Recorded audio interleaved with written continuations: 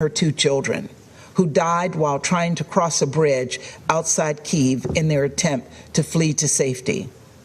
Russia cannot cover up the work of AP News reporters who captured a doctor attempting to resuscitate an 18-month-old Kirill who died from Russian shelling in Mariupol.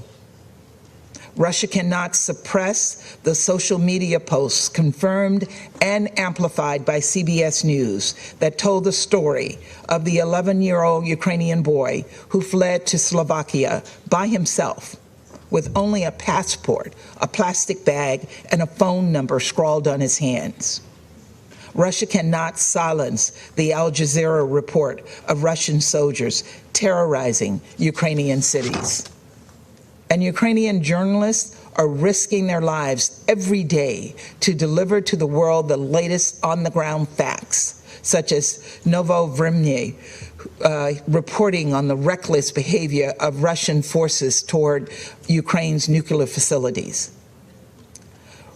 Russia is failing in its quest to create an alternative reality. In fact, not even Russian diplomats can keep their propaganda straight. Just yesterday, the Kremlin spokesman said he didn't have clear information about the Russian forces who fired on a maternity hospital. Then the foreign minister himself denied Russia attacked Ukraine at all, right before admitting that Russia deliberately targeted this maternity hospital in Mariupol. Their fabrications didn't matter because the world had already seen the searing images broadcast on CNN of bloodied pregnant women being evacuated from the scene of Russia's attack on the hospital. Even Russia's own citizens are tiring of such lies. Russian athletes are writing "No war" on their shoes and on TV cameras. Russian citizens are marching in the streets and protesting Putin's war of choice. And even Russian state TV pundits, Putin's own propaganda arm, have called for Putin to stop the military action. This is why we didn't object to holding today's meeting. Today's meeting has confirmed our predictions, revealed Russia's objectives to the world, and exposed Russia's lies for what they are, a malicious effort to cover for the atrocities being committed by Russia as part of their illegal and unprovoked attack on Ukraine.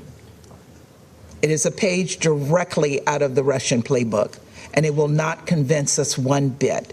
The world is watching. Photographic and video evidence is mounting, and you will be held to account for your actions.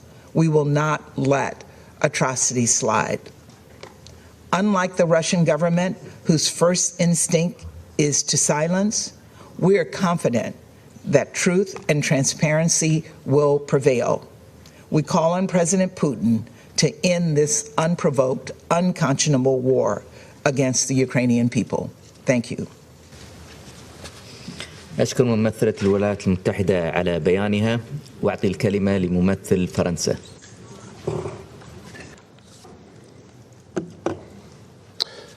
Monsieur le Président, je remercie Madame Di Carlo et Madame Nikomitsu pour leurs interventions. Je veux dénoncer avec la plus grande fermeté les allégations infondées de la Russie. Il y aurait, dit-elle, des attaques chimiques en préparation en Ukraine. Il y aurait des laboratoires de recherche sur les armes bactériologiques. Soyons sérieux, les mensonges de la Russie ne trompent personne. Ils font partie d'une stratégie cynique de désinformation et d'écran de fumée, dont la Russie a fait une véritable arme de guerre.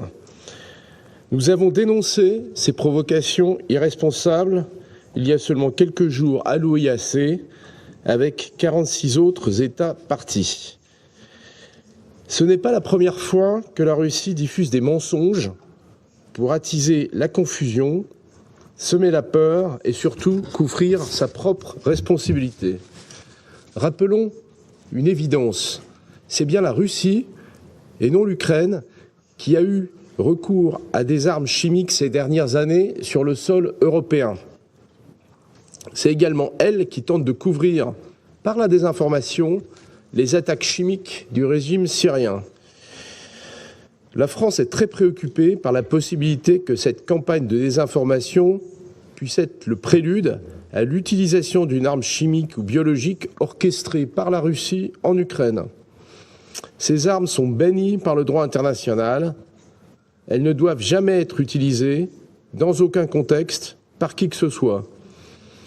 La Russie s'y est engagée en ratifiant la Convention d'interdiction des armes biologiques et la Convention d'interdiction des armes chimiques. Les exposés que nous avons entendus ce matin sont clairs. La réalité, c'est que la Russie a prémédité l'agression d'un État souverain, violé la Charte des Nations Unies. La réalité, c'est que la Russie a jeté sur les routes des millions d'Ukrainiens.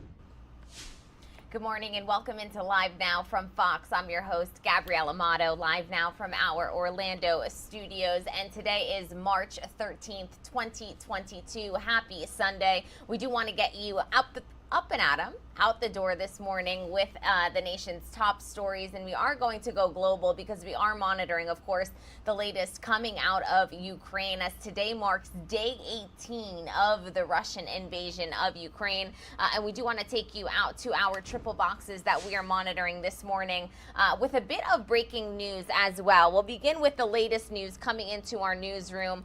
Russia continues to expand its attacks into Western Ukraine. Now, this is something that we've been monitoring over the past 24 to 48 hours. Initially, at the beginning of this invasion, Russia were really concentrated on obviously coming from the east, from the Russian border, but also coming from the south. They have shifted to also begin their attacks from the west now, as those forces are repositioning. We can confirm today that 9 people or individuals have been killed, 57 wounded, as Russia strikes a Leve military base. This happening near the Polish border. We can also confirm that the UN has updated that refugee count. It now sits at 2.6 million since the start of this invasion. And we can also confirm today that the U.S. is providing another $200 million in military aid to the Ukraine.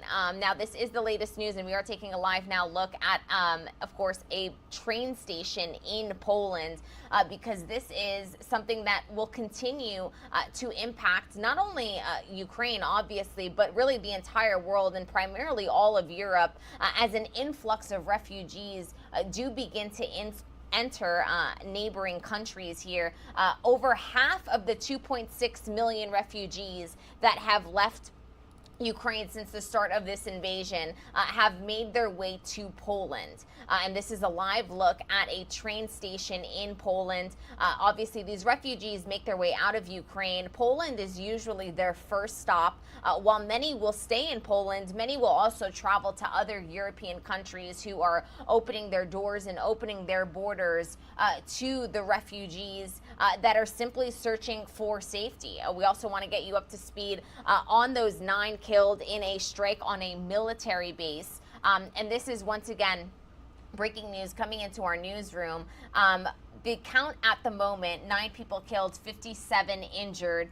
Russian troops, this is the latest kind of intel that we're getting from the West, that Russian troops are trying to completely encircle Kyiv. And so that is why they're now starting their attack from the west as well. The Russian airstrikes on this military base near the northwestern city of Leve comes as Russian forces have been expanding their offensive to Ukraine from the west, as I just outlined to you all. I do want to pull up a map here if we have one so that we can all understand where it is exactly that we are speaking about. It does appear that we don't have that map right now, so I'll get that for you within the next couple of minutes here. But Russian forces attacked airports in the far west of the country, which had previously been spared from the conflict.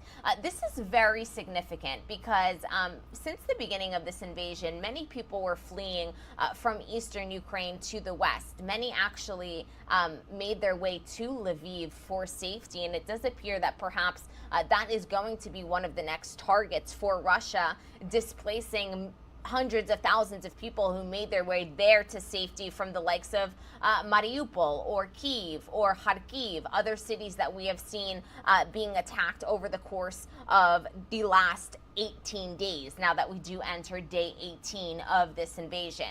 Now, we have been getting updates from President Zelensky over the course of these 18 days, and we do have his latest one subtitled for you in English. This one was the latest update from this morning. So this was published in the very early hours of, once again, day 18 of Ukraine. I do want to get you the current time in Kyiv, Ukraine, so that we're up to date on where it is that their life currently stands. And right now, the local time in Kyiv is 1:08 p.m. So this was published around 10 hours ago. So in the wee hours of the morning, this was what President Zelensky had to tell his people. Let's take a listen.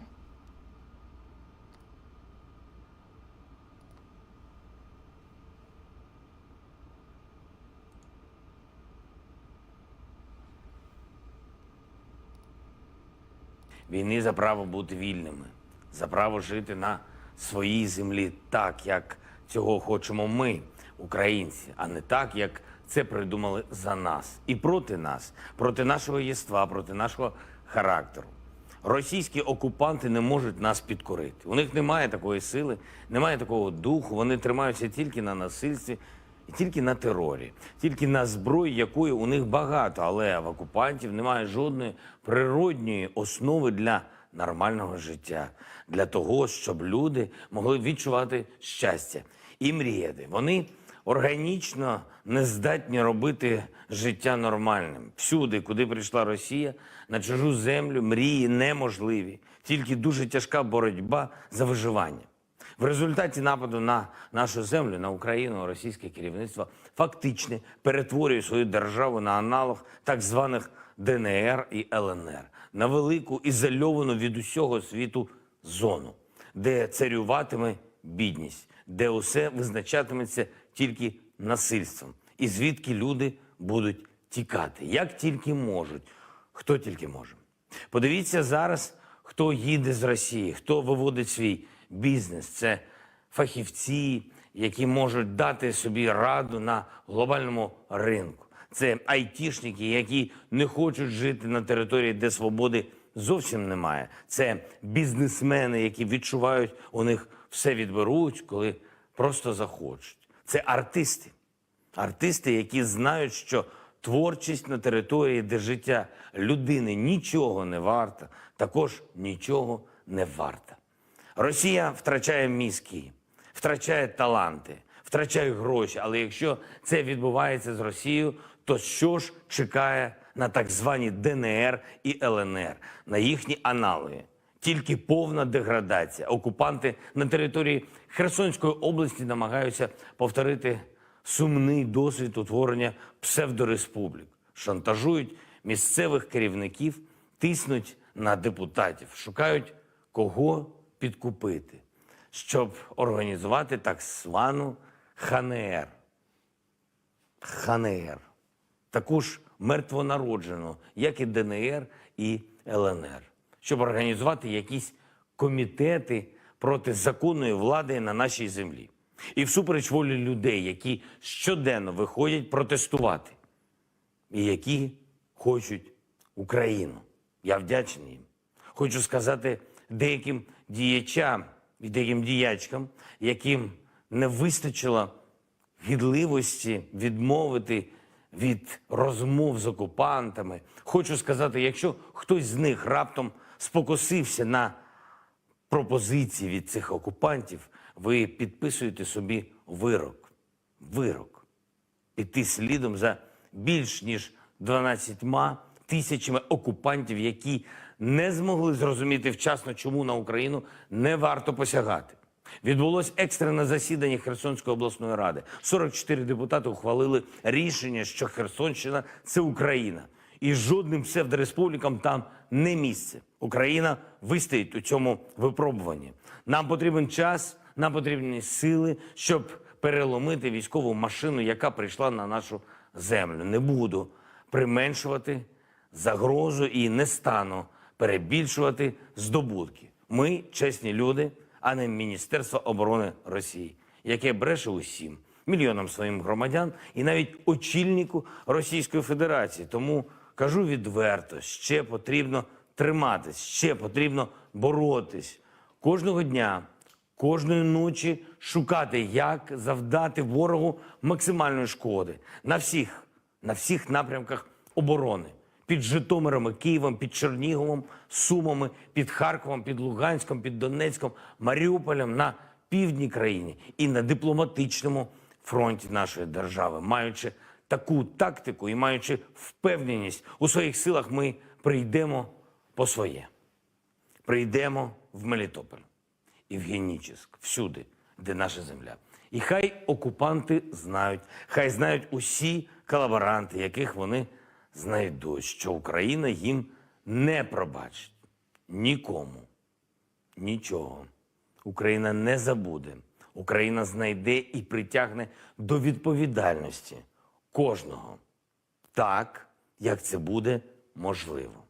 Усі гуманітарні коридори, до речі, які були погоджені, вони спрацювали. Вдалося вивезти сьогодні 12 729 людей. Гуманітарний вантаж для Маріуполя має бути завтра в день. Через складність маршруту довелось заночувати в Бердянську. Постійно, за кожної нагоди я повторюю нашим друзям, нашим партнерам за кордоном про те, що вони повинні робити більше для нашої держави, для України, для людей, для українців. Тому що це не тільки для України, це для всіх вас у Європі. Зло, яке цілеспрямовано бомбардує мирні міста, зло, яке обстрілює навіть машини швидкої допомоги і підриває лікарні, не зможе зупинитися на одній країні, якщо матиме сили йти далі.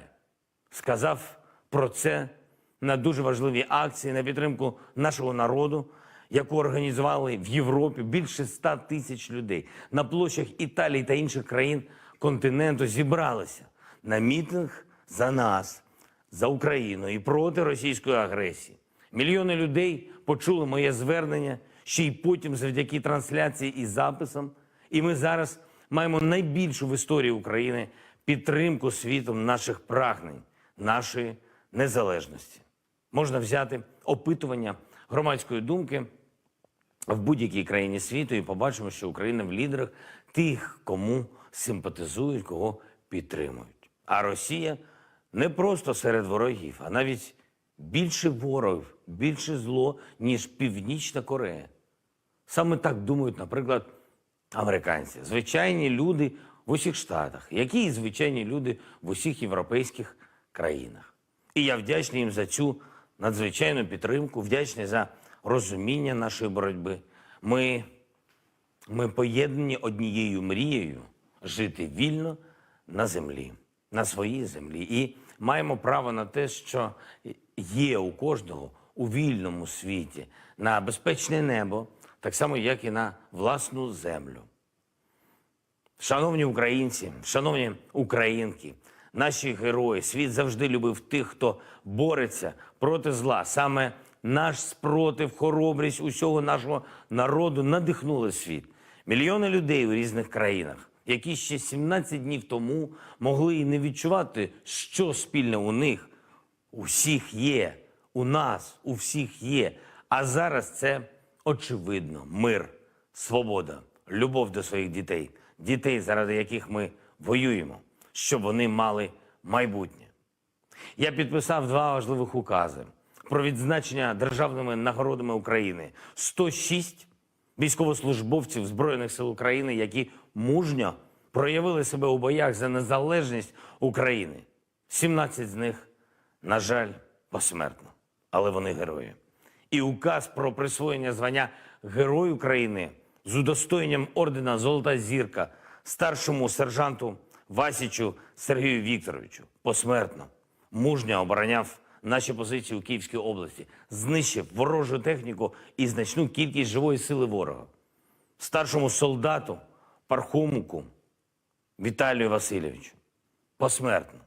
Під час контрнаступу на противника в районі міста Макарів завдав значних втрат ворогу і героїчно загинув, захищаючи своїх побратимів. Солдату Мрочку Костянтину Васильовичу посмертно, мужньо боровся з переважаючими силами противника. Завдяки його ефективним діям окупанти понесли болісні втрати. Солдату Свинчуку Олегу Анатолійовичу посмертно, героїчно виконував свій обов'язок в бою проти переважаючих сил ворога. До останнього допомагав своїм співслужбовцям. Сержанту Ханіну Андрію Павловичу посмертно, захищаючи Волноваху Донецької області, знищив танк ворога та близько 10 осіб противника. Під час бою, отримавши поранення, допомагав пораненим співслужбовцям і до останнього виконував свій обов'язок. Сержанту Дерусовій Інні Миколаївні посмертно. З 24 лютого старший бойовий медик виконувала завдання у місті Охтирка Сумської області. Врятувала більше 10 військовослужбовців, ризикуючи власним життям. Загинула від артилерійського обстрілу російських військ, надаючи допомогу пораненим військовим. Перша жінка – Герой України, якій це звання присвоєно посмертно. Вічна пам'ять усім, хто віддав життя за Україну. Присвоєно звання Герой України з врученням ордена «Золота зірка» старшому лейтенанту Гуцулу Володимиру Олександровичу. Завдяки його героїчним діям в Херсонській області вдалося знищити 25 одиниць техніки ворога і близько 300 окупантів. Старшому лейтенанту Чорному Володимиру Володимировичу. Завдяки його умілим діям при захисті Волновахи Донецької області було знищено близько 50 осіб противника, танк Т-72 і взято у полон 5 окупантів. Слава всім героям! Слава Україні! And that was the latest update from Ukrainian President Zelensky. We do have a bit of breaking news to bring to all of you this morning. That count of individuals killed and injured in a Russian airstrike to a Lviv military base has risen, according to Ukrainian officials and primarily Lviv's governor. That count has now risen to 35 individuals killed and 134 wounded. So the new count once again, and you are seeing that updated on the lower, on your screens right now. That count has risen and we are expecting it to rise in the coming hours as we do get more information on this situation. But I want to bring in this side panel once again for all of you because that is the breaking news that we are monitoring this morning a major airstrike on a military base near Lviv. Now, this is to the west of Ukraine in the western portion of the country. And earlier this morning, that count was 9 people killed, 57 people injured. Well, that has risen, 35 killed, 134 wounded. Firefighting and dismantling of debris are currently underway, the Lviv administration said just a couple of minutes ago. I do want to read to you the latest update. Lviv's governor said most of the missiles fired Sunday were shot down because of the air defense system that did work at that military base. The ones that got through killed at least 35 people and wounded 134, he said. Now, Russian fighters also fired at the airport in the western city of Ivano-Frankivsk, and we had seen this airport actually hit in past days. So that is about 250 kilometers for us here in the United States. That's 155 miles from Ukraine's border with Slovakia and Hungary, that airport. Now, this Lviv military base is very close to the Polish border. So once again, we're monitoring all of this because obviously the countries that we are talking about that neighbor where these attacks are happening are NATO countries, which would definitely escalate the situation. Fighting also raged in multiple areas of the country overnight. Ukrainian authorities said Russian airstrikes on a monastery and a children's resort in the eastern Donetsk region hit spots where monks and refugees were sheltering, wounding 32 people there. So once again, Russian strikes continue to intensify. They continue to hit civilian areas. We have been reporting that humanitarian corridors in some areas of the country have been successful, in other areas not successful in the slightest bit. In terms of, and a prime example of this is what we've been seeing in Mariupol with people simply unable to get themselves to safety. We can report today that the UN has confirmed that the refugee count is now at 2.6 million since the start of this invasion. For reference, today is day 18. So in the first 17 days of this invasion, 2.6 million individuals have fled Ukraine. We can also update that the U.S. is providing another $200 million in military aid to Ukraine. Talks aimed at reaching a ceasefire again failed on Saturday, but the U.S. announced plans to provide another $200 million to Ukraine for weapons. So once again, this is going to military aid.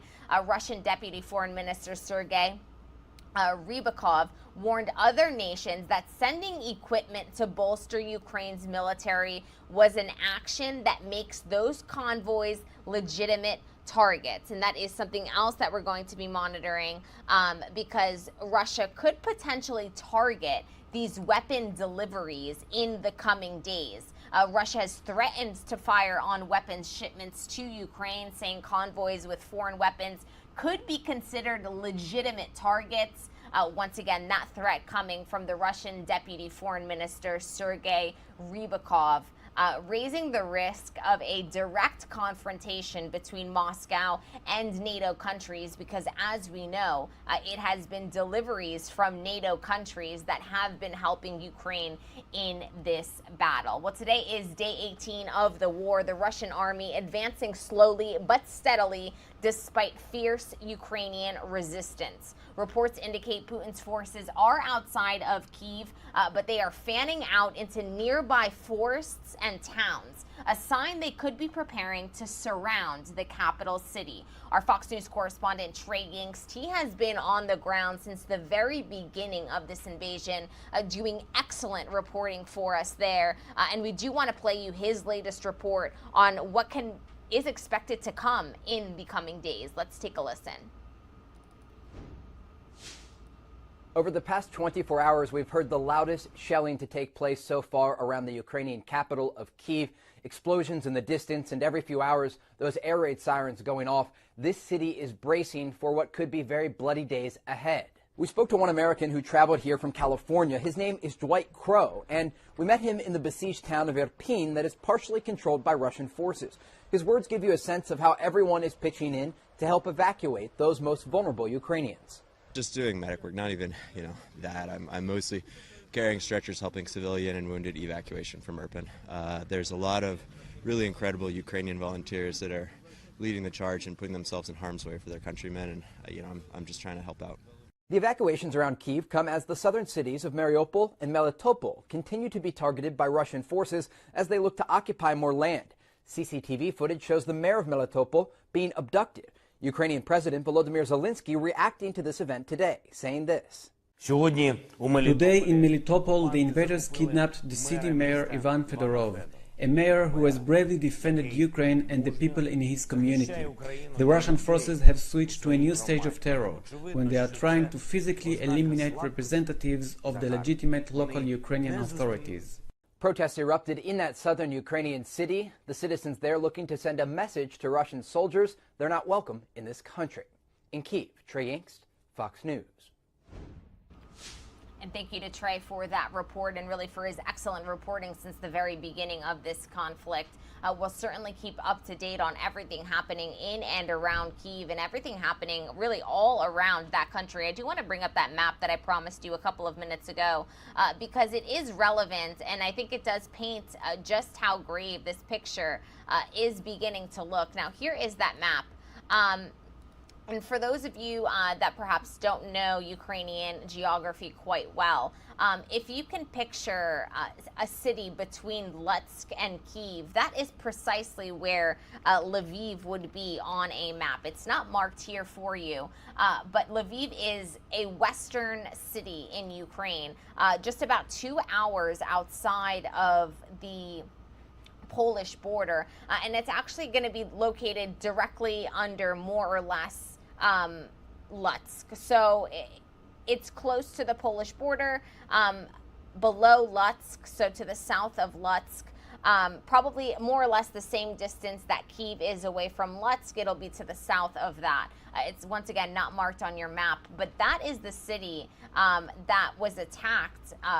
Really, we hadn't seen much action happening in Lviv up until this point, but that is where a military base was hit today, striking once again very close to the Polish border, killing 35 and wounding 134 there and counting. As soon as we do get an update from officials there, we'll be sure to bring that to you. But this is the latest update from Lviv's governor. And obviously, Lviv was a city that did get a large influx of refugees at the beginning of this invasion because many obviously, as Russia started this invasion, it came from the eastern border of Ukraine. We then saw a shift and a focus on the southern Ukrainian border, and now it does appear that the Russian forces are shifting to the west. And so many people made their way from eastern Ukraine to western Ukraine to safety to try and get closer to these neighboring countries that you are seeing, Poland, Romania, Slovakia. And it does now appear that some of these cities are being targeted. And that's why it is quite alarming because as we've been reporting to you, 2.6 million people have fled Ukraine in the first 17 days of this invasion. Many of them make their way from other cities in Ukraine, make their way to Lviv, and then go to other European countries from Lviv. Well, now we can report that Lviv has been hit with an airstrike on this military base. And this is just going to further exacerbate the already very critical humanitarian crisis that we have on our hands. We do have our Fox News correspondents stationed all around this conflict, giving us the latest from the ground.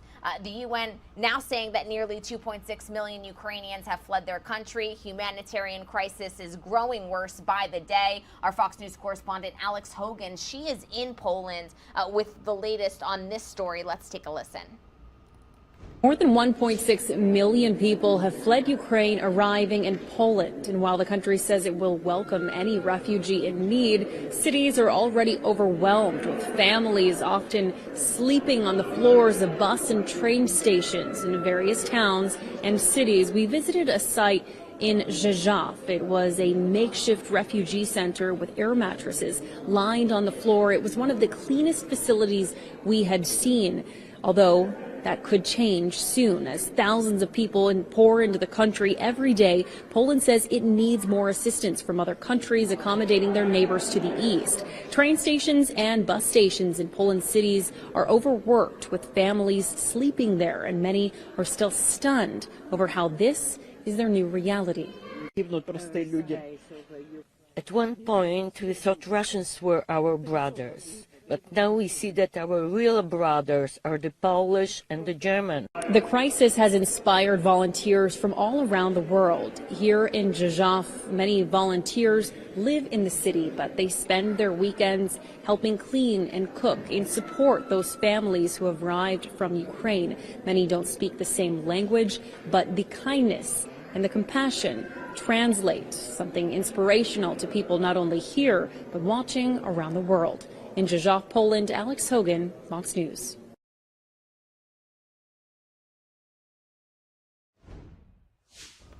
Thank you to Alex for that update on the refugee crisis that is worsening by the day.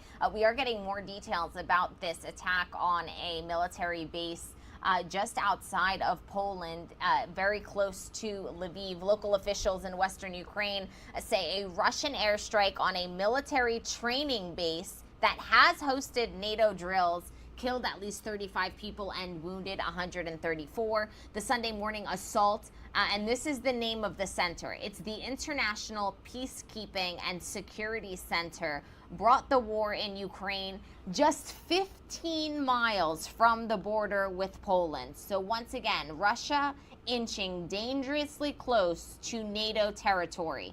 A senior Russian diplomat had warned on Saturday, and we just brought this news to you, that Moscow considered foreign shipments of military equipment to Ukraine legitimate targets. They had warned that these types of centers would be targets because, once again, we have to remember what the Russian rhetoric is. Russia maintains that they are on a, quote, special military operation in Ukraine, and so that they are targeting military and defensive infrastructure. Obviously, shipments coming in from the West, from NATO countries, are part of Ukraine's military makeup. And so they have warned that those are now going to be targets. This air base is located in Lviv, about 30 miles from downtown Lviv, so 30 miles from outside of that city center, and only about 15 miles from the Polish border. 15 miles. This is the latest Russian airstrike that is making headlines around the world. We'll keep you updated on the latest count that we're getting out of this city and any other updates. But speaking of Lviv, refugees in western Ukraine are desperately looking for shelter, and this is what I was just telling you. Lviv was, once upon a time, just up until quite literally yesterday, a hub for refugees. Russia's military forces have reportedly attacked targets in this area for the first time since the start of the war, and we can now confirm that that has indeed happened. Our Fox News correspondent Mike Tobin, he has the latest from Lviv overnight. Let's take a listen. A tremendous amount of the refugee traffic that is flowing west from the worst of the bloodshed is coming by rail, and it's coming here to the Lviv Central train station. But once they get off the trains, they have to go somewhere. Here is the parking lot where the buses are leaving. You can see people there getting ready to load a bus that is headed to Krakow, Poland. The one next to it is headed to Warsaw, Poland. Most of the buses you see here are headed west across the Polish border. 2.5 million refugees thus far have headed west, and 52% of them have headed across the border into Poland. So much so that Ukrainian officials are now urging people to try some of the other countries on the western border, like Slovakia, like Hungary, like Romania and Moldova, because the traffic is lighter going into those countries, and the traffic and those countries are not stressed by all of this refugee traffic. But as we look around at the buses pulling in, it's important to note at the same time as you have some 2.5 million people who have flown west, you have about 250,000 who have come east into Ukraine, about 18,000 a day. The bulk of the people coming east are young Ukrainian men looking to join the fight. In Lviv, Ukraine, Mike Tobin, Fox News. And thank you to Mike for that report. This situation in Lviv is one that we are certainly going to keep a very close eye on because, like we've been reporting all morning long, this is breaking news coming into our newsroom, and a new city that does appear to be a new Russian target. And will continue to be in coming days. Now, the U.S. is responding and helping Ukraine in the best way that it sees fit. President Biden is trying to deal with an issue that does not promise to resolve itself anytime soon. Not only this Russia-Ukraine situation, but also inflation. Polls show Americans are getting fed up with runaway price hikes. Democrats are concerned the issue could take a big toll on their party in midterm elections. And all of this as the U.S. provides another $200 million in military aid to Ukraine. And also Americans, like all of you tuning in, are concerned about rising gas prices along with this inflation. Our Fox News White House correspondent Peter Ducey takes a look at this situation. Let's take a listen. President Biden does not want his name anywhere near the word inflation, which, according to a new Wall Street Journal poll, is the top issue voters are most concerned with. I'm sick of this stuff. We have to talk about it because the American people think the reason for inflation is government spending more money. Simply not true. But the president admitted his policies did contribute to inflation, specifically the stimulus checks attached to the American Rescue Plan. And he explained how in November. It changed people's lives.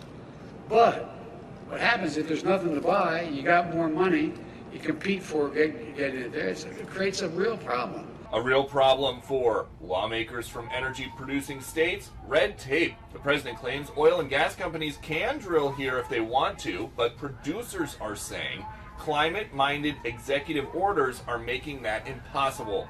I say give me a break, Mr. President. I mean, this administration from day one, I've seen it in Alaska, has come into office and has been focused on shutting down the production of American energy. They do it all the time in my state. I see it all the time. President Biden is at Camp David. The vice president is back from Poland and Romania, explaining how she tried to get the West to gang up on Putin.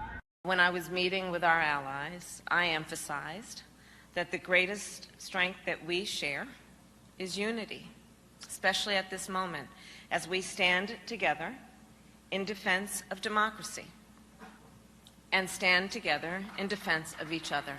President Biden is now saying that if Putin decides to use chemical weapons, Russia will pay a severe price, but he is not yet detailing what that severe price would be. At the White House, Peter Ducey, Fox News.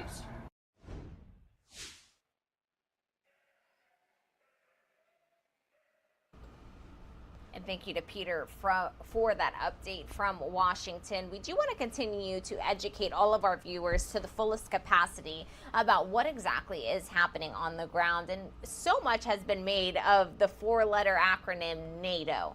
We've heard this nonstop over the past 18 days. And really, for those of you that perhaps are not very familiar with this alliance, you are a bit confused as Russian forces continue pushing further into Ukraine. And as we can report to all of you today, as they inch closer and closer to the Polish border, which is a NATO country, some people wonder why NATO allies aren't doing more. Fox News senior correspondent Eric Shawn, he has an explainer for you. Let's take a listen. Ukraine is not a member of NATO, which is why the international force, whose mission would be to stop Vladimir Putin's aggression, has not come to its aid. If there's one thing that Putin really fears, it is NATO. Putin understands that NATO represents the strength of the West. NATO, the North Atlantic Treaty Organization, is a military alliance started in 1949 for the West to face the threat from the Soviet Union. There must be no wavering in our support of the North Atlantic Alliance. That is, has stopped the spread of communism in Europe and the Mediterranean. At first, 12 countries signed on. 4 more joined by the end of the Cold War. The key section calling for collective defense, Article 5, pledges an armed attack against one or more of them shall be considered an attack against them all. That, so far, has only been invoked once in response to the attacks on 9/11. 2004 saw the largest NATO expansion, 7 nations, including 3 former Soviet Baltic states. Now, NATO numbers 30 countries, and others besides Ukraine, like Finland and Georgia, want in. They've seen what's happened to Ukraine, and countries that have remained neutral in Europe, I think, will have a vested interest in actually becoming members of the NATO alliance. For now, NATO can only sit on the sidelines to prevent a wider war. But its Secretary General says NATO is boosting its defenses to ensure that members near Russia and Ukraine are not Vladimir Putin's next target. In New York, Eric Shawn, Fox News. Thank you to Eric for that report and for that explainer. It really is a complex situation, and for many people who perhaps were not familiar with all of these terms before this invasion, it's been a lot to digest. But we here on Live Now from Fox, we want to take you out live, not only to all the feeds and everything that's happening around the world at this very moment, but also make sure that you fully understand what it is that is going on. Right now, we're taking a triple look at the refugee situation that continues to worsen each and every day. The United Nations confirming that the count has hit 2.6 million in the first 17 days of this invasion. For context, we are currently on day 18. And here's a triple view. All of these cameras are coming into our newsroom from Poland. And that is because Poland has opened its borders to over half of those 2.6 million. So they have received the largest portion of this refugee crisis, really. And we're seeing two vantage points of the Polish-Ukraine border. And we're also seeing a train station there. That is how individuals are arriving. You're seeing tents outside on a dirt road, and that's just some of the makeshift sheltering and kind of medical care that these individuals are getting. I do want to bring us and bring this image full so that we could take in all of the faces and take in the individuals that are suffering, that are living this very moment. These are the humans behind this count that we continue to update you on every 24 hours or so. We get a update from the United Nations on this count. And sometimes it may just seem like a vague number, but these are humans. These are the faces that we are seeing. And this does appear to be some kind of ferry ship. We'll try and get you some more details on where exactly this is. But we are being told that this is a look at Poland, at the current situation, as more and more refugees flee. And as really the Russian forces inch closer and closer to this border, to the Polish border, which is very alarming after a strike this morning on a military airbase. We are also keeping up to date on what's happening on the ground in Russia.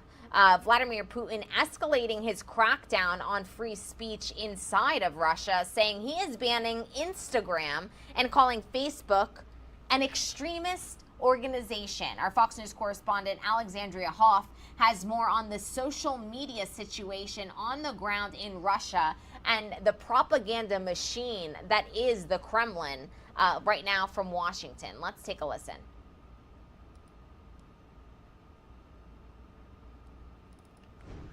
Instagram users in Russia have until Monday to save their pictures and videos. After that, access to the platform will be cut off, as will 80 million Russian people from each other and from the realities of the world outside.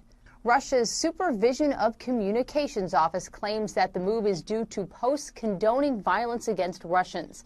Russian prosecutors are seeking a criminal case against Meta Platforms, the parent company of Instagram and Facebook, calling them an extremist organization. On Thursday, Reuters was the first to report that Meta did make a temporary change to their hate speech policy.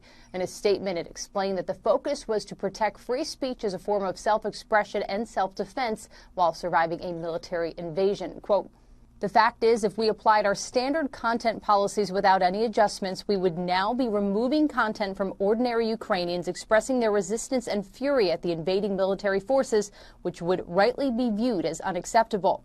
The statement continued that this temporary policy shift only applies in Ukraine itself and, quote, "There is no change at all to our policies on hate speech as far as the Russian people are concerned. We will not tolerate Russophobia or any kind of discrimination, harassment, or violence toward Russians on our platform." Russia banned Facebook last week, but some in the country are still finding a way to tap into the rest of the world by using VPNs, which are private networks that can obscure the person's location. In Washington, Alexandria Hoff, Fox News.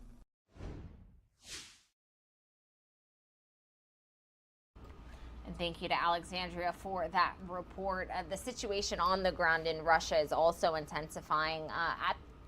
As we stand right now, protesters who take to the streets to go against Vladimir Putin and his administration's decision to invade Ukraine face up to 15 years in jail. We've seen reports of independent media members essentially being run out of their own country or fleeing for safety because Vladimir Putin has essentially banned giving out information that does not line up with his propaganda machine. But we do want to take you back out live to our double view of the Polish-Ukraine border there as Ukrainians continue to make their way to safety. There you're seeing a large portion of the individuals that we are seeing. And I'll once again take you there with a full image so that we can kind of take in the faces of this invasion and really take in the lives that are being impacted. I would say nearly 95% of the individuals that you are seeing on your screens are women and children. You are seeing a couple of men, but they are of older age, and that is because at the very start of this invasion, within the first 48 hours, President Zelensky of Ukraine made it illegal for men aged 18 to 60, so essentially of fighting age, from leaving the country. So what we have seen at the border is really the division of families. We have seen brothers, husbands, sons, crying at the train station because they have to let their wives, daughters, sisters, mothers flee to safety while they stay behind to defend their country. And that is why when you see these images of refugees at these various border crossings and border areas, that is why they are almost always exclusively women. It is by design. It was something that was implemented very early on in this invasion, once again by President Zelensky. And yeah, this is once again a situation that will continue to worsen. We are being told by UN officials that they do expect this refugee counts to continue to grow, that they are anticipating it to perhaps hit almost 4 million. If Russia's military offensive, which has included widespread bombing of civilian areas, as we have seen, and now newer cities also being targeted, if this type of invasion continues, if this military offensive continues, we could see this number continue to climb in coming days, going as high as 4 million. That is what the individuals, the experts, are predicting. Now, we do want to give you an update on all of those humanitarian corridors that we have been keeping you updated on over the course of the last week or so. 7 civilians, including women and a child, were killed by Russian troops when trying to flee the village of Perimoga. That was in the Kyiv region, and we have seen over the course of the last 48, 72 hours an influx of fighting around Kyiv, the Ukrainian capital. This, according to the Ukrainian Defense Ministry. Zelensky said 12,729 Ukrainians were successfully evacuated on Saturday. So we are seeing some success with these evacuation corridors. Unfortunately, they are still having trouble getting people out of Mariupol, which once again will bring back this map so that we all have a clear visual here. Mariupol, a southern city, a port city that has come under very, very heavy shelling. Really over the past week or so, they have reportedly run out of food, run out of water. They have been without heat, electricity for well over a week now. And this is an area that really was a high priority when it came to these evacuation corridors. And we are being told that they were not as total success as they really needed to be. We also got satellite imagery showing the damage in this city. I'll bring you through all of the latest images, all of the latest video that is coming to our newsroom right after this 2-minute break.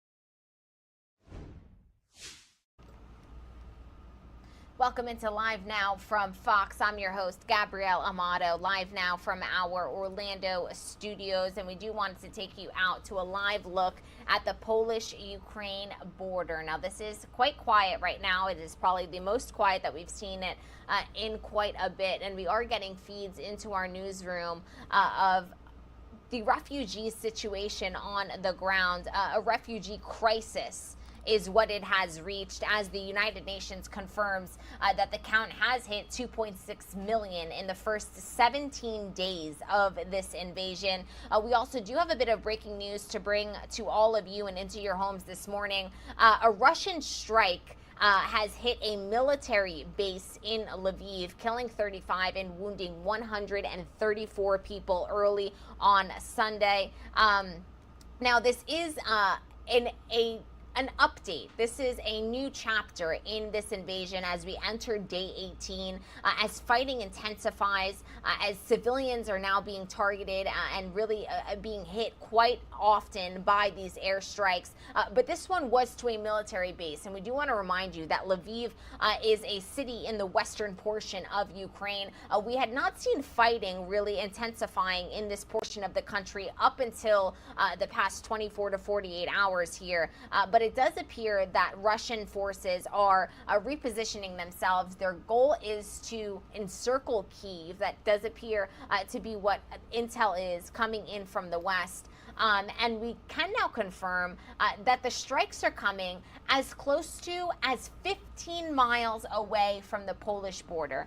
This military base that was hit, and I do want to give you the latest information that we know, this base was called, and I do want to make sure that I have the name for you, the facility known as the International Peacekeeping and Security Center has long been used to train Ukrainian military personnel, often with instructors from the United States and other NATO countries.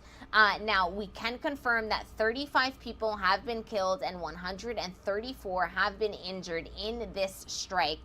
And this is, once again, like I've been saying, a new chapter in this invasion, as we are seeing now Lviv come under heavy attacks and heavy shelling by the Russian military. Now, this does come just a day after Russian officials warned that military centers and weapon deliveries from NATO countries would be considered a target now for Russia.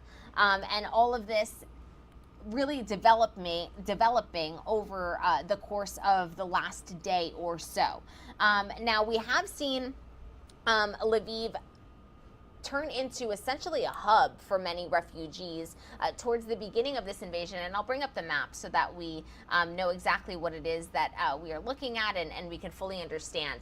When Russia first invaded, they invaded largely into eastern Ukraine, obviously, because that is where Russia is located. They then shifted and put a heavy focus on southern Ukraine. And now we are seeing a focus on western Ukraine. And now, obviously, that is very alarming. That, once again, as I've been saying, takes this invasion on day 18 into a new chapter, because this is now coming extremely, extremely close to NATO territory.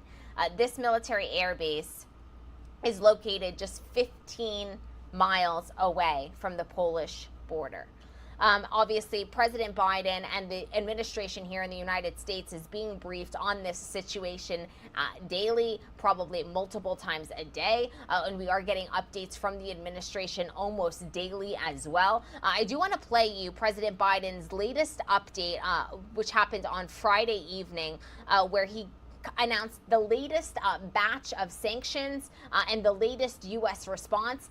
This coming on a day where we can confirm to you a bit of other breaking news that the United States is providing another $200 million in military aid to Ukraine. But let's listen into the President of the United States, his latest update on the U.S.'s response to this Russian invasion of Ukraine. Ukraine. I told them, as I have each and every time we've spoken, the United States stands with the people of Ukraine, and they bravely fight to defend their country, and they are doing that. And as Putin continues his merciless assault, the United States and our allies and partners continue to work in lockstep to to ramp up the economic pressures on Putin and to further isolate Russia in the global stage. Later today, together with other NATO allies and the G7, Canada, France, Germany, Italy, Japan, the United Kingdom, as well as the European Union, we're going to jointly announce several new steps to squeeze Putin and hold him even more accountable for his aggression against Ukraine. And I want to speak to a few of those points today. First, each of our nations is going to take steps to deny most favored nation status to Russia. A most favored nation status designation means two countries have agreed to trade with each other under the best possible terms. Low tariffs, few barriers to trade, and the highest possible imports allowed. In the United States, we call this permanent normal trade relations, PNTR. It's the same thing. Revoking PNTR for Russia is going to make it harder for Russia to do business with the United States. And doing it in unison with other nations to make up half of the global economy will be another crushing blow to the Russian economy, which is already suffering very badly from our sanctions. And I want to thank Speaker Pelosi, Leader McCarthy, Leader Schumer and McConnell, and Senators Wyden and Crapo, Representatives Neal and Brady for their bipartisan leadership on this in the Congress. I would like to offer a special thanks to Speaker Pelosi, who's been a strong advocate for revoking PNTR and who agreed to hold off on that in the House until I could line up all of our key allies to keep us in complete unison. Unity among our allies is critically important, as you all know, from my perspective. Many issues divide us in Washington, but standing for democracy in Ukraine, pushing Russia's aggression, should not be one of those issues. The free world is coming together to confront Putin. Our two parties here at home are leading the way. With that bipartisan cooperation, I'm looking forward to signing into law the bill revoking PNTR, which is, again, most people think of it as most favored nation status. We're also taking a further step of banning imports of goods from several signature sectors of the Russian economy, including seafood, vodka, and diamonds. And we're going to continue to squeeze Putin. The G7 will seek to deny Russia the ability to borrow from leading multinational institutions, such as the International Monetary Fund and the World Bank. Putin is an aggressor. He is the aggressor. Putin must pay the price. He cannot pursue a war that threatens the very foundations, which he's doing, the very foundations of international peace and stability, and then ask for financial help from the international community. The G7 is also stepping up pressure on corrupt Russian billionaires. We're adding new names to the list of oligarchs and their families that we're targeting. And we're increasing coordination among the G7 countries to target and capture their ill-begotten gains. They support Putin. They steal from the Russian people. And they seek to hide their money in our countries. They're part of that kleptocracy that exists in Moscow. They must share in the pain of these sanctions. And while we're going after these super yachts and the vacation homes and for hundreds of millions of dollars, we're also going to make it harder for them to buy high-end products manufactured in our country. We're banning the export of luxury goods to Russia. They're also the latest steps we're taking, but they're not the last steps we're going to take. And as I said, at the beginning of all these steps, we're going to hit Putin harder because the United States and our closest allies and partners are acting in unison. The totality of our sanctions and export control is crushing the Russian economy. The ruble has lost more than half its value. They tell me it takes about 200 rubles equal $1 these days. Moscow Stock Exchange has been closed for 2 weeks because they know the moment it opens it will probably collapse. Credit rating agencies have downgraded Russia's government to junk status. Its economy to junk status. The list of businesses, international corporations leaving Russia is growing by the day. We're also continuing to close corporations with allies and partners to make sure that there's close cooperation we continue to have. Ukrainian people are able to defend their own nation. The United States has sent more than $1 billion in security assistance to Ukraine over the last year, including anti-armor and anti-air capabilities, taking out tanks and planes and helicopters. With new shipments arriving every day, We, the United States, are also facilitating significant shipments of security assistance from our allies and partners to Ukraine. And the humanitarian front, we're working closely with the UN and humanitarian organizations to support the people of Ukraine who have been displaced by the violence in Ukraine. We're providing tens of thousands of tons of humanitarian supplies, food, water, and medicines, coming via truck and train every single day. Yesterday in Poland, Vice President Harris announced an additional $53 million in additional humanitarian support to Ukraine. That brings the total humanitarian assistance to $107 million in just 2 weeks. We joined this effort with more than 30 other countries for providing hundreds of millions more. And last night, with a great credit to Congress, passed a bipartisan spending bill that included an additional $13.6 billion in new assistance to the Ukrainian people. I look forward to signing that immediately. I also want to be clear, though. We will make sure Ukraine has weapons to defend against an invading Russian force. We will send money, food, and aid to save the Ukrainian people. And I will welcome the Ukrainian refugees. We should welcome them here with open arms if they need access. And we're going to provide more support for Ukraine. We're going to continue to stand together with our allies in Europe and send an unmistakable message. We'll defend every single inch of NATO territory with the full might of the united and galvanized NATO.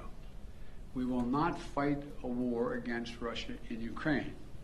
Direct confrontation between NATO and Russia is World War III, something we must strive to prevent.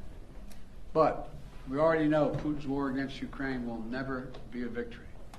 He hoped to dominate Ukraine without a fight. He failed. He hoped to fracture European resolve. He failed. He hoped to weaken the transatlantic alliance. He failed. He hoped to split apart American democracies in terms of our positions. He failed. The American people are united. The world is united. And we stand with the people of Ukraine. We will not let autocrats and would-be emperors dictate the direction of the world. Democracies are rising to meet this moment, rallying the world to the side of peace and the side of security. We're showing our strength, and we will not falter. God bless all of you. God bless Ukraine, and God bless our troops. President Biden, your White House has said that Russia may use chemical weapons or create a false flag operation to use them. What evidence have you seen showing that? And would the U.S. have a military response if Putin does launch a chemical weapons attack? I'm not going to speak about the intelligence, but Russia would pay a severe price if they use chemical weapons. Would the U.S. send troops in? And that was the latest update from President Joe Biden. We do want to take you out live now to a look at Berlin as we are getting in this feed into our newsroom of hundreds gathering for a protest here in the city center of Berlin, Germany. We have seen protests really all over the world, people standing in solidarity with Ukraine. And here you're seeing doves on signs in blue and yellow, which are obviously Ukrainian colors. This is obviously a call for peace, a call for an end to this invasion that has entered well into its second week at this point. We are on day 18 of the Russian invasion of Ukraine. There you are seeing a banner with the slogan Slava Ukraini, and we have heard President Zelensky say that quite often as well. This has been a slogan of the war, really. As we've heard it from all over the world, it does mean glory to Ukraine. And so President Zelensky, he actually ends each and every one of his addresses and social media updates with that saying, Slava Ukraini. And there you saw it there on a banner. You're seeing peace signs. And once again, this happening live, raw, and unfiltered, these images coming into our newsroom. I do want to hear if there's some sound on this or if this is a silent protest. Let's take a listen.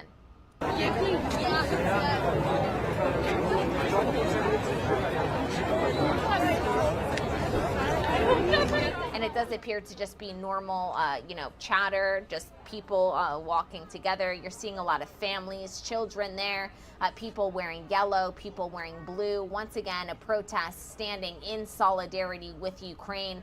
The people of Berlin taking to the streets to voice their opposition of this conflict, heading into day 18. Really unbelievable sights that we have been seeing all around the world. And speaking of, I do want to get you up to speed on the latest imagery coming into our newsroom and just what these individuals that you're seeing on the streets there, what they are seeing and why they have taken to the streets to protest this invasion. And I do want to, once again, let's take a look at the latest imagery coming into our newsroom, beginning first and foremost with strikes and the kind of the results of these strikes, debris everywhere, buildings completely demolished. And here we're seeing a series of photographs, firefighters and rescue crews looking for any survivors, trying to clean up the debris. Several people have been rescued, but at least one was killed in this latest strike on Chernihiv. And I do want to make sure that we're updating our lower for those of you that are just tuning in today on day 18 as Russia continues to expand its attacks into western Ukraine. Ukraine's State Emergency Service, they provided these images to our newsroom today. And we can confirm, unfortunately, that one person did lose their lives in these airstrikes. Rescuers were putting out fires, pulling people from the rubble. The SES confirmed at least 7 people were rescued. Speaking the day before, the head of Chernihiv Regional State Administration, Mr. Chaus, he described a catastrophic state of affairs in the city. Missile strikes were continuing on civilian infrastructure, he said. Work was being done to repair electricity, gas, water, and heating systems. And we have seen people without heat, electricity, food, and water in cities like Mariupol for days now.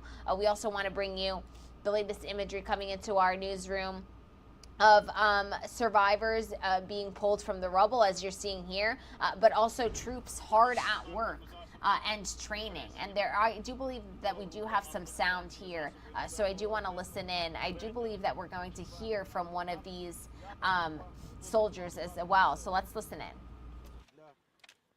Вибор режиму ведення огня. Так, давайте, дивіться, це найголовніше. У нас НВАО може працювати в 2-4 режимах. Перший – ОТІ. Ціль вражається зверху. Це основний режим. Від тої цифри, що планувалося, в 10 разів більше. Територіальна оборона по всій нашій державі мала складати 100 тисяч, зараз вона вже перевищає за 200.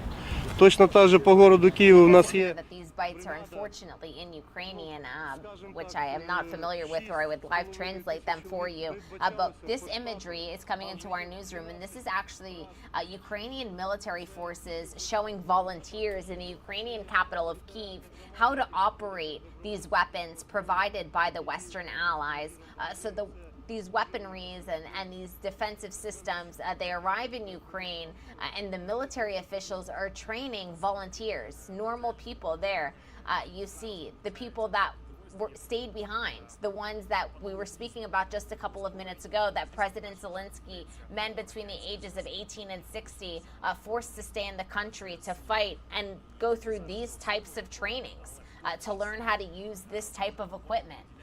Defense Force brigades showing recruits how to operate anti-tank weapons provided by the Western allies. Some volunteers had no previous military experience at all, according to Radio Free Europe, Radio Liberties, and that's where this imagery is coming into our newsroom from.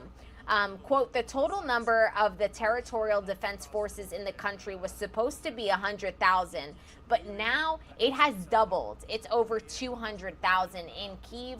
We planned to have a brigade of 6,500, but we have 12 times more than that. So the people of Ukraine standing up to defend their territory, to defend their country, and they have met Russian forces with a level of resistance that was expected by very few.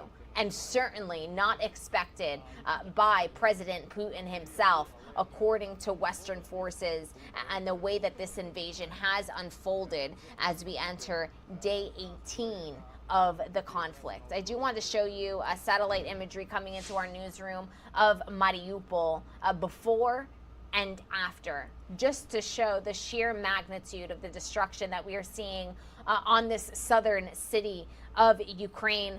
The images provided by Maxar Technologies showed buildings before and after attacks to convey the destruction of the city. And this has been one of the areas that has been most harshly hit by Russian attacks. This is the city that I was referring to when I said that some cities have been without food, water, many people without shelter because of the airstrikes, many people without electricity or heat in bitter cold temperatures for just about a week now. And this is what's happening on the ground in Mariupol. This was that children's and maternity hospital that we saw hit just a couple of days ago, once again, happening in Mariupol. This imagery coming into our newsroom from the Mariupol City Council. The head of the Donetsk Regional Military Administration said a complex containing a maternity hospital, children's ward, and other medical facilities was destroyed during a Russian air raid. Zelensky posted footage showing responders assessing damage and searching through the building and the rubble.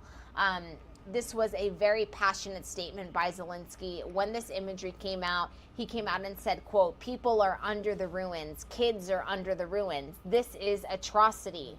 How much more will the world be complicit, ignoring terror? Close the sky immediately. Stop the killing immediately. You have the power, but you seem to be losing your humanity." The direct words of Ukrainian President Zelensky after this imagery came into not only our newsroom, but really made its way around the world. And this was a look inside the building. And you're going to see a look out the window in just a moment to see the sheer magnitude of the destruction. This was almost a direct hit. You do see a large hole in the middle of that parking lot, and that is where that air missile hit.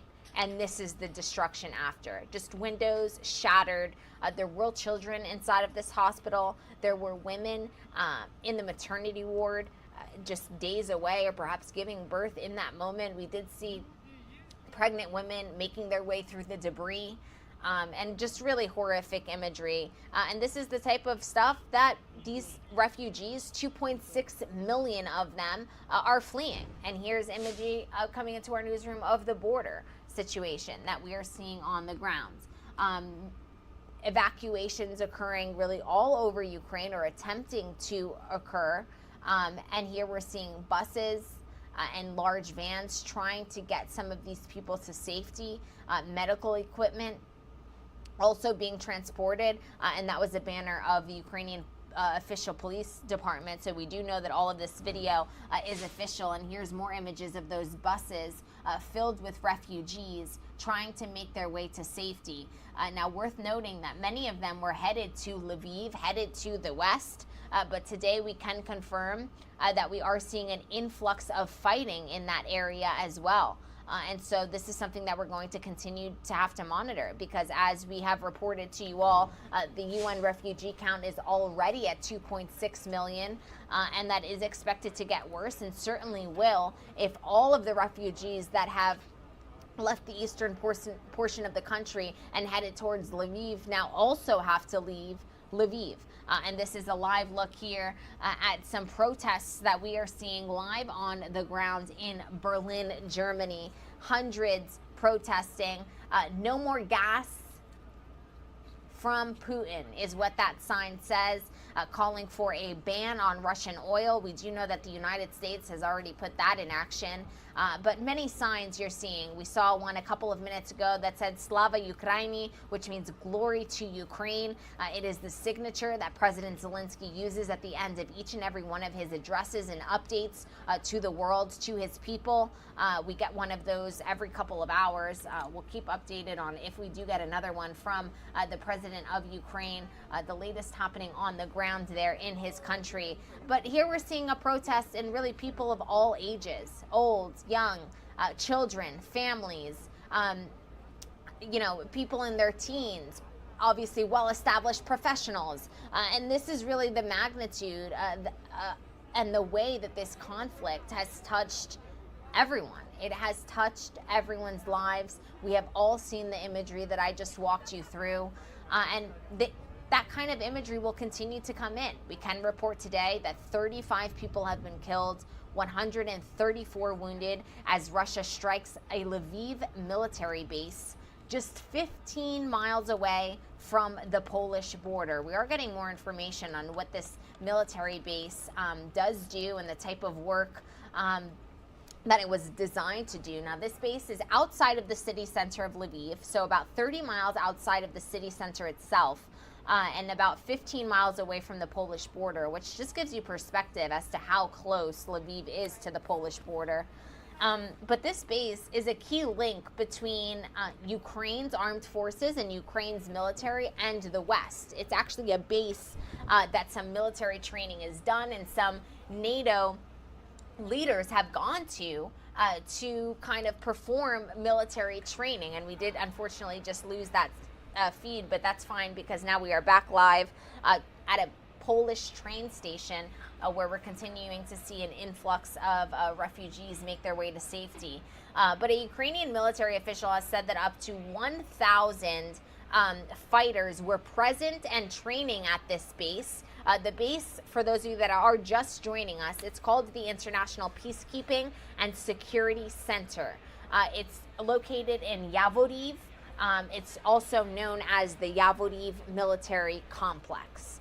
So the city is Yavoriv. It is part of the Lviv area. Once again, 30 miles outside of the Lviv city center, 15 miles away from the Polish border. Troops from a slew of NATO countries, the United States, Canada, Poland, even the UK, were all or have been at one point present at this air base to perform some kind of training duties. Once again, the base called the International Peacekeeping and Security Center, and we can confirm that the count is already at 35 individuals killed, 134 wounded. We will try to get you an update on that as we do step away for a quick 2-minute commercial break. We'll be right back.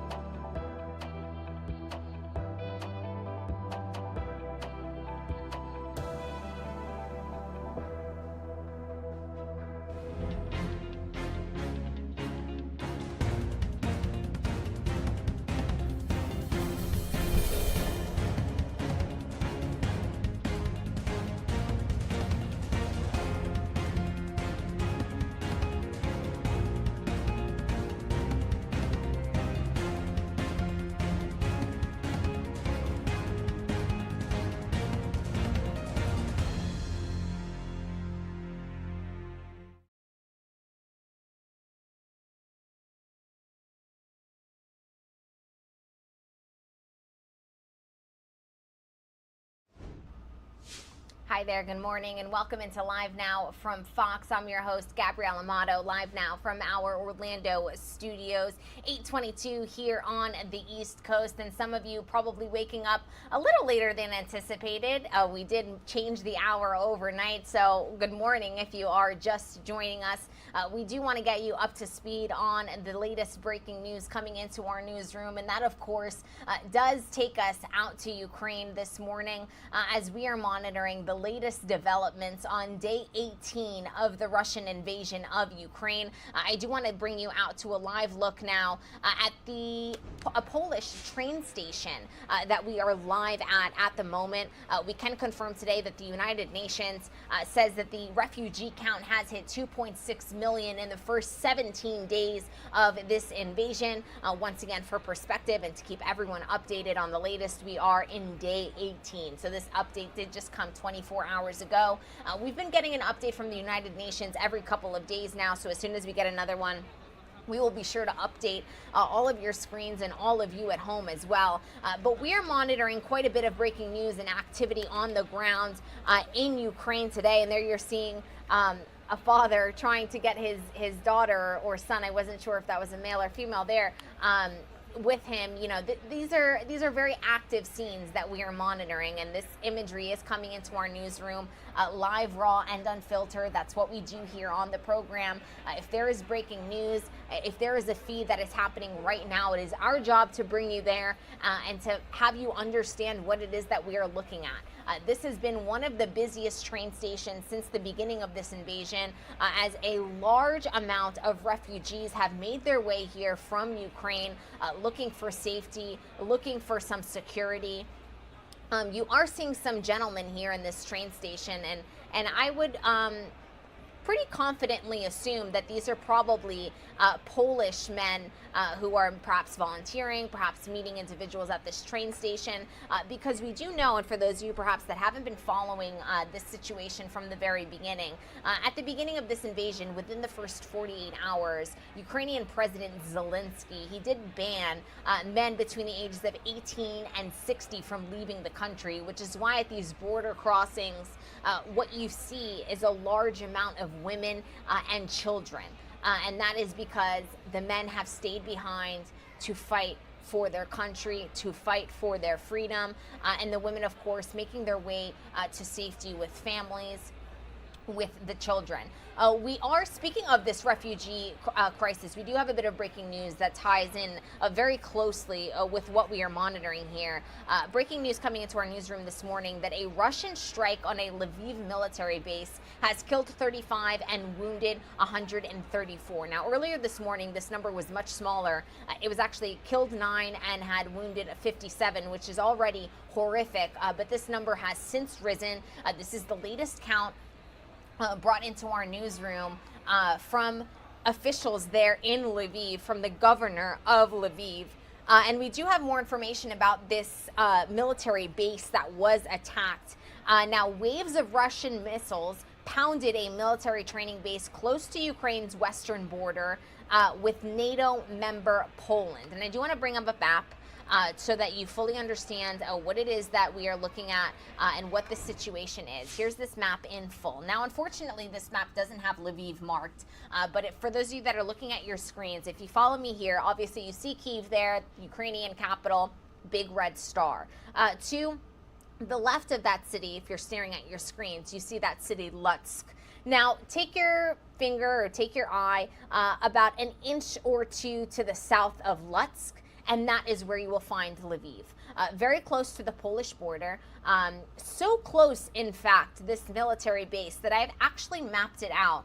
And I get a calculation of about 15 miles away from the Polish border is where this military base was located and has been directly hit by Russian shelling. I do have the name of this military base, and I do want to make sure that we're getting it all correct for you, because this is of very big relevance.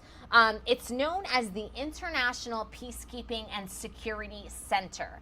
It has long been used to train Ukrainian military personnel, often with instructors from NATO countries, including the United States.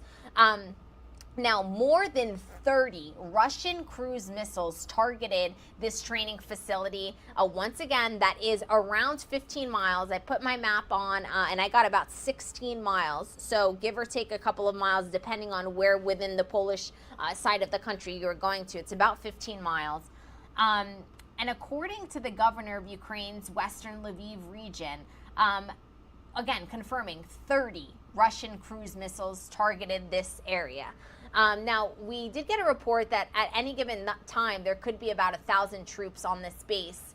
We're not sure how many were present at the time of this strike. That did happen around 11 o'clock Kyiv, Ukrainian time, and I do want to get the time in Ukraine just so that we are all up to date. It is currently 2:28 in the afternoon there.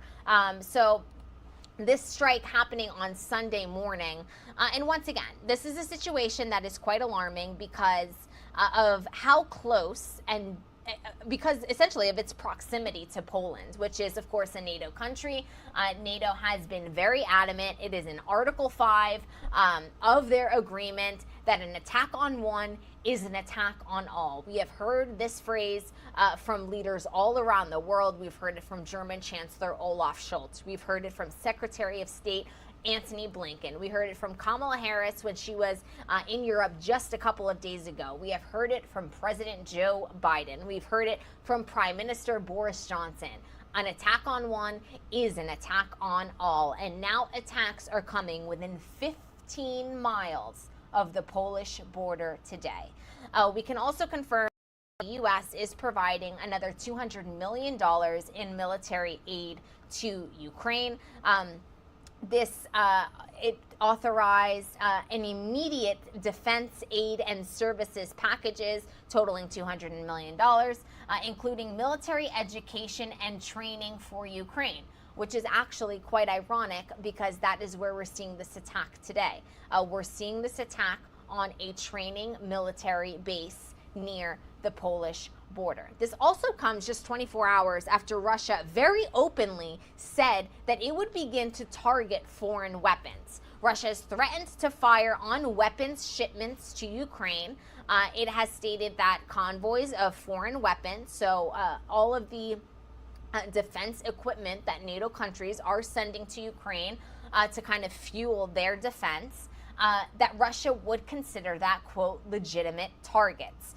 This warning was issued by the Russian deputy foreign minister, and it raises the risk of obviously a confrontation between Moscow and NATO. Further raising that risk is the situation that we are seeing play out on your screens this morning, an attack on a military base that once again is located very, very close to the Polish border. So close, in fact, that we have hit within 15 miles. I do want to touch base with all of our reporters stationed on the ground covering this situation for us since the very beginning. Once again, it's day 18 of this war. The Russian army advancing slowly but steadily despite fierce Ukrainian resistance. Reports indicate Putin's forces are outside of Kyiv, but they are fanning out into nearby forests and towns. And there you're seeing on your map, and that is where Kyiv is located. And it does appear that that 40-mile long convoy that we had been keeping an eye on for so long has dispersed, and it is now, in a way, encircling Kyiv. This comes as Russia is inflicting pain on even more Ukrainians, bombing cities and towns far from the front lines. So once again, we are seeing civilian areas being heavily attacked. Our Fox News correspondent, Trey Yingst, he has been on the ground for us since the very beginning of this conflict, doing excellent reporting. And I do want to bring you his latest report from overnight. Let's take a listen.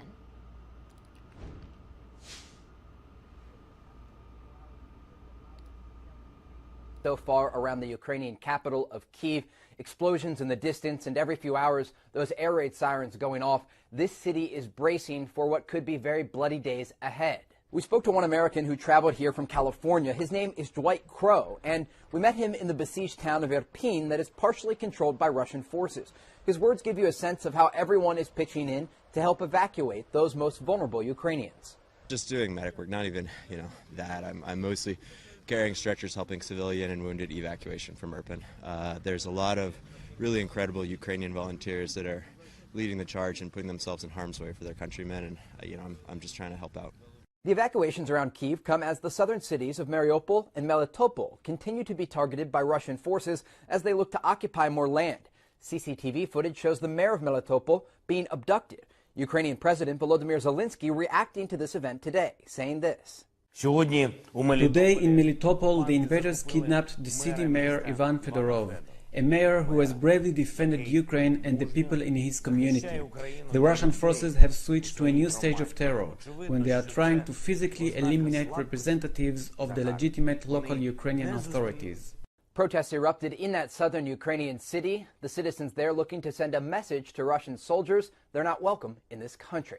In Kyiv, Trey Yingst, Fox News.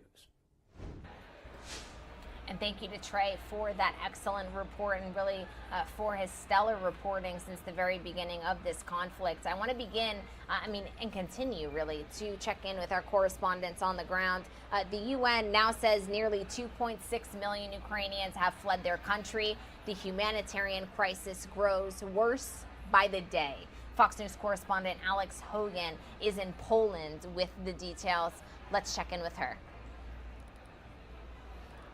More than 1.6 million people have fled Ukraine, arriving in Poland. And while the country says it will welcome any refugee in need, cities are already overwhelmed, with families often sleeping on the floors of bus and train stations in various towns and cities. We visited a site in Rzeszów. It was a makeshift refugee center with air mattresses lined on the floor. It was one of the cleanest facilities we had seen, although that could change soon as thousands of people pour into the country every day. Poland says it needs more assistance from other countries accommodating their neighbors to the east. Train stations and bus stations in Poland's cities are overworked, with families sleeping there, and many are still stunned over how this is their new reality.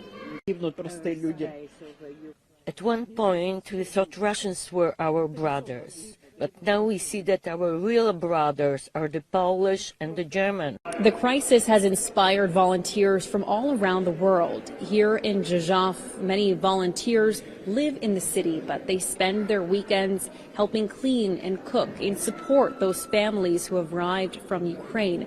Many don't speak the same language, but the kindness and the compassion translate something inspirational to people not only here, but watching around the world. In Rzeszów, Poland, Alex Hogan, Fox News. And from that latest report from Alex Hogan in Poland to a live look at a train station in Poland as the refugee crisis continues to worsen. We continue to check in with our Fox News correspondents. This time we're going to touch base with Lauren Blanchard, who also has been in Poland monitoring this refugee crisis. And she says more aid is on its way to Ukraine as Russian forces get closer to the capital. Let's touch base with her. The damage and death toll grows across Ukraine as Russian forces intensify their attacks. Now they are bombing everything what they can bomb. Fighting raging in the outskirts of Ukraine's capital, Kyiv, Sunday. Some traveling dangerous routes to try and flee the violence. Explosions continue to rock cities across the country. Let all invaders know, let their collaborators know, that Ukraine will not forgive them. Nobody. Nothing. In southern Ukraine, the port city of Mariupol has endured some of the worst damage. Residents remain trapped. Russian forces also continue to try to take the seaside city of Odessa. Residents there are using sandbags in an attempt to protect statues to preserve their Ukrainian history. Meanwhile, the U.S. is vowing to send more military aid to Ukraine, even as Russian officials threaten to attack foreign weapons shipments. The White House has approved another $200 million in security assistance. But Ukraine's government says it needs more immediate help, including a no-fly zone or jets from nearby NATO countries. If we had more planes, we would have been able to save many more human lives. Mainly civilian lives, because the main striking force of Russia is in the air. The Biden administration has rejected the no-fly zone because then NATO pilots could be sent into direct combat with Russia. In Poland, Lauren Blanchard, Fox News.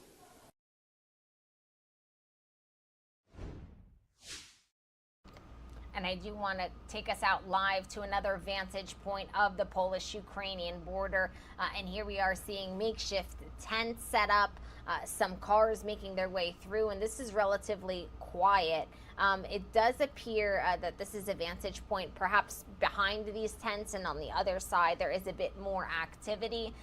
But once again, this is a situation that is expected to continue to worsen as Russian forces get closer not only to the capital, Kyiv, but also get closer to the west, to where many people initially made their way to safety from the eastern portion of Ukraine. You did just hear a brief update from President Zelensky in that piece by Lauren. I do have his entire update for us here, the latest one that he posted to Facebook, his address to its people and the world on the situation currently happening on the ground in Ukraine, in his country, and his call once again for help from the West. And also claiming that Ukraine is more unified than ever before. Let's take a listen to his latest update. Мудрий народе сильної країни. Завершився 17-й день війни. Війни за право бути вільними. За право жити на своїй землі так, як цього хочемо ми, українці, а не так, як це придумали за нас і проти нашого єства, проти нашого характеру. Російські окупанти не можуть нас підкорити. У них немає такої сили, немає такого духу, вони тримаються тільки на насильстві, і тільки на терорі, тільки на зброї, якої у них багато, але в окупантів немає жодної природньої основи для нормального життя, для того, щоб люди могли відчувати щастя і мріяти. Вони органічно не здатні робити життя нормальним. Всюди, куди прийшла Росія, на чужу землю, мрії неможливі. Тільки дуже тяжка боротьба за виживання. В результаті нападу на нашу землю, на Україну, російське керівництво фактично перетворює свою державу на аналог так званих ДНР і ЛНР, на велику ізольовану від усього світу зону, де царюватиме бідність, де усе визначатиметься тільки насильством, і звідки люди будуть тікати, як тільки можуть, хто тільки може.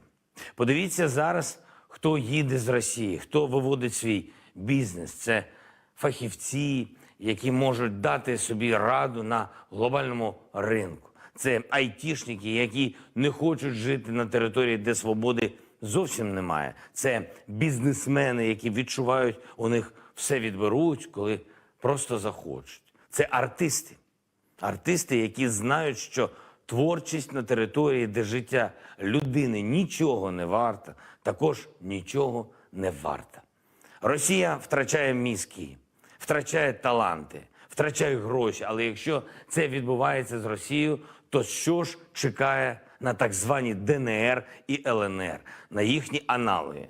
Тільки повна деградація. Окупанти на території Херсонської області намагаються повторити сумний досвід утворення псевдореспублік. Шантажують місцевих керівників, тиснуть на депутатів, шукають кого підкупити, щоб організувати так звану ХНР. ХНР. Таку ж мертвонароджену, як і ДНР і ЛНР. Щоб організувати якісь комітети проти законної влади на нашій землі. І всупереч волі людей, які щоденно виходять протестувати. І які хочуть Україну. Я вдячний їм. Хочу сказати деяким діячам і деяким діячкам, яким не вистачило гідливості відмовити від розмов з окупантами. Хочу сказати, якщо хтось з них раптом спокусився на пропозиції від цих окупантів, ви підписуєте собі вирок. Вирок. Піти слідом за більш ніж 12 тисячами окупантів, які не змогли зрозуміти вчасно, чому на Україну не варто посягати. Відбулось екстрене засідання Херсонської обласної ради. 44 депутати ухвалили рішення, що Херсонщина – це Україна. І жодним псевдореспублікам там не місце. Україна вистоїть у цьому випробуванні. Нам потрібен час, нам потрібні сили, щоб переломити військову машину, яка прийшла на нашу землю. Не буду применшувати загрозу і не стану перебільшувати здобутки. Ми чесні люди, а не Міністерство оборони Росії, яке бреше усім, мільйонам своїм громадян і навіть очільнику Російської Федерації. Тому кажу відверто, ще потрібно триматись, ще потрібно боротись. Кожного дня, кожної ночі шукати, як завдати ворогу максимальної шкоди на всіх напрямках оборони. Під Житомиром і Києвом, під Черніговом, Сумами, під Харковом, під Луганськом, під Донецьком, Маріуполем, на півдні країни і на дипломатичному фронті нашої держави. Маючи таку тактику і маючи впевненість у своїх силах, ми прийдемо по своє. Прийдемо в Мелітополь і в Генічеськ, всюди, де наша земля. І хай окупанти знають, хай знають усі колаборанти, яких вони знайдуть, що Україна їм не пробачить. Нікому. Нічого. Україна не забуде. Україна знайде і притягне до відповідальності кожного. Так, як це буде можливо.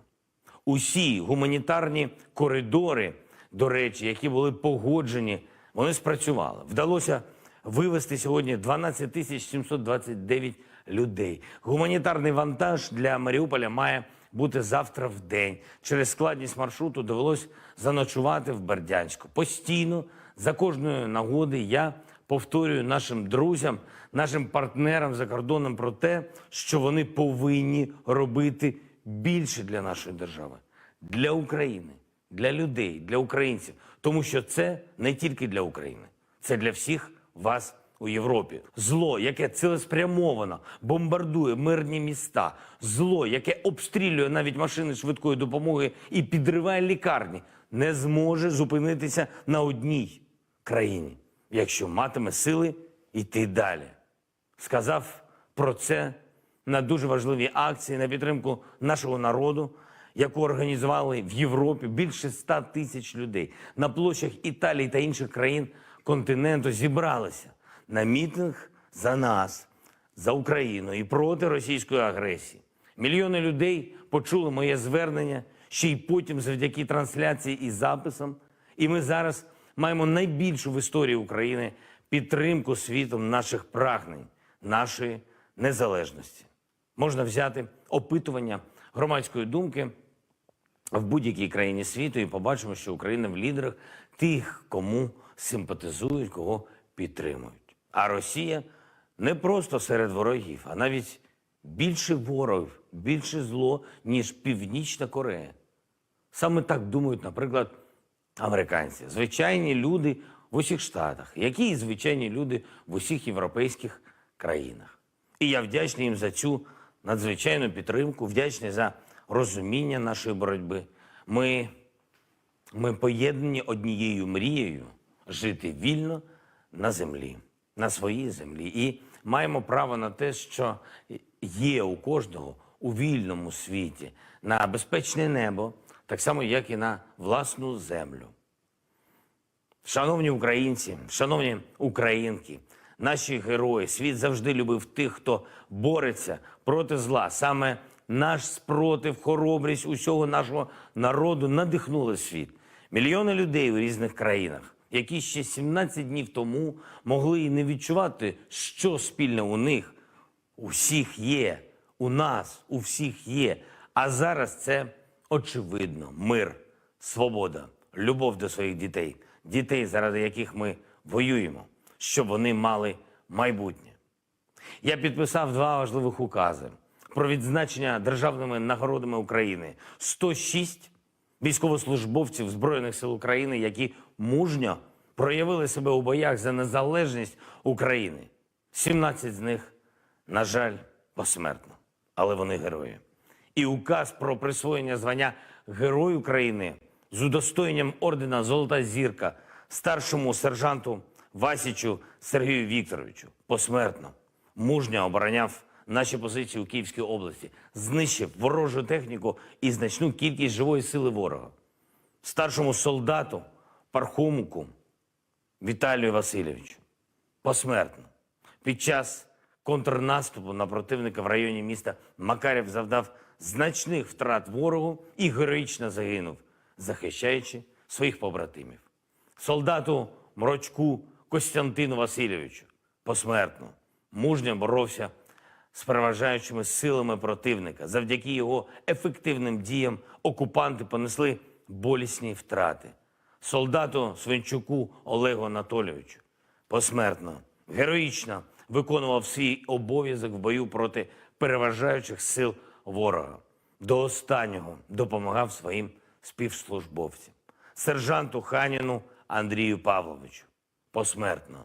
Захищаючи Волноваху Донецької області, знищив танк ворога та близько 10 осіб противника. Під час бою, отримавши поранення, допомагав пораненим співслужбовцям і до останнього виконував свій обов'язок.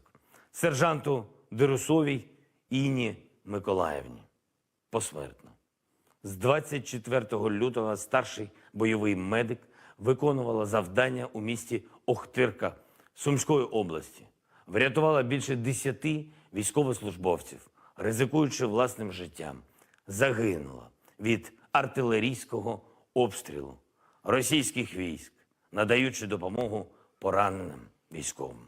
Перша жінка – Герой України, якій це звання присвоєно посмертно. Вічна пам'ять усім, хто віддав життя за Україну. Присвоєно звання Герой України з врученням ордена «Золота зірка» старшому лейтенанту Гуцулу Володимиру Олександровичу. Завдяки його героїчним діям в Херсонській області вдалося знищити 25 одиниць техніки ворога і близько 300 окупантів. Старшому лейтенанту Чорному Володимиру Володимировичу. Завдяки його умілим діям при захисті Волновахи Донецької області було знищено близько 50 осіб противника, танк Т-72 і взято у полон 5 окупантів. Слава всім героям! Слава Україні! And that was the latest update from President Zelensky overnight. And he is waking up to news this morning, and he really has been dealing with this all day as it is almost 3 p.m. in Kyiv, that a military base was attacked in Ukraine just 15 miles from the Polish border. We can confirm that as of now, this strike has killed 35 and wounded 134. We're going to step away for a quick 2-minute commercial break. When we get back, we'll get you up to speed on the latest United States response as we enter day 18 of this invasion. Also get you up to speed on what is happening on the ground in Russia and how Vladimir Putin is controlling the narrative in his country. And then we'll also play for you in full the latest Pentagon briefing as we get up to speed on what the United States is doing militarily. Once again, as we report today, breaking news that Russia has now come dangerously close to NATO territory. We'll be right back.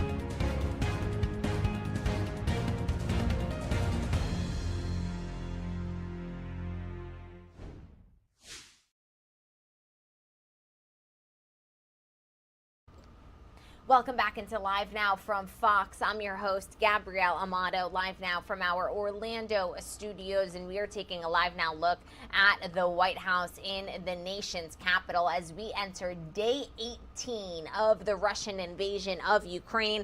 Well into its second week and well escalating this morning as we can continue to report that Russia is expanding its attacks into western Ukraine. We do have a bit of breaking news to bring to all of you this morning. Russia has hit a military base in Leve, that is a western city in Ukraine, and we can confirm that the count is currently at 35 individuals killed and 134 wounded. Once again, this is a military base just 15 miles outside of the Polish border.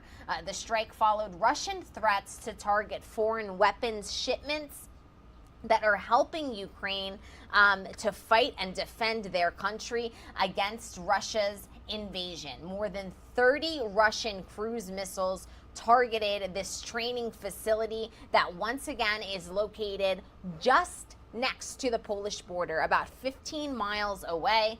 And all of this information is coming to our news desk courtesy of the Lviv governor, so Ukrainian governor. Poland, obviously, a very key location in this conflict, not only because it's been a hub for refugees, but also it's been one of the main gateways of military supplies coming in to help Ukraine. Obviously, many NATO countries, including the United States, have been supplying Ukraine with defense weapons that it needs to defend its territory. We can actually confirm today that the United States is providing an additional $200 million in military aid to Ukraine. And Russia said just 24 hours ago that it was going to consider these weapons hubs and these weapon deliveries coming from NATO countries to be targets now because it is aiding the Ukrainian defense. This warning was issued by Russian Deputy Foreign Minister Sergei Rybakov, and it raises the risk of a direct confrontation between the Kremlin, between Vladimir Putin and Russia, and of course, NATO countries. Now, this strike comes about just as close as we have seen in this conflict. And I do want to touch base with all of our reporters around the world who are covering not only what's happening on the ground, but obviously also the United States' response to this. And we'll begin with the very basics here. As Russian forces continue pushing further into Ukraine, some people, and many of you tuning in from home, will wonder, well, why aren't NATO allies doing more? Why are we just sending weapons and not sending troops? Or perhaps putting in the no-fly zone that President Zelensky has called for so often, or sending them the planes that they so desperately need. Well, our Fox News senior correspondent, Eric Shawn, he has an explainer on this. Let's take a listen. Ukraine is not a member of NATO, which is why the international force, whose mission would be to stop Vladimir Putin's aggression, has not come to its aid. If there's one thing that Putin really fears, it is NATO. Putin understands that NATO represents the strength of the West. NATO, the North Atlantic Treaty Organization, is a military alliance started in 1949 for the West to face the threat from the Soviet Union. There must be no wavering in our support of the North Atlantic Alliance. That is, has stopped the spread of communism in Europe and the Mediterranean. At first, 12 countries signed on. 4 more joined by the end of the Cold War. The key section calling for collective defense, Article 5, pledges an armed attack against one or more of them shall be considered an attack against them all. That, so far, has only been invoked once in response to the attacks on 9/11. 2004 saw the largest NATO expansion, 7 nations, including 3 former Soviet Baltic states. Now, NATO numbers 30 countries, and others besides Ukraine, like Finland and Georgia, want in. They've seen what's happened to Ukraine, and countries that have remained neutral in Europe, I think, will have a vested interest in actually becoming members of the NATO alliance. For now, NATO can only sit on the sidelines to prevent a wider war, but its Secretary General says NATO is boosting its defenses to ensure that members near Russia and Ukraine are not Vladimir Putin's next target. In New York, Eric Shawn, Fox News. And speaking of Vladimir Putin's next targets, I do want to bring to you a series of tweets that are making their way to our newsroom right now. And I'm going to remove this lower so that we can fully see this. Dmytro Kuleba is the Ukrainian foreign minister. We've seen him make the rounds not only on media, but we've been keeping up to date with his Twitter page that he does update quite frequently and has updated quite frequently throughout this conflict. He also just most recently met with the Russian foreign minister, Sergei Lavrov. This meeting occurred on Thursday in Turkey, in the first official high-level meeting between diplomats since this conflict started. And we do want to bring you this latest tweet because this is coming into our newsroom that now mayors are being taken by Russian forces. So Dmytro Kuleba tweeting this out. Russian war criminals abduct democratically elected mayors of Ukrainian towns. On March 11th, they abducted mayor of Melitopol, Ivan Fedorov, better said. Locals hold protests demanding to free him. I call on states and international organizations to stop Russian terror against Ukraine and democracy. So once again, the mayor of Melitopol has been abducted. Ivan Fedorov is now under Russian control and under Russian hold. And this isn't the only one. We can also confirm, Dmytro just tweeted out that today Russian war criminals abducted another democratically elected Ukrainian mayor, the head of that region, Ivan Matviev.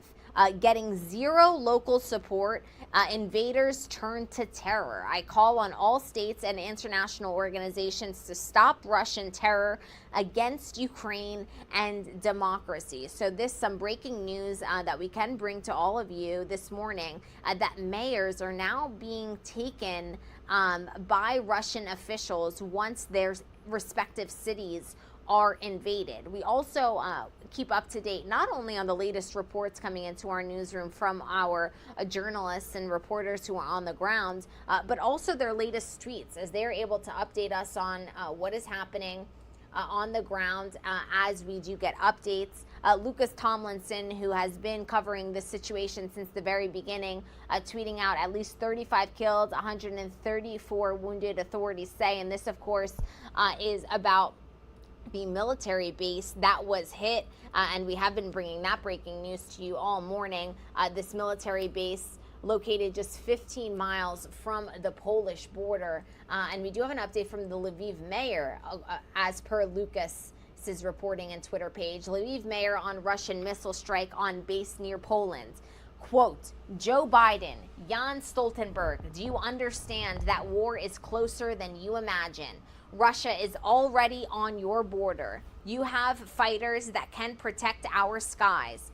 And when I say ours, I mean not only Ukrainian. The tweet continues onto the next page here, because very soon this war may lose the prefix Russian-Ukrainian. Stop the war. Help us close the skies of Europe. And that was by Mayor Sadovyi of Lviv. The U.S. and other NATO forces used to train Ukrainian military at the base that was hit today by 8 Russian missiles. That's actually been updated. We are getting a report that it was closer to 30, according to the Associated Press. We'll try and work out a direct number on how many Russian missiles, but what we can confirm is that this Russian strike on this military base has killed 35 and wounded 134, that is. But this is why this is such a big deal, because this is the closest that the conflict has come to NATO territory really since this conflict started. And here you're seeing the Lviv mayor calling upon Joe Biden, calling upon Jan Stoltenberg. For those of you that aren't familiar, that is the NATO Secretary General, Jan Stoltenberg, saying that this war is closer than perhaps they would like. And once again, in this second tweet here that I'll pull back up for you, calling on a no-fly zone. Help us close the skies of Europe, which NATO is firm that simply is not an option, and that is something that they believe will escalate this conflict, which is why they see it, once again, as simply not an option at the moment. We do want to go out back live to the White House because we do want to play for you the latest Pentagon update that we got on Friday. And this, of course, is a 411 on how the United States is responding to this conflict. We heard from spokesman John Kirby. He kind of breaks down what the U.S. response is. And this is, once again, the latest update from the Pentagon. So let's take a listen to this. But it is something we're concerned about. You might have heard President Zelensky in his nightly address last night say that exact thing, that you got to be careful what you see the Russians accuse others of, because it oftentimes ends up being what they're planning to do. Now, again, that's we don't have firm indications right now. It's just something that could happen that we want to watch out for. Yep, Tara. Thanks, John. The Ukrainian Ministry of Defense reported earlier today that Russia launched 2 airstrikes inside Belarus, potentially to try and drag Belarus into the war. Can the Pentagon confirm this? And has there been any outreach or attempt to try and keep Belarus out of the war? You've mentioned, or there have been missiles launched from within Belarus into Ukraine already. Yeah, we can't confirm these reports. Seeing the open source reporting on it, Tara, but we have nothing to corroborate that. And I would just tell you that we haven't seen any indications that Belarusian troops or forces have moved inside Ukraine. We did note that the president of Belarus made comments the other day through state media that he felt it was important for Belarusian forces to come to the defense of the rear of Russian forces should they be attacked, the supply line route, if you will. That's the first time that he's ever said anything about Belarus perhaps getting involved, but no indications at this time that they have or that that's in the offing. And then separate topic. As these sanctions have gone into effect, you've started to see global food prices spike, and there's concerns that this could raise additional risk of conflict in countries that are already facing hunger, such as Afghanistan, and likewise. Is the DoD looking at this? Is there a greater risk of global conflict because it'll become that much harder to feed people that already face great food insecurity? The administration is obviously looking at the humanitarian crisis that this war of choice is causing, and exploring. Excuse me. Let me try that again with English. Exploring lots of opportunities to work inside the international community to alleviate that. I know of no plans in DoD to augment or to prevent or to subside the effects of food insecurity. So I don't have any DoD role here to speak to. But I do want to just pivot off, one thing you had in your question, which was this risk of escalation. And obviously that is something that we're constantly concerned about, the risk of this conflict escalating beyond what it already is and is already dangerous enough inside Ukraine. So, to Court's questions about the things we're looking at and what we're monitoring, we're constantly concerned about the potential escalation here. I guess the question is just the overall trickle-down effects. You have this conflict inside Ukraine that is having already global ripple effects, and whether or not the Pentagon is taking a broader view of already hot zones, conflict zones, and if this will make it worse because hunger becomes worse, access to food becomes worse. Yeah, again, we haven't seen any. I get where the question's going. Oftentimes when you have instability in one area, it can bleed over to others, either in that region or without. And I understand that. I would tell you, broadly speaking, we're constantly looking at threats and challenges around the world, and we're not unmindful of the fact that threats and challenges do spill over and can cause instability and therefore insecurity in places that aren't the origin of the conflict. So we're obviously taking a global view. We do that every day. We're certainly doing that in light of what's going on in Ukraine. I don't know. Well, let me put it another way. We haven't seen any specific indications that that there are going to be any imminent insecurity issues, challenges, threats in other regions as a result of this that we're going to have to address. I think that's what you were trying to get at. And I just think it's too soon to know that right now, too soon to tell. But obviously we're watching clearly because of the potential for escalation here. And I just want to say, if I can again, it's a war of choice. Mr. Putin can stop this war right now by agreeing to a diplomatic solution, or at least just stopping the bombing and the death and the destruction that he is causing against a nation that provoked nobody, against a nation that presented no threat to Russia. All of this is by his choice, and all that blood is on his hands, and he could stop it right now if he wanted to.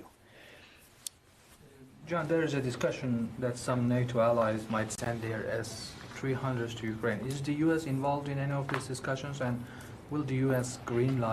give a green light should some allies move forward with that? I have talked before that sovereign nations are making decisions for themselves about how to help Ukraine, and we respect those sovereign decisions. It's not about the United States giving green lights or having vetoes here. What I will tell you, and I said this the other day, we are working with allies and partners to help get the kinds of capabilities that we know that Ukrainians need and are using very well inside Ukraine, get more of that stuff to them. Some of that material we have and we are providing. Some of that material we don't have, but we know others have, and we're helping coordinate that as well. And that security assistance is flowing, even in just the last 24 hours. I'm not going to talk about individual systems. You know that. I haven't done that yet, and I'm not going to start today. But we are working hard to canvass other allies and partners that we know could possibly help. And it's really up to those nations, Qasim, to make these decisions and then to speak to them. If they want to speak to them, they can do that, and we have to respect that. What's important, and what I don't want you to walk away not understanding, is that we're having these conversations actively. We are helping coordinate the assistance as best we can, and we're going to continue to talk to the Ukrainians about what they need to better defend themselves. Okay? Another question. We have seen the U.S. Patriot batteries along the Poland border with Ukraine. I know you won't get into details, but can you tell us if the rules of engagement have changed since the war began in that part of the world? We don't talk about rules of engagement. David. A couple questions. Can you update us on any uses of the deconfliction line? And has Secretary Austin attempted to communicate with his counterpart, the Russian defense minister? And you just said you are helping coordinate assistance. Does that include providing airlift from donor countries to transshipment points?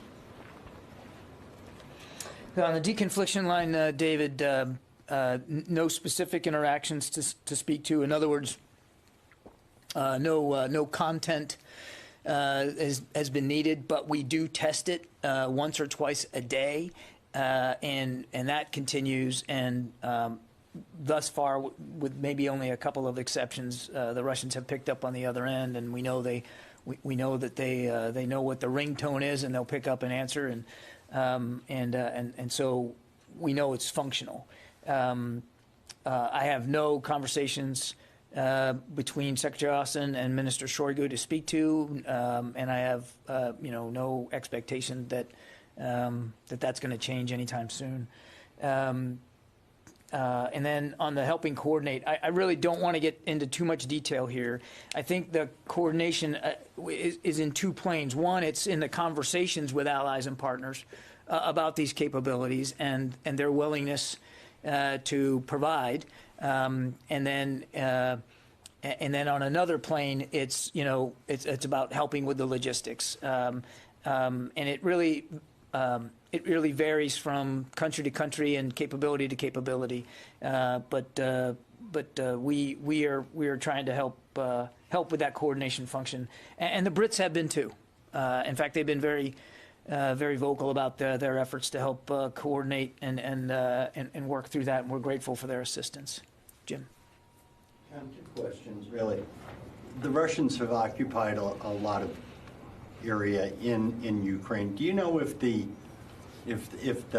Ukrainians, is there any assessment if they've gone into like a guerrilla war in these occupied areas? And a separate question, I imagine the Russians have to have captured Ukrainian service members. Are they treating those service members as captured POWs with Geneva Convention protections? I don't have any information about captured soldiers on either side. I really don't, and I certainly couldn't get into how they're being treated. I mean, obviously, we're not involved in this war, but our expectation would be that that both parties would abide by Geneva Convention requirements and to treat any soldiers that are captured humanely and in accordance with the rule of law. That would be the United States expectation, as well as so many other nations. But I don't have any information about what that looks like in terms of numbers and what that treatment actually is. And on your question about guerrilla tactics, Jim, I'd let the Ukrainians describe for themselves the manner in which they're fighting, but they are fighting, and they're fighting skillfully, bravely, quite creatively, and the fighting isn't just by their armed forces. I mean, average citizens. You've seen it for yourself, picking up arms, getting arms given to them by the government and learning how to use them and using them. And some of the resistance has been nonviolent. You've seen it for yourself, where crowds of Ukrainians blocking city streets and actually stopping in their tracks some Russian units. So the resistance resides on many levels, and it's quite inspiring. Whether you'd call that guerrilla tactics or not, I don't know, and I don't even know if that's worth having that debate over. They are resisting, they are defending, and we are going to continue to look for ways to help them do that better going forward. Barb? Can I divert for just a minute to a North Korea question? Can you, now that several parts of the administration have talked about your public announcement, can you tell us why the Pentagon, Indo-PACOM, but essentially the Pentagon, decided to take the seemingly unprecedented step of making a public statement to being sure the North Koreans would see it, that you were going to increase intelligence collection against them on their ICBM program? Why would you make that public statement letting the North Koreans know you're going to increase your collection of classified intelligence? What is the state of your current concern about how close they are to an ICBM? And is this disclosure, this candor about a potential adversary, is this potentially a lesson learned from the Russia situation? Put everything you know out there as hoping it will be a deterrent? Who just did? That was me, sorry. But then I have one other brief. Of course you do. All right, there's a lot there. Look, I think I said it in my statement. We made these revelations public. We announced some of the additional ISR and enhanced readiness we were taking because we believe it's important to call out the behavior that we've been seeing, particularly in the last few weeks, and that we believe it's important for the entire international community to speak with one voice about the concerns that we know they have over the DPRK's continued ballistic missile program. I'm not going to get into any more detail in terms of the assessments we've made. It's all there out in the public. I won't go beyond my public statements, but clearly these continued tests are a provocation. They are a violation of UN Security Council resolutions, and they give us, as well as so many other nations, added concern about the kinds of capabilities that the North is trying to develop. And so, again, we feel it was important to make that case and to lay it out there. And as for whether it's a lesson learned, I would be careful drawing a direct, bright line between these revelations about this program and revelations that we made early on, even before the invasion of Ukraine. When we believe that information should be in the public, we're going to put it in the public. We're going to state it as best we can. Now, obviously, there's some stuff we know that we're not going to talk about, but we believe that calling them out publicly for these tests was the right thing to do. I want to ask one follow-up quickly on the deconfliction line. Two things.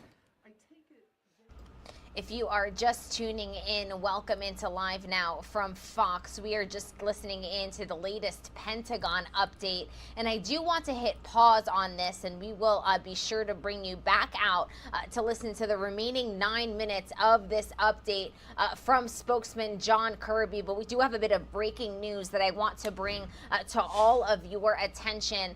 We are learning just now, coming into our newsroom, that an American journalist has been killed in Ukraine.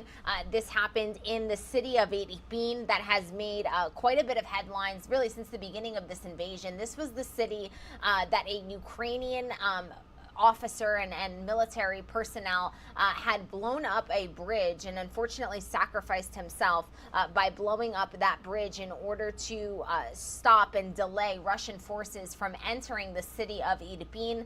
So that city was blown up. That's when this initially made headlines, and then it made another batch of headlines because of the humanitarian crisis ensuing in that city. Civilians, innocent civilians, then had to cross that bridge days later, and we have been seeing images of that bridge completely blown up, and elderly children having to cross a makeshift, really, bridge path in order to make it to the other side to try and flee the shelling and intense fighting that had been happening in Irpin. Well, we can confirm that this is coming into our newsroom right now, breaking that an American journalist has been killed in Irpin.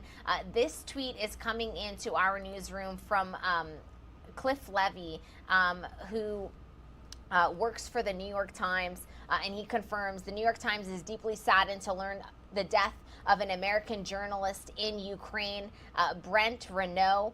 Brent was a talented photographer and filmmaker, but he was not on assignment for the New York Times in Ukraine, and the full statement is there. The statement reads, "We are deeply saddened to hear of Brent Renaud's death. Brent was a talented photographer and filmmaker who had contributed to the New York Times over the years. Though he had contributed to the Times in the past, most recently in 2015, he was not on assignment for any desk at the Times in Ukraine. Early reports that he worked for the Times circulated because he was wearing a Times press badge that had been issued for an assignment many years ago." And there is a photograph of that press badge making its way around social media. We don't want to show it because we don't have the confirmation that is official, where that image has come from, and our job here is to bring you the latest official news. But this is an update from the deputy managing editor of the New York Times, Cliff Leve. I'm not sure if his last name is Levi. If it is, apologies for that pronunciation. But this is once again the deputy managing editor of the New York Times confirming that there has been a death of an American journalist in Ukraine. We can confirm that this happened in Irpin, Ukraine, Brent Renaud, and that although there are rumors and there is a photograph circulating that he had a badge with the New York Times, he was not on assignment with the New York Times at the time. Right now on assignment in Ukraine. We also want to bring a tweet coming into our newsroom from our very own Trey Yanks, who also confirms the same. One American journalist killed in Irpin, another injured, no words. So this is the situation on the ground. We're going to work to get more details for you, and as soon as we do, we'll bring them to you live, raw, and unfiltered here on Live Now from Fox. For now, we'll bring you back to the latest Pentagon update so that you are fully briefed on the United States response to an escalating situation in Ukraine as this conflict enters day 18. Let's go back and take a listen to John Kirby here.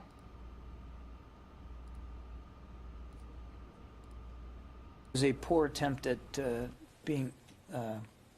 was a poor attempt at humor. I did not mean that we have an exact ringtone here, just that we know they know how to use the system. Thank you. Yeah. John, you mentioned the Secretary's upcoming trip to NATO. What kind of things is he going to be discussing with the NATO partners? And we have been talking about the NATO response force being activated and that potentially some U.S. forces would be dedicated to it.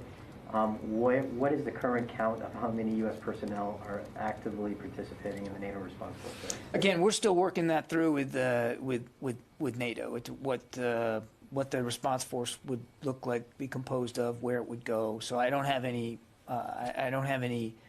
sourced requirements to speak to today. I'm sorry, you had another question. Yeah, what about what exactly is going to be the tone of these meetings that he's going to have with his counterparts in Brussels next week? I mean, or what are they actively seeking? I mean, I think this second defense ministerial now, in light of this issue, comes at a critical time here. 2 weeks out will be more likely 3 weeks into this conflict, and I don't know what things are going to look like next week, but obviously we can expect the defense ministers to talk seriously about what NATO is doing to better shore up its defenses, and making sure that we all have a common sight picture of the threat environment and what needs to be done, again, to meet our Article 5 commitments. So there's no, is there an agenda is there something specifically that tops the agenda with regards to Ukraine? I would let NATO and the Secretary General speak to it's his defense ministerial. I don't want to get ahead of his agenda. That's really for him to speak to. The Secretary is pleased to be able to go in person and be there to meet with other defense ministers, whoever is going to be there. And we know that there's a lot to talk about. I mean, there's an awful lot going on inside the alliance. The alliance is more relevant than ever. It's more united than ever. It's certainly a more viable alliance than it's ever been. Again, there's going to be a lot of material to go through, both in terms of what we're seeing happen in Ukraine and the effect that needs to have on the alliance going forward, including the application of the NATO response force and what that looks like, where and who and when. All that we expect will be discussed. In the back there. Thank you. I want to follow up about North Korea. The Indo-PACOM increased the readiness among the missile defense forces in the region earlier this week. So could you tell us a sense of what steps the Indo-PACOM has taken since then? What has changed before and after this new direction? What has changed is we've increased ISR coverage in the Yellow Sea. And the Indo-PACOM has increased their ballistic missile defense readiness, and I think you can understand why we wouldn't detail every bit of that effort. Okay? Yeah. In the back there. On cold response, which you briefed on Wednesday, the Russians told the Norwegians, I think last week, that they wouldn't send observers to exercise, and we've already seen Russian jets fly over Swedish territory in the Baltic Sea. So are the forces involved in cold response on guard or wary about any attempted provocations or other interference? Look, we always take force protection at a premium here. It's always a factor. It is an exercise. And here's the deal. We actually announced it. In fact, we've been talking about the preps for it for quite some time. It's a defensive exercise. I stood up here the other day and walked through all the capabilities that we're going to be training to and what those Marines and sailors are up to. We'll continue to be as transparent about the exercise as possible. There's no reason for anyone to view this as some kind of threat. Therefore, there'd be no reason for anyone, including the Russians, to threaten it. But obviously, force protection is always a paramount concern. We don't anticipate that this time that there would be a specific threat to the exercise. And a few minutes ago, you mentioned that you don't talk about the specifics of the security assistance, but obviously a lot of that assistance is being publicized. There's mention of javelins, obviously, but also some of Stingers. So I just wondered, as kind of background, could you talk about the decision process there, about what the Pentagon does and doesn't disclose about its security assistance? We have been very consistent since before Mr. Putin decided to launch a war on Ukraine, that we were going to help Ukraine with the capabilities that it needs to defend itself, and that we weren't going to get into a shopping list. I haven't done that yet, and I'm not going to start today. I think you can understand why we don't believe it's helpful for the Ukrainians to have us publicize and put out in great detail the kinds of capabilities that we're getting into their hands. If they want to speak to what they have and what they're using, that's certainly their right, but we aren't going to violate that little bit of OPSEC for them. That wouldn't be the right thing to do. It's a prudent we always worry about our own operational security. In this case, we also want to observe Ukrainian operational security. Paul Shinkman from U.S. News. Yeah, hi, John. One question to follow up on Belarus. So the Ukrainian government or officials in Ukraine have also warned about a pending invasion by Belarusian forces as soon as this afternoon. So you said that there was no indication that they were moving in response to real or imagined attacks on their territory, but do you have any response to those claims from the Ukrainian officials? I haven't seen those Ukrainian reports. As I can only tell you what we're seeing, and we're not tracking any imminent involvement by Belarusian forces. That's not to say that it couldn't happen, or that it wouldn't happen, or that they could get involved in a way that maybe we didn't see. But I can just tell you what we're seeing right now. Other Ukrainian officials claimed this morning that Ukrainian forces had killed a third Russian general in the ongoing conflict. Can you confirm whether that has taken place and any observations about what that indicates about the Russian offensive? I can't confirm those reports, Paul. Tony Capaccio. John, did you just call me? I did, Tony. Okay, sorry. Hey, sorry, I missed that.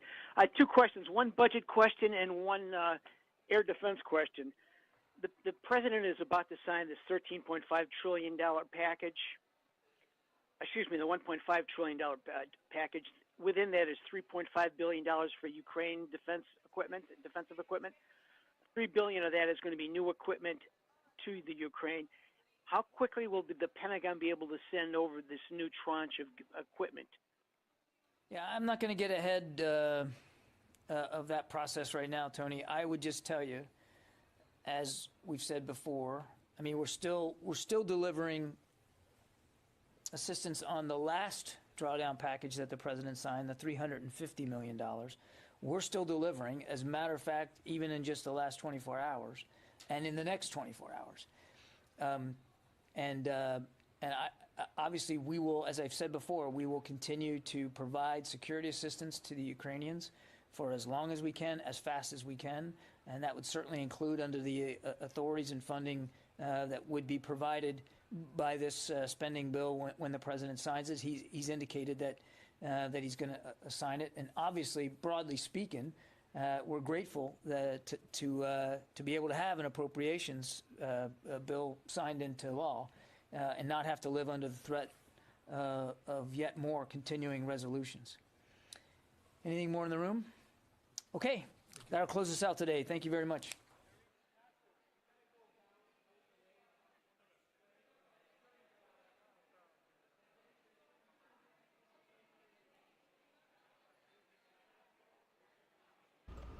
And that was the latest update from the Pentagon on the U.S. response.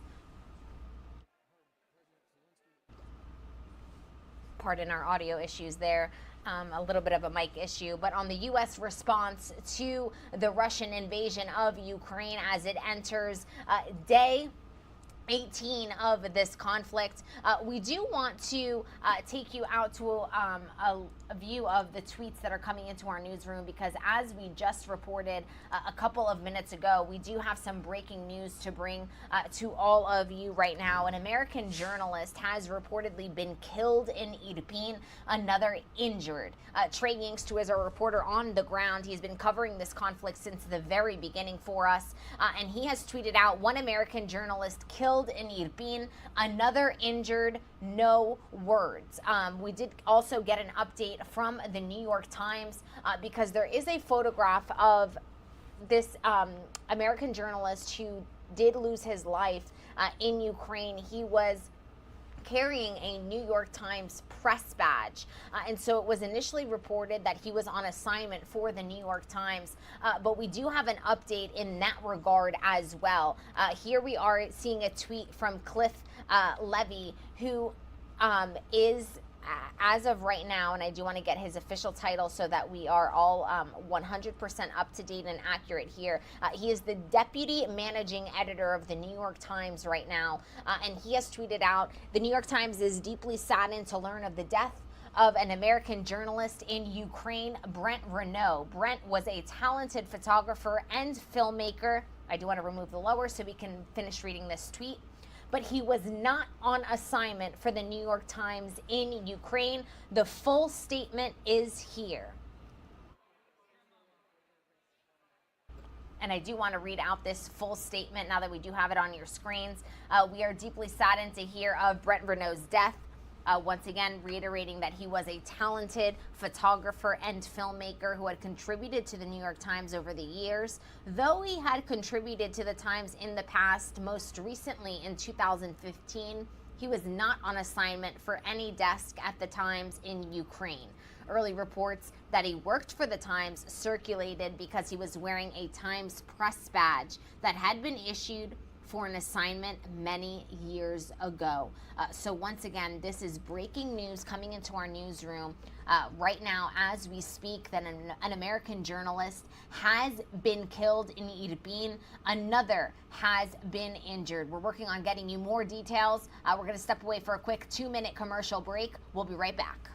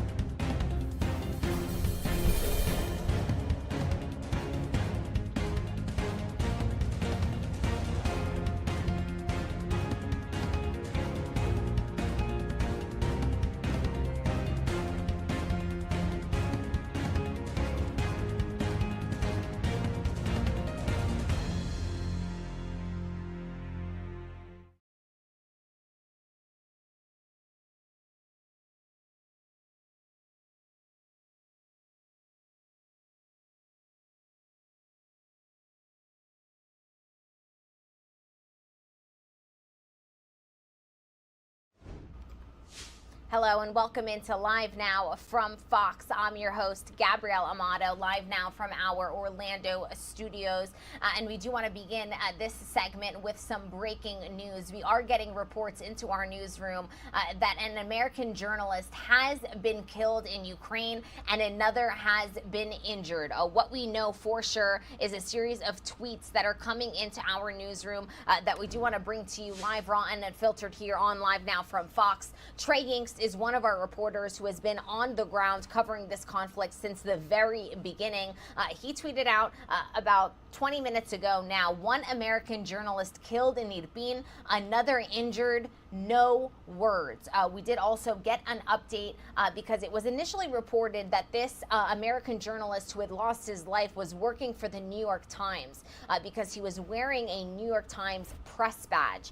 We actually do have a tweet from Cliff Leve, who is at this very moment the deputy managing editor of the New York Times, and he has just tweeted out, "The New York Times is deeply saddened to learn of the death of an American journalist in Ukraine, Brent Renaud. Brent was a talented photographer and filmmaker, but he was not on assignment for the New York Times in Ukraine." He does lead you over to his full statement where he says that Brent was a talented photographer and filmmaker who had contributed to the New York Times over the years.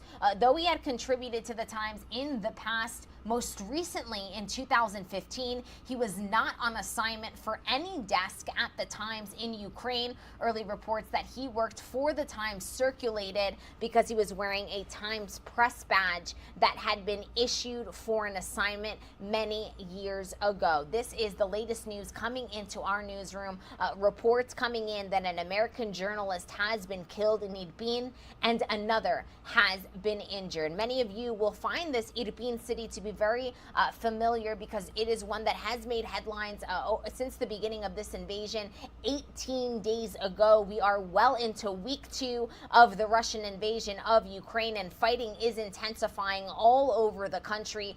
This was the city where that bridge had exploded. It had been blown up at the beginning of this conflict to stop Russian forces from entering the city.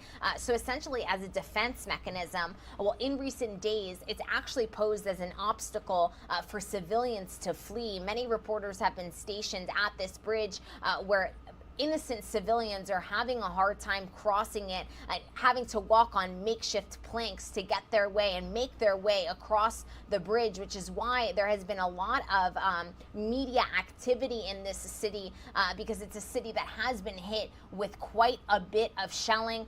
We are getting reports, and as confirmed here by the New York Times and their deputy editor here, Brent Renaud is the journalist that reportedly lost his life while he was wearing a New York Times badge. He was not working for the New York Times on assignment in Ukraine. We are going to work on getting you the latest news coming in from our reporters on the ground and also all of our sources. And as soon as we do have an update on this, we will be sure to bring it to you live, raw, and unfiltered here on Live Now from Fox. I do want to take a live now look at the White House as we continue to monitor and report the U.S. response to this invasion, and obviously amid devastating news that a American reporter has reportedly lost his life there in Ukraine. Really just devastating, and a situation that continues to escalate beyond belief. I do want to bring you our latest reports here from our reporters really all over the country and on the ground. President Biden trying not only to deal with the issue of Russia and Ukraine, but also to deal with some domestic issues. The biggest one being inflation, along with very high gas prices. We're going to give you a report on how perhaps you guys all at home can deal with these high gas prices. But I want to begin first and foremost with our Fox News White House correspondent, Peter Ducey, and his latest report. Let's take a listen.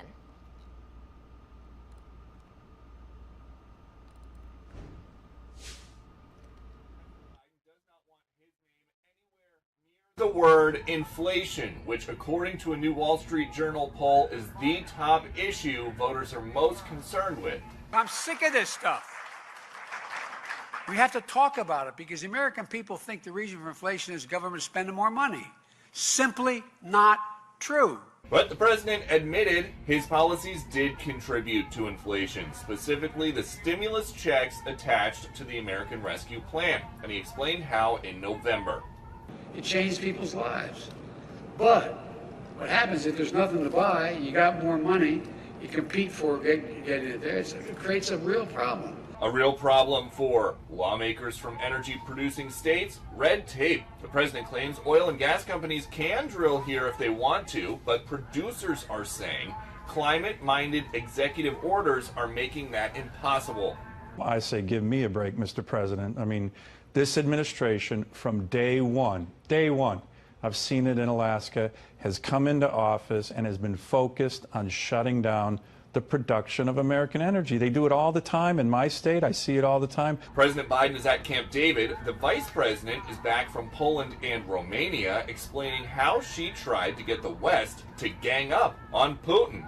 When I was meeting with our allies, I emphasized that the greatest strength that we share is unity, especially at this moment, as we stand together in defense of democracy and stand together in defense of each other. President Biden is now saying that if Putin decides to use chemical weapons, Russia will pay a severe price, but he is not yet detailing what that severe price would be. At the White House, Peter Ducey, Fox News.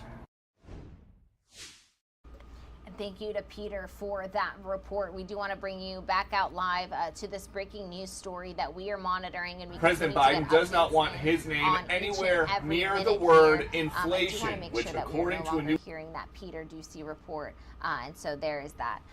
So the latest that we are getting into our newsroom. Ukrainian National Police have confirmed that an American journalist was killed and at least 2 others were wounded when they came under fire by Russian forces near the capital of Kyiv. This all happening in that city called Irpin that has made headlines in recent days. It is the city where that bridge is blown up, where we have seen images of civilians trying to cross makeshift planks and makeshift pieces of wood to make it to the other side and try and get to safety here. The main director of the National Police in Kyiv tweeted photos Sunday reportedly showing a bloody journalist, his U.S. passport, and his press badge enclosed in a U.S. Peacekeeper holder. Both documents bore identification photos and the name Brent Renaud. And here we are seeing a tweet on your screen, a tweet from Leve, who is currently the deputy managing editor of the New York Times. In this tweet, he is confirming that the New York Times is deeply saddened to learn of the death of an American journalist in Ukraine, Brent Renaud. Brent was a talented photographer and filmmaker, but Cliff is confirming that he was not on assignment for the New York Times in Ukraine. In that full statement, he goes on to say, though he had contributed to the Times in the past, most recently in 2015, he was once again not on assignment for any desk at the Times in Ukraine. Early reports that he worked for the Times circulated because he was wearing a Times press badge that had been issued for an assignment many years ago. And we do have that confirmation because the National Police in Kyiv tweeted out the photo showing that press badge, which is why initial reports emerged that he had worked potentially and he was on assignment for the New York Times. The press badge was labeled New York Times and listed names of a senior and executive producers for Renaud and the address of New York City. Again, the New York Times posting this statement reiterating that he was not on assignment for the New York Times, but Kyiv police have released photographs not only of his badge, but of his U.S. passport as well, essentially confirming that it is unfortunately Brent Renaud who has reportedly lost his life trying to document the happenings in Irpin, Ukraine on day 18 of this invasion. In a video message shared to Facebook, Ukrainian police officer Alexander Bugay said from the scene of the shooting that in addition to Brent being killed, 2 other correspondents were injured. He said the wounded were rescued from the scene and taken to the Capitol Hospital. Their conditions were unknown. A second graphic photo showed what appeared to be a bloodied head wound. We obviously are not going to show you any of these photos. They are very graphic. We have yet to confirm the identities of these individuals. All we can bring to you is what we know at the moment and what our Fox News team on the ground is reporting. And what we know is these concrete tweets coming into our newsroom and these concrete reports. once again, to kind of summarize what it is that we are monitoring here. Reports that an American journalist has been killed in Irpin, at least one injured. We are getting reports that potentially 2 other correspondents were injured. We don't know the nationalities of both of these correspondents. We are being told that one of the injured correspondents is an American, which is why the lower on your screen says an American journalist has been killed and another injured. We do know that this individual, Brent Renaud, who reportedly lost his life on duty here, covering the ground, telling this story of what is happening in Ukraine, that he was not on assignment for the New York Times. Cliff Leve, the deputy managing editor, confirming that via a tweet here. And we're also getting confirmation from our very own journalists on the ground, from Trey Yingst, who has been reporting this situation since the very beginning. He has been in Kyiv, so he's very close to Irpin, and he also confirming that one American journalist has been killed, another injured, no words. We're going to step away for another quick 2-minute commercial break, see what updates we can get for you. We'll be right back.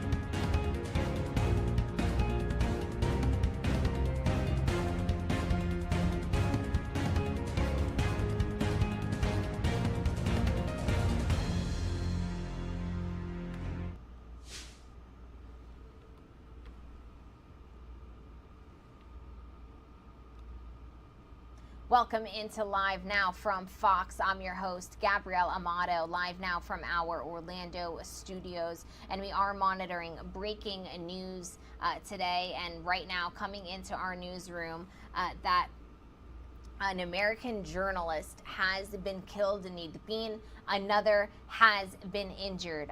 You are looking at live images right now of a protest happening in Berlin, Germany. These people are standing in solidarity with Ukraine and standing against Russia as we enter day 18 of the Russian invasion of Ukraine, and things are escalating on the ground to new heights we have not previously brought to you and reported on up until this very moment. We want to bring you up to speed on everything that we know. What we know is that reports are coming into our newsroom that an American journalist has been killed in Irpin. Another has been injured. The New York Times has published a tweet that I do want to bring to you. So just give me one moment so we can pull up this tweet for you. We're going to go to a live look again at this protest happening, and I do want to bring up the tweets that are coming into our newsroom for those of you just joining us. This tweet from Cliff Leve, who is currently the managing editor of the New York Times. He has confirmed the New York Times is deeply saddened to learn of the death of an American journalist in Ukraine, Brent Renaud. Brent was a talented photographer and filmmaker, but he was not on assignment for the New York Times in Ukraine. Some context for you. The reporter who lost his life in Ukraine, Brent Renaud, he was carrying a New York Times press badge with him. Cliff Leve, who is currently the managing editor of the New York Times, has put out a statement saying, though Brent had contributed to the Times in the past, most recently in 2015, he was not on assignment for any desk at the Times in Ukraine.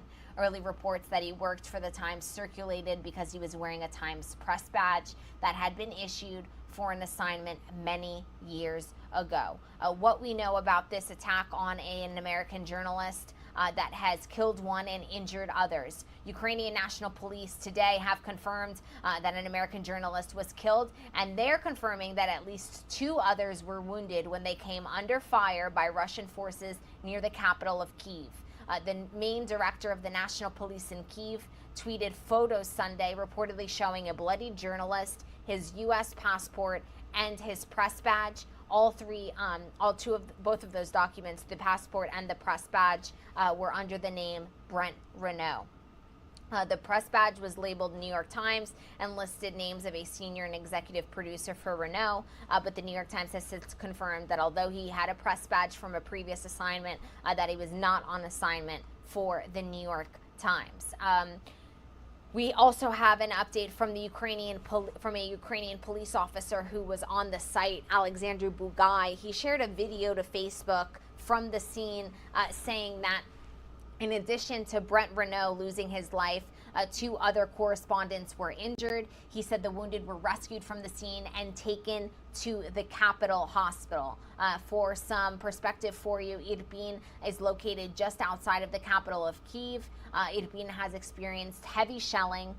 This was the site where a bridge had been blown up to stop Russia from progressing into the city in the very early days of this attack, of this invasion into Ukraine.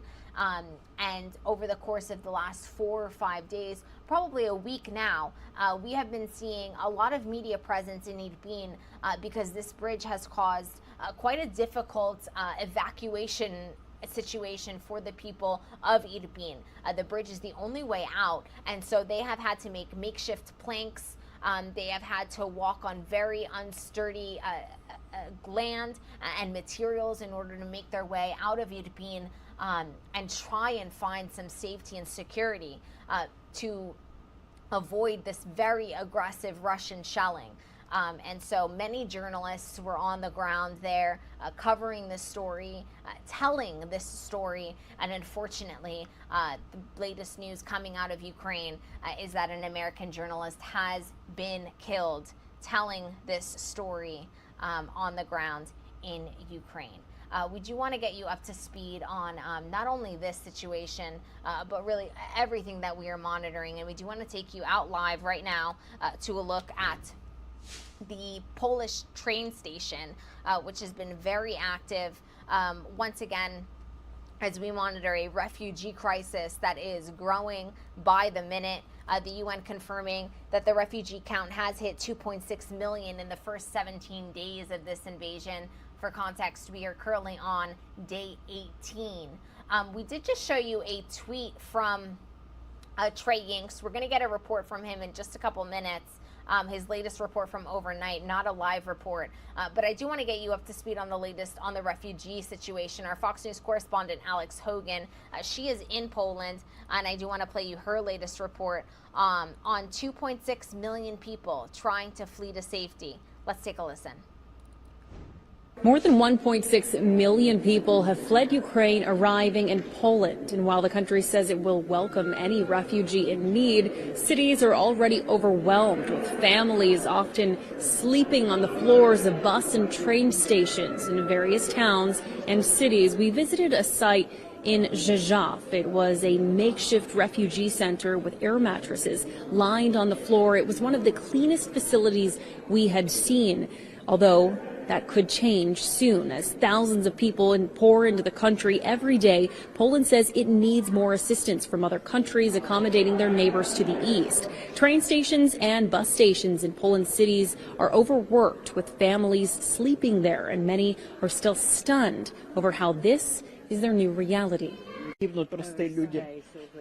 At one point, we thought Russians were our brothers, but now we see that our real brothers are the Polish and the German. The crisis has inspired volunteers from all around the world. Here in Rzeszów, many volunteers live in the city, but they spend their weekends helping clean and cook and support those families who have arrived from Ukraine. Many don't speak the same language, but the kindness and the compassion translate something inspirational to people not only here, but watching around the world. In Rzeszów, Poland, Alex Hogan, Fox News. And thank you to Alex for that report. Here's a live look at the Polish train station, a train station in Poland, as 2.6 million Ukrainians have already made their way out of the country, and over half of those 2.6 million have made their way here to Poland. Really a growing refugee crisis. I also want to touch base with our Fox News correspondent Trey Yingst, who has been in Kyiv since the beginning of this invasion 18 days ago. He has the latest on where we currently stand on day 18. Let's take a listen. Over the past 24 hours, we've heard the loudest shelling to take place so far around the Ukrainian capital of Kyiv. Explosions in the distance, and every few hours, those air raid sirens going off. This city is bracing for what could be very bloody days ahead. We spoke to one American who traveled here from California. His name is Dwight Crow, and we met him in the besieged town of Irpin that is partially controlled by Russian forces. His words give you a sense of how everyone is pitching in to help evacuate those most vulnerable Ukrainians. Just doing medic work, not even, that. I'm mostly carrying stretchers, helping civilian and wounded evacuation from Irpin. There's a lot of really incredible Ukrainian volunteers that are leading the charge and putting themselves in harm's way for their countrymen, and I'm just trying to help out. The evacuations around Kyiv come as the southern cities of Mariupol and Melitopol continue to be targeted by Russian forces as they look to occupy more land. CCTV footage shows the mayor of Melitopol being abducted. Ukrainian President Volodymyr Zelensky reacting to this event today, saying this. Today in Melitopol, the invaders kidnapped the city mayor Ivan Fedorov, a mayor who has bravely defended Ukraine and the people in his community. The Russian forces have switched to a new stage of terror, when they are trying to physically eliminate representatives of the legitimate local Ukrainian authorities. Protests erupted in that southern Ukrainian city. The citizens there looking to send a message to Russian soldiers they're not welcome in this country. In Kyiv, Trey Yingst, Fox News. And thank you to Trey for that report and for his excellent reporting since the very beginning. We did just hear from President Zelensky there, and from President Zelensky to President Biden we go. Here's a live look at the White House, and we do want to keep you up to speed on the latest U.S. response once again as we head into week 2 of the Russian invasion of Ukraine, day 18. And I do want to play for you the latest State Department briefing. We've heard from Secretary of State Antony Blinken over the course of the last couple of weeks, really reiterating the same strong NATO message that we've heard from the beginning. And I do want to play for you the latest press conference from spokesman Ned Price, that is. Let's take a listen. In justified war on a peaceful neighbor, Putin is also tightening his chokehold on Russian dissent back at home. NGOs report that Russian authorities have detained nearly 14,000 anti-war protesters since late last month, since February 24th. The United States, acting in concert with our G7 partners today, took further steps to hold Russia to account. We announced additional actions against wealthy Russian elites to ensure the government of Russia pays a severe economic and diplomatic price for its invasion of Ukraine, including actions against individuals who sit on the boards of major Russian financial institutions. We are also designating 12 members of the Russian Duma who led the effort to recognize the so-called Donetsk and Luhansk People's Republics, as well as the wife and adult children of Kremlin spokesman Dmitry Peskov. The Department of Commerce has imposed new controls on exports of U.S. luxury goods to Russia and Belarus to ensure those propagating this war of choice cannot enjoy or benefit from these U.S. products. We have also imposed an import ban on Russian alcohol, seafood, and non-industrial diamonds, and we're working with Congress to revoke Russia's permanent normal trade relations, commonly referred to as most favored nation status. In addition to the practical steps we are taking to impose costs on Russia, our commitment to supporting Ukraine and to countering Russian disinformation is steadfast. We will not waver in our clear support for Ukraine's right to pursue its European and Euro-Atlantic aspirations. The Kremlin does not stand and cannot dictate, the Kremlin does not and cannot dictate the foreign policy decisions of other countries. That simple principle is at the heart of the world's steadfast support for Ukraine. The Russian Federation called a UN Security Council resolution meeting today in an attempt to use the Security Council as a platform to further sow disinformation about biological and chemical weapons. As Ambassador Thomas Greenfield said, Russia asked the Security Council for today's meeting for the sole purpose of lying and spreading disinformation. Using the Security Council as a venue for spreading lies is repugnant, but it is also par for the course for President Putin and his cronies. Putin may be counting on the United States and the international community to lose focus, to move on. I want to be clear. We will not lose focus. We will not move on. The world will not lose focus, nor will it move on. We are and will remain committed to the united with Ukraine. There will be no relief from sanctions or other costs we have and will continue to impose on Russia until President Putin reverses course and relents in his brutal aggression. With that, happy to turn to questions. Thanks, Bob. I don't want to be accused of losing focus, but I do want to start with Iran rather than Ukraine. I'm sure you'll get a lot. And I think this can be dispensed with fairly quickly. What's your understanding of the situation with the pause, Russia's relationship to the pause? Well, Matt, the Special Envoy Rob Malley and his team have returned to Washington today for consultations. They just have returned to D.C. As we've said before, these are complex negotiations. We're still working through a very small number, but still a number, of what are undoubtedly difficult issues. I made this point yesterday, but when you're at this stage of a negotiation, 11 months in, these are indirect negotiations that started last April. You are going to get down gradually to a very small number of the hardest issues. And these issues are hardest because they are complex, they're challenging, but we continue to believe that we are close to a potential deal. Now is the time for all parties to demonstrate that seriousness of purpose.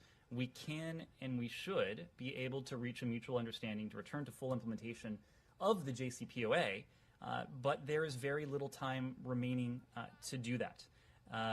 You've heard from Josep Borrell that there are essentially, we're close, but there are external factors that are also now interceding in these negotiations. But delegations are returning to capitals. There will need to be decisions made in places like Tehran and Moscow.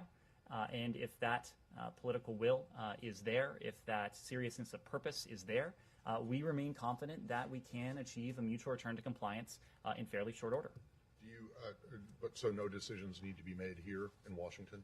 It's basically you guys are satisfied with where things are, and it's up to the Iranians to resolve that small number of issues and the Russians to resolve their sanctions issue? I don't want to parse too much this very small number of remaining issues, but I will just leave it at the fact that we are confident that we can achieve a mutual return to compliance with the JCPOA if there is seriousness of purpose, if those decisions are made in places like Tehran and Moscow. Okay, well, when you said that he mentioned external factors, but is it really plural?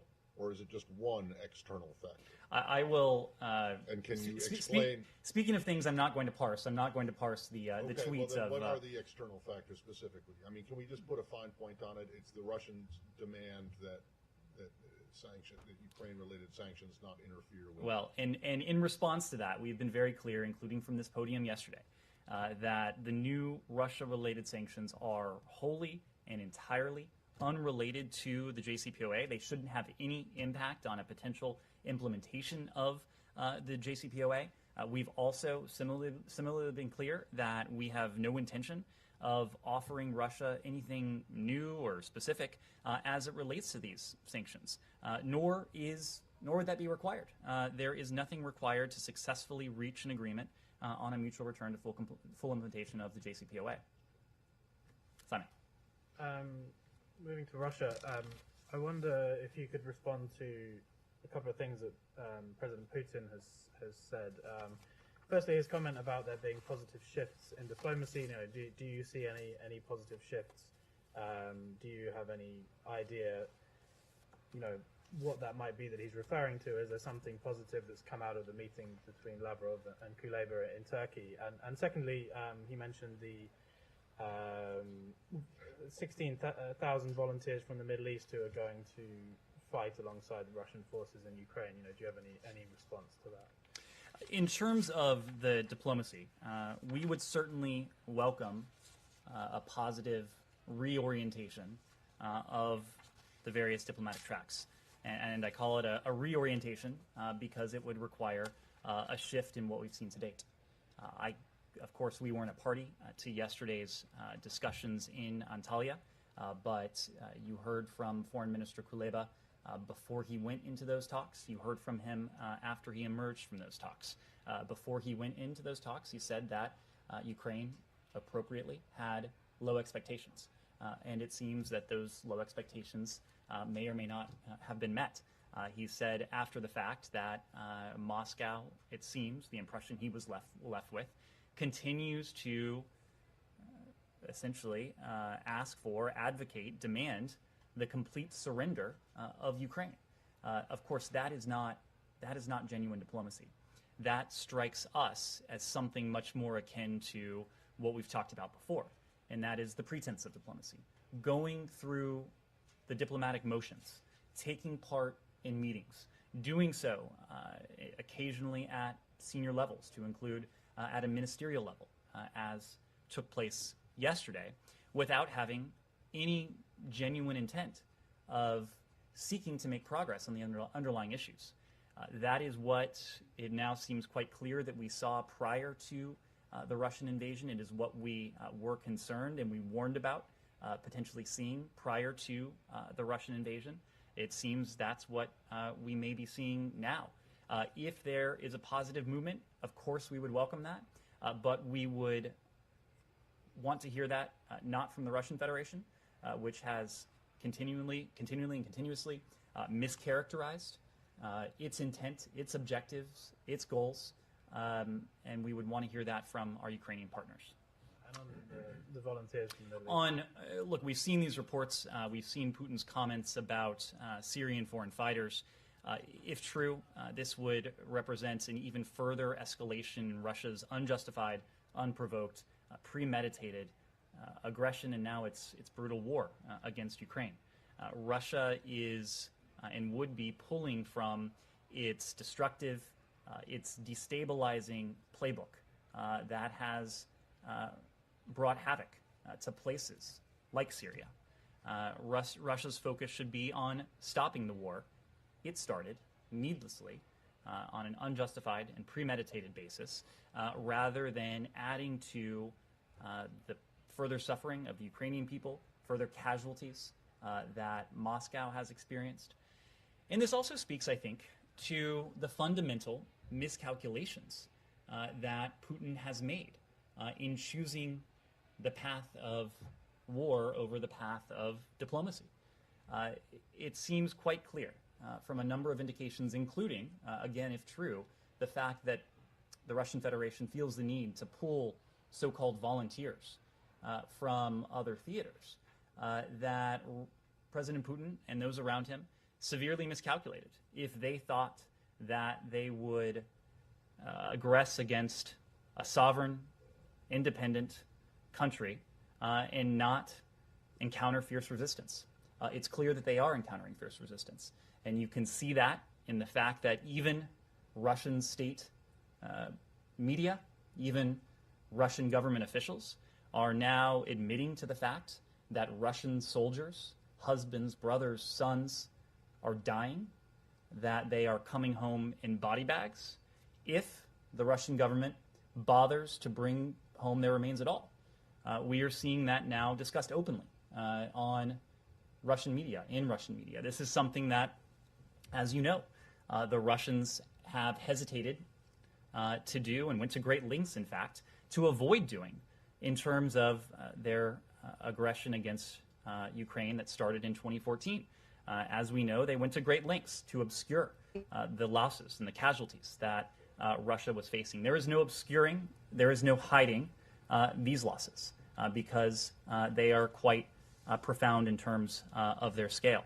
Of course, that doesn't speak to the full toll of human suffering that this invasion, this needless invasion, has precipitated. The Ukrainian people, innocent Ukrainian civilians, are suffering, are dying. Ukrainians are being forced to flee their houses, their homes, to flee their country. And the toll on the Russian people. Of course, our actions are not aimed at the Russian people, but our actions, as we promised, have been consequential, have been profound in terms of their impact. President Biden pledged that if President Putin went forward with this aggression, we would, together with our partners and allies, enact these series of measures. And as President Biden has said, big nations don't bluff.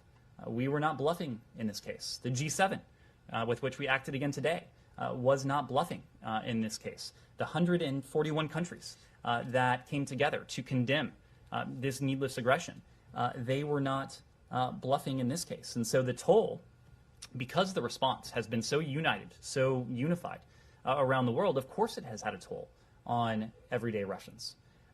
Just as we have targeted our actions at President Putin, his cronies, the oligarchs, his lieutenants, these measures will be felt and are being felt across Russia. I wanted just another quick thing. That there's some reporting that the Ukrainian embassy here in Washington is helping Americans who want to go and fight. We've seen a lot more of that coming out and reporting that Americans and other nations are going there. Is there any change to your advice on that? And do you have anything to say about the Ukrainian embassy playing a role in that? Well, we haven't changed our advice. Our advice on that has been clear from when we first started talking about this. Ukrainians, it is true, have shown their courage and bravery in taking on this aggressor, and they are calling on every resource and every lever they have to defend themselves. And of course, the United States is standing with them in the provision of our security assistance, in the form of our humanitarian supplies, in the form of our broader support. We applaud, we are inspired by their bravery. At the same time, our guidance remains the same and our travel advisory remains. U.S. citizens should not travel to Ukraine. Those in Ukraine should depart immediately if it is safe for them to do so using commercial or other privately available options for now ground transportation. Importantly, U.S. citizens who travel to Ukraine, especially with the purpose of participating in fighting there, they face significant risks, including the very real risk of capture or death. The United States, as you know, is not able to provide assistance to evacuate U.S. citizens from Ukraine, including those Americans who may decide to travel to Ukraine to participate in the ongoing war. In addition to those other risks to personal safety, and this is a point we want to underscore, U.S. citizens should be aware that Russia has stated that it intends to treat foreign fighters in Ukraine as quote-unquote mercenaries, rather than as lawful combatants or prisoners of war. While we expect Russia to respect all of its obligations under the law of war, in light of this very concerning statement, U.S. citizens detained by Russian authorities in Ukraine they may be subject to potential attempts at criminal prosecution and may be at heightened risk for mistreatment. Given our obligation to the American people to speak clearly about what we know, we wanted to communicate that in no uncertain terms. So while we continue to urge U.S. citizens not to travel to Ukraine for their own safety, regardless of the underlying purpose, we continue to encourage them to divert their energies towards safe, constructive, volunteer or civil society activities. We know that the Ukrainian people, they need humanitarian assistance, they need funds, they need advocates for their cause around the world. And we applaud Americans across this country and those around the world who are using their skills, their passion, their energy, their resources to assist the various NGOs that are working to support this important mission in the United States or around the world. As you may know, we have a public page on our public How to Help section of our United with Ukraine webpage that Americans can find additional resources for supporting them. The physical danger that they might get into and the poor treatment or treatment by Russians if they're captured.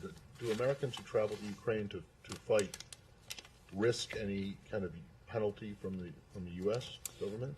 This is a question for the Department of Justice. I will just say generally that the risk of prosecution is not one we're speaking to. This is a risk to their safety and security. Meaning there isn't any? That I would refer you to the Department of Justice, but my understanding is that there is not that particular risk. There are other grave risks that we're highlighting. Yes, sir. Two main concerns in Ukraine right now. That firstly, Russia may somehow use the chemical weapons in Ukraine, and secondly, that it may fabricate finding those biomaterials or organize the leak, blaming Ukraine and telling, okay, here what we're told about. The State Department policy from the very beginning was not to classifying any information about Russia plans, but to make them public. So I'd like to ask your position and your understanding. Is it possible? Well, in this instance, we're not speaking to classified information, but we have spoken to our profound concern that this may be a real possibility. And there are really two underlying reasons that inform that concern. First, we know that Moscow has used these banned substances in the past. It has used them against dissidents at home. Alexei Navalny is, of course, the most prominent, notorious, I should say, example of that. The Skripals in the United Kingdom, using a banned chemical agent on British soil. The other concern, what the other element that undergirds our concern, is what we discussed yesterday. And if you were to diagnose the tactics of the Russian Federation, you might call it projection. But Moscow has a tendency to blame others, to blame Ukraine, to blame the United States, to blame the West, of the very activities in which it is engaging. And so we take its track record and we take its tactics, and we marry those two things together, and we see that Russian officials in recent weeks and even more so in recent days with the UN Security Council session that they called today, have been speaking to the possibility of the United States, of Ukraine, of others employing chemical agents, chemical weapons, biological weapons. Of course, that is totally false. It is baseless. Our concern, however, is that these baseless accusations do point to potential plans on the part of Moscow. And so we have been very clear about that concern for a couple reasons. In the first instance, to do all we can through our public messaging and through every means by which we can to deter any such use of chemical weapons, but also to make sure that the world is operating with eyes wide open. And if Russia, in the coming days or coming weeks, claims to have been the victim, claims that Russian speakers, Russian citizens have been the victims of this type of attack, to have a good sense of what this was all about. This is pulled directly from the Kremlin's playbook. This is a playbook that was employed in the lead up to the invasion. It's a playbook that Secretary Blinken sat in that very UN Security Council chamber and warned about several weeks ago now. And it is a playbook that we continue to be concerned that Russia will call upon in the conduct of this unjustified aggression. Andrea. Do you have any evidence beyond their past practice and their claims in this session they called? I have a couple of other questions. Also, at today's session, China supported this proposition on Russia's behalf. What does that tell you about any hope of President Xi trying to pull Putin back from this invasion? I will say generally regarding today's session at the UN, of course it was called by Russia. It is a session that, as you heard from Ambassador Thomas Greenfield, that we in many ways embraced because we took advantage of the forum to fight disinformation with the best antidote to disinformation, and that's information. And what you heard from Ambassador Thomas Greenfield were the facts, pure and simple. And what you heard from the Russian Federation, I think it's fair to say it rivals what you might see, what you might find on some of the darkest corners of the internet. We heard too many lies, too many pernicious and corrosive lies. I don't want to go through them one by one to give them even more oxygen, of course, but there was one in my effort to review what the Russian perm rep said that really stuck out because of its vividness. And he spoke about the strike at the maternity ward. We've all seen the harrowing images with our own eyes. We've seen video footage from the ground. I know many of your outlets have captured that imagery with your own people on the ground. But we heard the perm rep refer to this quote-unquote allegedly destroyed maternity hospital, claiming that it wasn't destroyed. We heard him point to photos allegedly taken from inside the building that, according to his account, showed little more than what he called disorder, an overturned chair, overturned furniture, claiming that the building was otherwise intact, not in any way addressing the fact that this was a brutal strike against a maternity hospital that killed innocent Ukrainians. Of course, there was much more when it came to the lies, the fiction, the pernicious lies about various supposed chemical and biological efforts. But the fact is that any country that stands with, that espouses, that backs up these lies, they too are associating themselves with whatever the Russian Federation may enact in Ukraine.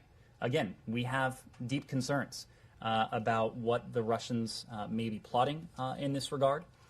We think all responsible countries should speak out against this. Any responsible, any sentient country could listen to what was coming from the perm rep today and diagnose it for what it is and what it was. The fact that any country would lend any bit of credence or credibility is disturbing, and it will, again, associate that country with any actions that the Russian Federation undertakes in Ukraine. Jenny. I had another question. Oh, sure. Sorry. My foreign desk is asking whether we have any confirmation of something that may have happened in Moscow, that the 5th Directorate of the FSB, in charge of, as you know, foreign intelligence, including Ukraine, has been raided by the FSO, Federal Protective Service of the Russian Federation, and by President Putin's own security service, and that some people may be under house arrest. So I'm not in a position to speak to that particular report. We can let you know if we're in a position. I was not aware of this. It sounds like it may have just come out. What I will say, however, is that certainly in the weeks leading up to Russia's aggression against Ukraine, we saw, and in the days after, in fact, we saw thousands upon thousands of Russian citizens, private Russian citizens, take to the street. More than 10,000 of whom have been detained for doing nothing more than peacefully exercising the rights that are as universal in Russia as they are anywhere else in the world. But we also saw senior policy heavyweights, let's say, in Russia speak their opposition to what was then the President Putin's plan. So we have seen dissent in the streets.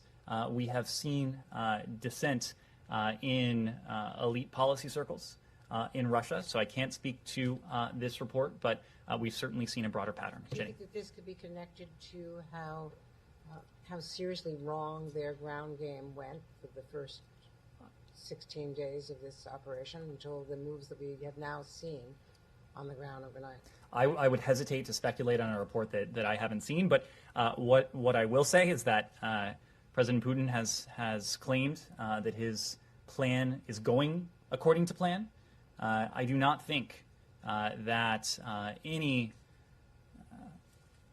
political leader, military planner, strategist worth any salt would devise a plan that would be met with stiff opposition, that would be met with fierce and unified international opposition, and that would be met with almost universal global condemnation, and a plan that is now leading Russia into what is a strategic morass of its own making in terms of an economy in free fall, a financial system that has now given up the gains of integration over the past 30 years, and a strategic positioning in the world that is a far cry from what it might have been before this. And given our export controls, given the diplomatic isolation, given the financial and other economic measures, will be appreciably weaker for some time to come. Jenny. I quickly want to follow up on Simon's question, and then I have another. Is the State Department aware of any Americans who have gone to fight alongside the Ukrainians, and if so, how many? So as you know, Jenny, when Americans travel abroad, they are not required to register with the Department of State in any way. So these are not metrics that we would track, but our goal has been to be very clear with any Americans who would be interested in traveling to Ukraine for any reason, but especially to take up arms of the profound risks that they would undertake to their health, to their safety, their security. And then on two of the Americans who are detained in Russia, do you have any update on Brittany Griner? Has she been granted consular access yet? And then Trevor Reed's family says his health is continuing to deteriorate. Have there been specific warnings from the embassy to Moscow about his health, or calls for him to get medical access? So what I will say is that every time a U.S. citizen is detained anywhere around the world, our diplomats, our consular affairs officers spring into action to provide any and all forms of assistance that we can to those Americans. When it comes to Brittany Griner, of course, we've been working very diligently on this case, been in close touch with those around her, providing all forms of appropriate support, and will continue to do that. When it comes to Paul Whelan, when it comes to Trevor Reed, both of whom traveled to Russia as tourists and have since been held on an unjustified, wrongful basis since then, we have been in a position to provide various forms of support. The embassy was able to pay consular visits to both men late last year. As you know, the president spoke to Trevor Reed's family earlier this week when the president had traveled to Texas. We are not going to comment on reports about Mr. Reed's health. We're of course monitoring his welfare, the welfare of Paul Whelan, and of all Americans who may be detained in Russia very closely. We we consistently advocate for fair treatment from Russian authorities, and we continue to call for their immediate release. Connor. Trevor Reed's family objected. They have not heard back after the president's conversation. His conversation came only after they were planning to protest outside of the venue in Texas where he was appearing. And do you have anything further about Trevor Reed? Andrea, I can tell you that these are cases that this department is focused on every single day. Secretary Blinken, Roger Carstens, the president, Jake Sullivan, have had an opportunity to speak to the families of wrongful detainees around the world, including those who are held in Russia. We continue to make it a priority to secure their release. We have done that since the very first day of this administration. And in fact, our point person is someone who has worked these issues long before January 20th. Roger Carstens was working these cases in the last administration, and the continuity that we sought, given the paramount importance and the priority we attach to these cases, speaks to the fact that he has been a through line across administrations. On the same day, he was busy in Venezuela. Understandably, he was coming back, I think, that very day. Have you provided any other details about what might have been done? There are a lot of charges from Senator Rubio and others that there was some quid pro quo. There was no quid pro quo. Venezuela. There was absolutely no quid pro quo. We have been working to secure the release of those Americans who are wrongfully detained in Venezuela, again, since the very start of this administration. For us, there can be no trade-off. The release of Americans around the world is something that we advocate for, we work for, pulling every lever at our disposal. Connor. A couple of follow-up questions, including on that first, since that's where we are right now. Just the Venezuelan opposition has said that the administration should not buy any Venezuelan oil unless the Maduro regime makes commitments within talks. You've said that you've sort of left the door open to purchases after they've committed verbally to talks. Would you rule out purchases until they actually take some sort of irreversible steps? Let me make a couple points. The delegation that was in Caracas just a few days ago had two priorities in mind. One was the release of these very Americans we have been discussing. And of course, Special Envoy Carstens was able to return home with two of those Americans. There are additional Americans whose safe return we are continuing to work on as a overriding priority for this department, and we'll continue to do that until all of them have been reunited with their family. The second priority was championing the democratic aspirations of the Venezuelan people, making very clear in a frank and candid way to the Maduro regime that we continue to stand with, to support the Venezuelan people and their aspirations for a government that is responsive to their needs. We've been clear since this visit and long before this visit that our current Venezuela-related sanctions remain in full effect. These sanctions deny the regime the revenue streams that would finance repression and line the pockets of regime officials, as well as protect the U.S. financial system from exposure to what otherwise would be corrupt and illicit financial flows.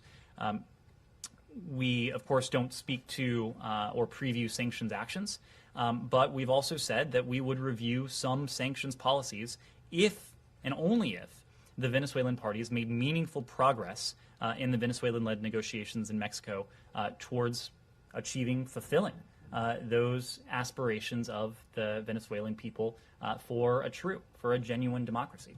Okay, and then on Simon's question about Syria, have you seen any indication that some of these Syrian forces have actually been brought by Russia to Ukraine? That is not something I could speak to from here. The reports of the Russian Federation and President Putin calling on recruits from other conflict zones. That alone is a sign of a deeply troubling sign of further escalation. And then diplomacy. You said yesterday there's been no outreach basically from the State Department to the Russian government. Why hasn't there been? I mean, you championed diplomacy throughout this time, and obviously you say that Russia is not engaging in good faith, but if it would make any kind of difference to at least have some sort of, letter, call, whatever, from the administration to the Russian government, why not take that opportunity?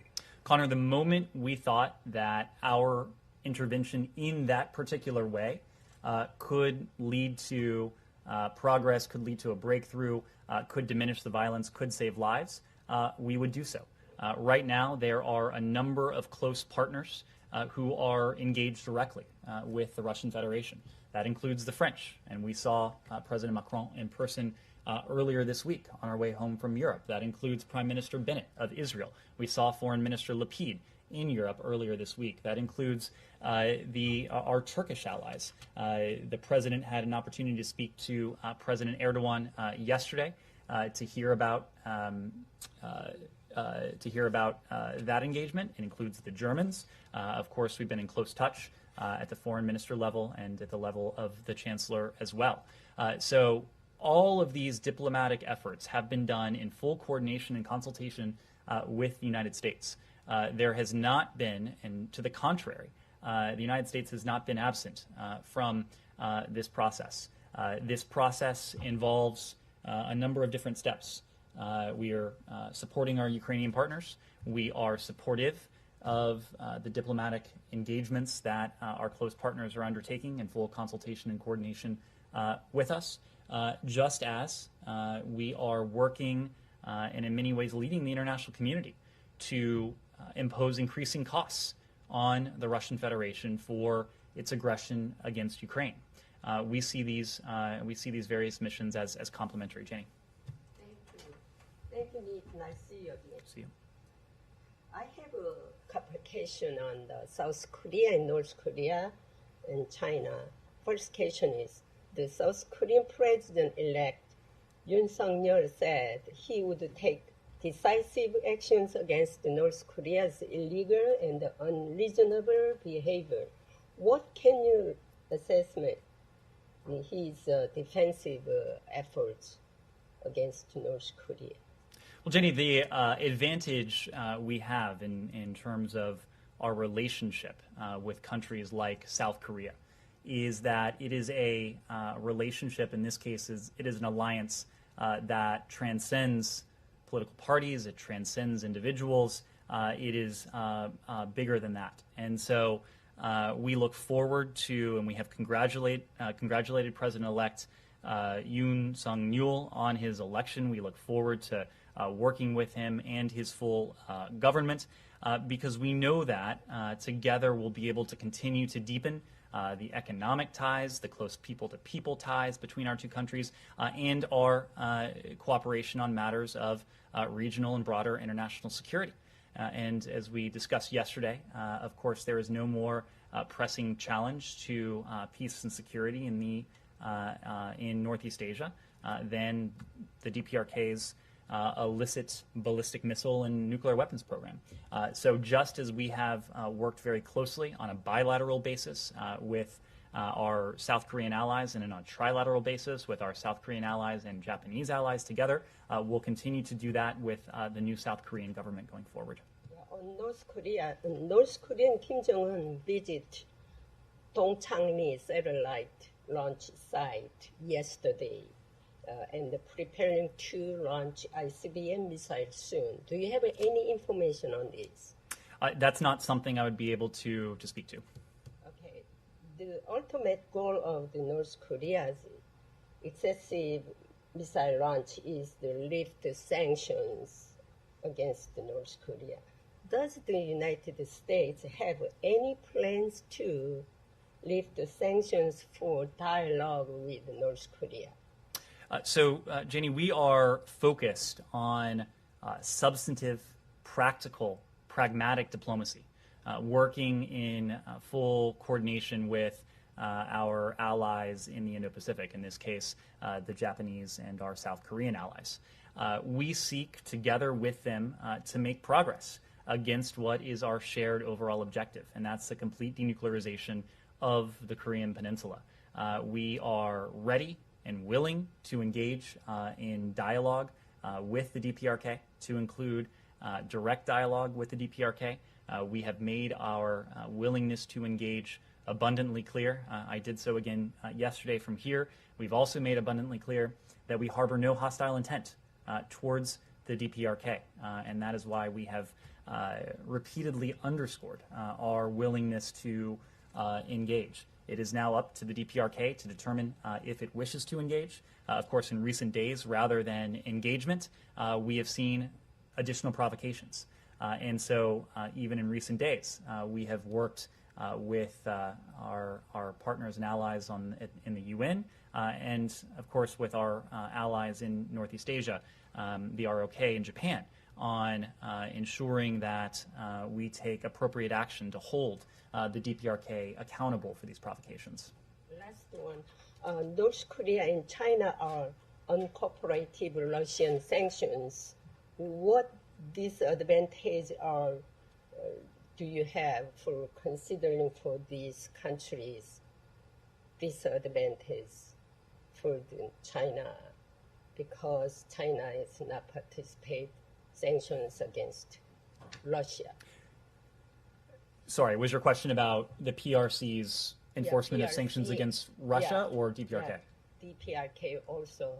Well, China. so it is incumbent upon, when it comes to the DPRK, and much the same could be said of Russia for that matter, it is incumbent on all countries, especially all responsible countries, to fully implement the international sanctions regimes that are in place. In the case of the DPRK's illicit ballistic missile and nuclear weapons program, it is not in our security interest, to be sure. It's not in the security interest of our allies in the Indo-Pacific, but it's not also in the interest of the PRC. And it is incumbent upon all responsible actors to enforce the sanctions that are on the books, to contain this program, to confine it, and to hold the DPRK accountable for its violations of multiple UN Security Council resolutions over the course of many years. Treasury Department today announced that there is additional sanctions against North Korea. Do you have anything on that? We don't preview sanctions activities, but again, speaking to the provocations, additional provocations from the DPRK in even recent days, I would not be surprised if we have more to say on that before too long. Yes, sir. Thank you, Mr. Price. Jason Calderon from NTN24 here.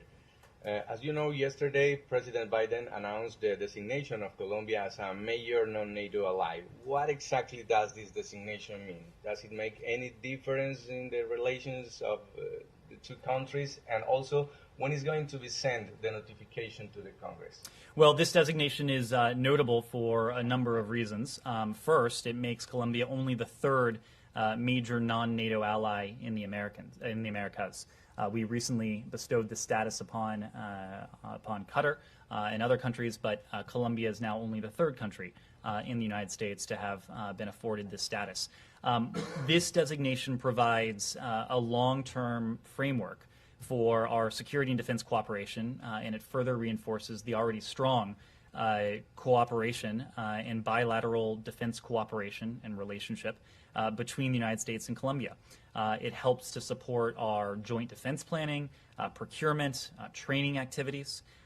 Some of the advantages of this status also include eligibility for collaboration on the development of various defense technologies, privileged access to the U.S. defense industry, and increased joint military exchanges, exercises, trainings, as well as special access to military equipment and financing.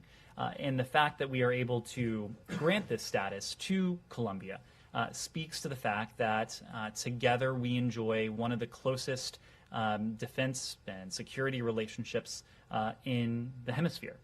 We have a vigorous military-to-military partnership. We share any number of interests in the hemisphere, and in some cases, well beyond. Do you think This sends a message to Venezuela's regime? Well, I think the message it sends is that we value Colombia as a partner. When it comes to Venezuela, Colombia has been very generous in terms of opening its doors, opening its collective arms to millions of Venezuelans who have been forced by repression, by economic deprivation, to flee their homes and to cross the border into Colombia. And we are deeply appreciative of the generosity that the Colombian people and the Colombian government have demonstrated to their Venezuelan neighbors. Will we send the notification to the Congress? There's a process that's involved in each one of these announcements, and so I suspect at the earliest opportunity. Yes, sir. Thank you. A couple of things on Ukraine. Actually, there were some reports yesterday claiming that the U.S. is looking at the possibility to deliver Russian-made, S-300s to Ukraine. Greece, Bulgaria, and Slovakia have these missiles, as we know. So, are you guys talking to these countries on this issue, delivering the S-300s to Ukraine? So we don't detail every system that we have provided or that we're potentially considering providing to our Ukrainian partners. What we have detailed is the aggregate amount of that security assistance. Right now, it well exceeds $1 billion over the past year. It exceeds $250 million or so in recent days alone. In terms of the broad categories, we've provided our Ukrainian partners with what they need for their self-defense. That includes anti-armor systems, anti-tank systems, anti-aircraft systems, and we discussed that at some length yesterday, small arms, munitions, other systems that will allow our Ukrainian partners to most effectively defend themselves against the Russian aggressors. So right now, everybody knows that Kyiv is under siege by the Russian forces, and from a realistic perspective, nobody knows what's going to happen, next couple of weeks. So, does the Biden administration have a plan B in case, Zelensky government would fall? We have been in close consultations with President Zelensky, with others in his government. We know that they have undertaken the appropriate planning, and I think I'll leave it at that. Andrea. One final question, yes. One final, yeah. Okay, on Turkey. Actually, I was going to ask about Turkey's recent effort, on the Ukraine thing. Since the beginning, Turkey has been acting in line with NATO alliance, and at the same time, has been speaking with Moscow and Kyiv at the same time. So, what would you say about Turkey's role as a mediator between Moscow and Kyiv from now? We welcome it. We welcome it precisely because our Turkish allies have done so in full coordination and consultation with the United States. As I said a moment ago, President Biden had an opportunity to speak to President Erdogan after the Antalya discussions. Secretary Blinken had an opportunity to speak to Foreign Minister Çavuşoğlu just the other day before the Antalya discussions. So any diplomatic effort that is conducted just as we had conducted our diplomacy with the Russian Federation, that is to say in full consultation and coordination with our allies and partners, that is something that we welcome. Andrea. Let me ask you again about war crimes. The Vice President made some mention of this again today. She said, "We are clear that any intentional attack or targeting of civilians is a war crime, period." Does the United States believe that the attack on the maternity hospital in Mariupol was intentional or an accident? Well, Do you believe that's that the attacks on the civilians trying to leave in those humanitarian corridors that were violated were intentional or were accidental? So that is the challenging aspect when it comes to a potential war crimes designation. There is no doubt that civilians have been killed by Russian bombs, Russian missiles, Russian forces. The element that requires due diligence and investigation is that element of intentionality. Was it the intent of Russian fighter jets? Was it the intention of Russian commanders at sea to drop munitions, to fire missiles, to use force against civilians? And so that is what we are in the process ourselves of documenting. That is what we are in the process of supporting these investigations that are ongoing around the world to determine whether there was an intentional targeting of civilians in this context. Is there a deliberate effort by the United States, in contrast to the 39 countries that are going much further and saying, as the British Foreign Secretary said here in Washington yesterday, this was a war crime, period?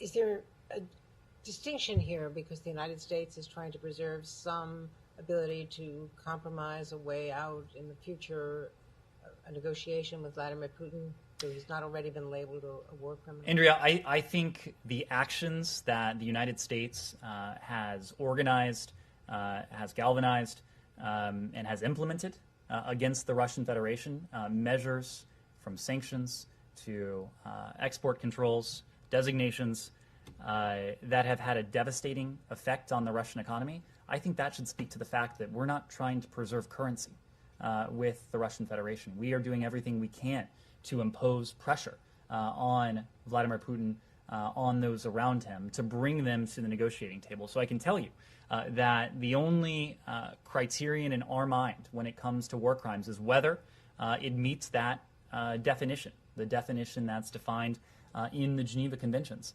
And you put your finger on what can be a challenging element to ascertain. But we are using every resource at our disposal, and we are supporting the various investigative efforts that are out there to attempt to determine if these are war crimes. Yes, final question? I have a follow-up question on North Korea. North Korea has tested the ICBM test system. So will there be any policy change on the North Korea? And regarding the additional sanctions, which is supposed to be announced today, do you think it will have a negative effect on possible dialogue with North Korea?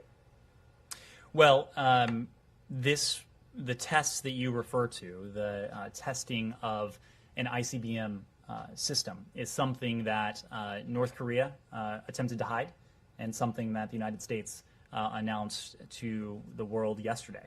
The decision to pursue these escalating tests, including these last two tests, they raise tensions. They are destabilizing to the broader region.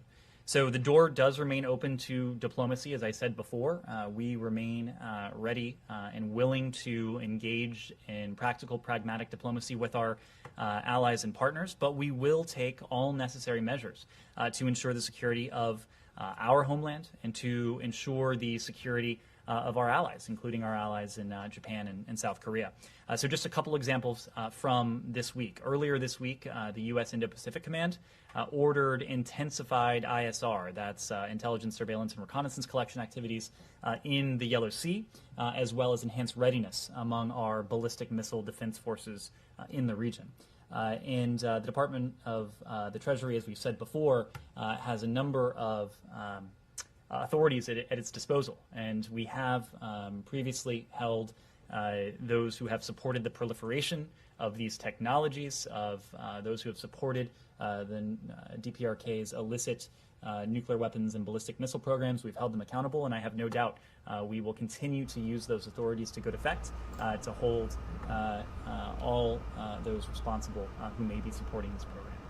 We are listening in as State Department spokesperson Ned Price says that, quote, President Putin has renewed his siege of Ukraine, expanding his attacks on free and sovereign states to target additional cities. Now, while briefing the press on Russia's invasion of Ukraine, he also went on to say that the United States continues to see reports of intentional targeting of civilian infrastructure and buildings, which is resulting in even more injuries and death, with almost 2.5 million people having fled the country. He also discussed additional topics such as sanctions against Russia, Russia's history of using chemical and biological weapons, and also detained United States citizens, specifically WNBA star Brittany Griner, and reports of missile launches from North Korea.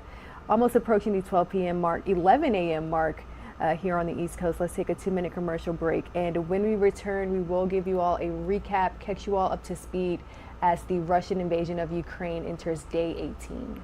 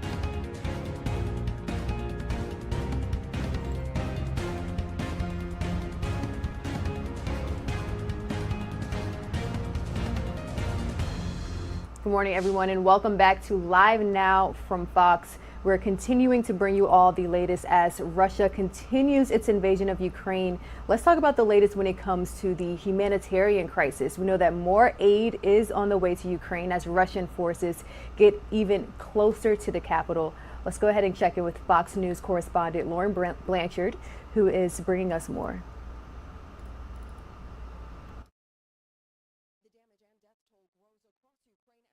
Forces intensify their attacks. Now they are bombing everything what they can bomb.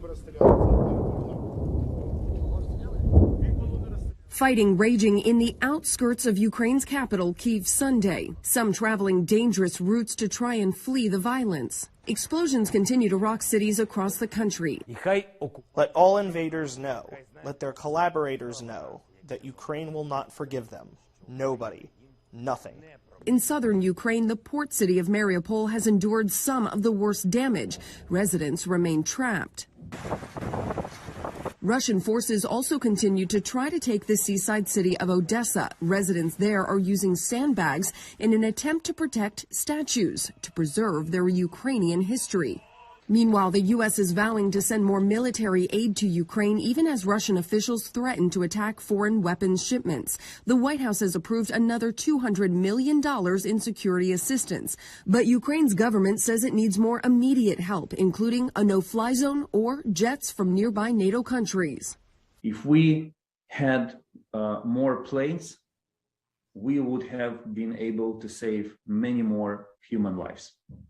Mainly civilian lives, because the main striking force of Russia is in the air. The Biden administration has rejected the no-fly zone because then NATO pilots could be sent into direct combat with Russia. In Poland, Lauren Blanchard, Fox News.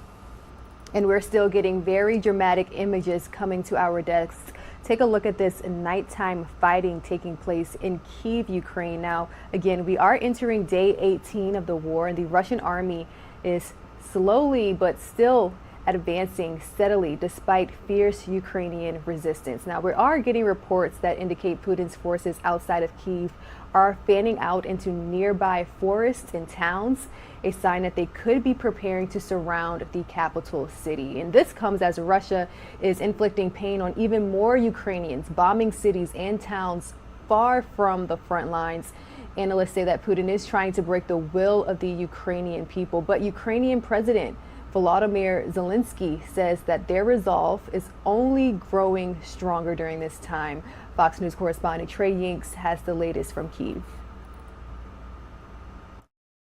Over the past 24 hours, we've heard the loudest shelling to take place so far around the Ukrainian capital of Kyiv. Explosions in the distance, and every few hours, those air raid sirens going off. This city is bracing for what could be very bloody days ahead. We spoke to one American who traveled here from California. His name is Dwight Crow, and we met him in the besieged town of Irpin that is partially controlled by Russian forces. His words give you a sense of how everyone is pitching in to help evacuate those most vulnerable Ukrainians. Just doing medic work, not even, that. I'm mostly carrying stretchers, helping civilian and wounded evacuation from Irpin. There's a lot of really incredible Ukrainian volunteers that are leading the charge and putting themselves in harm's way for their countrymen, and I'm just trying to help out. The evacuations around Kyiv come as the southern cities of Mariupol and Melitopol continue to be targeted by Russian forces as they look to occupy more land. CCTV footage shows the mayor of Melitopol being abducted. Ukrainian President Volodymyr Zelensky reacting to this event today, saying this. Today in Melitopol, the invaders kidnapped the city mayor Ivan Fedorov, a mayor who has bravely defended Ukraine and the people in his community. The Russian forces have switched to a new stage of terror when they are trying to physically eliminate representatives of the legitimate local Ukrainian authorities. Protests erupted in that southern Ukrainian city. The citizens there looking to send a message to Russian soldiers they're not welcome in this country. In Kyiv, Trey Yingst, Fox News.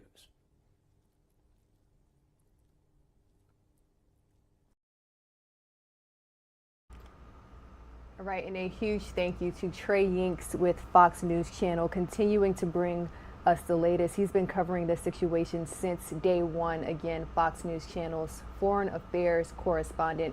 Now, let's talk about the humanitarian crisis, because we are getting word that two major cities in Poland are saying that they are becoming, quote, full, and it may be continuously harder for them to continue to absorb the influx of refugees that they are receiving. And the UN now says that nearly 2.6 million Ukrainians have fled their country, and the humanitarian crisis again growing worse by day.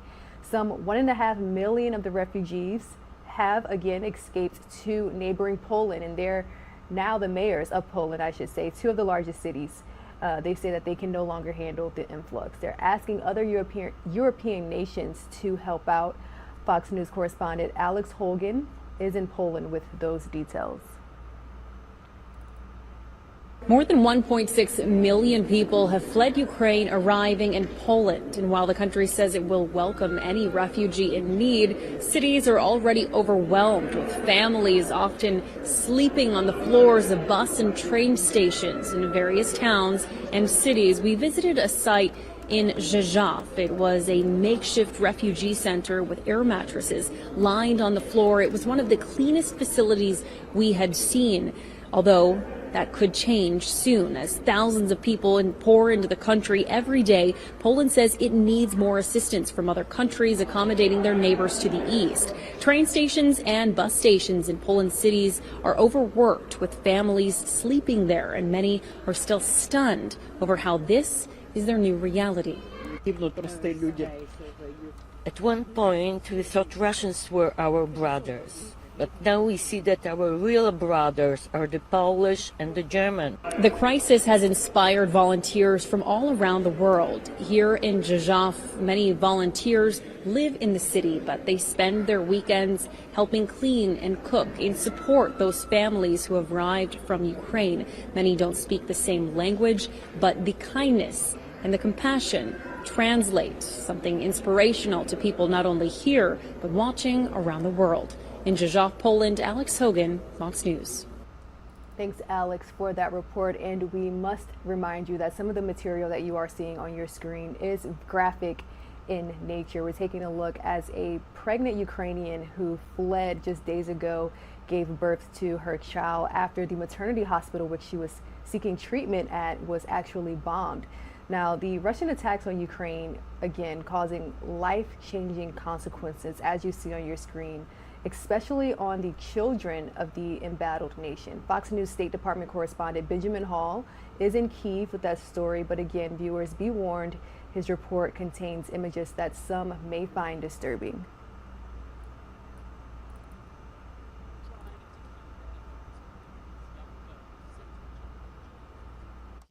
They have all seen tragedy, but their resilience shines through Others are not so lucky.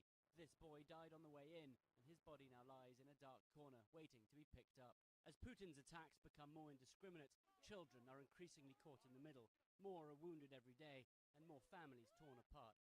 Volva is 8 years old and was brought in badly injured. His family's car was attacked as they tried to flee. All right, it looks as though we're having some trouble with the audio on this story, but let's go ahead and get a recap of the situation from our other correspondent, Mike Tobin.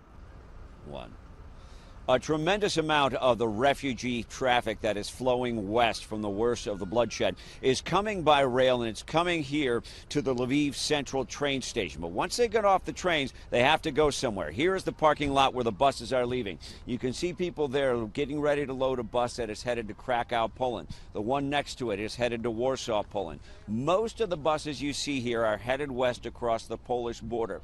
2.5 million refugees thus far have headed west, and 52% of them have headed across the border into Poland. So much so that Ukrainian officials are now urging people to try some of the other countries on the western border, like Slovakia, like Hungary, like Romania and Moldova, because the traffic is lighter going into those countries, and the traffic and those countries are not stressed by all of this refugee traffic. But as we look around at the buses pulling in, it's important to note at the same time as you have some 2.5 million people who have flown west, you have about 250,000 who have come east into Ukraine, about 18,000 a day.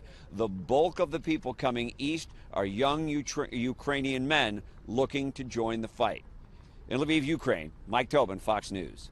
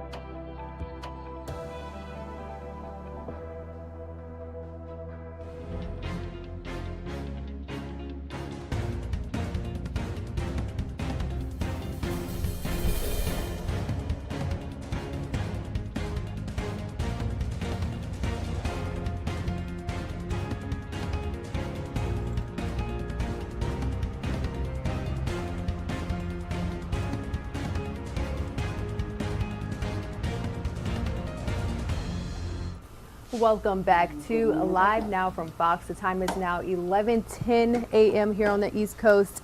Well, if you're anything like me, you may be feeling a little bit groggy after losing 1 hour due to daylight saving time.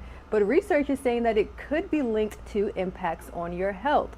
Let's go ahead and check in with Fox 5 New York's Lizette Nunez for this story. Come Sunday, clocks will spring forward 1 hour for the beginning of daylight saving time.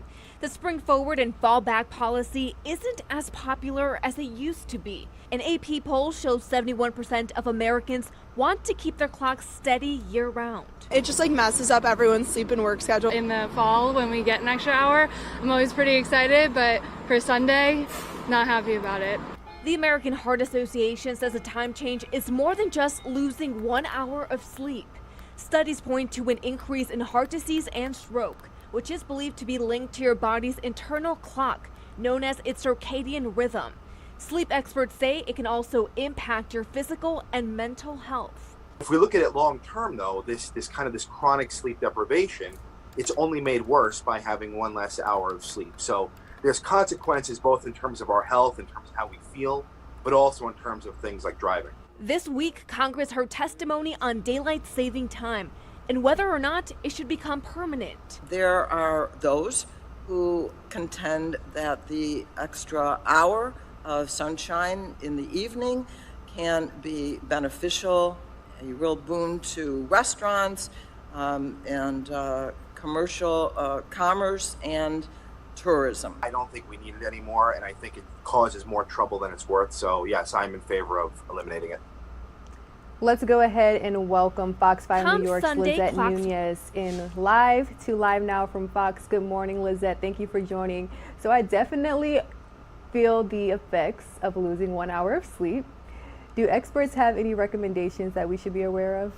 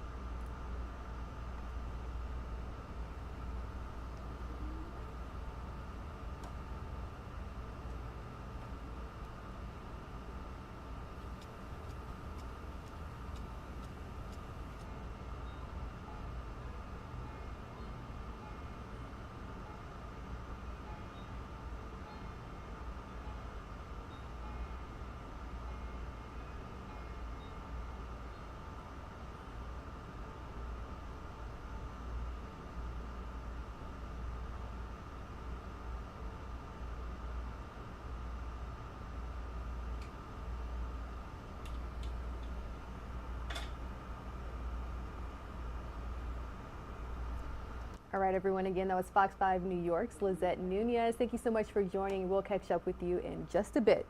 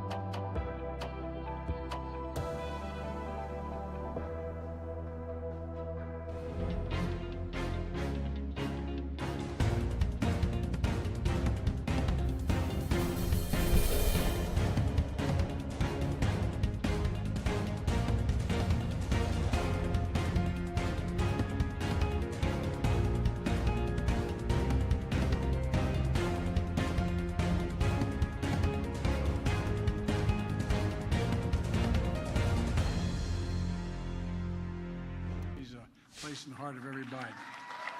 Look, coming out of the State of the Union, we are the strongest position we've been in months.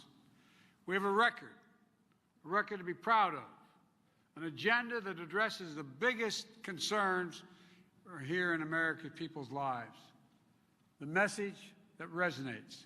And now what we have to do is we have to sell it with confidence, clarity, conviction, and repetition. Folks,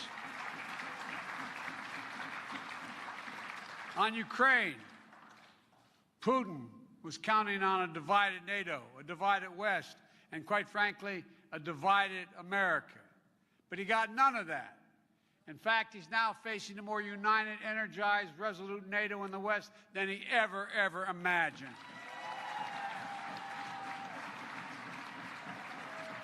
And he's failed to divide Democrats and Republicans. We need to be honest with the American people. The battle for freedom has its cost here at home as well. People are already feeling Putin's price hikes at the pump. I think the American people know how important this fight is. I think they know that as painful as the price is today, the costs are going to be higher if we do not act now to deal with this tyrant. So let me be clear on the facts. We are increasing oil production with a record productivity. By the end of the year, we will have produced more oil than any time in the last number of years. Look, I just want to run, the Republicans are playing a game here. They're talking about the Democrats haven't raised prices. They all voted for the same thing. The CEOs of major oil companies have said they'll increase investment and production. They have the capacity to do it. They have over 4,000 opportunities. They say there's nothing the U.S. government needs to do to incentivize them. My message is, it's time, in this time of war, it's not a time of profit. It's time for reinvesting in America. And they hear it. You know, there's an impediment to production in the United States, and it's called the bankers on Wall Street. This crisis is another indication of why we need to get off dependency on fossil fuels. This is not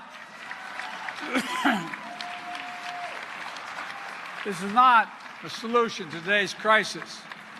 It's about the future. That's why we need to build a better America. Let's talk about our record. The American Rescue Plan.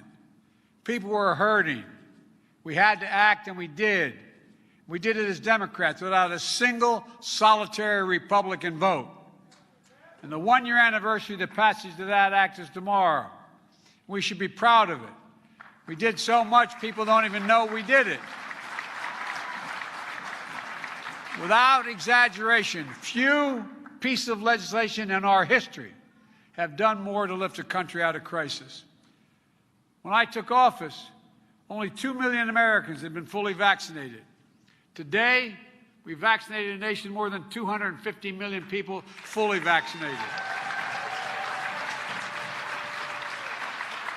And you all remember the lines of cars that lined up for miles, waiting for someone to put a box of food in their trunk. Because of this law we passed, 41 million Americans put food on the table today. Because of this law, we helped keep a roof over the heads of 4 million people who are being evicted. We gave families what my father called a little bit of breathing room, and it worked. 20 million people were out of work just months before I took office. Job growth was anemic, 60,000 jobs a month leading up to January 2021. But because we took action, we created 6.5 million jobs just last year. More jobs than ever created in 1 year in the United States of America. More jobs. And people got pay increases. And it hasn't stopped. We're now well over 7 million new jobs. 678,000 jobs last month. Unemployment down to 3.8%. And the economy grew last year at 5.7%, the best economic growth in 4 decades. Leading financial firm of Moody's on Wall Street estimates that our record plan created 4 million more jobs, and unemployment is 2% lower because of what we did. And here's one thing that I'm proudest of. Our recovery's lifted everyone.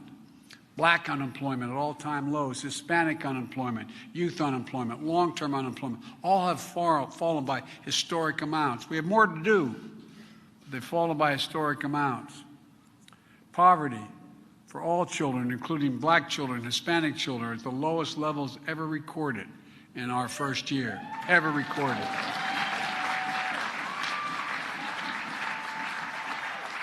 And that just didn't happen. It was a direct result of how we designed the American Rescue Plan. It was very different from how previous administrations designed their $2 trillion tax cut. Pretty much all of that $2 trillion went to the top 1%. And we took the exact opposite approach with the American Rescue Plan. We decided we were going to build America from the bottom up and the middle out. Because when the middle does well, everybody does well. Everybody does well. And our plan didn't leave a single working person behind, no one behind. Let's be clear.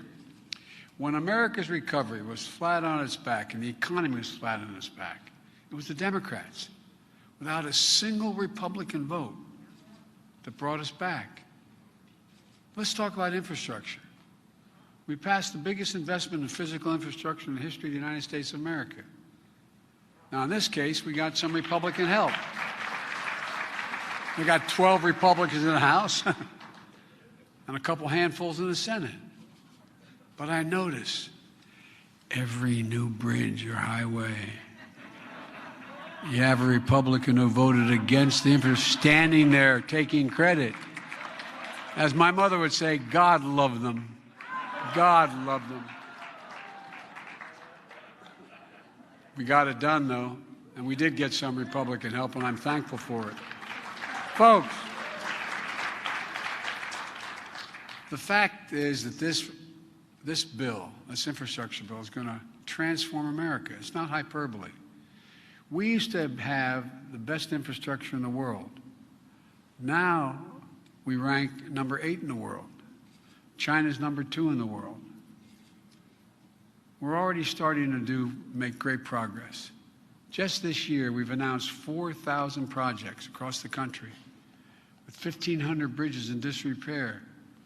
I was just talking to a good friend, county executive out in Pittsburgh. When I went out there to talk to the folks out there, it was the day that bridge collapsed. Just flat collapsed. Thank God it was 2 hours earlier, because there would have been school buses on there. No one was killed, but it was a drop of well over 100 feet. We have hundreds of those bridges all across America that are ready to collapse.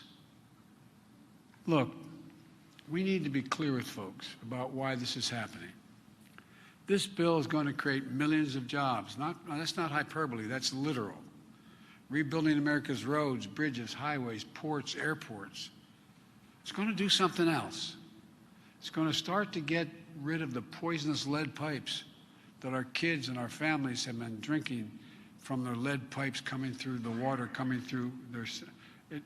It affects over 10 million homes and 450,000 schools.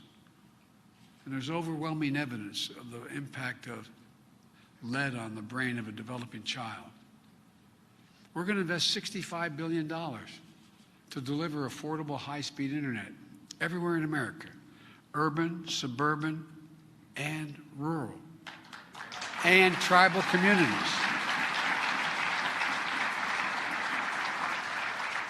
See that little tyke up there clapping? God love her. I want to meet, is it a boy or a girl? I can't see from here. Well, I want to see you. I want to see you before I leave, okay?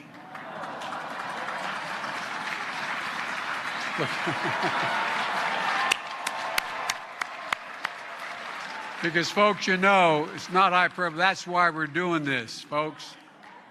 You know, we can't be a country where a mother has to take her child to the McDonald's parking lot to get access to the internet to be able to do their homework. This is the United States of America, for God's sake. This law is going to put an end to that and so much more. And we're going to bring back something we thought, many people thought we had lost. The ability to manufacture products stamped made in America. Look, just a few years ago,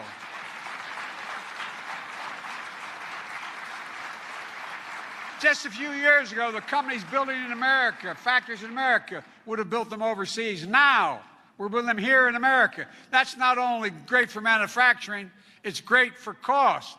1/3 of all the inflation in America last year was a consequence of automobiles not having access to computer chips to be able to build their automobiles.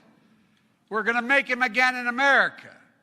Now, here's one way to help families reduce their monthly costs as well, by the way. At a time when food and gas prices are rising, if you can lower other major costs for families, you can help their standard of living. Let's give Medicare the power to negotiate lower prescription drugs.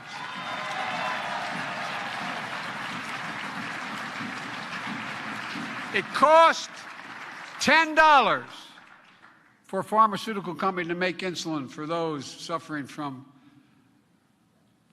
a serious, serious problem if they don't get the insulin, type 1 diabetes. Look, folks, and you know what we're going to do? You know how much people pay now? Some of you do know because you struggle with it. They pay an average of $647 a month, as high as $1,000 a month. Folks, it costs them $10 to make it. Talk about stripping, not only worrying about the healthier child, 200,000 of them, but what else is happening? You strip a mother or father of their dignity, their sense of responsibility if they can't do it. Imagine if you have a child.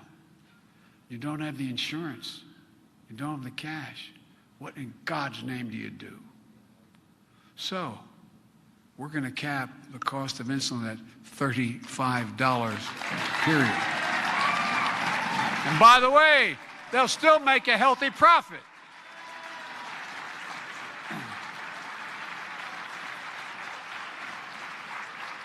You want to further help working class and middle class families that are dealing with cost of gas and food that's gone up? Well, let's cap the cost of child care at 7% of a family's income. We can afford to do this. Folks, in major cities, it's $14,000 a year per child. As the Delawareans can tell you, I got credit for 36 years for commuting every single solitary day from Washington to Wilmington, Delaware, over a 300-mile round trip. But guess what, folks? I did it because when my wife and daughter were killed, I had 2 beautiful young boys. I could not afford child care. Not a joke. Not a joke, thank God. I had a mom, a sister, and a brother who busted their neck to help me. How do families do it? And by the way, 2 million women out of work. They'll be able to go back to work. They'll be able to go back to work. And folks, look, for families, it's going to cut the cost of child care in half. As I said, you know, you're not going to pay more than for one child, paying $14,000 a year some places. Most places, $7,000. Look, we can lower the cost of energy with tax credits, an average of $500 a year, by giving tax credits to families to weatherize their homes so they use less energy. Folks, this is not rocket science. Even some of the CEOs of the biggest utility companies came to see me, 9 of them, saying that if we continue the prospect that we get tax credits, we promise you we will lower the cost of energy. These are public utilities. They're going to pay for it by raising tax. And by the way, all these programs and others I'm not going to mention in the interest of time, they're going to be able to be done without raising the taxes 1 single penny on anyone making less than $400,000 a year. Not a penny. Because they're going to raise taxes on the wealthiest among us and corporations. Look, I come from the state of Delaware. More corporations are incorporated there than all the rest of the United States of America combined. And I got elected 7 times as senator. I'm not anti-corporation or anti-people being able to go make a lot of money, but everybody should pay a fair share. Everybody. And our agenda is not only supported by the public, it's enthusiastically supported. 17 Nobel laureates in economics wrote me a letter unsolicited saying that if we pass what I'm talking about it would actually reduce inflationary pressures. I'll make two things clear.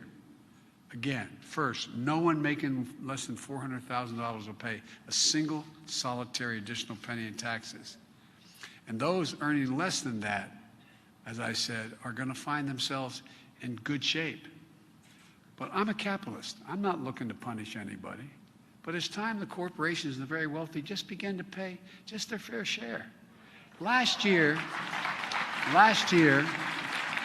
55 corporations in the Fortune 500 earned $40 billion and didn't pay a single penny in income tax. Not a penny. It's not only wrong, it's not fair. That's why I propose a 15% minimum tax rate for corporations. We're going to get it done. And as President of the United States, when I showed up at the so-called G7, where all the major countries in the world are part of, I started to push for a minimum tax, a global minimum tax rate on companies. They can't get out of paying their taxes at home by going to jurisdictions that require very low taxes for profit made by corporations in their country. So what happens? Not only do we lose jobs and they go overseas, they pay no tax at home, even though they're here in the state of Delaware, the state of Maryland, the state of California. And they're just shipping these jobs overseas. Well, guess what? We agreed, 170-some countries agreed that we should all pay they should all pay a minimum tax of 15%. And guess what? That's going to bring in billions of dollars in taxation here at home again. That's why I propose closing the loopholes for the very wealthy who pay lower tax rates than a teacher or a firefighter. Look, the bottom line, this whole plan is paid for. Secondly, I want to point out for those folks who attack us for being fiscally irresponsible, let them know this. Last year, I cut the budget $360 billion while we did these other things. $360 billion. And no, I'm the only president who's on track to cut the deficit by more than $1 trillion in 1 year. $1 trillion. And folks, our agenda includes a bipartisan unity agenda as well for around 4 big items. 1, opioid addiction, taking the lives of literally thousands of Americans. We're doing very little about it, especially our children, and fentanyl being laced with them. Second thing we can all agree on is dealing with mental health, especially for our kids. There's a serious, serious problem in America today. And the third thing on a unity agenda we can all do with veterans, especially those who are exposed to toxic burn pits and not getting the needs they met. And fourthly, the only truly bipartisan thing I know that I've been involved in of late is ending cancer as we know it. We can do this. We have the possibility of doing this. But folks, these are all within our reach. Let me finish with this. Unfortunately, I could go on for a long time because I feel so good about what we're doing. Look, I believe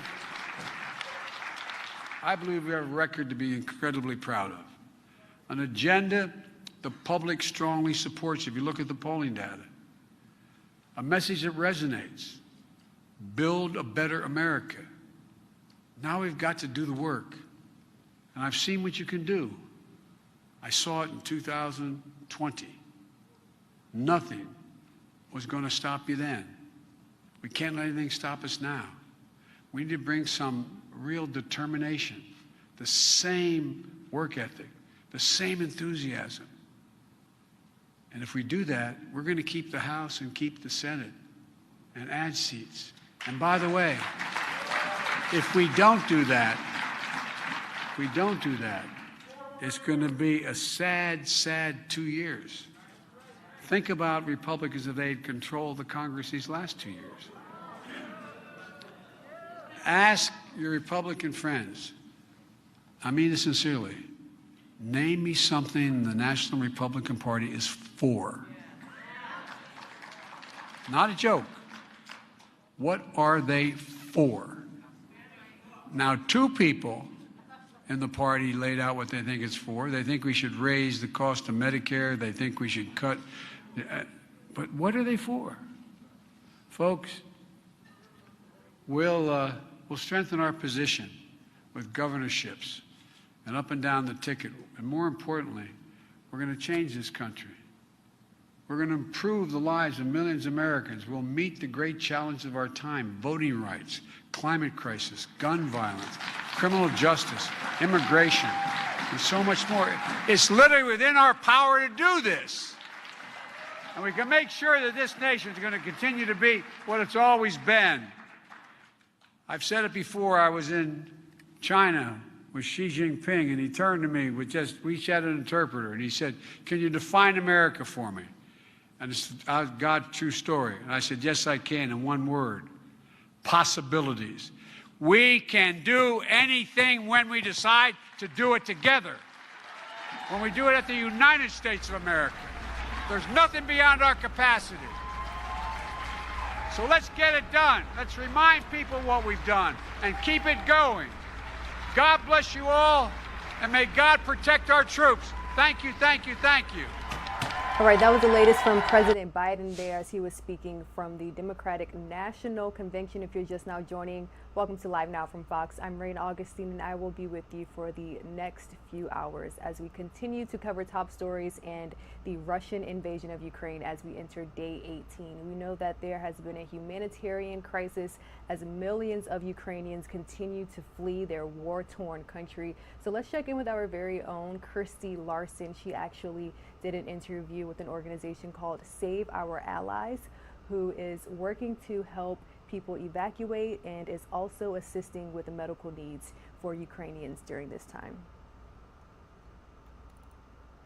Humanitarian and rescue organizations are lending a hand to Ukrainians who have had to fled the country because of this unprovoked attack by Russian troops. We do have one of those organizations joining me here on Live Now from Fox. So we do have Save Our Allies, who are on a mission to help provide much needed care to all of those in Ukraine and who have crossed that border. So Chad Robichaud, along with also Dakota Meyer, joining us here on Live Now. We appreciate the time that you guys have given us here today. You are there at the border, so let's just start with some of the things that you guys have been doing since you arrived there last week. Yeah, well, we got here a week ago, but we've had a team on the ground for over a month now before the invasion even started, because we knew what was going to happen, and putting things in place, putting all the logistical infrastructure to, one, push medical aid forward to the wounded that are in need, and also to be able to evacuate Americans and vulnerable people groups like women and children, the people that are being left behind because all the men are having to fight, and they are fighting. And so we have lots of vulnerable women, children, elderly that need to be moved, sometimes out of the country and sometimes to a safer place. For example, in Kiev, maybe it's not safe to be there, but if they could just be moved one town over, they're going to be in a much safer situation and have the ability to maybe self-evacuate. So as you guys have been there, and you said your teams have been there, what have been some of the stories that you can share about some of those pieces that you just touched on, some of the work that you've been doing there?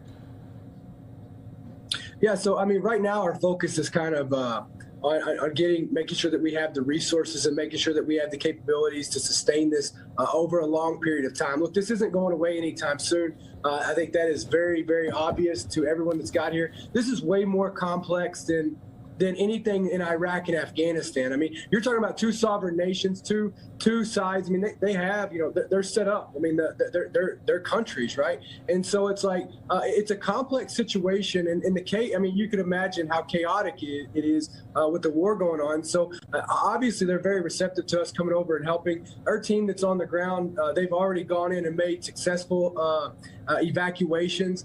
It's just in trying to go over and make a difference. What we're really trying to do is be able to sustain this, be able to make sure that our team is safe, and even more importantly, making sure that the people that we are trying to help, that we're not putting them in a worse situation. And so that's kind of where we're at in this phase of what we're doing over here. But I got to tell you, look, on this team with Save Our Allies, I mean, I'm literally surrounded by, just such incredible human beings who are just willing to give so much and go over and just help people. It's literally about good and evil, and it's about being on the side of good and helping good. Well, and I'm glad you mentioned the people that are on the team. It's not just people who felt the need to go over there. You guys are really trained specialists who have been on a number of missions before, been deployed before. So let's talk a little bit about your guys' background as well, because Chad, I know we've spoken many times about your work that you did in Afghanistan when you helped rescue those 17,000 people during that exit just a few months ago. But now here you are again, lending a hand to people in need. Yeah, when the Afghanistan withdrawal was announced, I had my friend Aziz, who served with me in 8 deployments as a Force Recon Marine on a JSOC task force, on a Joint Special Operations Command task force. Aziz has saved my life multiple times, and I was committed to go and get him, his wife, and his 6 kids. And that led to us starting Save Our Allies and working with, just teaming up with some of the most highly skilled professionals from the Special Operations community, and mainly people that have just unique experiences with precision rescue operations. And with that team and our ability to plan and have just such a strong network of resources and partners and supporters that support us financially, we were able to rescue 17,000 people. And after building that team and that skill set and that capacity, when this started to happen in Ukraine, we knew we needed to not retire from this after only 6 months. We knew we had to do the right thing, come here, help Americans that are trying to evacuate, and also be able to bring in the resource needed. One of the biggest things that's needed right now in Ukraine is medical support. The hospitals have been just inundated with casualties and trauma, and they are going through their resources. They need resources brought into the country. We have the capacity to do that, and we're doing that, as well as building, as Dakota said, a sustainable long-term infrastructure to be able to continue to rescue people, not just today, but months down the road. And I know we have there you're back. Dakota, a Medal of Honor recipient. I know that is a huge honor. How does this mission compare to others that you've been deployed to in the past? I mean, look, this is no different than anything else I've ever been part of, right? It's just about going out and trying to continue to serve. I mean, serving is not about just serving your country. It's not about just serving, in your best interest. It's about serving, good people, right? It's about going in and standing up against evil. And I truly just believe that, this is the most evil thing that our generation has ever witnessed. And coming over here and being part of this and being around all these people and seeing just how critical, like this, the NGOs over here and their success is really going to be the point that decides if America has to go into a war, right? I mean, if we can be successful at this and we can help them sustain and help empower the Ukrainians to be able to hold off on their country, I mean, it could literally change the ball game. And that's just, this mission is so important, and it's so, it's the same as anything we've ever done, right? I mean, it's just about going over and standing with good. And we have been hearing some stories, too, of Ukrainian people coming in contact with Russian troops, and they didn't even know the mission that they were going out on. They thought they were going to special training, and all of a sudden now they're invading a country, and they were also told they'd be welcome. Now they're seeing that that's not the case. Have you guys been hearing any of those stories, and what are some of the things you've seen firsthand? Because you've shared pictures of coming across a lot of these different obstacles throughout your path as well. Yeah, I think one of the things that we're learning is that the Russians were not as motivated or aware of what they were going to do. I mean, some of them were told they were coming in there, going to Ukraine to train. Some of them, they were told they were going to Ukraine to liberate the Ukrainian people. And some of them were told they were going there to fight Ukrainian people. So there's not a consistent message. There's a lot of, I think Putin underestimated the motivation of it and capability of his own troops. And he underestimated the ability or the will of the Ukrainian people, who are saying, hey, I might not even be a soldier, but if you come in my yard, I'm going to stab you in the chest with a pitchfork. They're willing to defend their land, and they're going to do. The mayors and governors are still in place. They have not left. The people are signing up. There's militia signing up. Everybody's arming themselves. Women that can leave have chosen to stay there and pick up arms and learn how to use the AK-47 and fight to defend their land. I have been so encouraged and inspired by the people of Ukraine and by the people of the world. At the border, what you see is one side of just sheer tragedy of people leaving, women and children that look like, you look at their eyes, they just look like hollow, and it's just so sad. But then on the other side, you see people from all over the world who showed up with people from India with a food truck making cauliflower curry to hand out as people come across so they get a warm meal, piles of jackets and clothes, people driving in lines that take hours to get there with empty cars just driving with it. That way they can have every seat empty so they can drive people back. There's a man from Germany that came all the way across Poland into Germany, dragging a grand piano, put it on the border, and is sitting there in the cold playing Imagine. And as he's playing it, I walked up to him and asked him, "What are you doing here?" And he said, "These people heard bombs and bullets, and now I want them to come across and hear something beautiful." So many people are just doing what Dakota said, doing the right thing now so we can help empower the Ukrainian people and to defend themselves. So maybe we don't have a World War III. Maybe we could do something by the world coming together and handling it without the governments of the world to empower the Ukrainian people to defend themselves.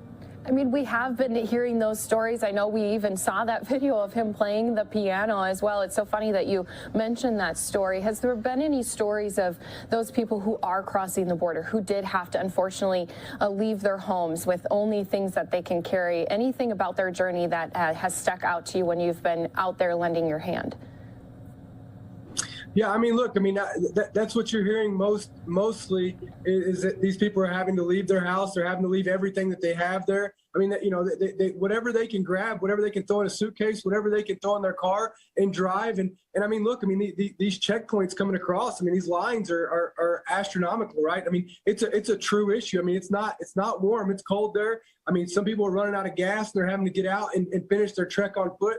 I mean, they're literally leaving to survive. And it's it is, I mean, it's heartbreaking. I mean, you got fuel. You got so many issues that they're facing. You know, we have about a week left of fuel in Ukraine, and so as they're evacuating and sitting in line for sometimes days, they run out of fuel. And if all they have is clothes on their back, we can get like 10 degrees in Ukraine at night. So you get women and children and elderly potentially freezing to death at night.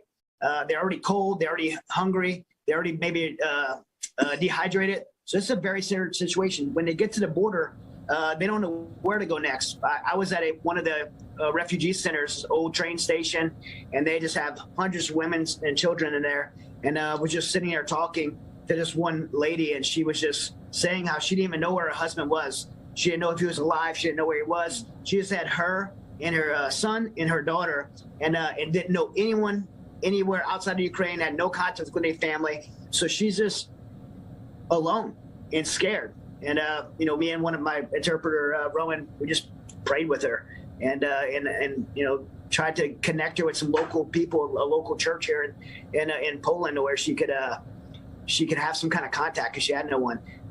So yeah, it's just devastating. But again, you see so many volunteers at this refugee center. There was the local Polish Girl Scouts, and 8 girls there to save 100 or serve 170 women and children. And they were, I was it just made me super proud of them. I don't know them, but I was like, it's so awesome what you guys do, and I'm so proud of you guys, and just here just serving and trying to do the right thing.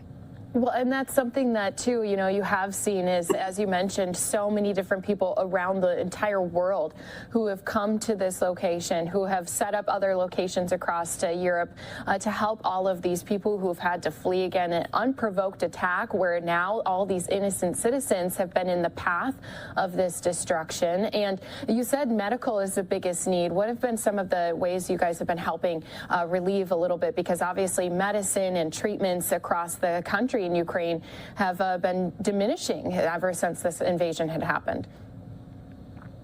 Yeah, I think right now, you know, Save Our Allies, along with we have some really amazing partners that are on the ground here, you know, doing everything from, you know, you've got organizations setting up hospitals, getting ready for an influx of you know, wounded and trauma centers. I mean, on our team just alone, we have two trauma surgeons on the ground here with us, that are ready to go. I mean, it's just, getting medical supplies and being able to get those medical supplies across to be able to help them sustain on the battlefield, to be able to help them sustain the trauma. And I mean, the other aspect of this, and I think we've seen this many times with, natural disasters, is it's not always just the trauma aspect of it, which there is a lot of, and we're doing our best to support and fill that gap. But you've also got all these, people who are coming, across the border, who are trekking a long way, who didn't have enough time to grab, their chronic illness, their medications, to be able to have those with them and to be able to treat that. I mean, just think about all these people that are coming. You've got pregnant women who have babies that need to be delivered. I mean, there's all this other influx of resources that are going to be needed to enable to sustain all these people that are crossing the border and trying to get away from this. Yeah, they're running out of insulin, blood pressure medicine, like life critical medications that are they're out of, and so those things have to be brought forward. And there's no way to airdrop. There's no way to fly a plane in and airdrop them, or for someone just to drive there. Some of the places, we have to have good infrastructure, organizations like ours to get them in. And this Saber Allies, great organization, and that's what we're doing. Then you got other great organizations like Samaritan's Purse that are just, we've worked with them in Afghanistan, so incredible, and they're here doing incredible things. Yeah, we actually spoke with Franklin Graham, president of Samaritan's Purse, the other day, and he did say, not only do the people need prayers, they need everyone to donate in any way they can, but of course that medical attention is one of the biggest needs right now. They're putting that field hospital in Ukraine at this time as well. So many different ways that all of these different needs are being answered by organizations like Save Our Allies, like you guys. If there's people watching, they're wondering, I just feel like I can't do anything to help. Of course, donations of even just money will help go a long way for you guys as well. Yeah, I mean, look, everyone wants to do something. We've seen this in Afghanistan. People are like, I have to do something about this. And you can. Like, maybe you can't come here. Maybe you can't go to Ukraine. I spent my whole life having to, building the ability to be here and do what I'm able to do. But people can do something. You can donate. And look, this operation is extremely expensive. Getting medicine, moving medical supplies in, being able to transport people, building, providing good, solid communications, and all these types of things, extremely expensive. Last night, I spent most of my night last night awake, line iteming out our budget for, and it's going to cost, millions of dollars to do this. And, but, there's no price tag on human life. We're faithful that that support's going to come in. We've seen so many amazing people step up for Afghanistan, and we know the world has just moved emotionally invested in this just because it's the right thing to do for other humans. And we have a moral obligation for those who have the capacity and ability to support something like this. I believe you have a moral obligation to do the right thing in such time as this. And Save Our Allies, you can donate there at saveourallies.org. We desperately need your support. If you have questions about what we need support for specifically, just email us off the website. We'll definitely be happy to share our needs.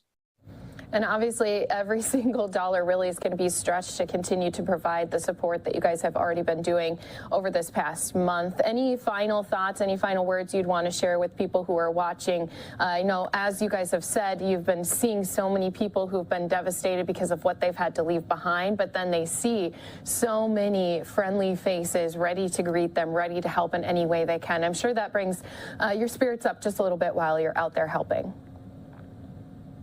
Yeah, I mean, look, I feel like being over here, being around the team, being around these people who are working, tirelessly, like all night, all through the nights, dedicating their lives to come help people they don't even know. For me, I'm getting way more out of this than they're getting out of me, right? And it's just such an honor to be able to be with Save Our Allies. It's such an honor to be over here to be able to serve people. And I just think, look, understand that through tragedy, there's hope, right? We all come together, and I think we're seeing this over here. We're seeing a lot of good that's outshining the evil, right? And I think that we continue that with your all support, going to saveourallies.org, donating. If you can't donate, then when people ask what they can do, then you tell them, go to saveourallies.org, that this organization is over there and this is what we're doing. Reach out to us if you have any questions or you want to know what we need. And I just like that's what we could use the most of.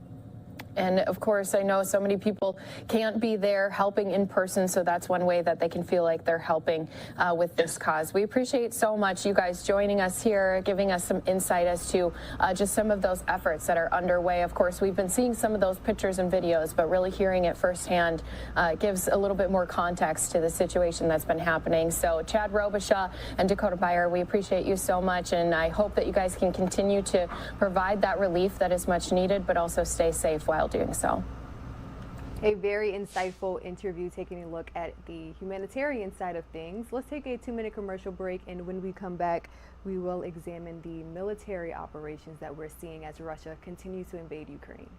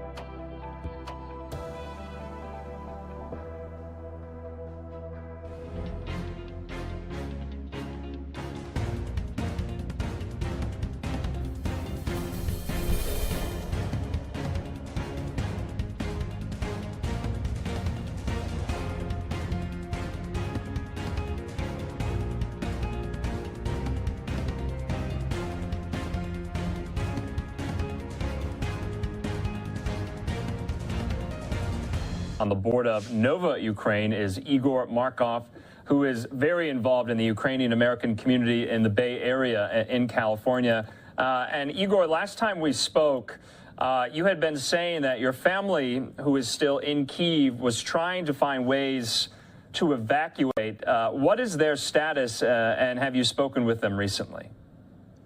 Yes, they managed to escape from Kyiv. That was a week ago, and they found their way to a town in the center of Ukraine. I will not name it here, but they're relatively safe. There was some destruction in the town from cruise missiles, but at least there was no aerial bombardment, and there's no Russian artillery nearby. So one problem that they mentioned was that the central heat, the water pipes that heat the residential apartment buildings, that was turned off every night to prevent spillage and other problems in case of burst pipes. And in that part of the world, there are no heaters in the apartments. They rely on hot water circulating, through pipes. And so they're all down with colds. But it could be. I mean, it's not the worst thing that can happen to them. Yeah, and of course, I don't want to compromise their location right now, but can you give us a sense, other than that, about basic essential services? Do they, still have internet connectivity? Can they make a phone call? And do they hear periodically, air raid sirens? Are they under a type of curfew? What is their day-to-day like? Yes, they do hear sirens. In fact, a few times when I try to call them through one of the messengers available, they said, well, we can't talk now, we are going to the shelter. And they're in a multi-floor building where the elevator is not working, and the elderly people and everyone have to walk up and down the stairs every time the siren is on. But other than that, they have all the basic necessities. There's food, there's electricity. During the day, they have heat all the time, every day. But last night there was even heat at night, so they had a warm night. And in fact, those of them who work there, basically in IT, some of them are able to get some work done in these conditions. There was a problem with gasoline in that town, but at least they managed to fill, half a tank at some of the gas stations. Yeah. And Igor, have they been in touch with some of their other friends in Kyiv specifically? Not to get too grim here, but do they know people who've been injured or even killed? How much is this reverberating through the Ukrainian population, the degrees to which everyday Ukrainians know so many who have been affected by this? So my relatives didn't mention knowing anyone who was directly affected. They did mention talking to people who are still in Kyiv, and of course I have friends who are still in Kyiv and are deciding whether to evacuate or not. But my other friends do know or have no direct knowledge of people who died, and it's very sad, very grim. The destruction in the east and also in the northeast is just amazing. It's unbelievable. The last time we spoke, this was very early on in the invasion, but now we're seeing large city centers and civilian centers. Frankly, they're getting targeted. Some of these shelling is somewhat indiscriminate, but when we see it, especially at the hospital there in Mariupol today, you can't help but think that it is targeted and these civilian centers are under direct threat. What goes through your mind when you see pictures like that? It's very clear that these are war crimes, and these are not coincidental. We've seen similar reports from Syria back a few years ago. But seeing this, in Ukraine is just very heartbreaking. Mariupol, Kharkiv, Sumy, there are places northwest of Kyiv where entire towns are essentially razed, and people are not even allowed to leave their houses. They're hiding in the cellars, and basically streets are there are bullets in the streets every time someone tries to get food. There are shots.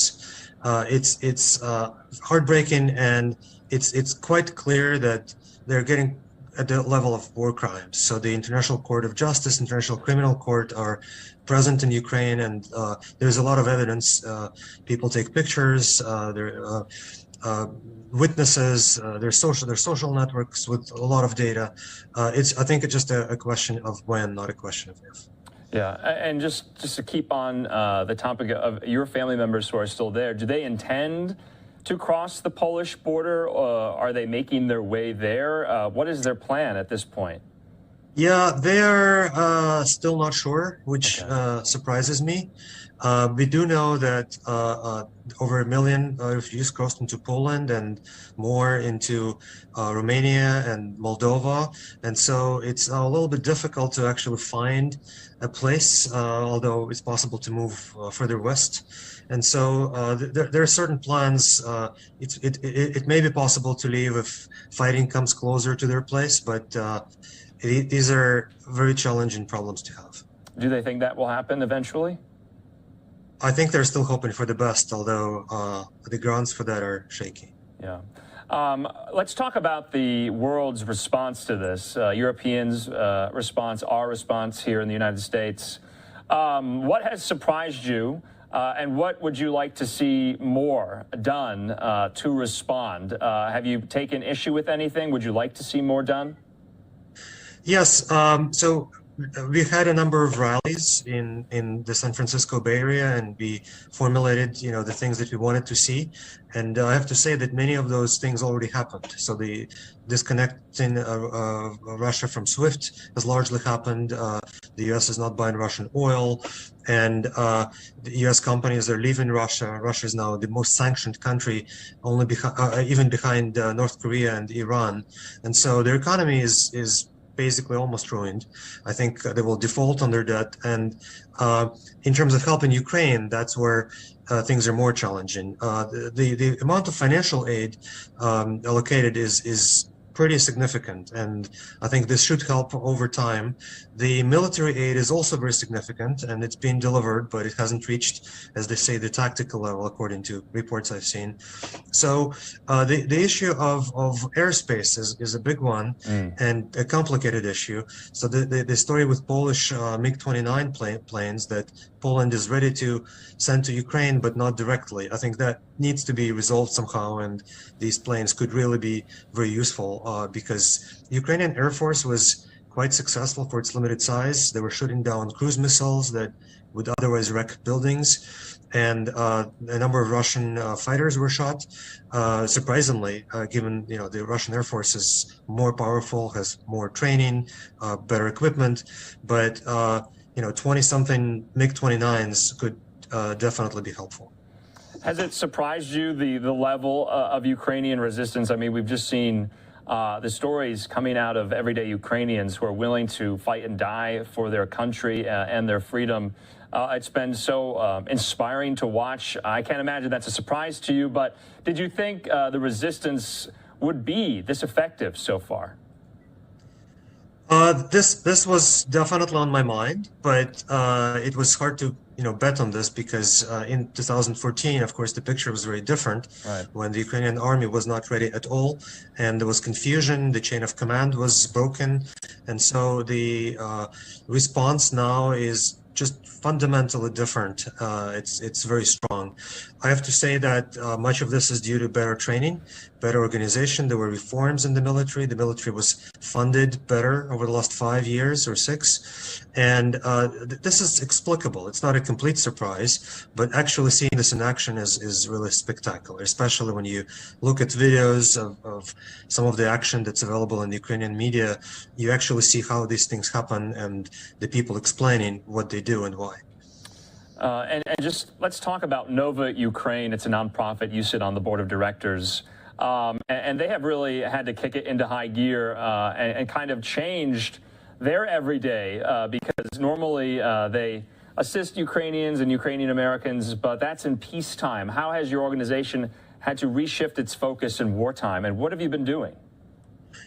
We've been very busy, and there was definitely some confusion and growth pains in terms of getting new volunteers. We are now very visible.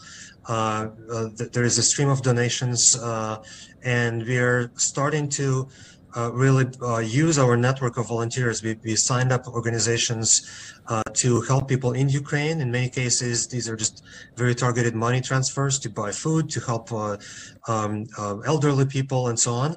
But also we're building a logistics chain where we buy medical equipment in the US, not equipment, but supplies rather, and things that are needed for first aid, things like trauma medicine.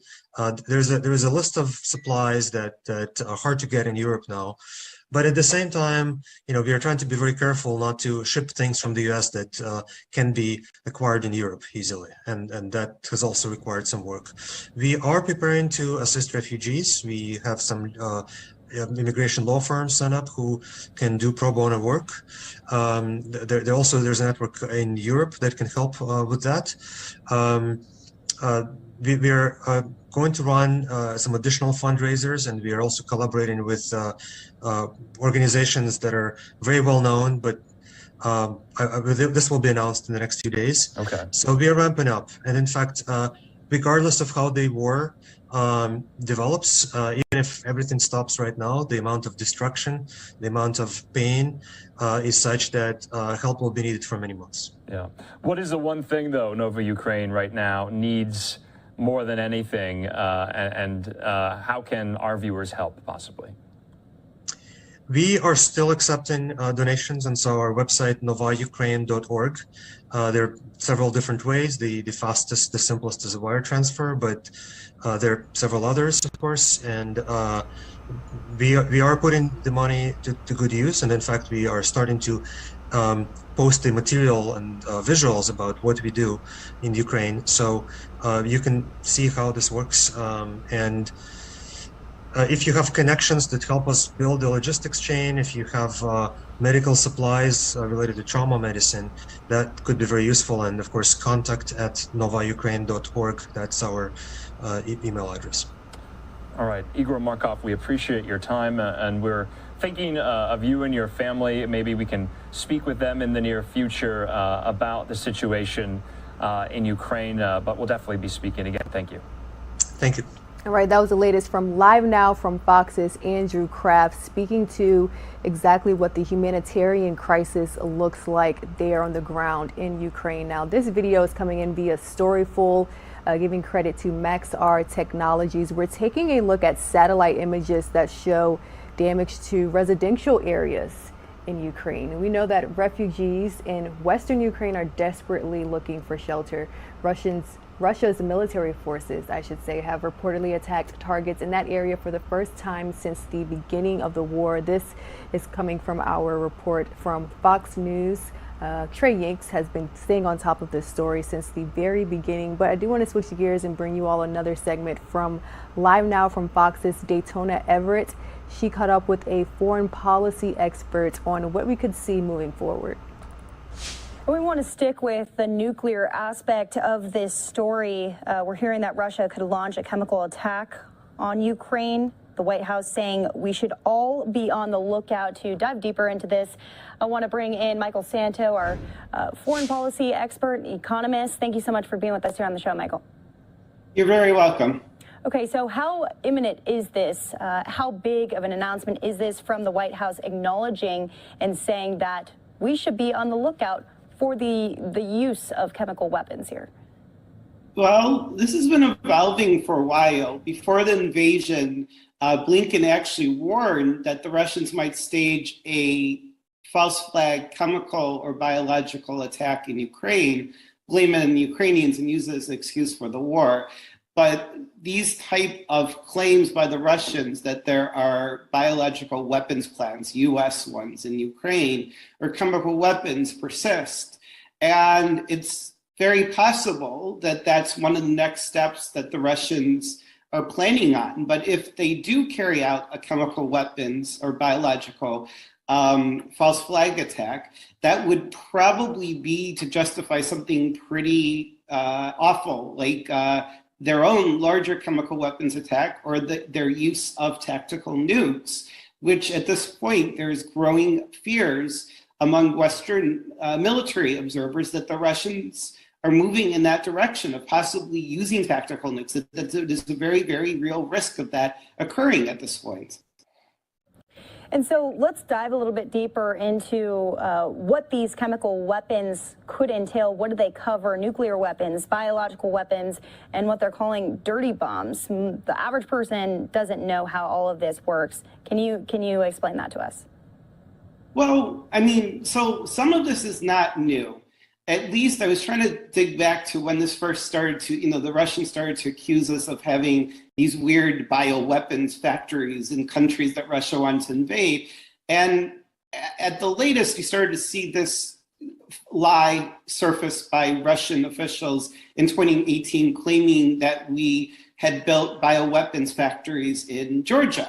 And I've even seen Facebook friends recirculating this lie, but clearly Russian government sources are saying this. We see that Russian military intelligence, the GRU, tried to kill 2 people with Novichok, which is a nerve gas even deadlier than VX, that was developed by the Soviets to kill thousands, if not tens of thousands of people, maybe even hundreds of thousands of people. I think the 2 victims survived in large part because the nerve gas agent was put on a doorknob for hours. And these type of nerve gas agents are designed to circulate in the air to basically rapidly kill people when it touches their skin, but it's not intended to stay on the surface for hours at end. It's something that you release into the air where there is a highly concentrated civilian population or high concentration of soldiers or some large group of people you want to kill. So the 2 people survived in England, and I believe only because the agent was allowed to deteriorate for hours on their doorknobs before they were actually exposed. Dirty bombs, this has caused some confusion in the press. With terrorists, and this was what the Russians would stage as the false flag attack, is any radioactive material the terrorists get, like from a nuclear reactor or hospital, that they blow up and disperse, not necessarily very effective unless, God forbid, you blow up an actual reactor, and there's actually signs that the Russians are threatening to do that. And the reason I say that creates confusion is the Russian Tsar bomb, which is the most powerful nuclear weapon, had a 3rd stage, which thank God they deactivated, which is a dirty bomb of a different type that was capable of creating more radioactive fallout than the entire US nuclear arsenal. But that's created by the nuclear reactions of a nuclear weapon. That's sometimes confused with the dirty bomb of terrorists. So for a false flag attack, the Russians would blow up a radioactive site or radioactive material and disperse it. And that's not necessarily dangerous unless, God forbid, they actually blow up a reactor. It's more of like psychological intimidation.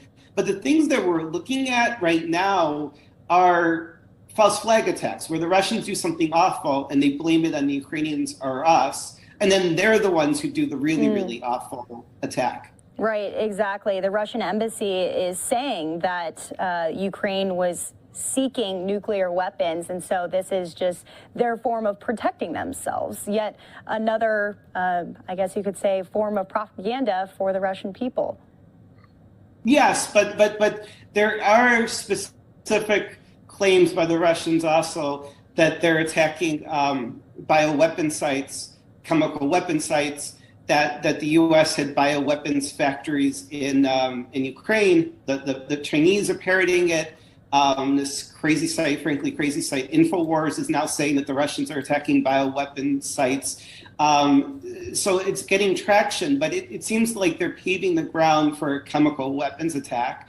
In terms of bioweapons, the Russians probably have still the most advanced. I mean, basically it's illegal. So probably basically the only bioweapons program outside of North Korea. It's very scary. They've dealt with all kinds of scary things. Chemical weapons, they have destroyed a lot of them. The real focus, non-conventional, WMD, of the Russian military is nuclear. And this is a source of a huge concern. Russian generals just view nuclear weapons very different than Western generals. They see them as usable weapons that can go from very, very low yield and explosive power to very high yield. And I think that one of the things that people are still not realizing about Putin and some Russian generals is they don't see themselves as a 3rd-rate or 4th-rate military power the way the US might. And by the way, it's not like the European militaries right now have much fighting capacity, unfortunately. They view themselves as one of 2 nuclear superpowers and the one that has 10 times as many tactical nukes as the US. Now, just to be clear, though, we have so much conventional firepower, we could still prevail. It just gets a little bit more dangerous. But the concern is escalatory risk. And this is what's binding the U.S. This is what's making it hard for us to really help the Ukrainians the way we want. Mutually assured destruction should protect the United States from major attack from the Russians, but we're afraid, logically afraid, because we're far more risk adverse than this insane, evil KGB guy, Putin, that it could escalate out of control. And it's called the escalation ladder. One step leads to another. And then Putin actually believes at every step he wins, and then we're afraid that it goes to the next step. But the last step on the nuclear escalation ladder is total nuclear war that is an existential threat to the United States and Russia. And we cannot threaten massive retaliation against the Russians because that is actually suicide for us potentially. And the Russians know that. But we're dealing with a KGB guy, and we're dealing with a lot of ruthless people. It's probably not just Putin. There may be more sane, less evil people, God willing, that have some influence in Putin, are able to if not replace him, at least just stop him. But they're just far more ruthless. We're not going to risk our country's existence, and that's why the responses of the U.S. is so cautious and careful. And if I may also add one historical thing to keep in mind is that the Soviet military did brutally put down protests and attempts to break free in both Budapest and Prague. Budapest, I think, was in '56, and they crushed the Prague Spring in '68. Might not have been quite as bad, but obviously we would have loved to intervene, though the Russian military conventionally was far larger at that time. So there was more parity in terms of conventional weapons, but we had much more of an advantage with nuclear weapons in both cases. And we unfortunately, tragically, did not intervene because we didn't want to start a world war with catastrophic consequences. So it's just a horrible thing to experience. And I wish I could say there's an easy, safe solution. Russia's just the one country in the world that we don't have much ability to intervene against, unfortunately. All right. Foreign policy expert Michael Santo coming on and breaking it down for us. Thank you, Michael. We appreciate it. You're welcome.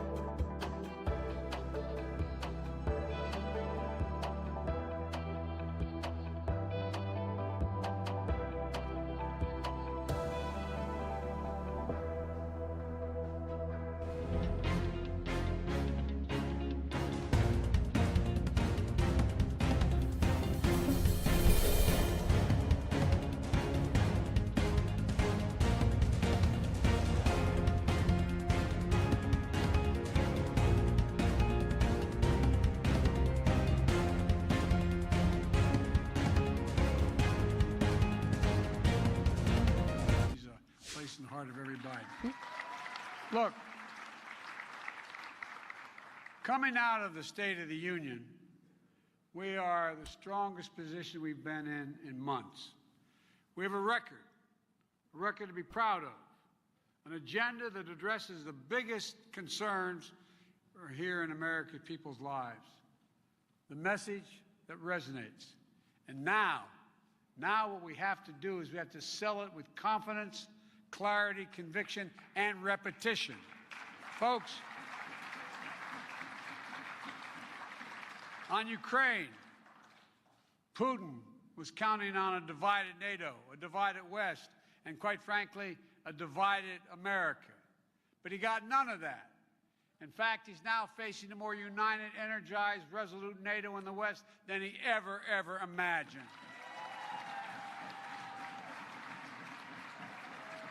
And he's failed to divide Democrats and Republicans, but we need to be honest with the American people.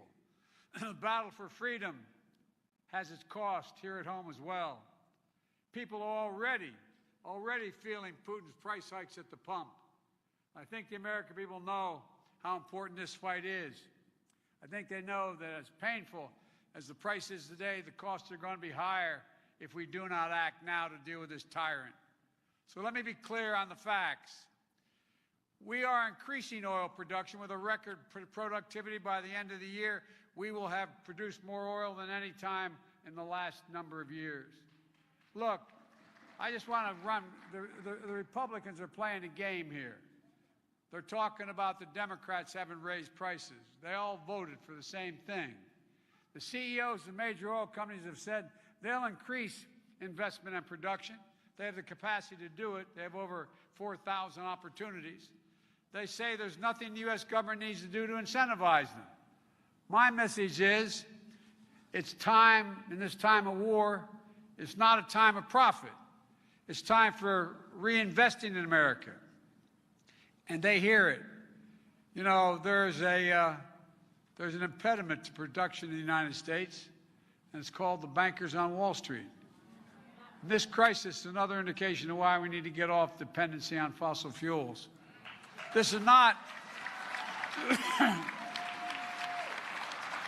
a solution to today's crisis.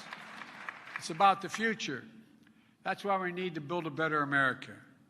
Well, let's talk about our record. The American Rescue Plan. People were hurting. We had to act, and we did. We did it as Democrats without a single solitary Republican vote. And the one-year anniversary of the passage of that act is tomorrow. We should be proud of it. We did so much, people don't even know we did it. Without exaggeration, few pieces of legislation in our history have done more to lift a country out of crisis.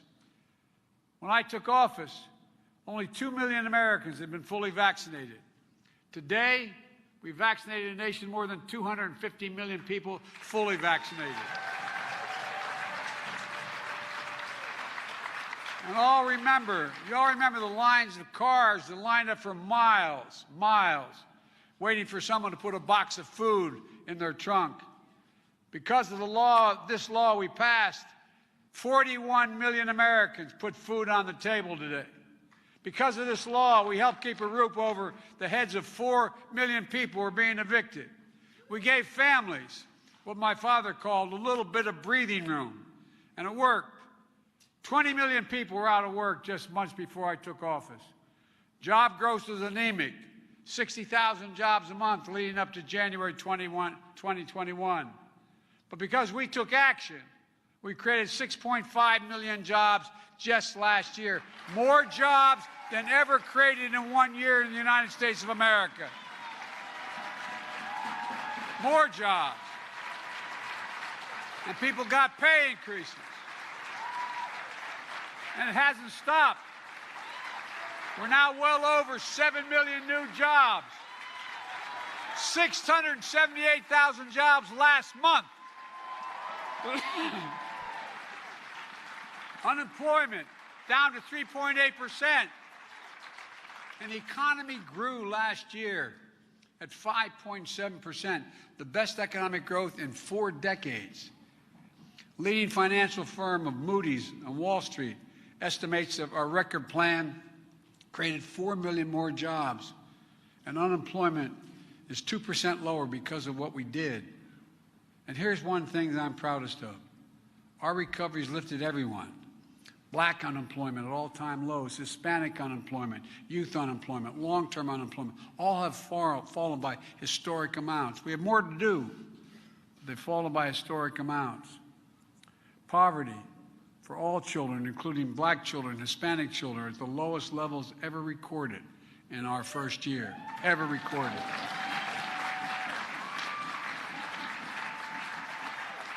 And that just didn't happen. It was a direct result of how we designed the American Rescue Plan. It was very different from how previous administrations designed their $2 trillion tax cut. Pretty much all of that $2 trillion went to the top 1%. And we took the exact opposite approach with the American Rescue Plan. We decided we were going to build America from the bottom up and the middle out. Because when the middle does well, everybody does well. Everybody does well. And our plan didn't leave a single working person behind, no one behind. Let's be clear. When America's recovery was flat on its back and the economy was flat on its back, it was the Democrats, without a single Republican vote, that brought us back. Let's talk about infrastructure. We passed the biggest investment in physical infrastructure in the history of the United States of America. Now, in this case, we got some Republican help. We got 12 Republicans in the House and a couple handfuls in the Senate. But I notice every new bridge or highway, you have a Republican who voted against the infrastructure standing there taking credit. As my mother would say, God love them. God love them. We got it done, though, and we did get some Republican help, and I'm thankful for it. Folks, the fact is that this bill, this infrastructure bill, is going to transform America. It's not hyperbole. We used to have the best infrastructure in the world. Now we rank number 8 in the world. China's number 2 in the world. We're already starting to make great progress. Just this year, we've announced 4,000 projects across the country with 1,500 bridges in disrepair. I was just talking to a good friend, county executive out in Pittsburgh. When I went out there to talk to the folks out there, it was the day that bridge collapsed. Just flat collapsed. Thank God it was 2 hours earlier, because there would have been school buses on there. No one was killed, but it was a drop of well over 100 feet. We have hundreds of those bridges all across America that are ready to collapse. Look, we need to be clear with folks about why this is happening. This bill is going to create millions of jobs. That's not hyperbole, that's literal. Rebuilding America's roads, bridges, highways, ports, airports. It's going to do something else. It's going to start to get rid of the poisonous lead pipes that our kids and our families have been drinking from their lead pipes coming through the water, coming through their... It affects over 10 million homes and 450,000 schools. And there's overwhelming evidence of the impact of lead on the brain of a developing child. We're going to invest $65 billion to deliver affordable high-speed internet everywhere in America, urban, suburban, and rural, and tribal communities.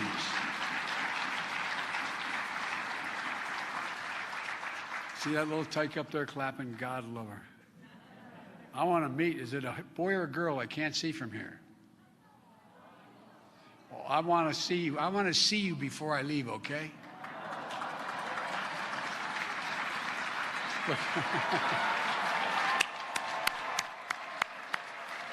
Because, folks, you know, it's not hyperbole. That's why we're doing this, folks. You know, we can't be a country where a mother has to take her child to the McDonald's parking lot to get access to the internet to be able to do their homework. This is the United States of America, for God's sake. This law is going to put an end to that and so much more. And we're going to bring back something we thought, many people thought we had lost. The ability to manufacture products stamped made in America. Look, just a few years ago,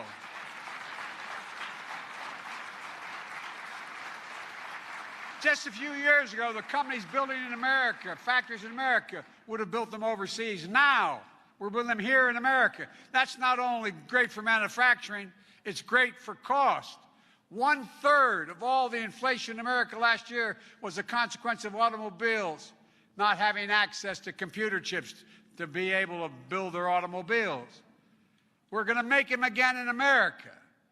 Now, here's one way to help families reduce their monthly costs as well, by the way. At a time when food and gas prices are rising, if you can lower other major costs for families, you can help their standard of living. Let's give Medicare the power to negotiate lower prescription drugs.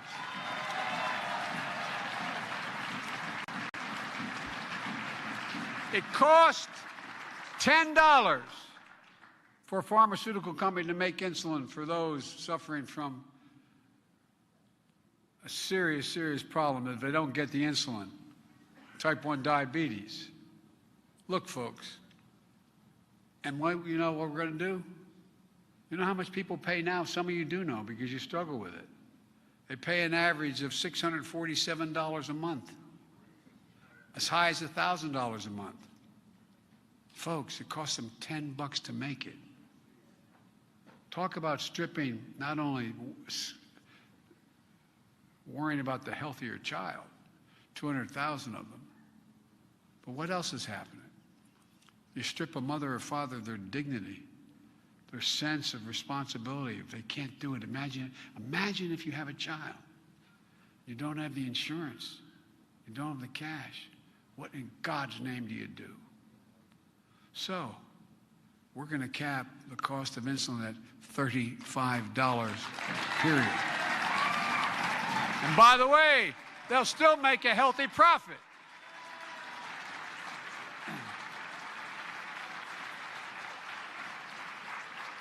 You want to further help working class and middle class families that are dealing with cost of gas and food that's gone up? Well, let's cap the cost of child care at 7% of a family's income. We can afford to do this. Folks, in major cities, it's $14,000 a year per child.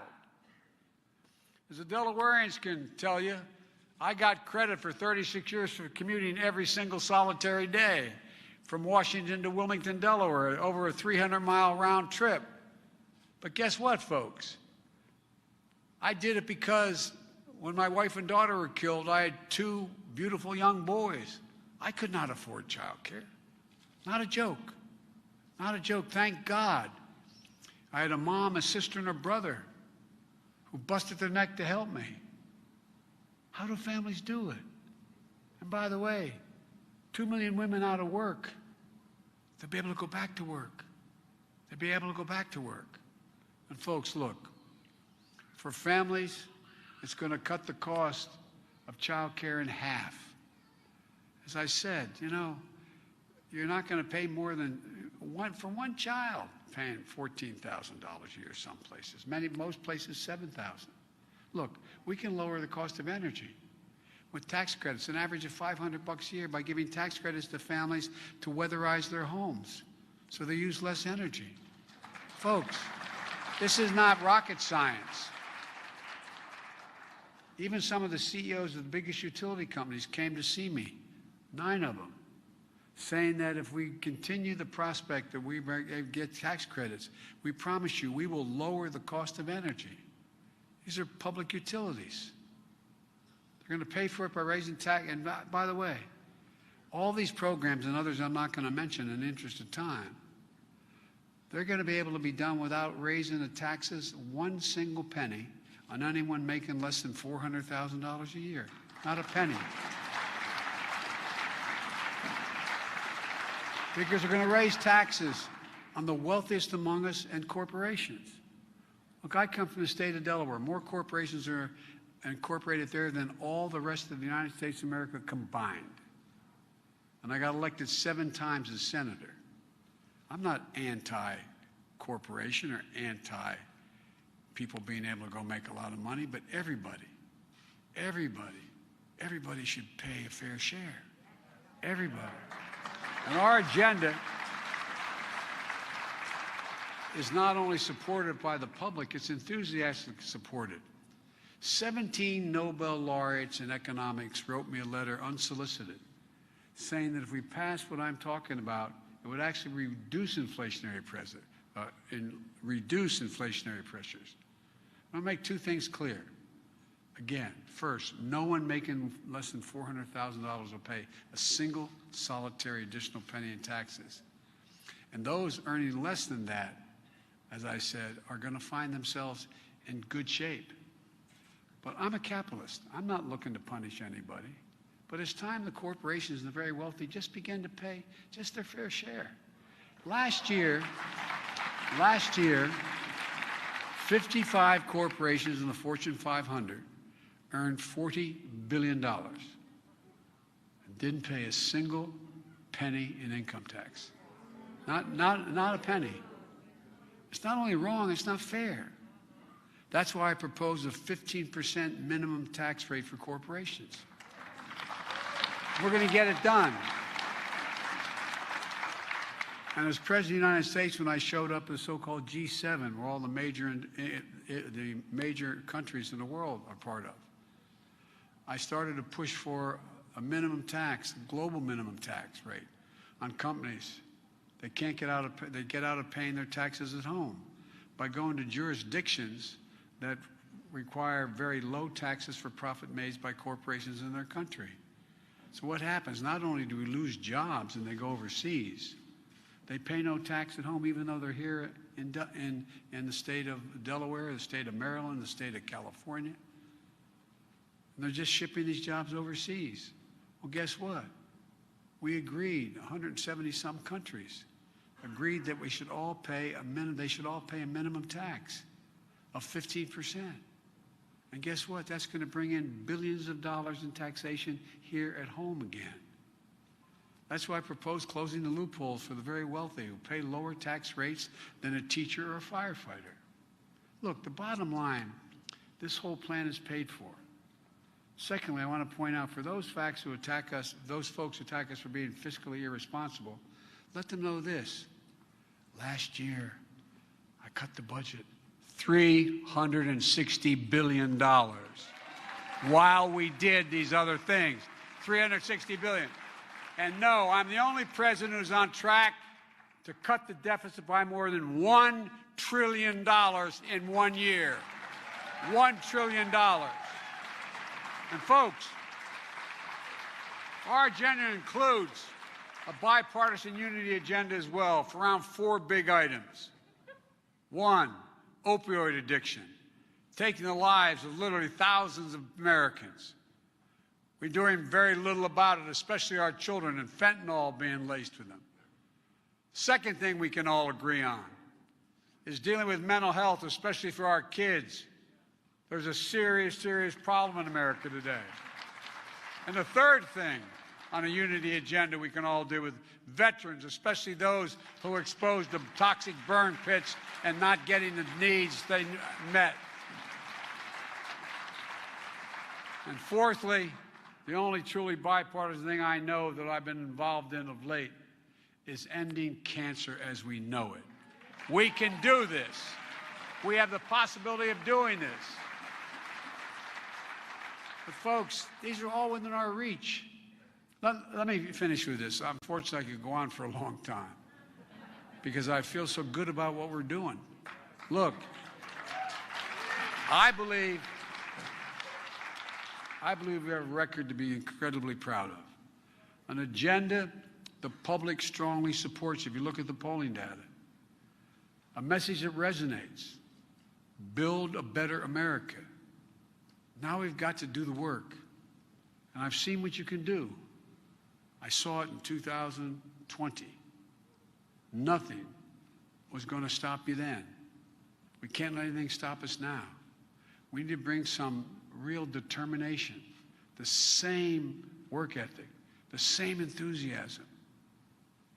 And if we do that, we're going to keep the House and keep the Senate and add seats. And by the way, if we don't do that,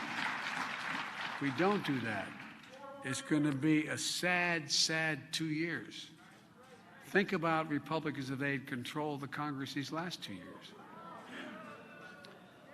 Ask your Republican friends, I mean this sincerely, name me something the National Republican Party is for.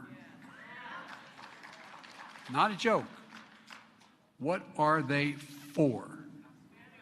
Now, 2 people in the party laid out what they think it's for. They think we should raise the cost of Medicare. They think we should cut. But what are they for? Folks, we'll strengthen our position with governorships and up and down the ticket. And more importantly, we're going to change this country.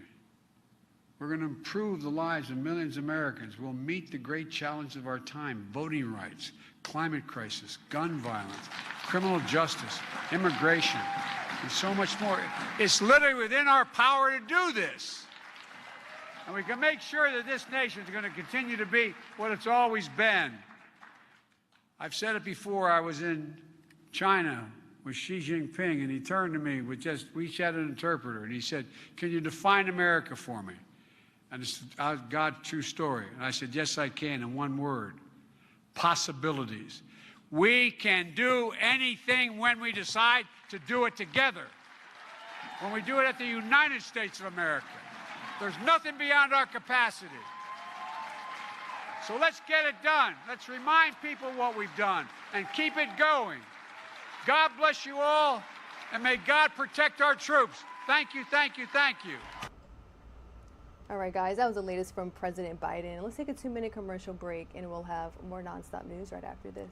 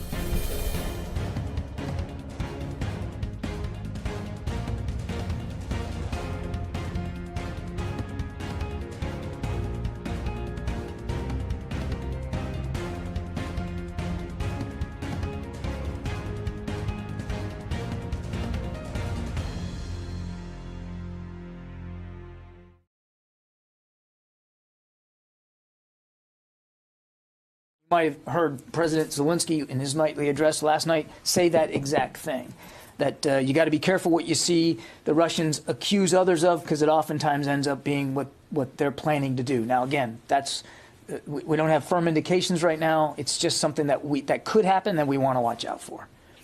Yep, Tara. Thanks, John. The Ukrainian Ministry of Defense reported earlier today that Russia launched 2 airstrikes inside Belarus, potentially to try and drag Belarus into the war. Can the Pentagon confirm this? And has there been any outreach or attempt to try and keep Belarus out of the war? You've mentioned, or there have been missiles launched from within Belarus into Ukraine already. Yeah, we can't confirm these reports. Seeing the open source reporting on it, Tara, but we have nothing to corroborate that. And I would just tell you that we haven't seen any indications that Belarusian troops or forces have moved inside Ukraine. We did note that the president of Belarus made comments the other day through state media that he felt it was important for Belarusian forces to come to the defense of the rear of Russian forces should they be attacked, the supply line route, if you will. That's the first time that he's ever said anything about Belarus perhaps getting involved, but no indications at this time that they have or that that's in the offing. And then separate topic, as these sanctions have gone into effect, you've started to see global food prices spike, and there's concerns that this could raise additional risk of conflict in countries that are already facing hunger, such as Afghanistan, and likewise. Is the DoD looking at this? Is there a greater risk of global conflict because it'll become that much harder to feed people that already face great food insecurity? The administration is obviously looking at the humanitarian crisis that this war of choice is causing. and exploring, excuse me, let me try that again with English, exploring lots of opportunities to work inside the international community to alleviate that.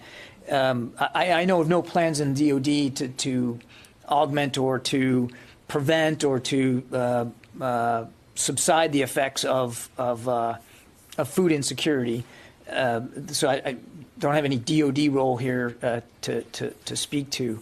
But I do want to just pivot off, one thing you had in your question, which was this risk of escalation. And obviously that is something that we're constantly concerned about, the risk of this conflict escalating beyond what it already is and is already dangerous enough inside Ukraine. So, to Court's questions about the things we're looking at and what we're monitoring, we're constantly concerned about the potential escalation here. I guess the question is just the overall trickle-down effects. You have this conflict inside Ukraine that is having already global ripple effects, and whether or not the Pentagon is taking a broader view of already hot zones, conflict zones, and if this will make it worse because hunger becomes worse, access to food becomes worse. Yeah, again, we haven't seen any... I get where the question's going. Oftentimes when you have instability in one area, it can bleed over to others, either in that region or without. And I understand that. I would tell you, broadly speaking, we're constantly looking at threats and challenges around the world, and we're not unmindful of the fact that threats and challenges do spill over and can cause instability and therefore insecurity in places that aren't the origin of the conflict. So we're obviously taking a global view. We do that every day. We're certainly doing that in light of what's going on in Ukraine. I don't know. Well, let me put it another way. We haven't seen any specific indications that that there are going to be any imminent insecurity issues, challenges, threats in other regions as a result of this that we're going to have to address. I think that's what you were trying to get at. And I just think it's too soon to know that right now, too soon to tell. But obviously we're watching clearly because of the potential for escalation here. And I just want to say, if I can again, it's a war of choice.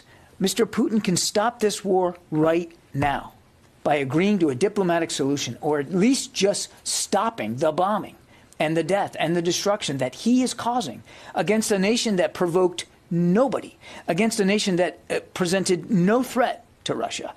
All of this is by his choice, and all that blood is on his hands, and he could stop it right now if he wanted to.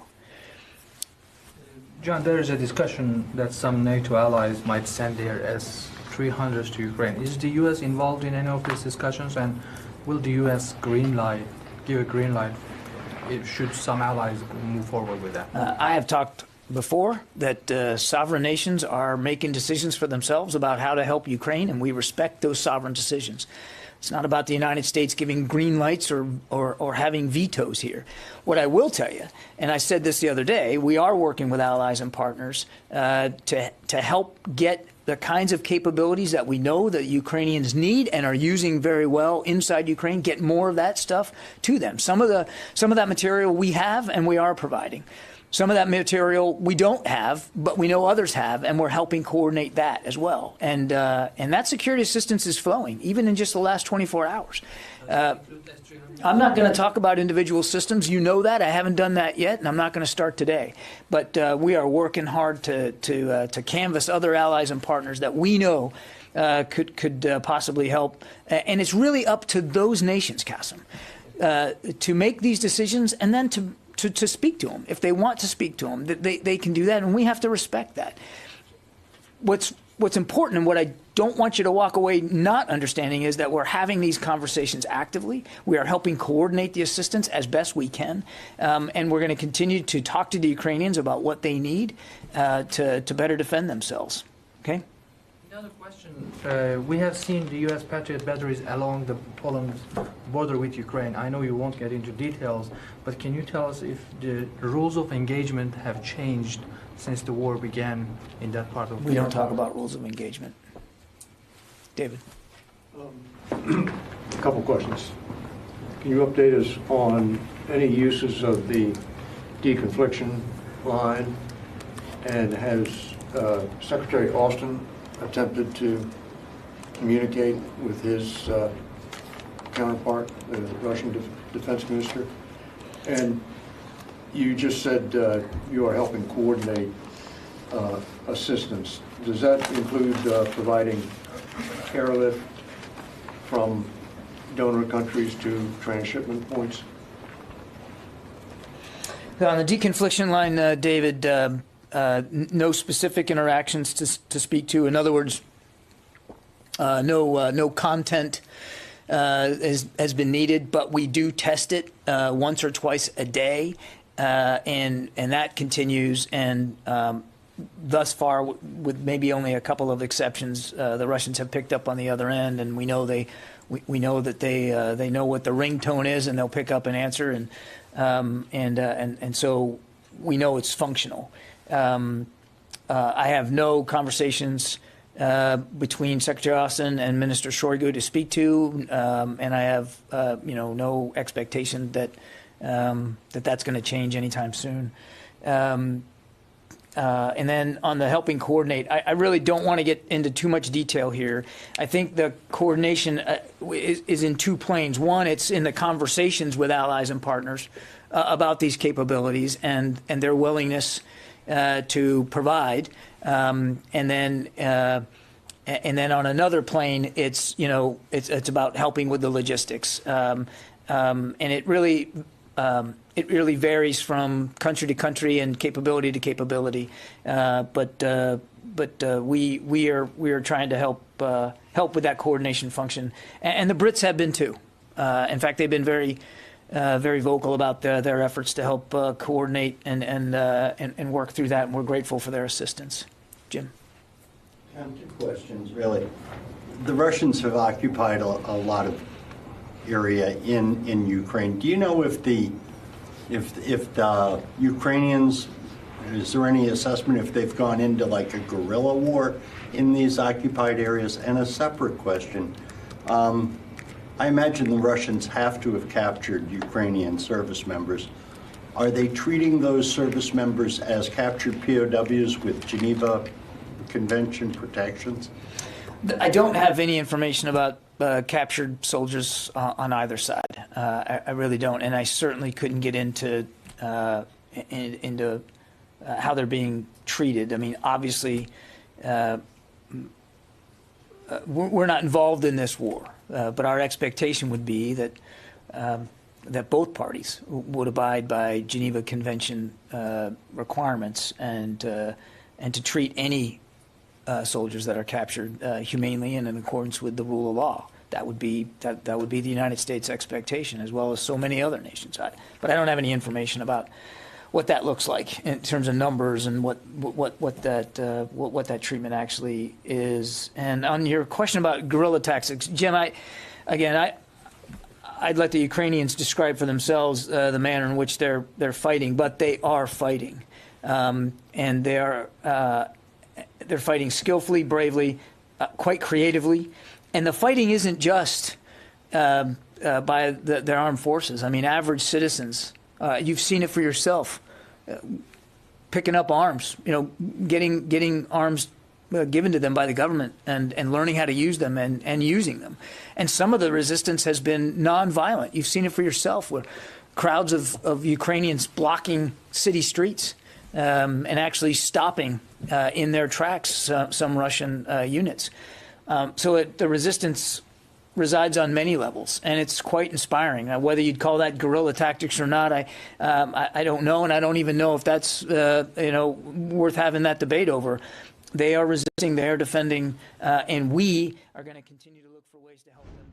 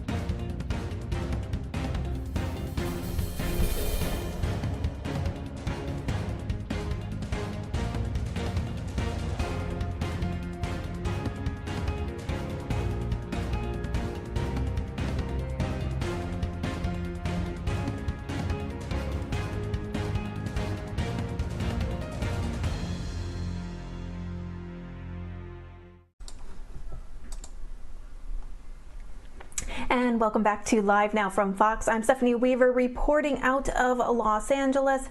Happy Sunday, everyone. Thank you for joining us here on Live Now from the West Coast. The U.S. National Security Advisor Jake Sullivan said this morning that efforts continue to stop attacks in the Ukraine. A Russian military strike happened overnight in western Ukraine and has killed 35 people, and over 134 have been injured. Now, President Biden announced recently additional aid to Ukraine for military services and military weapons, an additional $200 million. That's already on top of the $6.5 billion that has already been approved. So we're going to continue our coverage on Ukraine and Russia here on Live Now from Fox, starting with a few organizations that are helping refugees in Ukraine. Let's take a look. As brief as I can. This morning in Warsaw, the Vice President said, among other things, that she supported investigations into potential war crimes by the Russians. Hey, so it's already past midnight here in Kiev, and it's officially International Women's Day. Usually on this day, kids are giving their mummies flowers and cards to say how special they are. This year, our kids have been robbed of this opportunity. They are either at refugee camps or very far away from us, to keep them safe. This year, Ukrainian women will receive flowers, but these are not only flowers that we will be carrying, because we are also carrying guns to protect our country along with our men from Putin, crazy dictator, and from the war that Russia is bringing in. I want to congratulate all Ukrainian women who are standing up and fighting. You are incredible. Because of you, we will win.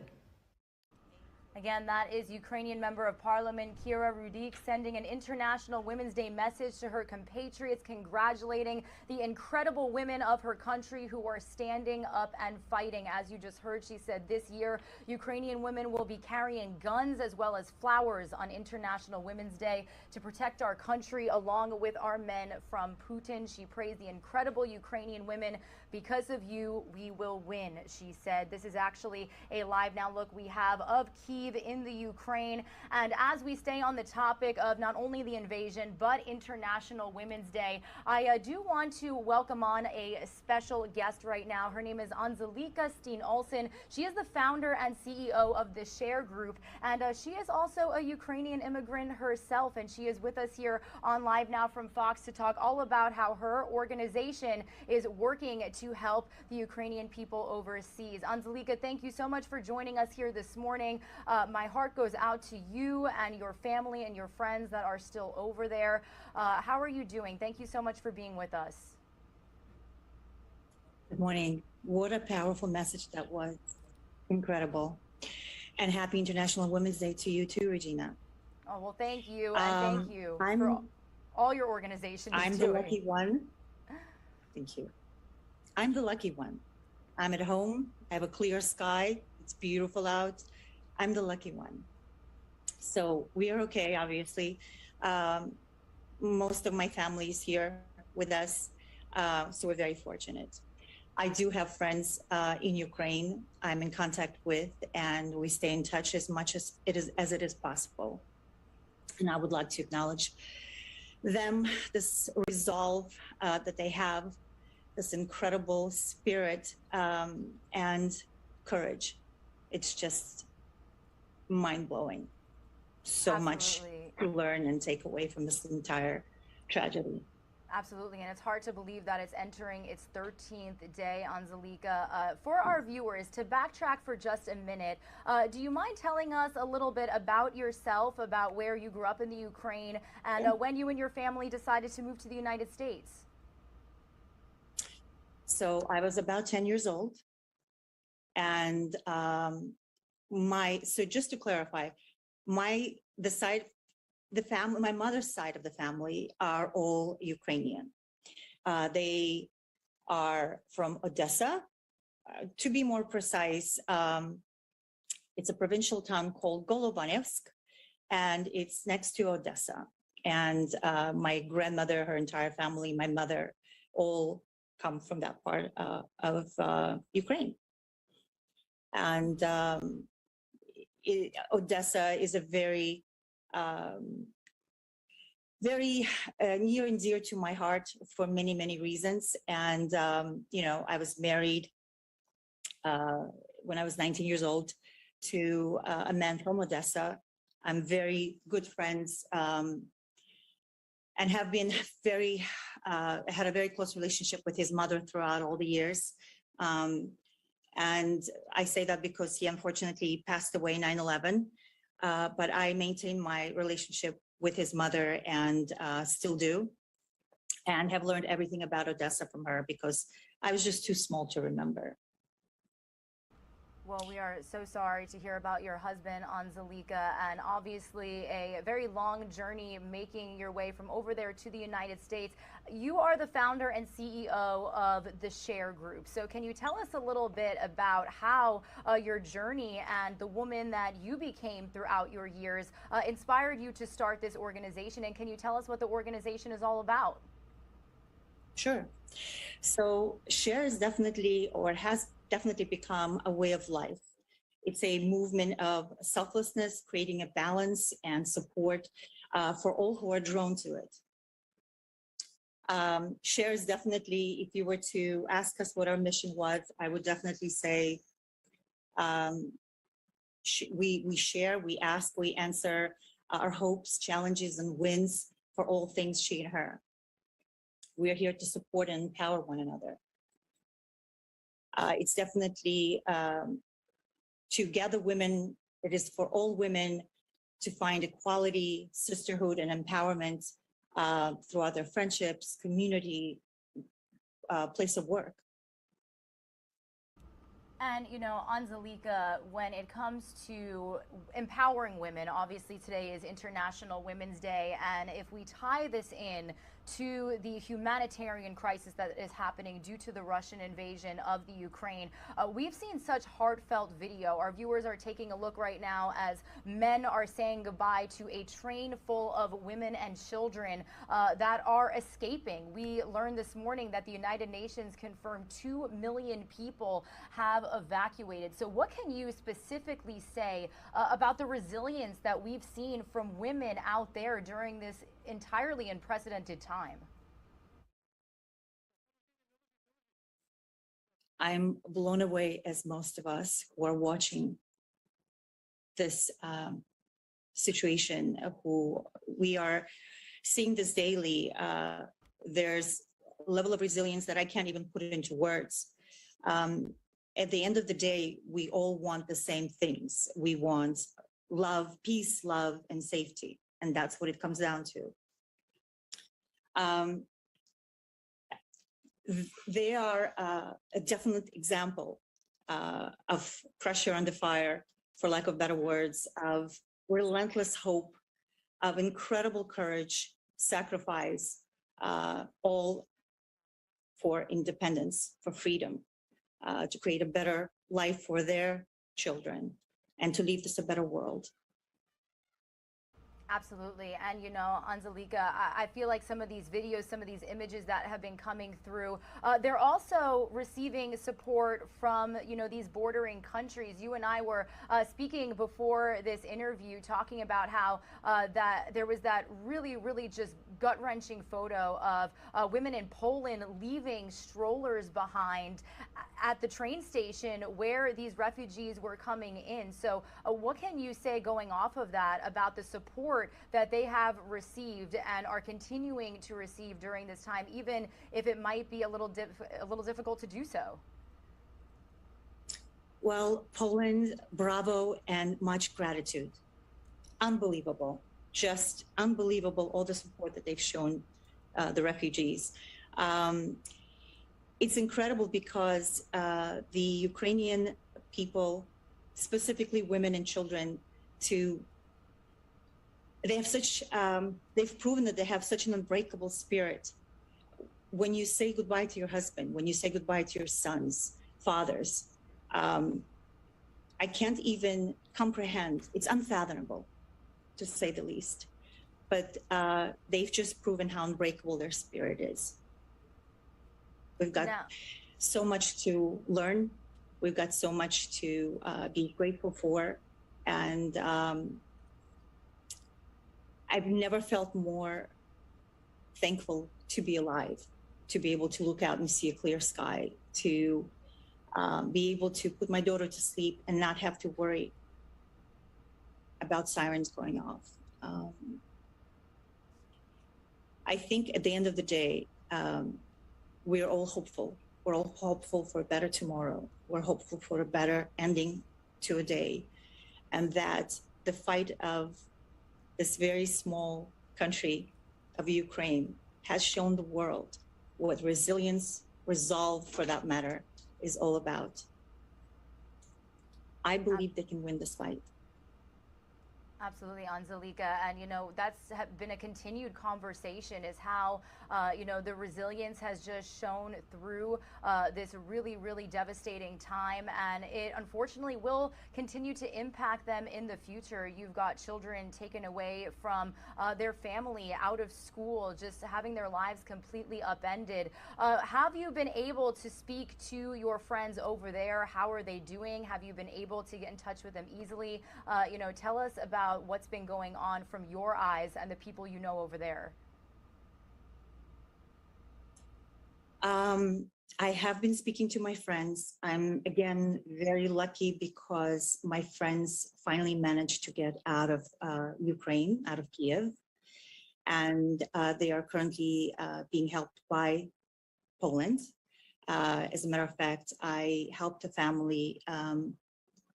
I connected them to a dear friend of mine in Poland who was able to provide a place for them to stay for the next 3 months. So that's something I've been working on the last 4 or 5 days. But I just think that we're very fortunate in having amazing neighboring countries at the borders who have opened their hearts and their doors and their just showed incredible support. Yeah, absolutely. And, we have been learning over the course of this invasion that Poland actually has the largest Ukrainian population outside of the country itself. So like you said, they have really been showing quite an effort, as other countries surrounding Ukraine as well. Anzelika, I understand that you and the Share Group are working on your own efforts to help the people out there. What can you tell us? What are you and your team doing? So I've partnered up with a friend whose name is Masha Brodskaya, and we are putting together a classical concert with some amazing virtuosos in support of Ukraine. These performers are from Ukraine originally. We're hoping to also have a live performance of a musician directly out of Ukraine. So hopefully, we're not sure how that's going to work out, but that's what we're working on and trying to put this concert together. And again, the idea behind this is to remind people that hope is still alive, to restore faith and hope in humanity. And that's actually going to take place Sunday, the 20th at 7 p.m. And it's going to be available throughout our social media platforms, YouTube, and other global networks. Streaming. I was going to say, how can our viewers help? How can they get involved? Join us. Donate if you're able to.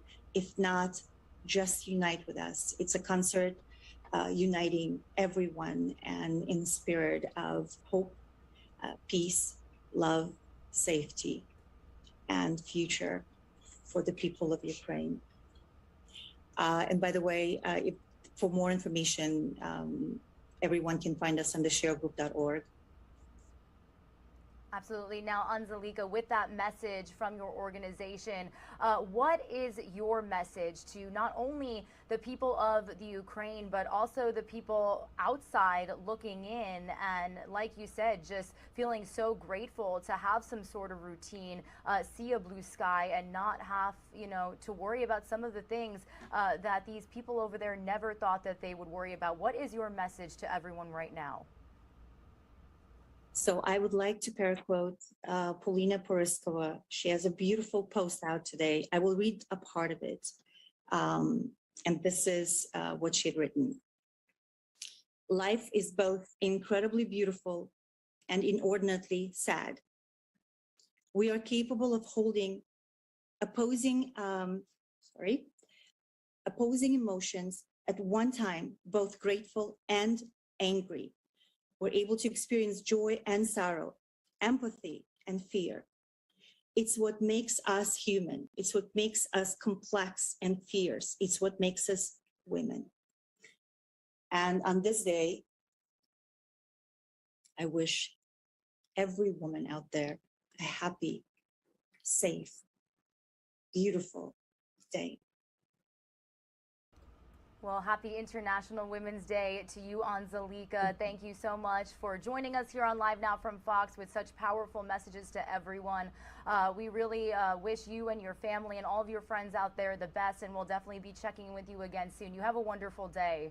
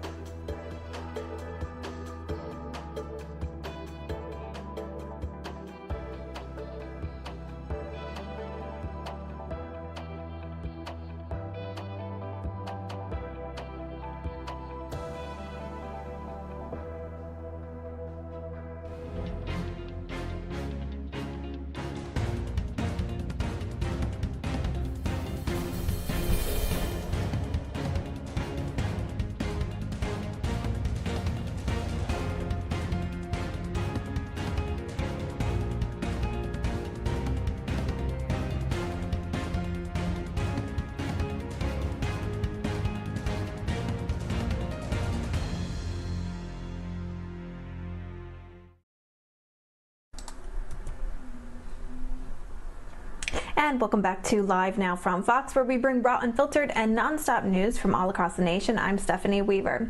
We're also going to show you a package from our very own Live Now from Fox's Christy Larson, speaking with another organization, Samaritan's Purse, and how they're helping refugees as well. Let's take a look.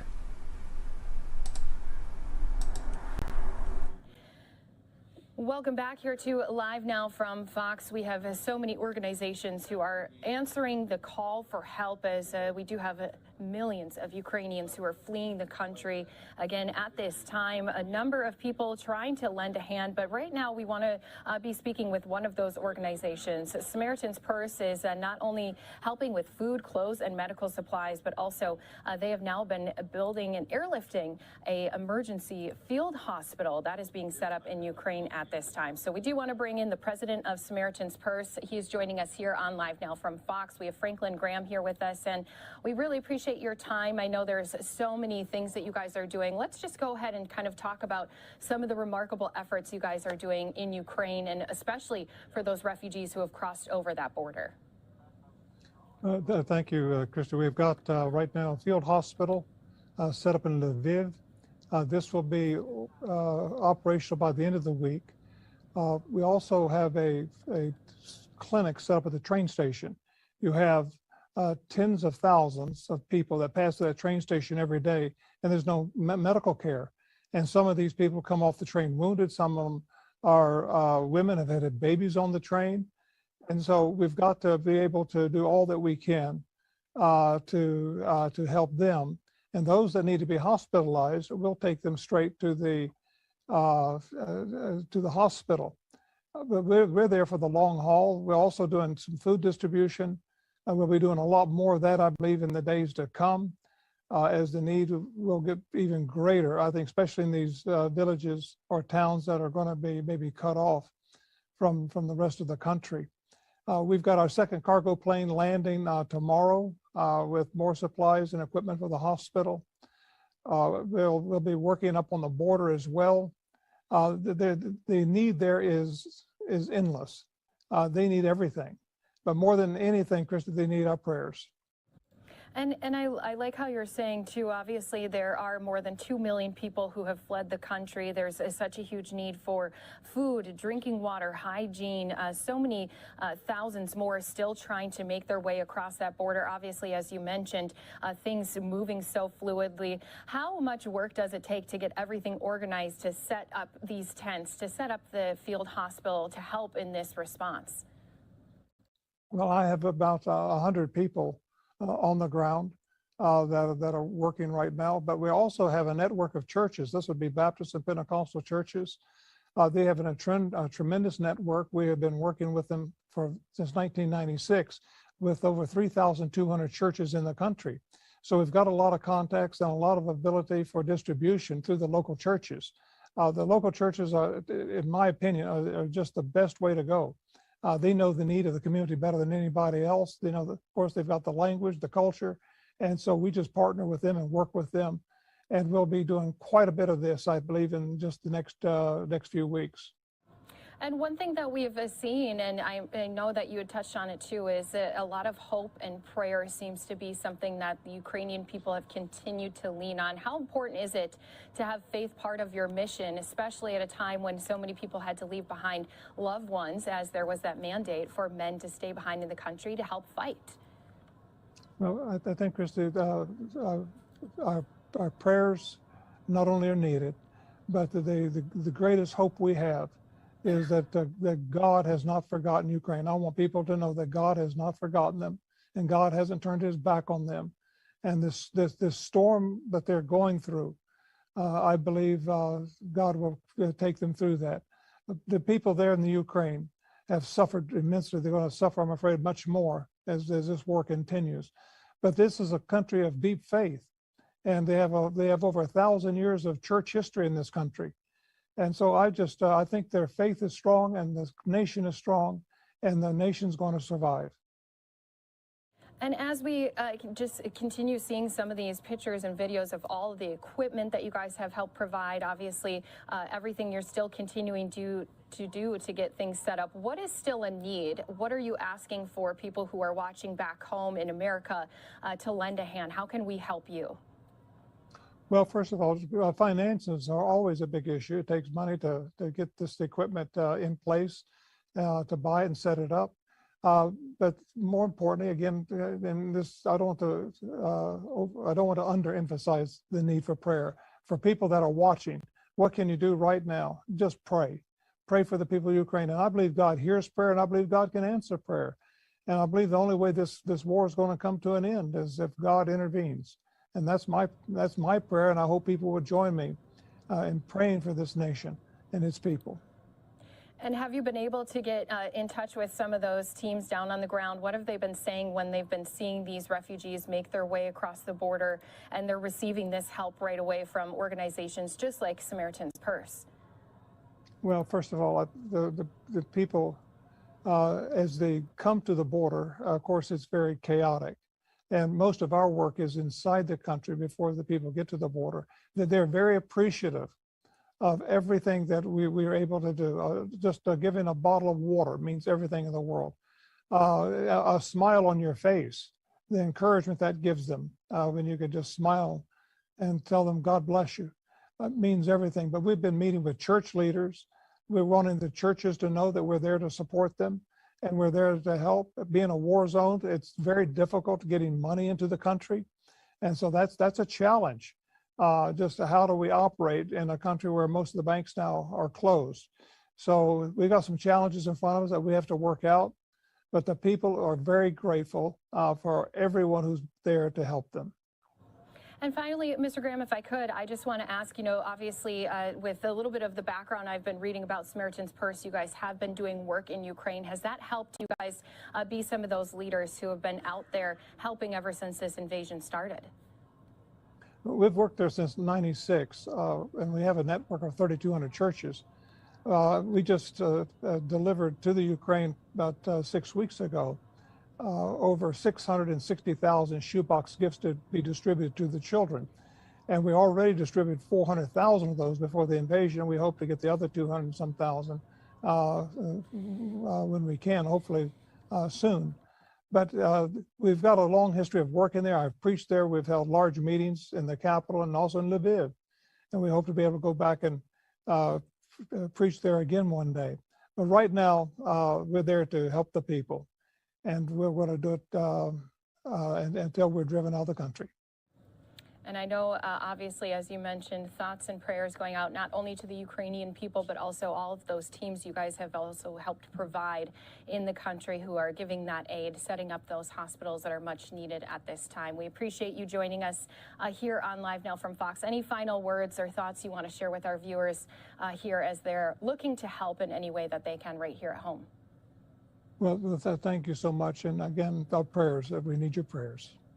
Yeah, and I know a lot of people really praying for the entire country, of course, here during this time. So again, President of Samaritan's Purse, Franklin Graham, we appreciate your time here today. We look forward to getting more updates from your team in the future on how your mission is continuing along. Thank you. God bless.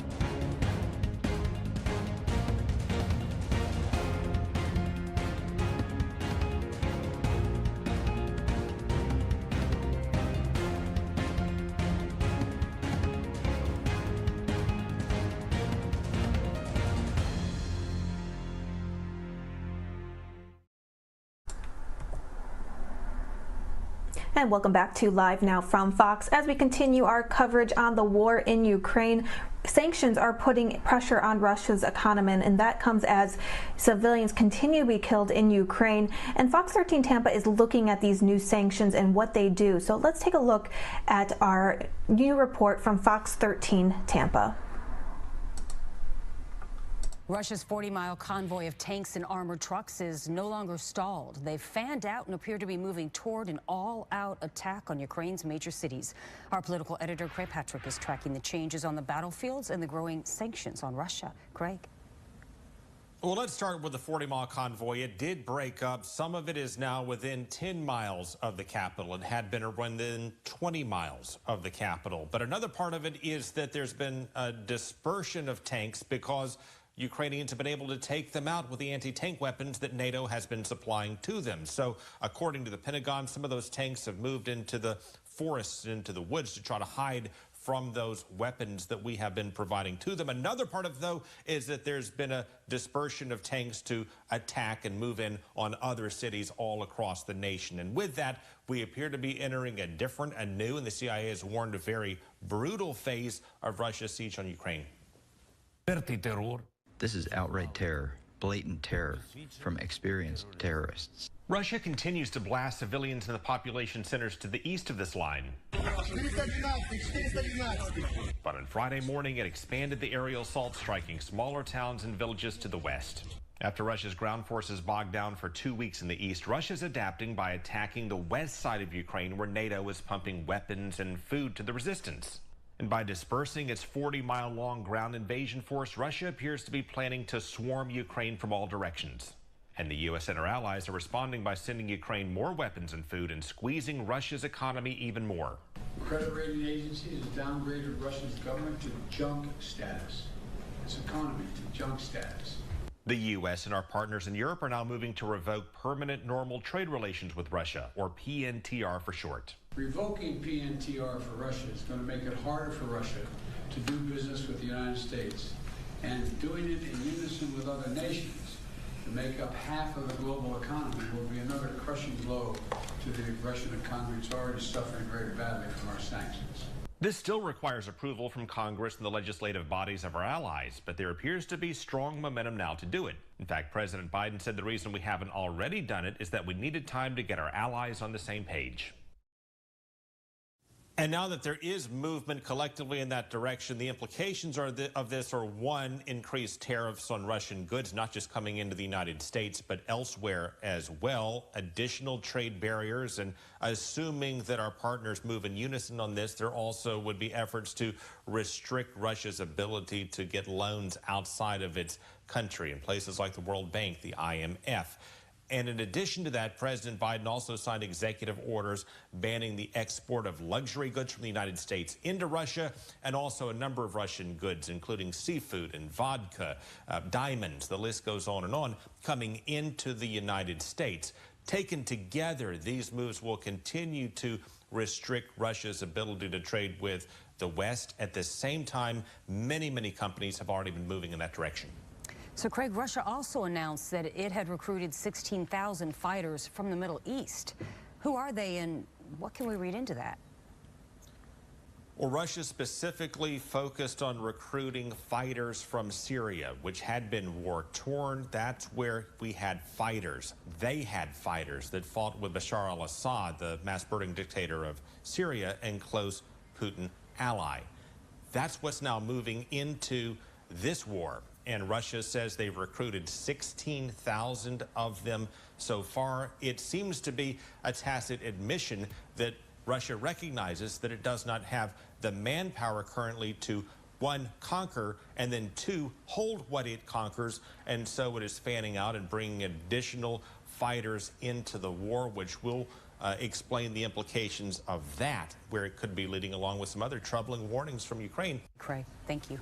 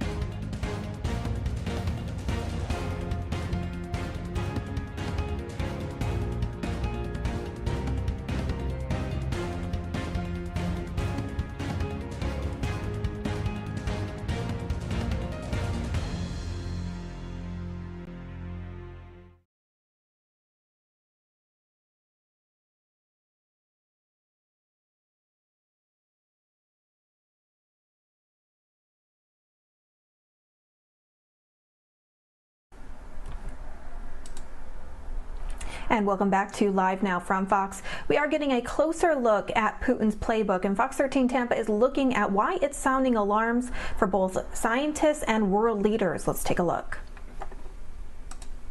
Well, now to the war in Ukraine. Talks between top diplomats this morning failed to reach a ceasefire, and now Russian invaders are encircling Mariupol, which is the same city where they struck a maternity hospital yesterday. And that deadly attack on children and pregnant women has drawn outrage from really across the globe. Yeah, it really has. Ukraine's president accusing Russia of attempted genocide, and Western officials are branding the strike of that hospital a war crime. Vice President Kamala Harris traveled to Poland today to help call for a war crimes investigation into Russia. And now international scientists are also raising concern about the safety of nuclear power facilities in Ukraine. All right, here to explain all of today's developments is Fox 13's political editor, Craig Patrick. Craig, it's pretty incredible, too, what Russia is saying about that strike on that hospital, saying, no, this wasn't a hospital. This was a Ukraine militia base. And, you know, ignore the photos you're seeing of the injured pregnant woman and that sort of thing.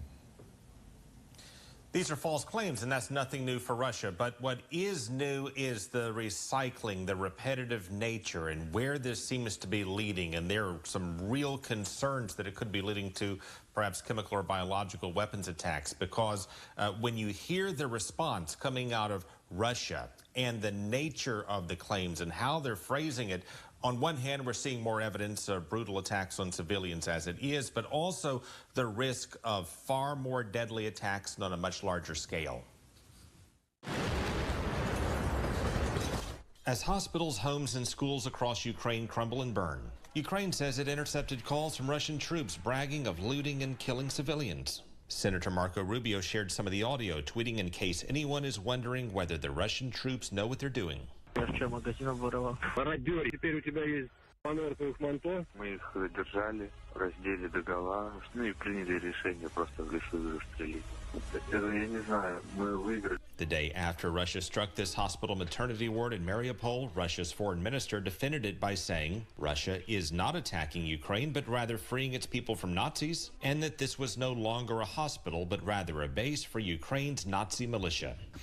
It had no women, no children, no medical professionals inside. It was occupied by the militants. And as for the pictures of pregnant women wounded in the attack, he claimed they don't exist. As for hospitals and maternity wards, I have just said that, but you're not listening. That's right. And I think you're not even listening to my answer if you don't speak Russian.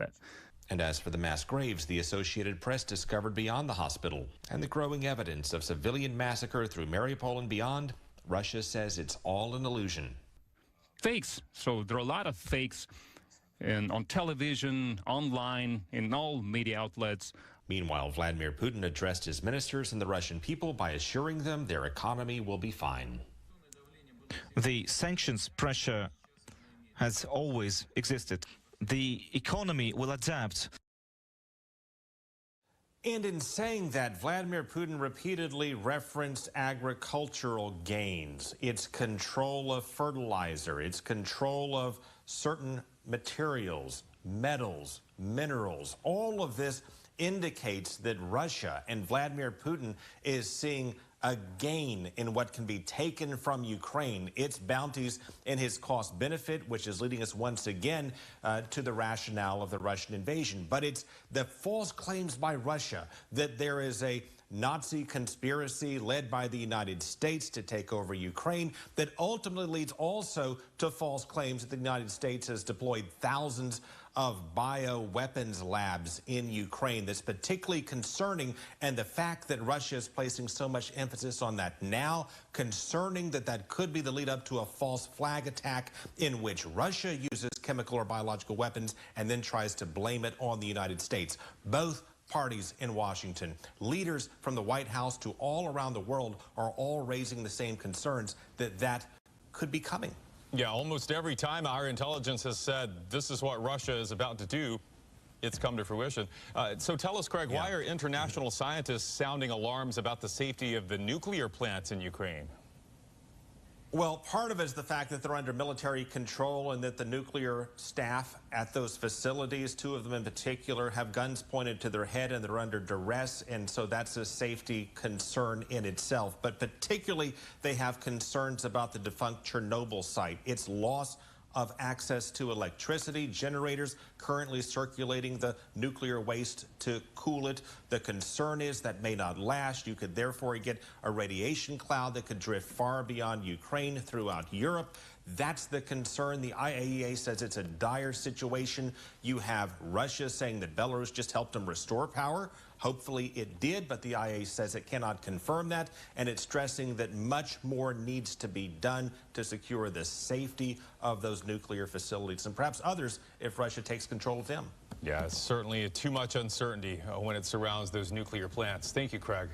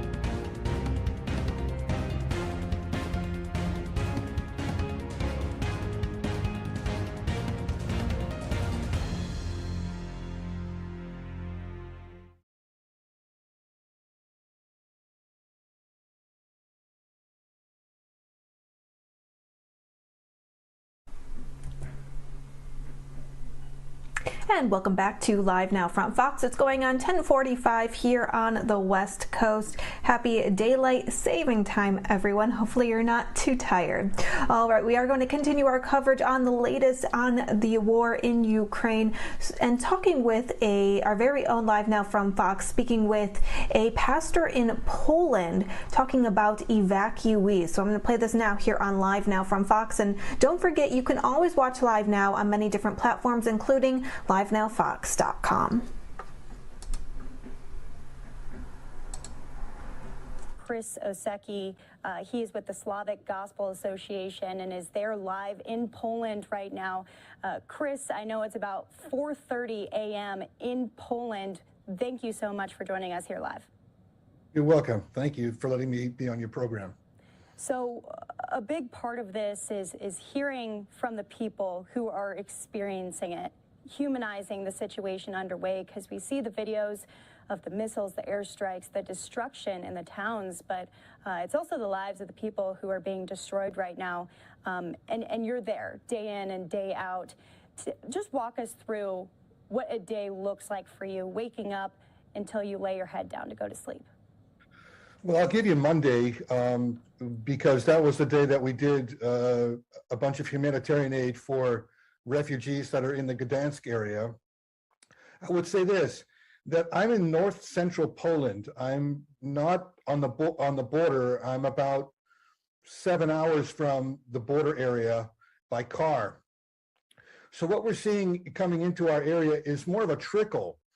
And a lot of people have been absorbed into the community, a lot of the refugees, because we have already 1 million Ukrainians living with us here in Poland. So on Monday, for example, I got up, my wife and I, we went to the grocery store once, twice, 3 times, 4 times, and we filled the shopping cart up and we took the groceries to the church. And then and on Monday evening, we packed them and then we brought them. It's about a 45-minute drive from where my church plant is to the Gdansk area. And in Gdansk, the Baptist Church has set up sort of a refugee center. And I'd say it's a crisis center. They've got food, they've got clothing for the people, and they house them overnight. So we're supporting the efforts in Gdansk. But again, a lot of these people are mobile. They're coming in and they're leaving. So they're in transit, and a lot of them are going to Germany and other Western countries. My son called yesterday. My son is a youth pastor in Warsaw, and they've taken care of about 1,000 refugees over the past several days. He didn't say, how many days, but and he said that most of them plan to go west. So as far as people that are coming in and staying, at this point we're seeing this, but we're not seeing the huge numbers that you get from the border area. As I mentioned, a lot of people are already staying with relatives who live here. Right, so we're actually taking a look at one of those shelters that you guys have provided aid to, and many of the people there, young children. Talk about the families and what they're going through and the resources that are needed right now so desperately. Well, those are some pictures from our church. I'm a church planter. I'm a person who starts churches in Poland, Baptist churches, and those are some pictures where the children was after church on Sunday, where we had Ukrainian guests come who are staying with some other Ukrainians. There's a picture from Gdansk, from the Baptist church. That's a room which is normally used for teaching and fellowship, and it's been turned into basically a dormitory. The needs, a lot of aid is getting into the country. I guess the biggest need right now is coordination of what's coming in. I talked with the president of the Baptist Union yesterday, and he said that that's the biggest need. There's aid coming in from the EU, there's aid coming in from the UN, there's aid coming in from churches and individuals, and it's all good, but it needs to be coordinated so that it gets to where it needs to go. And so that's the, that's where it looks like. In the Bible, there's the story of Joseph who went before his brothers, and he prepared a place for them in Egypt. And in a real sense, in Poland right now, that's what's happened. That there were a lot of refugees from Ukraine which came in 2014, 2015, when the fighting first began in the eastern sections of Ukraine. And they've come and they've set up their homes here. And the Ukrainians that are coming in, a lot of them already have relatives and family and friends. The second wave that we're waiting for now is probably going to come in, and they won't have places to stay. So many of us have opened up our churches and homes to the people who are coming, who are on their way. But the first wave, a lot of it is being absorbed by sort of, I would consider this Joseph effect, where there was this preparation, and I see it as a preparation by God to absorb all the refugees that have come in. And of course, there are pictures of people sleeping at the train station and things which are disturbing to look at. But remember that a lot of this is transit, that people will sleep at the train station, they'll get up the next day and get on a train, and they'll go into one of our areas or go further west to Germany or to some other Western countries. Okay, yeah, let's go into that a little bit deeper. Since you're there in Poland and you're actually seeing it happen and you're hearing the stories from people who are resettling there, Ukrainians who are making that journey, making that trek, kind of fact check it for us. How desperate is the situation? Well, the situation is certainly bad but it's also, you know, the pictures, a lot of the pictures you're seeing on the internet and on the television are from the border area, which really looks bad. I mean, children walking over by themselves with a phone number written on their hand. And that's true. But the reality is that once they get here, they're finding shelter. And the Polish people are really up to the job of getting people to shelter and opening their homes. Well, that's certainly good to be hearing that these aid efforts, especially we tell stories all day about U.S. companies and U.S. churches that are helping out organizations, sending over resources, sending over aid. And a lot of the time we hear that it's blocked by Russian forces. What do you have to say about that? Is the aid funneling through okay? You know, what's going on the other side of the border, I've again spoke yesterday with the president of the Baptist Union, and there are convoys that are going over, usually of smaller vans. They'll take a lorry or a tractor trailer and reload it. For example, there's some pictures on my Facebook page that I copied from another person in Warsaw. And there's a big tractor trailer that came from Ireland, and they're reloading it into smaller vans and getting it over the border. And so the stuff is getting, at least as far as Lviv, I don't know. I don't personally know how much further it's getting into Ukraine, but they are getting help over the border, and there have been warehouses which have been rented out to store on the Ukrainian side of the border a lot of this help that's getting into the country. So it's getting there. I just don't know how far.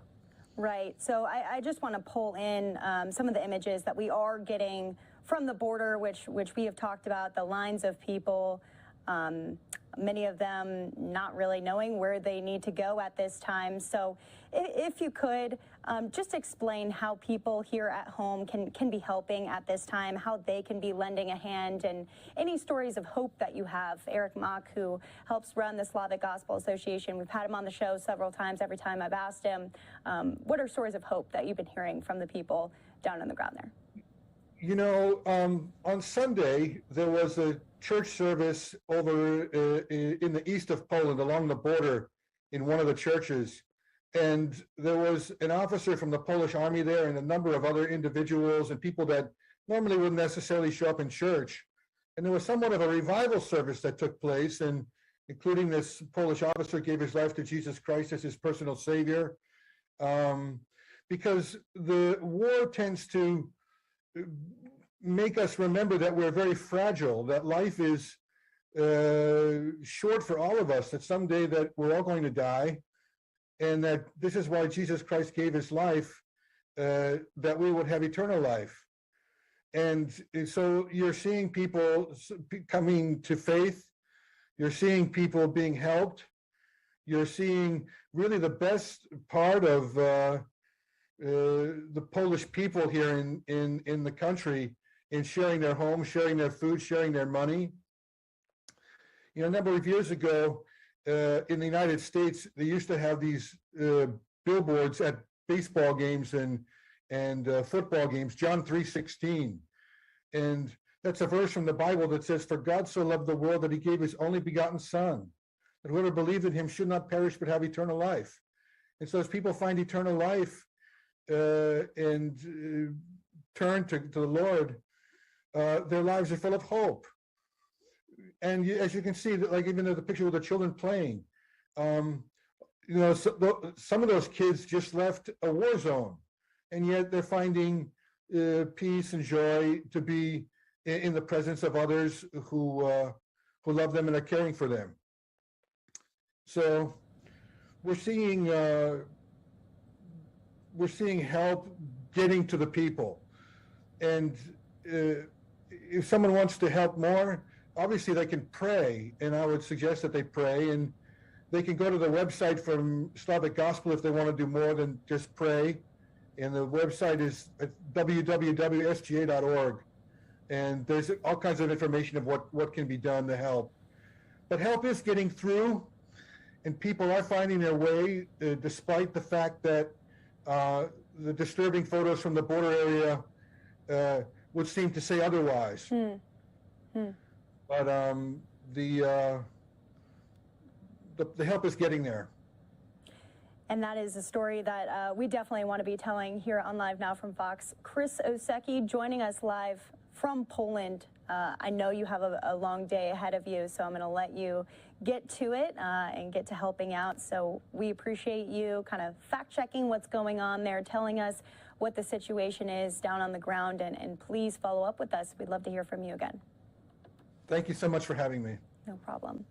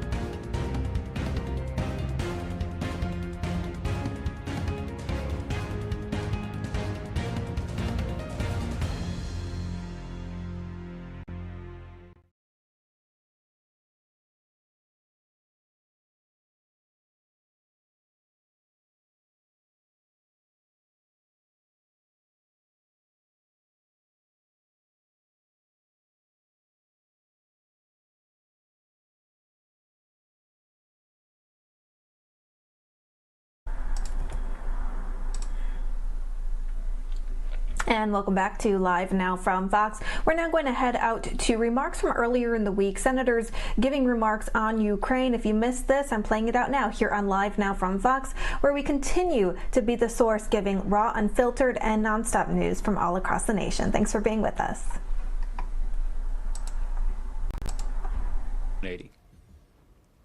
And they now support those things. So I'm not losing hope. I think this makes sense. I think this is the right thing to do. Only this? No, other things as well. If they can get more armed drones, that would be fantastic. We don't have the ability, I'm told, to do that, but other countries do. And we can help facilitate that as well. There are other countries that have other Soviet-era aircraft that could be helpful, like Bulgaria and Slovakia, including MiG-29s. So I think this is part of a package that they desperately want. They know what their needs are better than anyone. They're the ones being killed. And I think we need to respond. Thank you. We'll go ahead and take questions. Senator Ernst? Yes, thank you. This morning, the Director of National Intelligence said at the hearing that Senator Collins referenced that they have intelligence assessments to back up their belief that the transfer of these planes would be escalatory or provocative, in their words. Have you seen those intelligence assessments, and if so, what do you make of them? I have not seen those intelligence estimates. So I do know that the intelligence community also said that Ukraine would be gone in 3 to 5 days when Russia went into Ukraine. That hasn't happened. We have very differing ideas on what could happen, should happen, but as Senator Portman pointed out, escalatory, I think if Joe Biden looked sideways at President Putin would take it as being escalatory. So I think we need to stand up, step up, and provide the Ukrainians what they need, and they need this. Yeah, I just note, let me just say note as well that President Putin has actually said that things we're doing are provocative. He's already said that the sanctions we put in place are like declaring war. He's going to continue saying that, and we're fearful of provoking him. It's time for him to be fearful of us instead of the other way around. And we have to do everything in our power to provide the capability of the Ukrainian people to defend themselves. And that is something which we must do. The president must take this action because lives are at stake. Yes, ma'am. Have either of you been in direct contact or received an explanation from senior Pentagon officials about why they're not providing the MiGs? I have not. I have not. We just know what has been stated previously by the administration, but somehow in the last day or so, their opinion has changed. You don't have to be Sherlock Holmes to figure this out. On March 6th, 4 days ago, it was the policy of the United States to give a green light to transfer the MiGs from Poland to the Ukraine. Apparently, there was no intelligence assessment at that time to deny the green light. No one apparently at the Pentagon spoke up and say this would be an escalation, or if they did, they were ignored. So what's happened from March the 6th to today? The Russians have backed the administration down. When the Poles wanted our help in the transfer to have their back and did something pretty clever, well, why don't you help us transfer? All of a sudden, this went to World War III. All of a sudden, these jets that were going to be given by the Poles to defend Ukraine were now the tool for the Ukrainians to invade Russia. A squadron of MiG-29s. This stinks. This is dishonorable, and we need to change course. And Tom Cotton's here. So we have been joined by a couple additional members. I would like them to speak to you as well, and then we'll resume with questions. Yeah, and I'll address that question. This decision is not based on any intelligence. This is a policy decision, and it's one more of the timid, hesitating half measures this administration has taken. You may have seen this morning in the annual open hearing of the Senate Intelligence Committee, I pressed Director Avril Haines on this.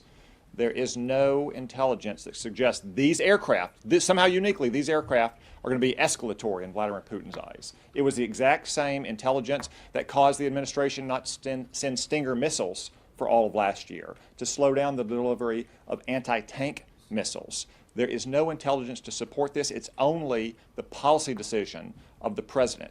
And it is a ridiculous decision, and it makes the United States look ridiculous. On Sunday, we give the green light to Poland to provide those planes. 2 days later, it would be escalatory if we did it after Poland gave it to us. We're providing them Stinger missiles to shoot Russian pilots out of the sky. We can't provide them tactical aircraft. You know who I bet doesn't draw a distinction between those two things? The Russian pilots who are being shot out of the sky by Stinger missiles or by tactical aircraft. This is just yet another instance in which Joe Biden has allowed Vladimir Putin to back him down by saying boo. He reminds me of the generals of the Army of Potomac when U.S. Grant took it over in 1864, had been beaten down by Robert E. Lee for 3 years. And Grant told them, I'm sick and tired of hearing about what Lee is going to do to us. You think he's going to do a somersault and land on our both our flanks and our rear at the same time. You should go back to your commands and decide what we are going to do to Lee. That's what Joe Biden needs to do. He needs to decide what the United States and NATO are going to do to put Vladimir Putin on the back foot. Because if we continue to blink every time Vladimir Putin says boo, it's not going to stop in Ukraine, it's not going to stop in Europe. We might as well call the commanding general at Fort Lewis outside Seattle and tell him to go take down the flag and surrender our position, because we will never stand up to Russia if every time Vladimir Putin says boo, we back down. Thank you. James. That's a pretty clear statement, Tom. So, end of the day, we need to stand with the Ukrainians. We either stand with the Ukrainians or we don't stand with the Ukrainians. This has been about blankets and medical equipment, and then it becomes anti-tank equipment, and then it is now Stinger missiles that are shooting Russian helicopter pilots in the face.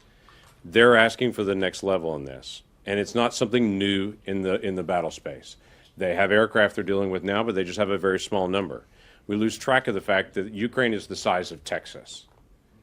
And so this perception that somehow if 20 additional aircraft come in, that's going to be this enormous different game changer on them. They're covering a battle space the size of Texas.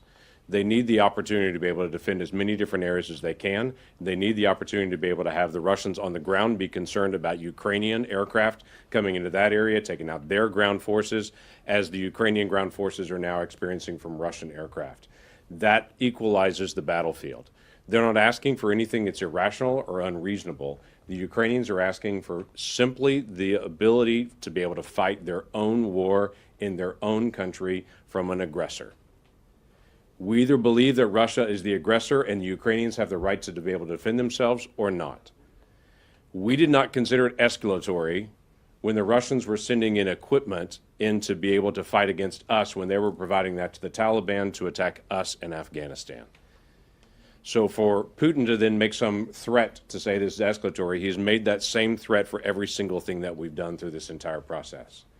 Putin should not want to face us, does not want to face us. We don't want a war with him, but we also need his people out of Ukraine, out of a free country, and we should stand alongside of those folks to be able to help them. In 2017, the Oklahoma National Guard spent an entire year training the Ukrainian military.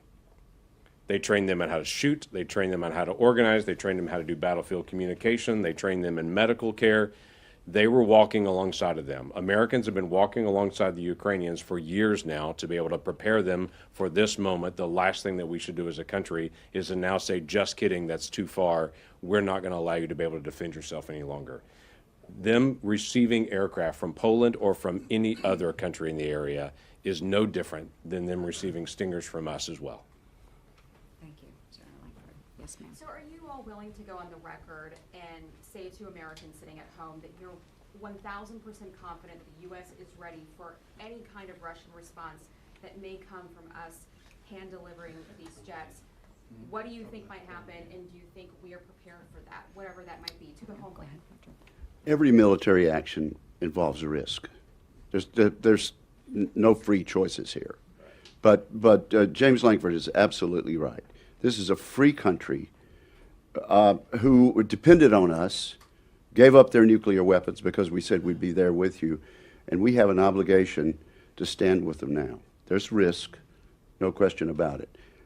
I don't think the Russians want to see these MiGs because they know they would be harmful to their effort. That's the reason they're making such noise about this. I would go back to the Budapest Agreement of 1994 as well. We made an agreement, a written promise to the Ukrainian people, as did Russia, that we would defend them if they gave up their nuclear arsenal. They did that. We need to do absolutely everything we can to make sure that they are defending their sovereign land. And in just the half hour that we have been up here, we have lost more Ukrainians. I guarantee that. And we're not talking about their soldiers. We're talking about innocent women and children, babies, innocent men that are on the street because they don't have the capability to defend themselves as they choose to defend themselves, because we are not living up to the agreement that we signed in 1994. So if Russia would decide to come after the United States, that trips Article 5. And that means that all of NATO would be involved in pushing back against Russia. And I guarantee you, Russia does not want that. That's for sure. That's for sure. Oh, yes. Yes, ma'am. Yes,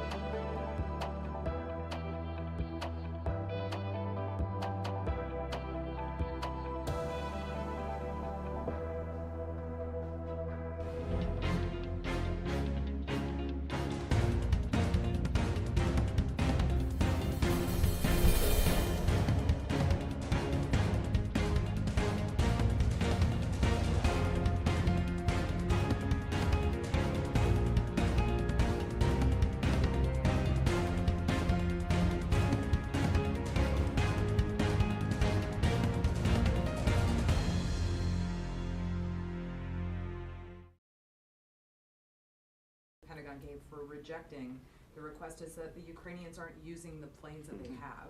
They're flying very few sorties. I mean, can any of you who have been briefed speak to that situation? Will they actually use? So Zelensky doesn't know. We know better than he does. Yeah, see, that was the point of the call this last weekend. And when we asked the president to name the priorities for Ukraine, one was to embargo oil, to cut off that funding stream to Russia. The second was fighter jets. They need that air cover. If we're not willing to provide that no-fly zone for them, give them the means capable to defend their own airspace. And that's exactly what we should be doing. But I would also argue, too, that we have sent how many thousands of troops to Europe, to our NATO allies. We don't necessarily need them right now, do we? But they are there just in case. Can I comment on that? Go ahead. Yes. No, I mean, just to talk about this specific question, the best information we have, and it may not be entirely accurate, but is that they had about 37 MiG-29s when this started. So we don't know how many they have now, because some have been shot down. And this notion that they're not flying all of them at once, of course they're not. I mean, you would want to conserve some in reserve if you didn't know what was going to happen. But if you knew you had another 29 MiGs coming in to back you up, you'd be much more likely to fly a few more sorties. That's what I'm hearing from the military experts, and it makes sense to me. Absolutely. If this was a problem, why was it okay for Poland to give them the jets? These guys are spouting garbage, and you know, you beat us up all the time. We probably deserve it half the time. You've got to go after this. Just look at what they're saying. They don't need more jets because they're not using the ones they've got. If we send them more jets, they may actually be more effective. This makes zero sense. And on March the 6th, 4 days ago, we green-lighted a transfer of MiGs by Poland to the Ukrainian Air Force. Nobody suggested then they don't need them, right? Now, all of a sudden, if we do what we were allowing Poland to do with our fingerprints on it, we're creating World War III. This makes zero sense, and I want to tell the American people, to your question, what if he gets away with this?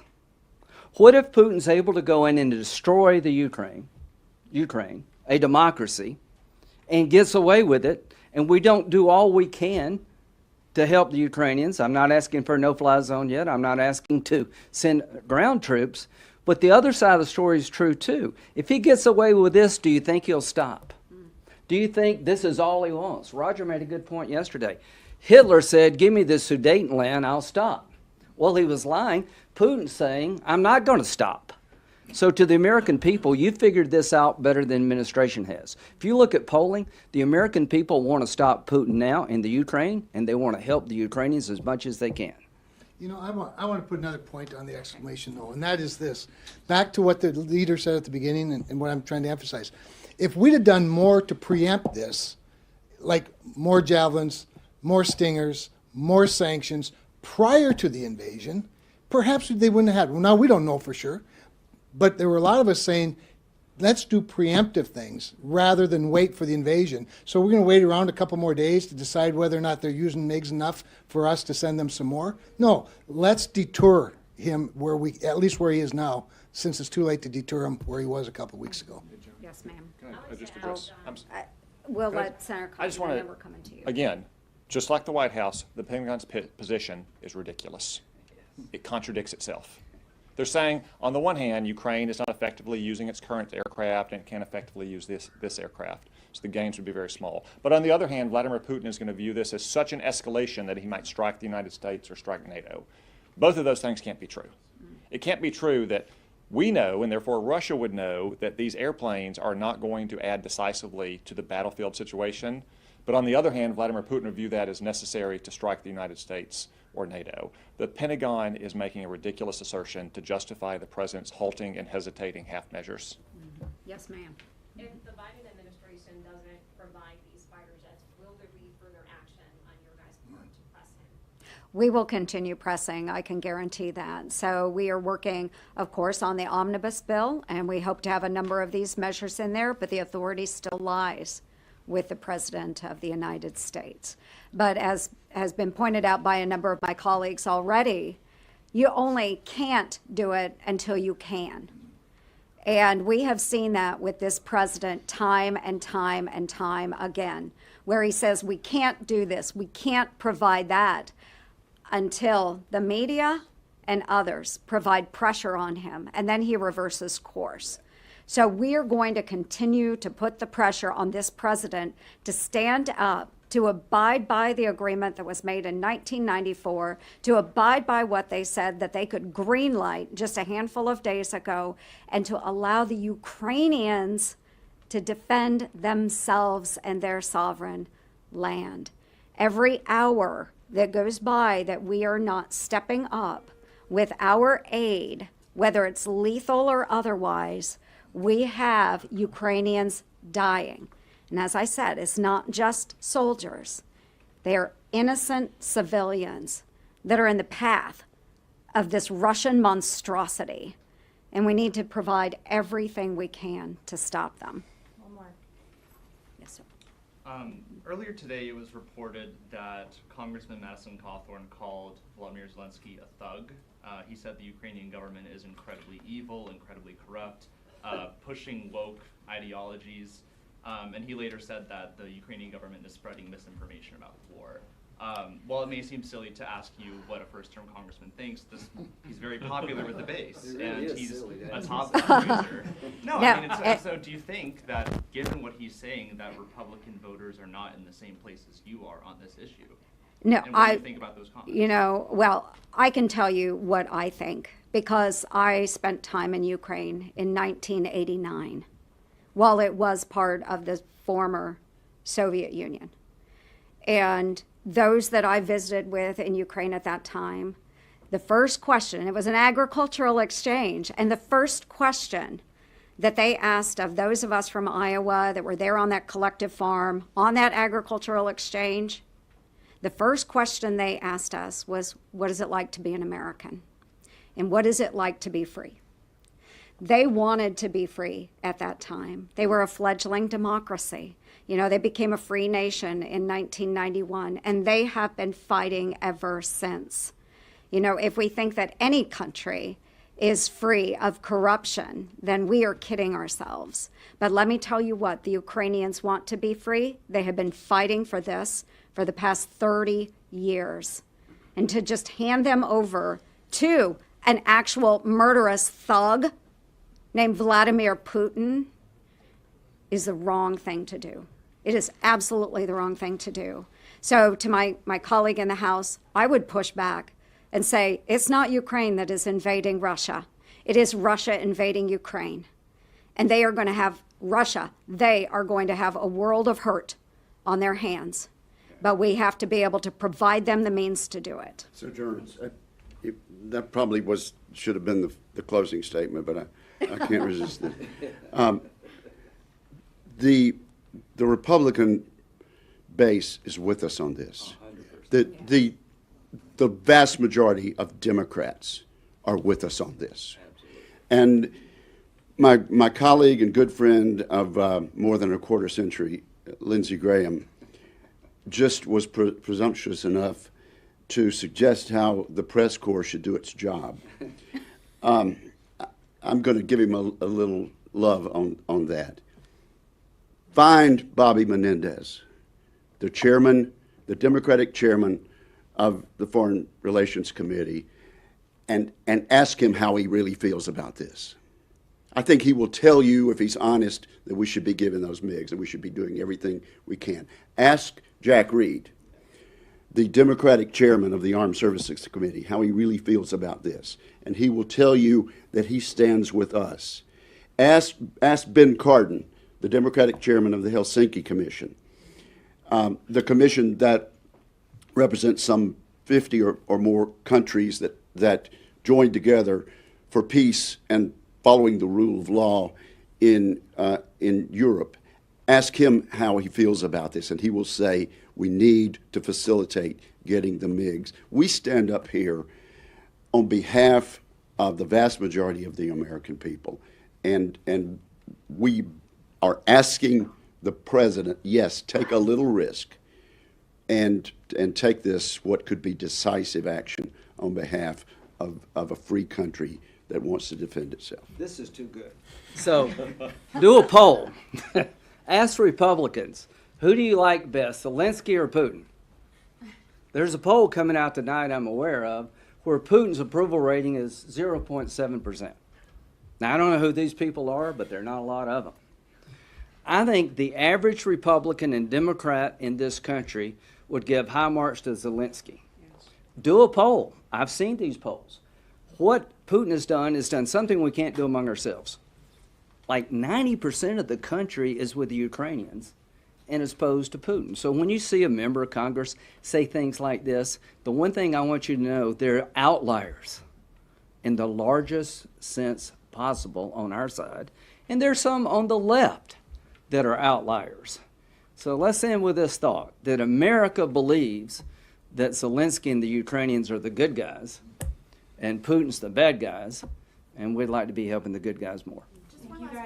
Yeah, we're going to close. We're going to close, but we do have a copy of the letter that has been signed by most of our Republican conference, so we'll go ahead and hand those out to you if you would like a copy. But we all thank you very much for coming today. Thank you. Thank you.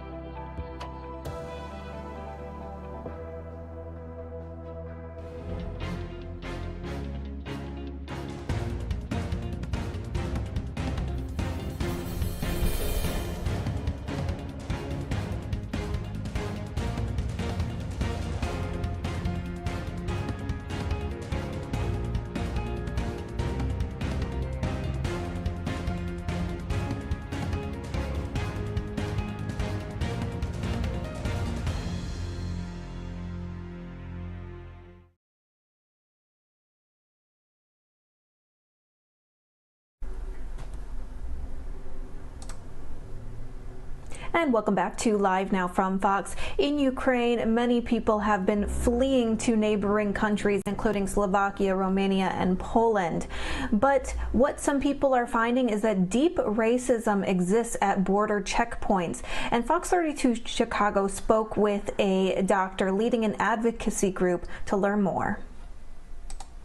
In Ukraine, men, women, and children fleeing for their lives have found sanctuary in countries like Poland and Slovakia. But at some border checkpoints, people of color are falling victim to deep racism that exists in Eastern Europe. Yeah, we've seen it on social media where Africans and even Black Americans are denied entry onto trains in favor of somebody who is Caucasian. Here to talk more about this is Dr. Tarek Kitala. He has led several local and national advocacy efforts. Thank you so much for coming on the show today. Appreciate it. Good morning. You're welcome. Good morning. Tell us what you're seeing, out there that makes you concerned for people of color as it pertains to the situation that's developing in Ukraine. Yeah, I mean, unfortunately, this happened before, started in Syria when the same thing Putin and Assad did to the people there, and we had millions of refugees, and they were not as welcomed, at that time, 2, 3 years ago, as they are now coming from Europe. So this has been going on for some time, that kind of discrimination. Now we can understand this is much closer to Europe. This is probably the last defense before Putin can even attack Europe. So they are more interested in Ukrainian compared to Syrian refugees or other refugees from different colors. So yeah, we do see this kind of, different treatment. There are some reasons for it. Some of it could be, racial discrimination, but also just because, Ukraine is much closer to Europe. They are, and with the media now focusing on Putin and his crimes compared to when he did the same crimes in Syria and, with the same kind of destruction and the refugee crisis. So this is very briefly, I think, the reasons for what's going on. Would you imagine that this is more than just skin color, that there are also cultural differences at play? For sure. And as I mentioned, media play a role as well. When the same thing happened in Syria and Putin with Assad, destroyed and leveled cities like Aleppo, for example, we did not hear about it in the news like what we're doing right now, or what, with Ukraine and seeing the atrocities there. So it's a very sad situation. Our hearts with these people. We hope that the world can stop Putin and hopefully even replace, the Russian people can replace him. Very sad situation, but, there is reasons for some of the more welcome to the refugees coming from Ukraine and Europe compared to those who were coming from Middle East or Africa. And we hope that everyone, get treated the same with dignity and respect, regardless of where they are coming from or their race or their colors. Well, a lot of people here in Chicago, they want to help out. They're not really sure what to do, what agencies or groups to trust even over there, because we're not familiar with them. Do you have any advice for people, in that regard? I think the United Nations organization, some of them, they have good reputation, like IMC and IRC organization. They work in Syria. I know I work with them through the Syrian American Medical Society before. They provided a lot of aids to the hospitals and, to needed people. So I think those are trusted or trustworthy organization that people can work through to help these people. All right. Well, Dr.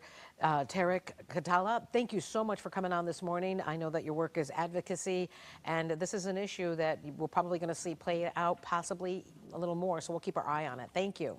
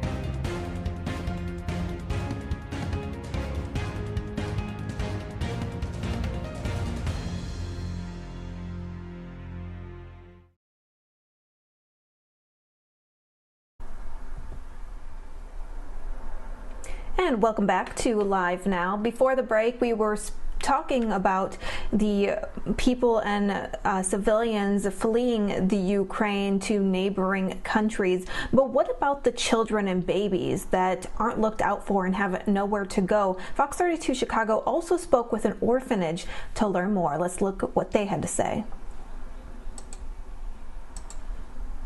We've all seen these images of families fleeing from the carnage in Ukraine, but what about the little ones that don't have families to look out for them? When the invasion started, we checked in with a nonprofit that operates orphanages in Ukraine. Mark Davis runs the nonprofit Abundance International. He is joining us in Ukraine now live this morning. Mark, so good to see you. We've been thinking about you. How are you guys doing? Well, first, I want to thank you and your audience. You guys, your outpouring of love for us was tremendous. And everybody went to our site at abundanceinternational.org and gave. And I want to tell you, those gifts went right to these kids. And I have to tell you what our emphasis is. Yes, we're glad to see that some kids are able to get out of the country, and there's lots of programs helping to evacuate, but it's not even 10%. We're dedicated to helping try to make sure food supplies, medicines, and critical care is taking place and happening for the orphans who can't leave or haven't been able to leave. And understand that a third of all orphans in Ukraine are special needs. They're disabled, handicapped, Down syndrome, very difficult to care for. And God bless the saints who are the nurses and nannies caregiving to remain calm and try to keep these kids in a sense of safety with bomb scares and air raid sirens going on and being rushed to the bomb shelters. We're truly doing everything we can to try to create as normal of an atmosphere for these kids' lives. Wow. And it is not hard. I mean, it's very hard. It's just, it's so unnecessary. These kids have to endure something that they don't deserve. Now, when we last spoke to you, you were in an area that had not been targeted. And I understand you have since moved and that the area you were in is now under Russian control. Explain what you have been doing. Kind of walk us through what's been happening. Okay, understand for 10 years, we've been supporting personally 2 orphanages, one in Kherson and one in Mykolaiv. And if you're familiar with the Ukrainian map now, it's between Crimea and Odessa. The orphanage that we've been working with and done so much for in Kherson is now in Russian control. And for 7 days, the doctor who runs that was dark. And we were so worried. We had no idea what was going on. And just yesterday morning, we were able to connect with her. And she says, everybody here is fine. We're safe. We still have supplies. And they're all living in the basement of the church nearby because they didn't have a bomb shelter in the orphanage itself. We're glad they're okay, and we just have to pray that they're cared for and that the occupiers will continue to bring support because we cannot get to them. In the city of Mykolaiv, we are caregiving for these, making sure supplies are there, and we're able to send them almost $5,000 worth of goods just yesterday. And God bless the hearts of these people. They went and had the little kids write thank you signs to us, and it's touching. It's like, are you kidding me? You know, we're helping you survive, and out of all that, you're still coming forward and doing this. And we're going to be posting more and more at abundanceinternational.org. So I appreciate everybody who gives because you'll be able to keep in touch with us, and we'll email you updates. But if I can share one thing, Please do. Go ahead.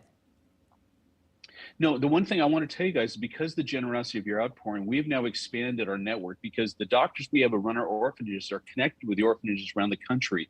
And so they have reached out and said, hey, what do you guys need? We're now helping support 10 orphanages around the country and finding people to deliver the aid they need, to deliver the food, we're taking custom orders from each one. What do you guys need? One of them in Cherkasy said, we just need diapers right now. We have everything else. Somebody else said that.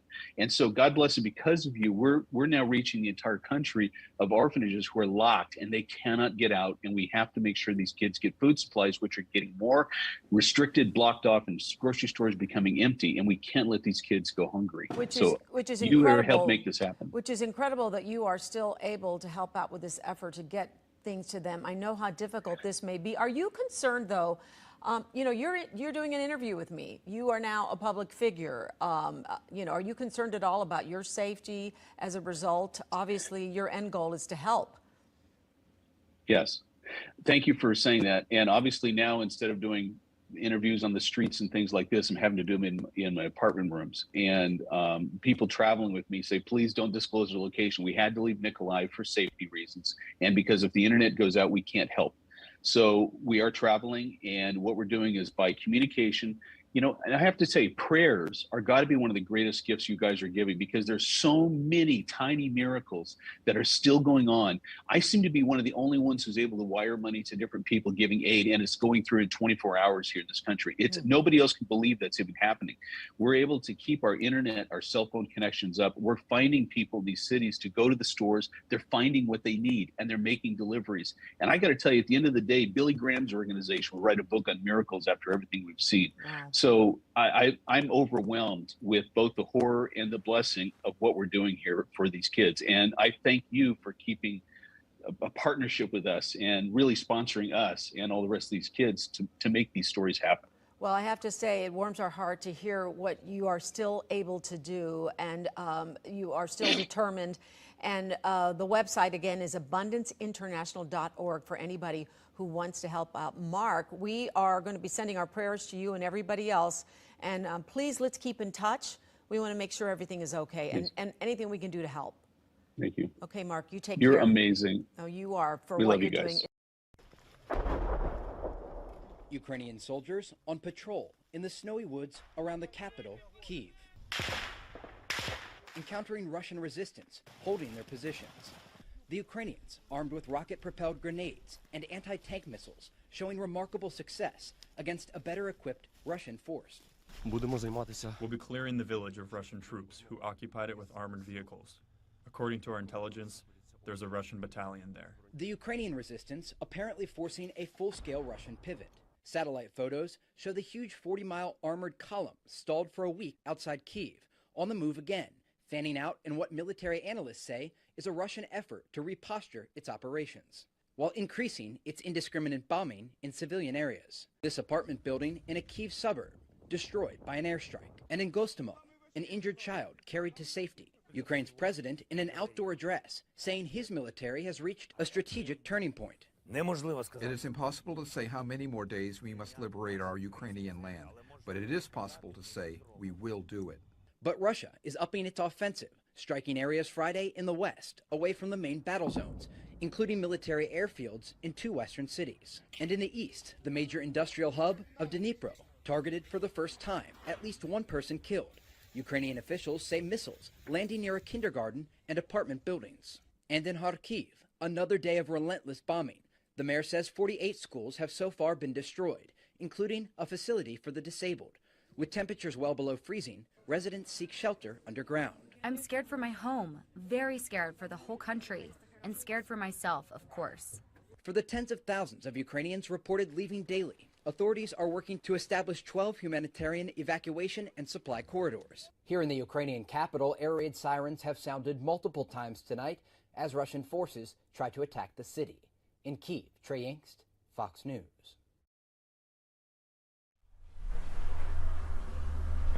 And that was Fox News reporting on some of the latest in Ukraine. We are going to go out to a quick 2-minute commercial break, but when we return, we are going to have the latest on a bunch of headlines from all across the country during the White House press briefing from Friday. In case you missed that, we'll be right back.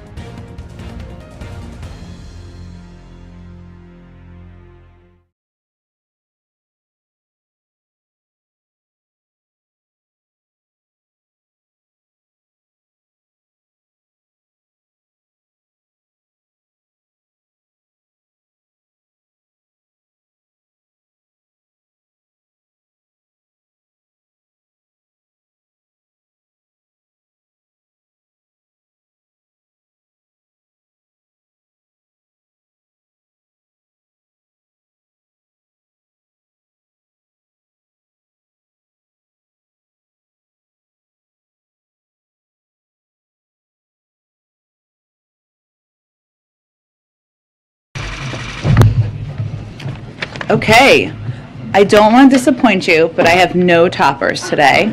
Sorry to disappoint all of you. Darlene, would you like to kick us off? Yes, ma'am. Thank you.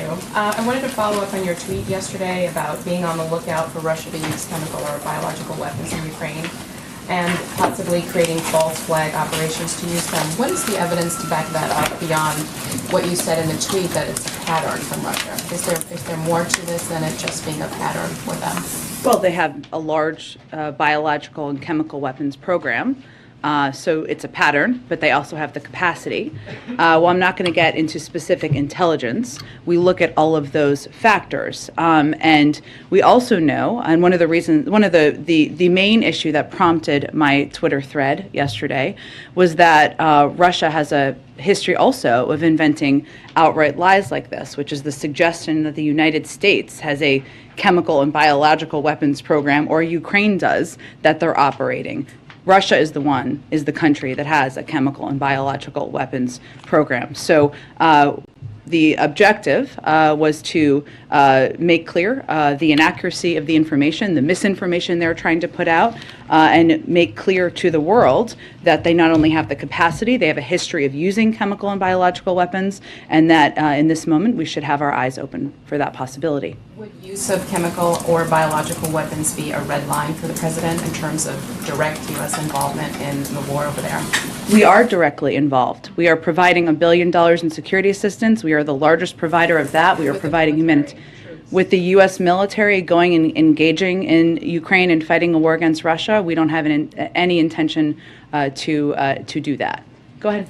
Oh, go ahead, Darlene. Go ahead. Last one. One other one. The Defense Intelligence Agency, the director told Congress today that his agency underestimated the Ukrainian military's preparedness and will to fight. Is that the assessment? Does the White House share that assessment? We do, and I think, Darlene, the world does. I mean, I think when we saw the preparations of President Putin and the Russian military on the borders of Ukraine, we saw the power of the Russian military, we saw the intentions of President Putin, and I don't think anyone anticipated the level of courage, of bravery, of capacity to fight back that we have seen in the country. At the same time, we've also seen some miscalculations by President Putin as well in terms of that capacity and willingness, but also in terms of their own planning and logistics of their military. And then lastly, can you just talk a little bit about the fate of the COVID money, the $15 billion that Speaker Pelosi took out of the bill yesterday? I mean, how confident is the White House that you will ultimately get that money? Absolutely. Oh, we do. Or, yeah. Okay. I just wanted to let you continue. Well, we need this money. So without additional resources from Congress, the results are dire.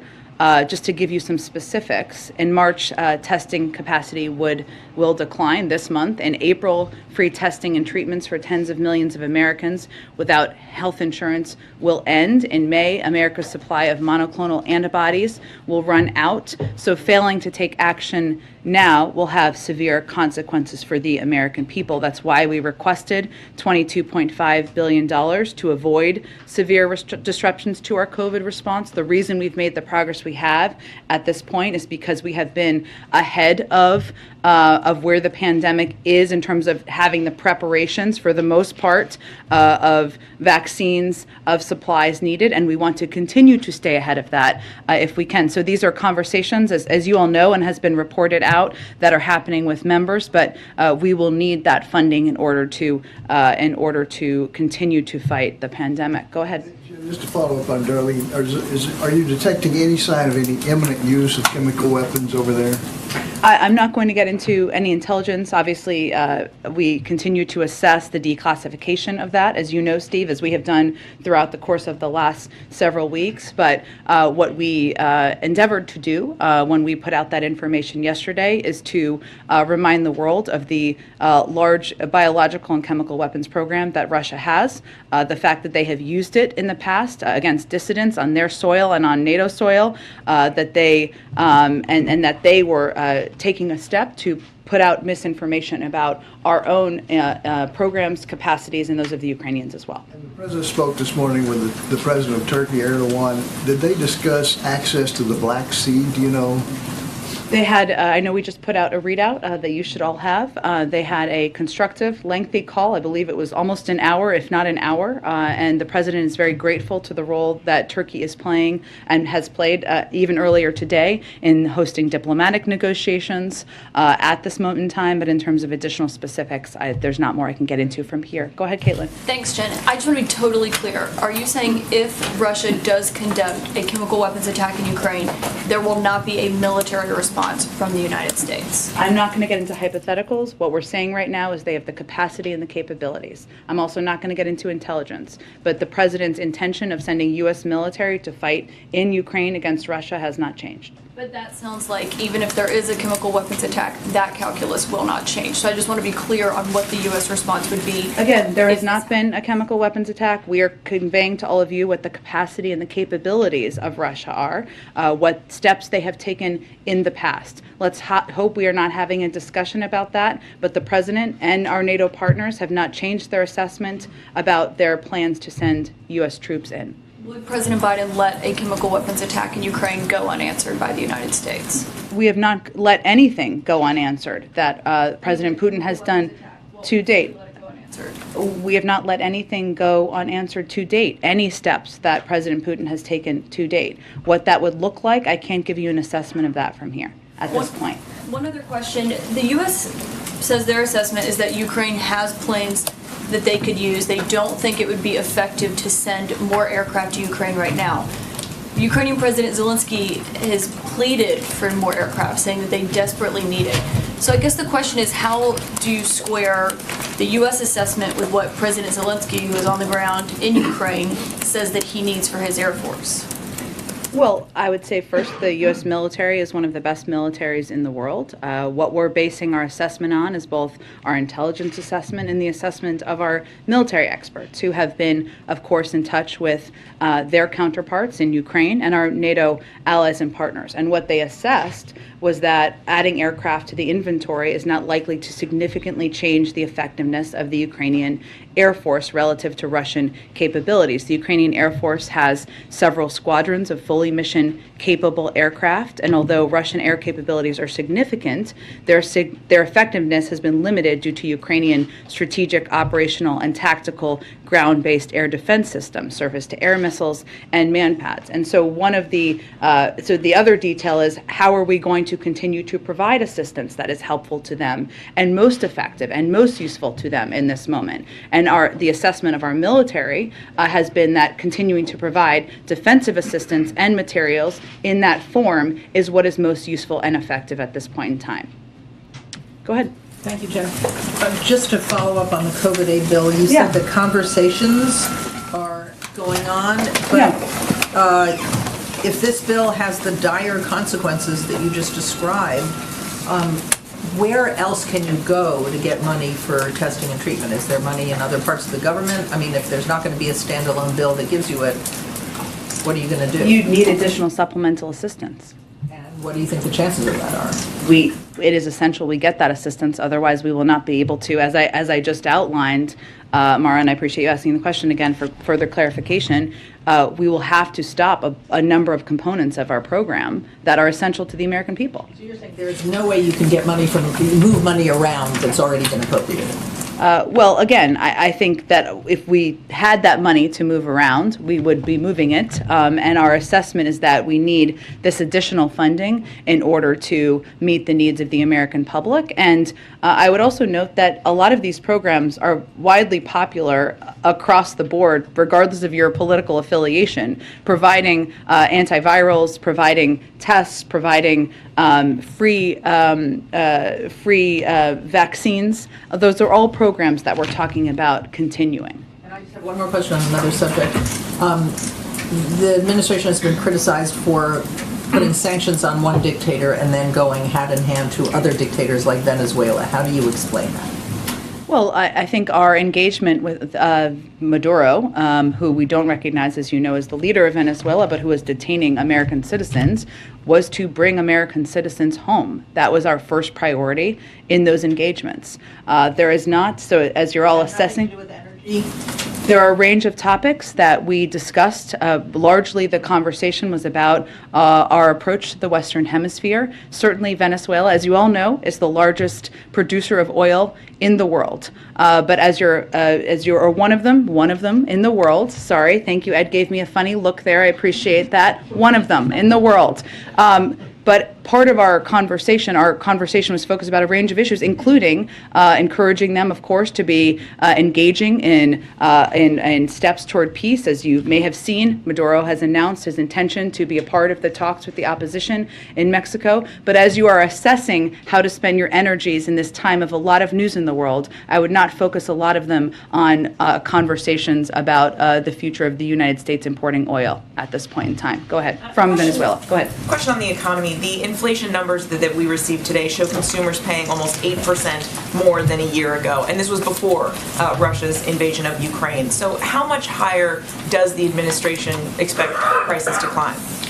Well, as you know, a large driver of these inflationary numbers from the last, these monthly numbers, were from energy prices, and we have seen the increase, happen as a result of Russia's invasion of Ukraine. So while we're looking at year over year, and there were year over year numbers that came out about a month ago as well, there are still predictions and projections from the Federal Reserve and outside economists about inflation moderating towards the end of the year. Obviously, they make those assessments on a regular basis. But in terms of prices going up, we do anticipate that gas prices and energy prices will go up. That is something that the president has conveyed very clearly to the American public. We also believe it will be temporary and not long-lasting. And what our focus is on now is doing everything we can to mitigate and reduce those prices and ensure there isn't a longer-term impact. So I can't make new projections for you from here other than to convey that, yes, it is accurate that the invasion by President Putin into Ukraine has impacted global inflation in the United States because of the impact it's had on energy prices, and that is a significant contributor to inflation, the inflationary numbers we saw come out today. You said this is temporary. You've noted before that inflation is going to wane or is expected to wane by the end of the year. Is that still your belief? That continues to be the projection of the Federal Reserve, of outside economists, and we really rely on them for their projections. But there is also no question that inflation may be higher for the next few months than it would have been without President Putin and Russia's further invasion into Ukraine, particularly due to higher energy prices. And obviously they will watch that, and we are watching that, but that is definitely having an impact. And just one more on this topic. The president said earlier this week that American companies, he sort of urged them not to price gouge. Are you aware of any price gouging in gasoline that's going on right now? That's something we've asked the FTC to look at. They are the appropriate body. They're an independent body, so I'd point you to them for any assessment of that. But that's something we have to continue to monitor, right? We've been monitoring it. We've asked them to monitor it. But obviously, at this point in time, when Americans are paying higher prices at the pump, this is one of the areas where we need to watch closely. Go ahead. I ask you about the transportation mask mandate. Sure. TSA says it was based on a CDC recommendation. I'm just wondering if you're in a position to explain the rationale, the science, the logic behind continuing it in places where the community level is low. Well, I would really point you to the CDC to provide further detail, but I would note, as you know, when you get on an airplane, you travel to different places, right? You're not just static in one place, whether it's a green zone or a yellow zone or a red zone. So what they also announced is that TSA will be, that the CDC will work with government agencies to help inform a revised policy framework for when and under what circumstances masks should be required in the public transportation corridor, because it's unique, right? If we're in Washington, D.C. and we're in a green zone or a yellow zone, you can make a clear assessment. If you're moving from one zone to another and you're picking people up from one zone to another, it's a little bit different, and that requires some consultation, which is what they're going to endeavor to do between now and April 18th. Completely separate topic. France said today that the window on an Iran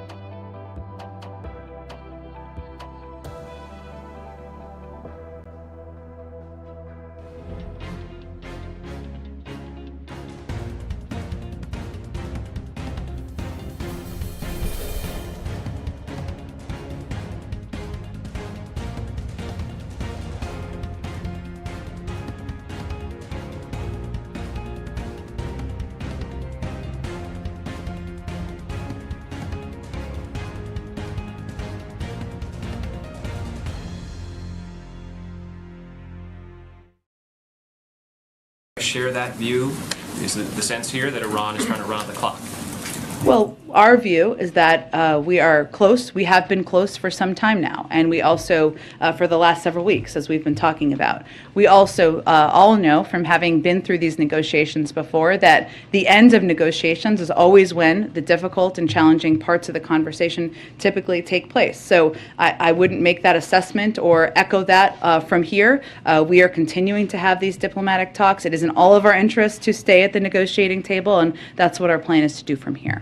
Go ahead. Jen, you said earlier to one of my colleagues that nothing that Russia has done so far in terms of this invasion has gone unanswered when you were being asked about bio and chemical weapons. Obviously, none of what we have done to answer Russia has steered them from continuing this invasion. So why not consider some alternate strategy to communicate to Russia the consequence if they are to do a bio or chemical weapon strike inside Ukraine?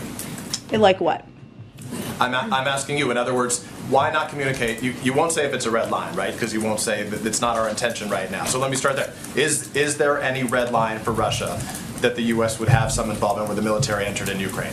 I'm not going to get into red lines from here, Peter. What I would tell you is that when I said we have not let anything go unanswered, what I mean is that we have amped up a range of military and security assistance, a historic amount to Ukraine, including a range of defensive weapons, which we've expedited the delivery. Even in the last 10 days, we've delivered about $240 million of that. And also we've provided a range of humanitarian assistance, and we have basically crushed the Russian economy, where the stock market is not even open. So it's inaccurate to suggest it's gone unanswered. We have taken all of those steps and rallied the world. And I'm not saying it's gone unanswered. You say it's gone unanswered. We've witnessed the answer in the form of sanctions. I'm saying, given the potential that you've indicated that Russia could use a bio or chemical weapons strike there, why wouldn't the U.S. communicate to them something that is not an answer, but instead preemptive to communicate the consequence if they are to take what would be a horrific this war to a horrific new level? The president's first and most important objective is the national security and interests of the United States and being clear and direct with the American people. He has been clear and direct with the American people. He is not intending to send U.S. troops to fight in Ukraine against Russia, to start another war, that would be an escalatory step that would not be in our national security interests and not in the interests of NATO. What we have conveyed is Russia's capabilities, their capacities, and their pattern of using chemical and biological weapons. And so what does he say then? That's the message to the American people. His responsibility to them, of course, is before any other. What does he say to Vladimir Putin if those at the head of the Russian government are considering that? What do you say to them watching right now? We have been very clear, and our actions have been the evidence of this, that there will be significant consequences for every escalatory step that is taken by President Putin and the Russian government. Follow on this then very quickly as it relates to the MiGs. You guys have said you closed the door on supplying combat aircraft to Ukraine right now, the transfer of MiGs. We heard from the Pentagon, your colleague there, John Kirby, said it was high risk. Mitt Romney today said there was a sentiment that we're fearful about what Putin might do and what he might consider an escalation. It's time for him to be fearful of what we might do. Why is it not a risk, a higher risk, to wait? To wait to what? We're not supplying, to not act in providing MiGs to the Ukrainian country. We said that's a high risk. Why is that a higher risk than not providing them? We're already witnessing civilians die as we speak. Well, I would say what our assessment is based on is how to prevent a world war here, Peter, which is a significant weight that the intelligence community, the Defense Department, and the President of the United States weighs at every moment in time. And they weigh, and I would note that that there was also, I thought, a very interesting comment that was made that is important, I think, for people to understand how we look at this, which is that there's an escalation ladder, right? And there's a difference between an anti-tank weapon, a shoulder-fired missile, an aircraft, and a fighter jet that could cross a border and actually conduct operations on Russian soil. So how we assess things is what kind of assistance can we provide that will be the most impactful, if humanly most impactful in protecting, defending, providing assistance to the Ukrainian people as they are fighting courageously and boldly.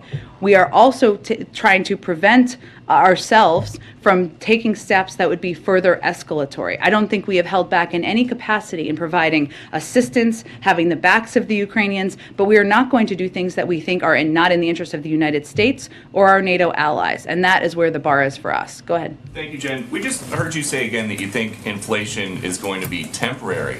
We've heard you say that it was going to be temporary since last spring. So how long do you guys think temporary is? Well, again, Peter, I think what we do is we rely on the assessments of the Federal Reserve and of outside economic analysts who give an assessment of how long it will last. The expectations and their assessment at this point continues to be that it will moderate by the end of the year.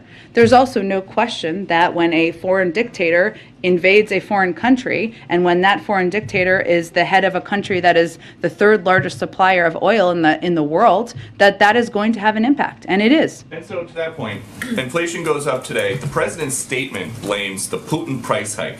Are you guys just going to start blaming Putin for everything until the midterms? Well, we've seen the price of gas go up at least 75 cents since President Putin lined up troops on the border of Ukraine. And last month, the statement didn't mention the Putin price hike. It mentioned inflation because of the pandemic. Why is that?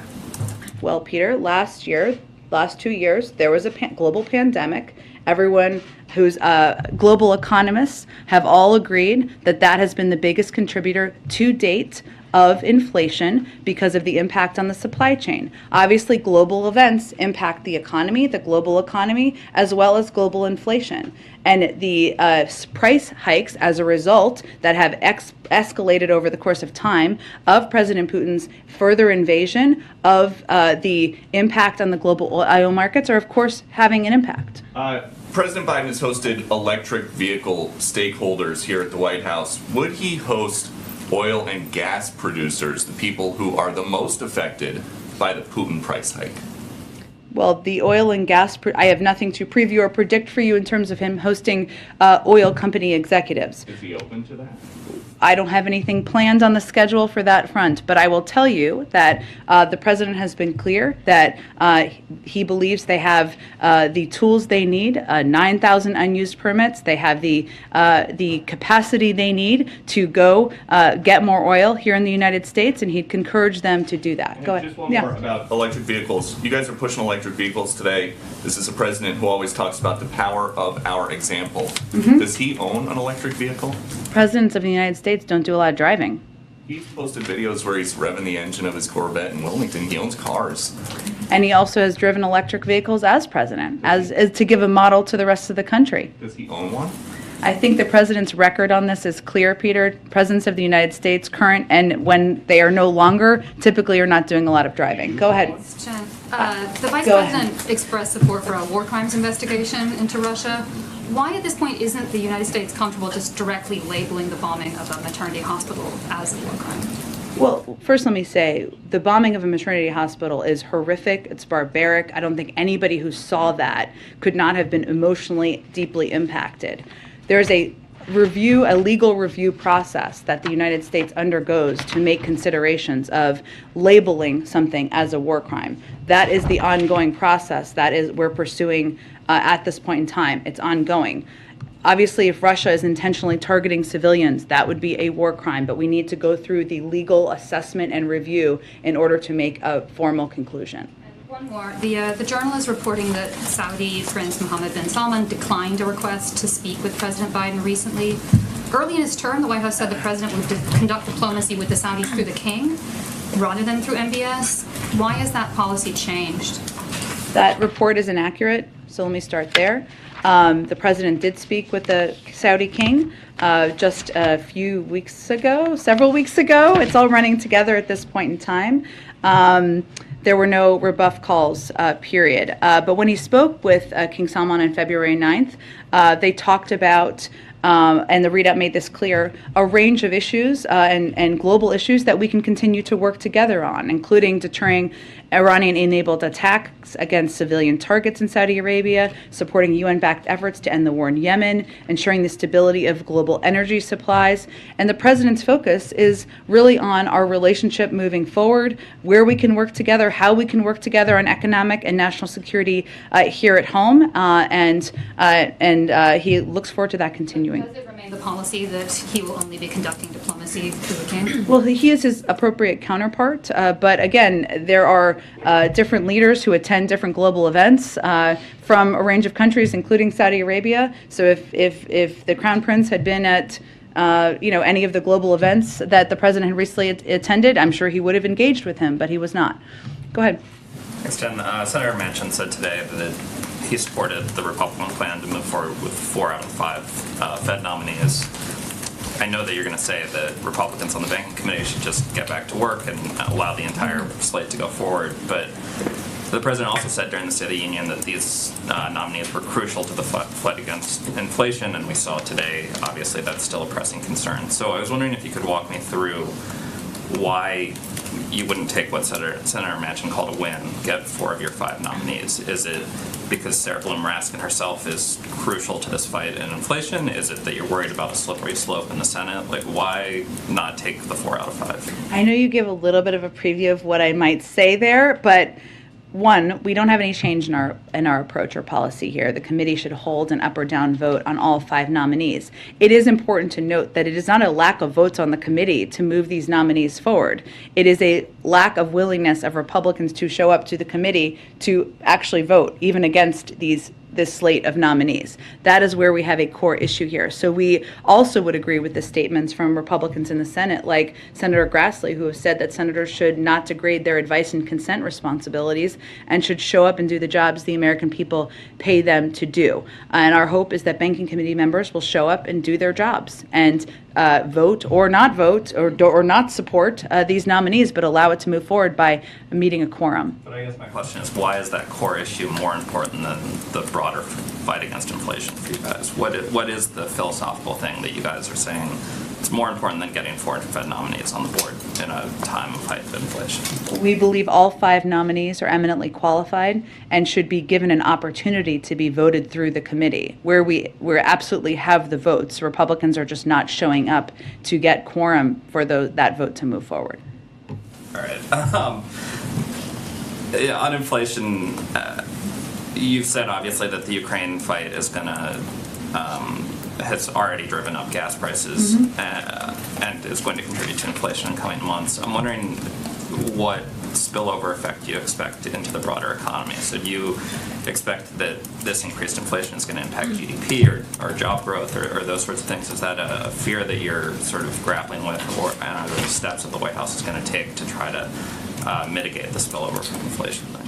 So we will clearly continue to monitor all of the risks and the impact. But right now, we believe the United States economy is positioned well to deal with the challenges ahead. Given, since the president took office, we've seen a historic recovery. We've added 678,000 jobs last month and 7.4 million jobs since he took office. We've seen the fastest decrease in unemployment on record and the fastest economic growth in nearly 40 years. So clearly, and you heard the President of the United States talk about this in the State of the Union, inflation and costs are an issue that we will continue to focus. It's a top priority for him. But in terms of the strength and stability of the economy, we do feel we are continue to be positioned well to deal with the challenges ahead. Go ahead. I wanted to ask on refugees, and Sure. obviously there's been about 2 million people, 2 million Ukrainians who have already left the country, and I know you've said from the podium that most will likely want to stay in the area in Eastern Europe, but I'm wondering what steps would the administration consider to take in more refugees now? I know some advocacy groups have talked about, for example, admitting Ukrainians who already have pending visa applications as refugees. Are there steps that the White House, the administration, would do now to admit more in the United States? Well, there are steps which are not exactly related to refugees, but related to the Ukrainian population, including temporary protected status, which we announced and are granting for anyone who has been here since March 1st.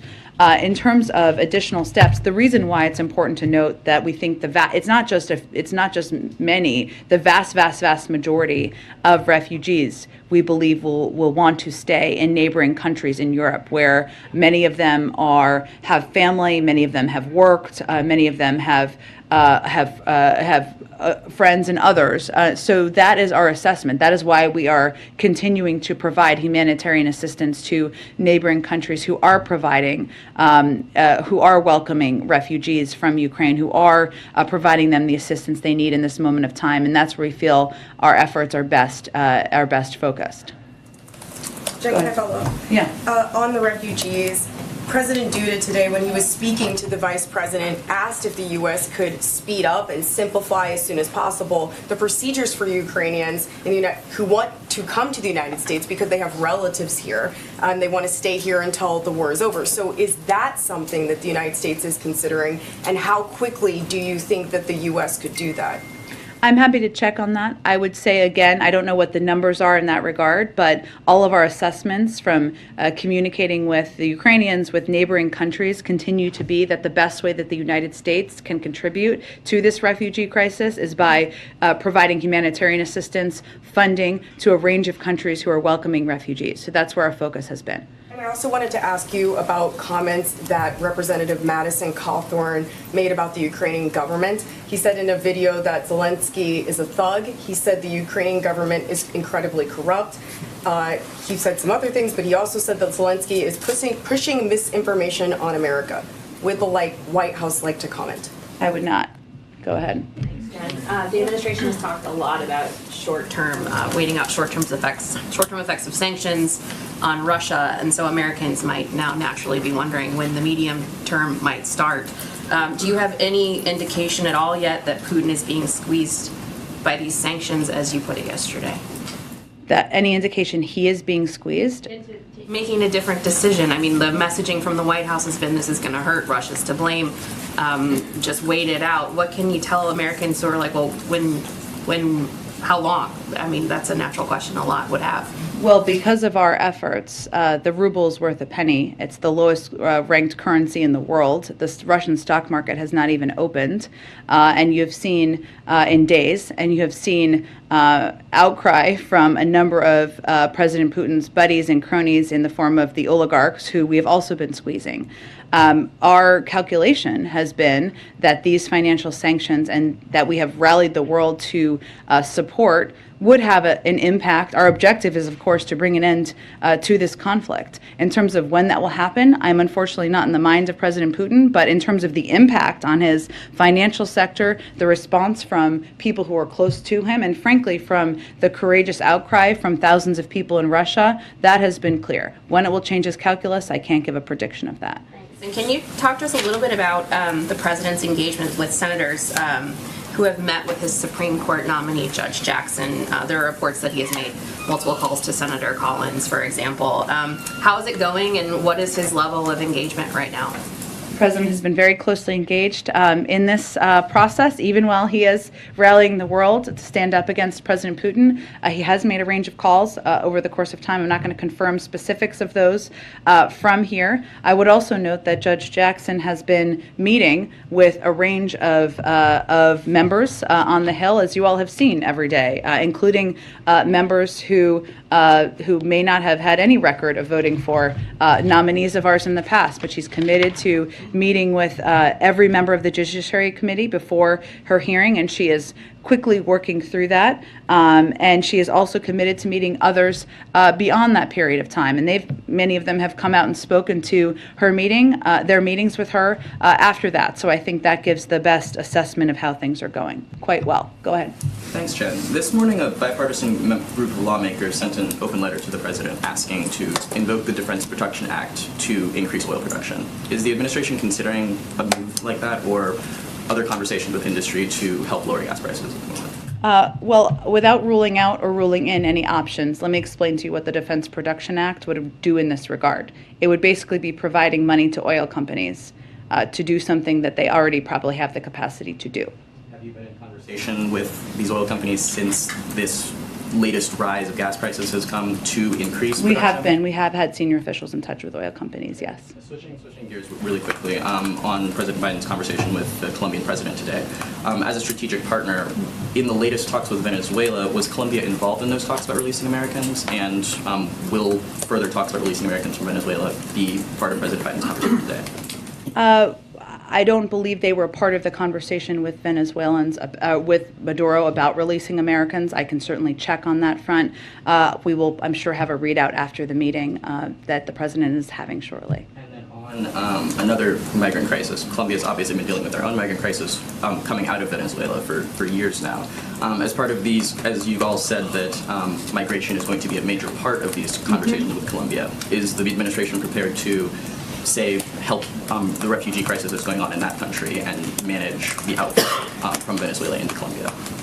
Well, one, they have been a model. Colombia has in many ways in trying to take steps not only to welcome refugees but also to crack down in many ways on migration. That's part of the conversation that the president will have. We have provided a range of assistance in the past, but I don't believe that there's a new assistance package coming today, but that has been part of our engagement with them in the past. Go ahead. Oh, sorry. Did I skip you, Ed? I'm sorry. Go ahead. In the readout of the call between the president and Turkey's President Erdogan, wrote that the president appreciated Turkey's effort to support a diplomatic resolution. How would you characterize the White House's role today in supporting a diplomatic resolution to the crisis, if there's any role the U.S. is playing? The U.S. is leading the global effort to rally opposition to the actions of President Putin, and we have been engaged with the Ukrainians on a daily basis. We've provided more security assistance, more humanitarian assistance than any country in the world, and there wouldn't be the unity of financial sanctions and actions without the leadership of the United States. So what we're doing is we're putting the Ukrainians in a position of increasing, hopefully, strength in their negotiations and discussions. Is the U.S. playing any concrete role in facilitating these diplomatic talks? We are supporting the efforts by a range of leaders, including Erdogan, including our Turkish allies, including the Israelis, including the French, and others who are engaging directly with President Putin over this. And if I could just ask a follow-up on inflation. You know, you've been getting questions about inflation for months. Sure. And you talked about a lot of work the White House is doing, but it's largely been long-term strategy, right? Supply chain work, supporting manufacturing in the U.S., semiconductors. It's the Americans that woke up with another round of headlines about inflation this morning. Is there something you want to point to that's what the White House is doing to provide short-term relief, like immediate relief to the rising costs? I would say that a huge part of what we've done has had an impact already. One is obviously inflationary pressures have been caused by the pandemic, and getting the pandemic under control, which has been the president's top priority, has the biggest impact on that. We've seen hospitalizations go down. We've seen people return to the workplace. We've seen 99% of schools open across the country. Also, the steps that our supply chain task force have taken have already had an enormous impact, including increasing movement through ports by, I believe, about 60%. If you look at shelves at stores right now, 89% of them are stocked. That is a direct result of the actions of the supply chain task force and this president.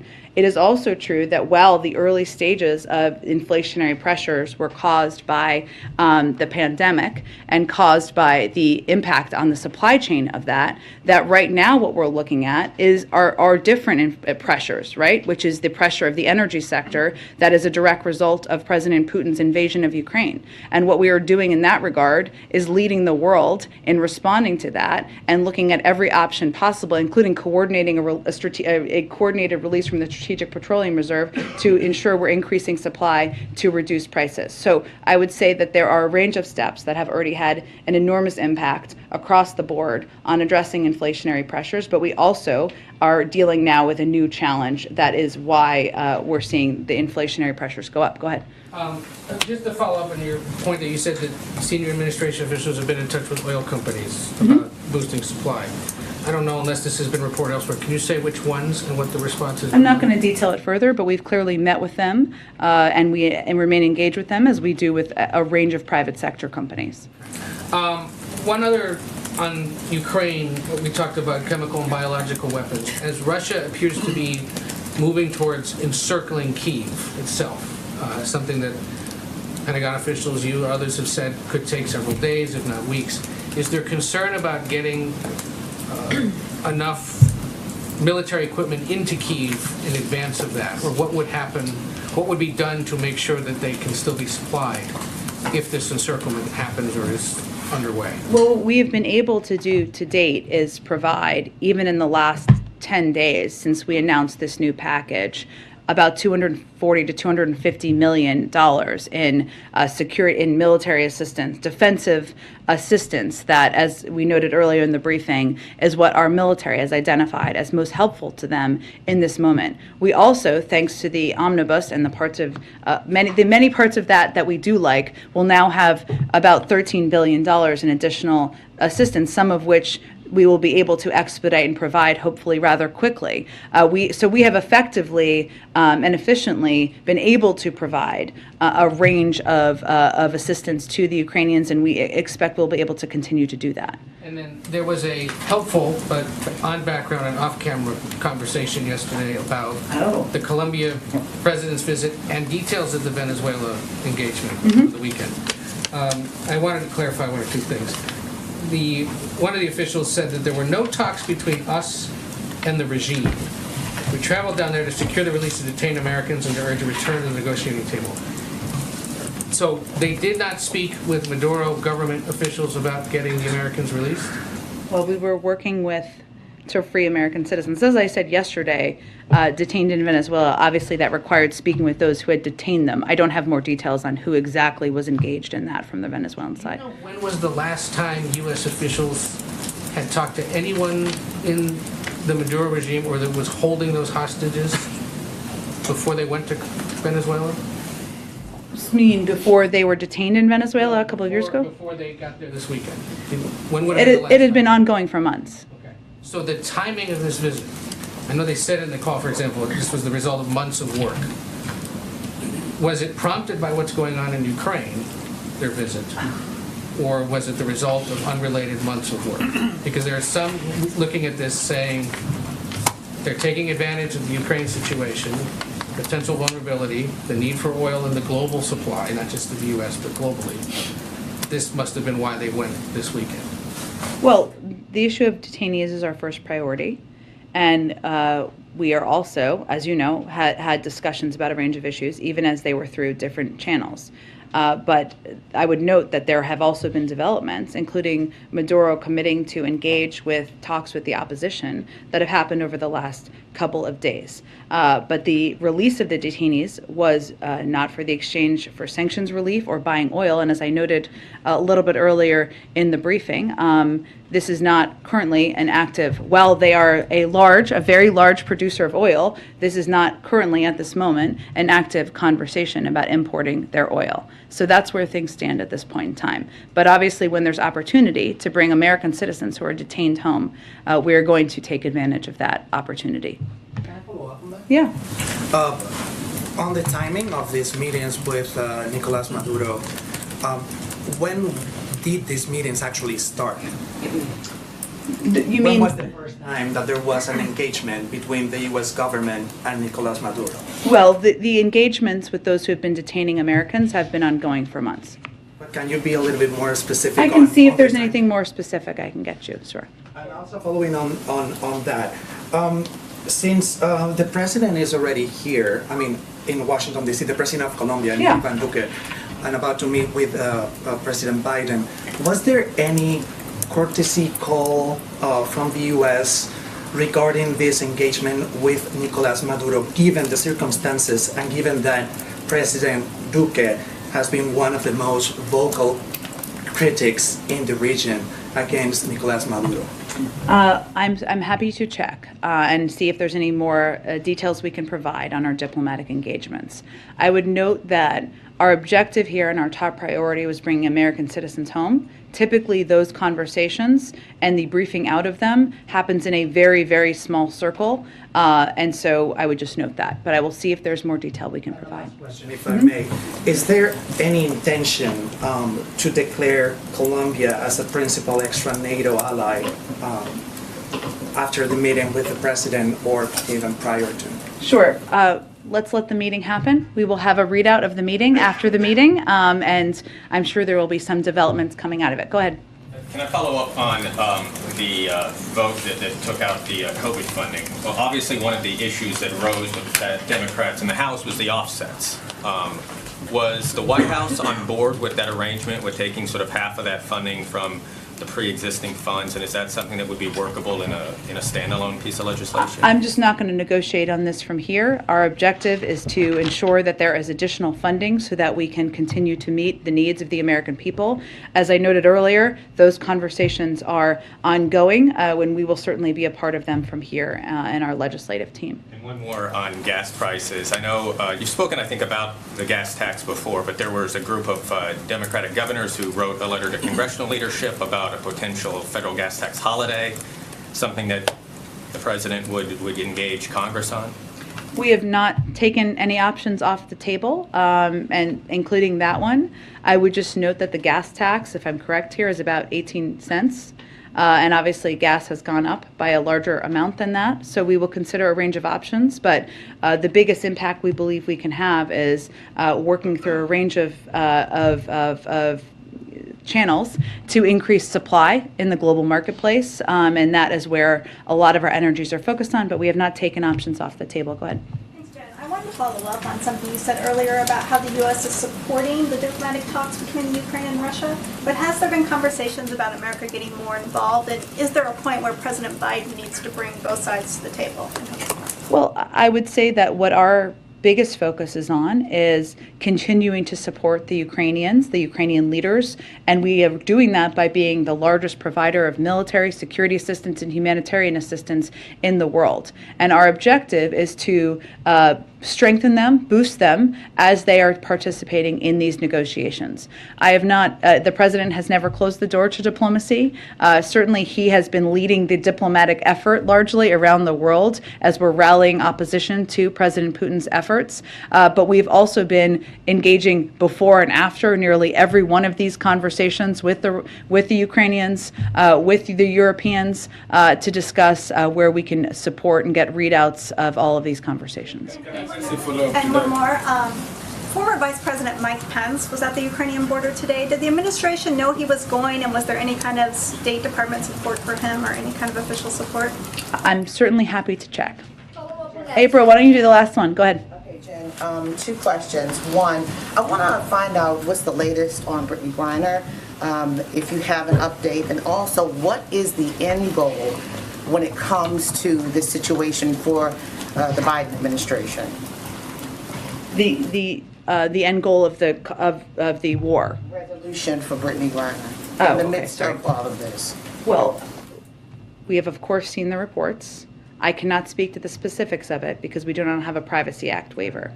But our objective is always to bring American citizens home who are detained in foreign countries. So that will remain our focus, and that's what we'd like to see the end outcome to be. Is this Putin's bargaining chip? Is she Putin's bargaining chip?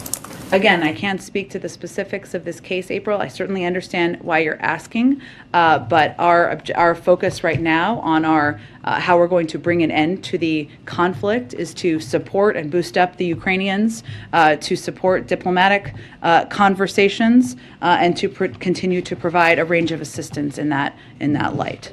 Speak to specifically why she's detained, all of that, but the end result, can you get into a little bit of the weeds, the minutia, as to what you're doing and how to bring her back? I cannot speak to that from here. We don't have a Privacy Act waiver, I would say again, but also for any American citizen held, we typically do not get into specifics because that is not constructive to bringing people home. And lastly, can you preview tomorrow as the president, he laid out the next year during the State of the Union, but he's going to be talking to his own party tomorrow in Philly. What can you give us a little bit of a readout of what he's going to say specifically? I'm trying to get a little bit more as it relates to the CDC.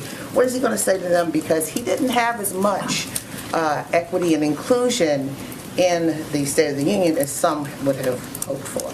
Well, I would say I have not reviewed the remarks with him yet, or the remarks yet, so I am not in a position yet to give you a preview of what he's going to say. He's looking forward to traveling to Philadelphia tomorrow to speak with the caucus. I'm sure we can get you all something on that later this afternoon. Thanks, everyone. What's your end game in your way?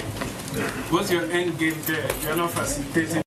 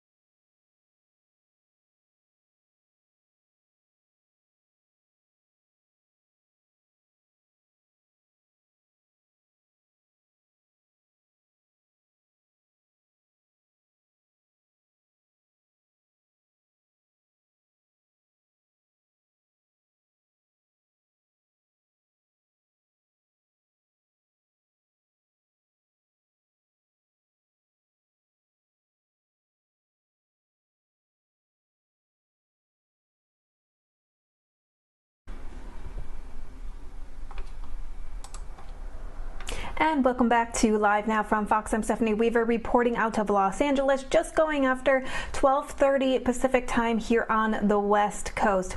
During that White House press briefing with Press Secretary Jen Psaki, they did hit on the topic of inflation, which continues to be at an all-time high. And earlier this week, senators gave remarks on inflation. So if you missed this, I'm going to play it right now here on Live Now from Fox. Thanks all for being with us here on Live Now, where we continue to bring raw, unfiltered, and nonstop news from all across the nation. We appreciate your viewership on this Sunday. The other energy solutions that we're talking about doesn't seem interested. They need to get interested and get interested in a hurry, because their policies are hurting American families, hurting American farmers, and making it harder and more expensive for people to get by in this country. Well, Joe Biden truly is the president of high prices. The American people are seeing it again today. The numbers are out, 7.9% inflation. This is a 40-year high. When I take a look at just about everybody on that side of the dais, most of you have never seen, you're under the age of 40, you haven't ever seen, you have, but you've never seen inflation this high in your lifetime. And wages aren't keeping up. People are having to change the way that they eat, that they drive, and that they live. The decisions they make in their lives are being dramatically impacted by all of this. Gas is over $4 a gallon. And what does Joe Biden say? He said it's all blamed on Russia. Energy prices have been going up dramatically from the day he took office. Sure, today we're $2 a gallon more for gas than we were the day he took office. More of this is on him than on what's happening in Russia. And the Russian component of it is the fact that he has allowed us to become dependent on Russian oil. This is all on Joe Biden. And there are solutions that will make a difference for the families that are suffering. Pelosi's not going to notice this. Schumer's not going to notice it. The people that are going to notice it, young families struggling to get by, seniors, people living on a fixed income, those are the people that are noticing more and more that their dollars are buying less and less. And then to hear the White House talk about the fact that, as the president's spokesperson said yesterday, oh, we're producing at record highs. We are not. In the United States, we're 1.4 million barrels a day less now than we were before the pandemic in terms of oil production. 1.4 million barrels a day fewer barrels of oil. Why is that? This is an administration that has been at war with American energy. The Secretary of Interior has said clearly she wants to keep oil and gas in the ground. The White House talks about some permits that are out there that haven't been used. Well, you know what? When you have a permit, that's only the first area of permission you have to get from the government. You then have to get permission to drill. So the administration said, we're not given any permission to drill. There are over 4,600 permits where they're waiting, asking for permission to drill. It's like you paid rent on a house, or on an apartment, and they say, okay, we've taken your rent money. Oh, but we're not going to give you the key. You can't move in. How are you going to get in there? They're not allowing that. And a lot of people say, well, we're not even if we get permission to drill, we're not going to go in until we can build a pipeline. Oh, the administration said, sorry, we're not going to allow any of those permissions either. There are things we should be doing today to unleash American energy. We have it. We shouldn't be dependent upon Russia. We shouldn't be heading to Iran. We shouldn't be looking to go to Venezuela. We have the resources here in the ground. The administration needs to let us get them out. We're having a hearing right now at the Energy Committee talking about all of these things. And these inflation numbers today just highlight how poorly this administration has mismanaged our American economy, American energy, and have caused record inflations to the level that we're now at a 40-year high. Well, first of all, I want to thank Senator Fisher for getting us together today to talk about really what I consider a national emergency, and I speak from that as the ranking member on agriculture. Last time when I was here, I brought a little chart. Now I've got a bigger chart. Do you want me to hold it? Well, yeah, I can hold it. yeah. So, and I think this tells the story. This is from February of last year to February of this year. Now, the bars don't look very high, but this little bar here, farm machinery, represents a 28% increase. More than a significant increase. We're talking about animal feed, it's up 36%. Natural gas up 48%, diesel fuel up 54%, and then fertilizer up 171%. It'd be interesting and I should have done it, but we were here a few weeks ago talking about the same thing, and I would say that if you looked at these bars compared to then, they would be shorter. Okay, this thing is moving so very fast. So when costs go up on our farmers and ranchers, it's a bad day for rural America. And it's a bad day for everyone who works so hard to purchase the food that they need, to put it on their table, and in essence, everyone loses. So this is a national emergency. What I would like to do is get the administration to focus on this. It affects everyone in America. It's not just an American problem, it's an international problem. So we simply have to lessen our cost and thus lessen our cost to the consumer, which is so very important for the people of America. Thanks, Deb.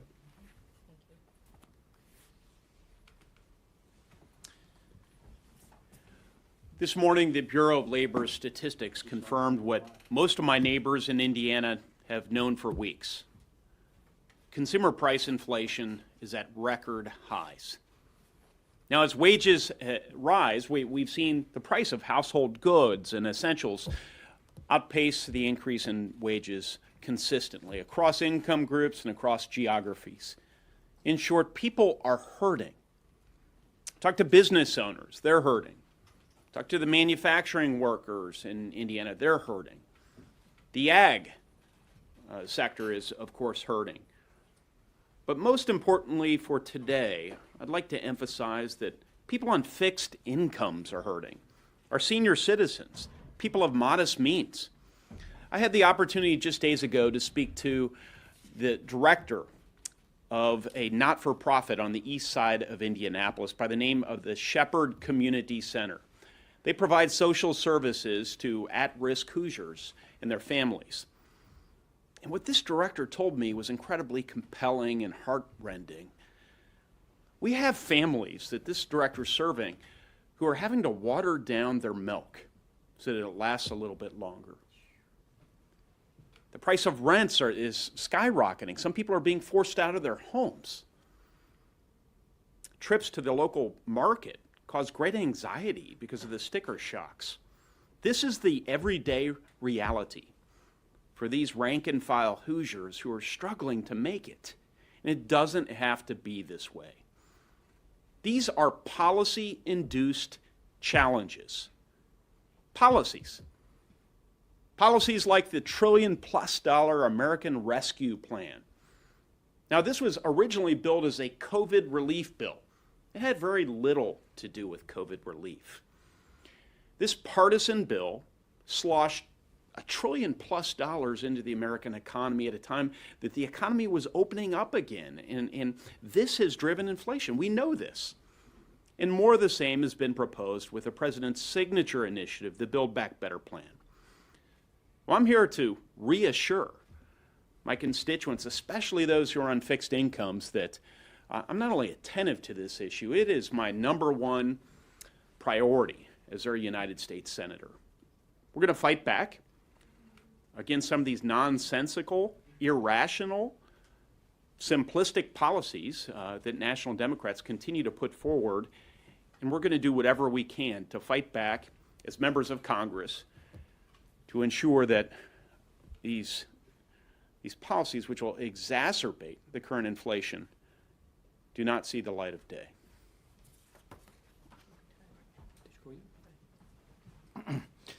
Well, as you saw this morning, inflation is now 7.9%, 40-year high. Absolutely unbelievable. And it goes back to what we've been talking about for the last number of weeks, and that's the underlying price of energy is a huge part of it. So for those of us from rural states like my state of North Dakota, obviously Nebraska, big ag state as well, Indiana, our farmers are out there producing the food, fuel, and fiber every day that makes America work. And, you know, one of the biggest underlying costs they have is energy. When you look at oil, natural gas, I mean, they, whether it's fueling their equipment, whether it's the fertilizer that they put on their fields, which of course is natural gas based, whether it's chemical that they use and so forth, all those things are energy based. So the run-up in energy costs directly impacts their costs in a big, big way. And remember, this now affects every single American because, I mean, that's the food supply. And, you know, we like to say, and rightly so, that our farmers produce the highest quality, lowest cost food supply in the world that benefits every single American every single day. But when their costs are going up dramatically, in some cases more than 30%, I mean, you see a gallon of gasoline is now, on average, $4.25 going up, and you see how much energy goes into our food production. You recognize that that, of course, gets passed along to all consumers. And it's not just the administration's putting the handcuff on our ability here in this country to produce oil and gas. It's also the war on coal. And I can tell you from a state that's huge in agriculture, but also huge, really an energy powerhouse for this country, we're seeing it. For example, obviously, as I just said, we're seeing it in the oil and gas prices. We produce 1.1 million barrels of oil a day in our state, second to Texas. We produce huge amounts of natural gas, but because we can't get the approvals and the permits, we can't get gathering systems and get that natural gas to market. So in some cases, we're flaring it. Makes no sense whatsoever. And then even in the case of coal, we have Dakota Gasification Company, huge plant that actually takes coal, converts it to synthetic natural gas, and then uses that to make fertilizer, urea. anhydrous. So we're not buying it from Indonesia or anywhere else. We're producing it right here at home, but those costs that go into energy production, whether it's on coal, oil, or natural gas, all are driving up costs in everything we do. Not just the food supply, but everything we do. And that's why the Biden administration needs to change course. And that's the point we're making, whether it's for energy, whether it's the food supply, for whether it's our consumers here at home trying to stop this growth in inflation, or whether it's working with our allies to support Ukraine. The Biden administration needs to change its policies when it comes to energy production. Thank you. Does anybody have any questions? Go ahead. Yeah, number one, are we facing a food crisis? Can farmers even have a margin left with these input costs soaring the way they are from fertilizer and other inputs, and overcome, so this might even overcome the increase they're getting for their grain, which has also gone up because of Russia and Ukraine being big producers. And secondly, as a temporary solution, is the administration saying no to using, for instance, E15 year-round through the summer to offset that 700,000 barrel shortfall because of Russia? Mm-hmm. Farmers right now, what they're telling me is they're weighing their options. You know, commodity prices are doing pretty well, but the input costs are so high, so they're trying to make some planning decisions with an understanding of what the market is, what their cost is, in talking to their bankers as well too. I just met with some Nebraska bankers. They feel that the ag economy is good. We're not looking at a situation like the 80s, but there is just so much uncertainty out there all across the board, whether it's in agriculture, small businesses, families. There is so much uncertainty out there that people are worried about the future. And that transfers to our energy industry, which Senator Hoeven can certainly speak to with a lot of knowledge with what his state does. But when you have an administration, when you have a presidential candidate, Joe Biden, saying that companies should be held liable, people should be put in jail. I mean, there's a direct attack on energy producers in this country. Think of the uncertainty for energy producers. They want to be able to get out there and be productive to meet our needs. One thing I hear besides inflation is, why in the world are we buying oil from Russia? That is the number one calls that I get. Why are we buying oil from Russia? And I cannot imagine the outrage that every single elected official here is going to hear if we then switch to buy it from Venezuela and Iran. This is a ridiculous policy. And as an ethanol producing state, we need to look at a clean, renewable energy in ethanol, in biofuels. We're in all of the above. When we're talking energy, that truly means all of the above. And you cannot demonize fossil fuels. You cannot put out misinformation on biofuel and ethanol production and think you can accomplish anything by calming fears, promoting optimism in this country again, which obviously is not coming from the Biden administration. So have they said I would say two things. Said no to E15, and that could make the difference in the volume in a short amount of time. Yeah, you know, I've had bills that would promote, first of all, the RVOs, to take a look at that, and also year-round sale of E15. It's vitally important. We need to offer consumers choices. That's extremely important. And again, if we truly are talking about an all of the above energy policy, we certainly don't see it in the policies coming from this administration when they demonize certain segments of the American economy and the American energy sector. So I would say yes, we are going to see disruptions. I mean, right now, I'm talking to farmers and ranchers. They're worried that they are going to be able to get anhydrous and other fertilizer and other inputs. So yes, they are very concerned about that, no question about it. And then you got all the supply chain disruptions too. For example, I'm on legislation that would help with the container issues. Obviously we're in situations now where we have containers that come in from the Pacific Rim and they go back empty. So we've got the ocean container shipping legislation, along with Senator Thune, Senator Klobuchar, and others. So we've also got to solve these supply chain disruptions, and we can't have regulations like WOTUS coming back. You remember the whole WOTUS issue under the Obama administration? We fixed that under the Trump administration. We get something that respects private property rights, and now the Biden administration pulls that back, and they want to go right back to the Obama version. That hits our farmers four square in terms of what they're trying to do out there. That hits our energy producers. That drives up costs. That restricts our ability to produce more food and more energy. Those are the things that are creating huge problems out there, like I say, not only in terms of supply, but also supply chain disruptions. So yes, we are going to see those things, and we're quite concerned about it. Yes. I have a question about the omnibus bill. So does have increased funding for multiple different agencies. So and it seems there's enough Republican support to get this through the Senate. What would you say to Americans who are kind of scratching their heads or who are critical, asking, why would you guys be willing to vote for a bill with increased funding for government agencies while we're seeing this record high inflation? What would you say to them? I would say that they have a good point. As a government, as a federal government, we should be setting priorities just like families do.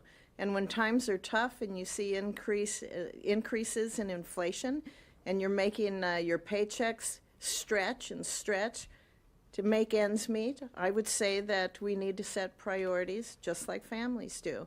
And that isn't, in my opinion, to make increases across the board.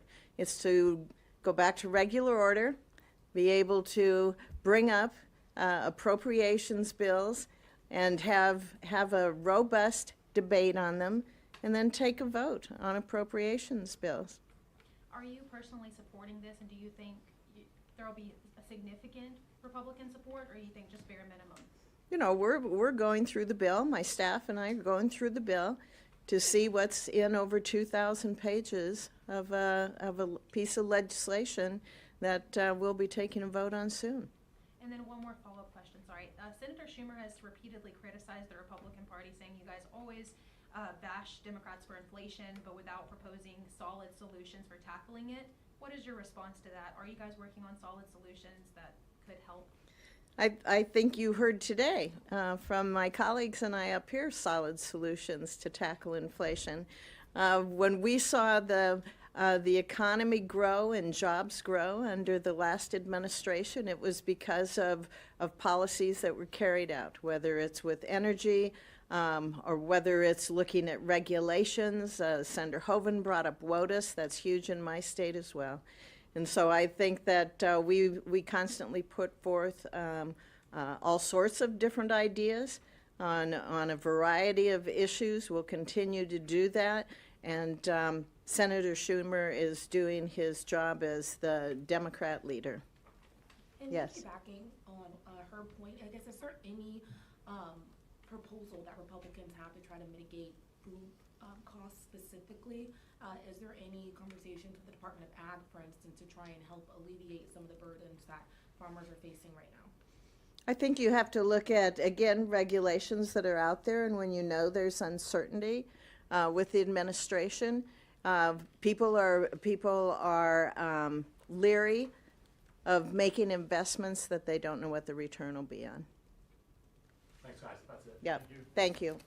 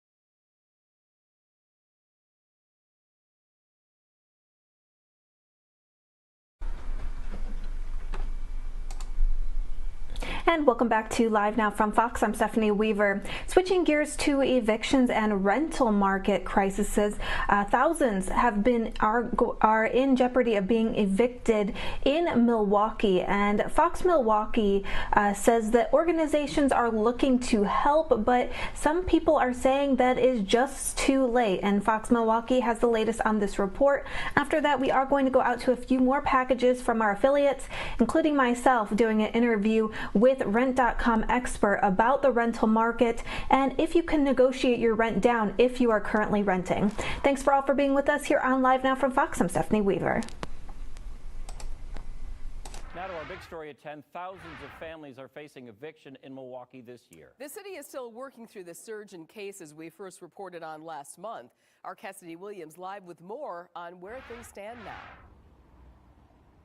Well, there are a number of organizations working with families to help them avoid eviction, like here at Community Advocates. But one Milwaukee woman says the help might not come fast enough. I don't want the sheriff to show up. That'll be the most embarrassing thing that probably will ever happen to me in my life. Keisha Eubanks says she's made hundreds of phone calls to try and prevent that from happening.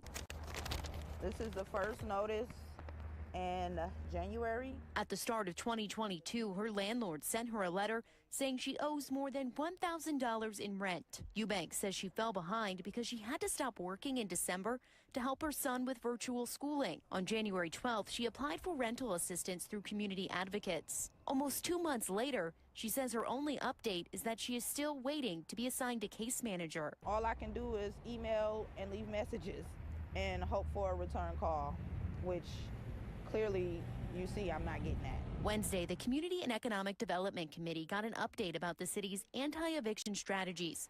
Community Advocates Housing Strategy Director Deborah Hefner told them, while we've been able to help so many people stay stably housed, we also know that the demand continues to be great and we have a lot of applicants in queue.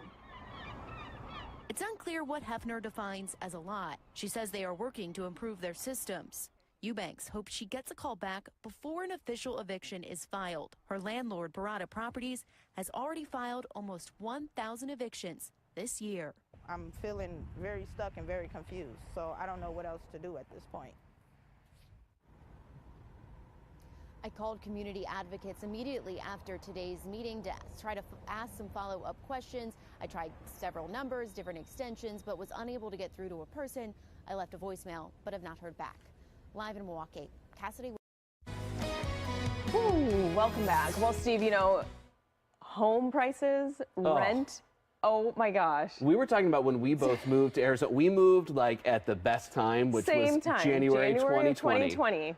And things were expensive, but it was like, Yeah. okay, we can do this. But guess what? You all know that those prices are just skyrocketing, and they're just expected to keep going up, not stopping anytime soon. So joining us this morning, talking about those rent prices and inflation that we're really seeing all over, is investment realtor Carla McGee. Good morning, Carla. Thanks for getting up with us this morning. Good morning. Thank you so much for having me.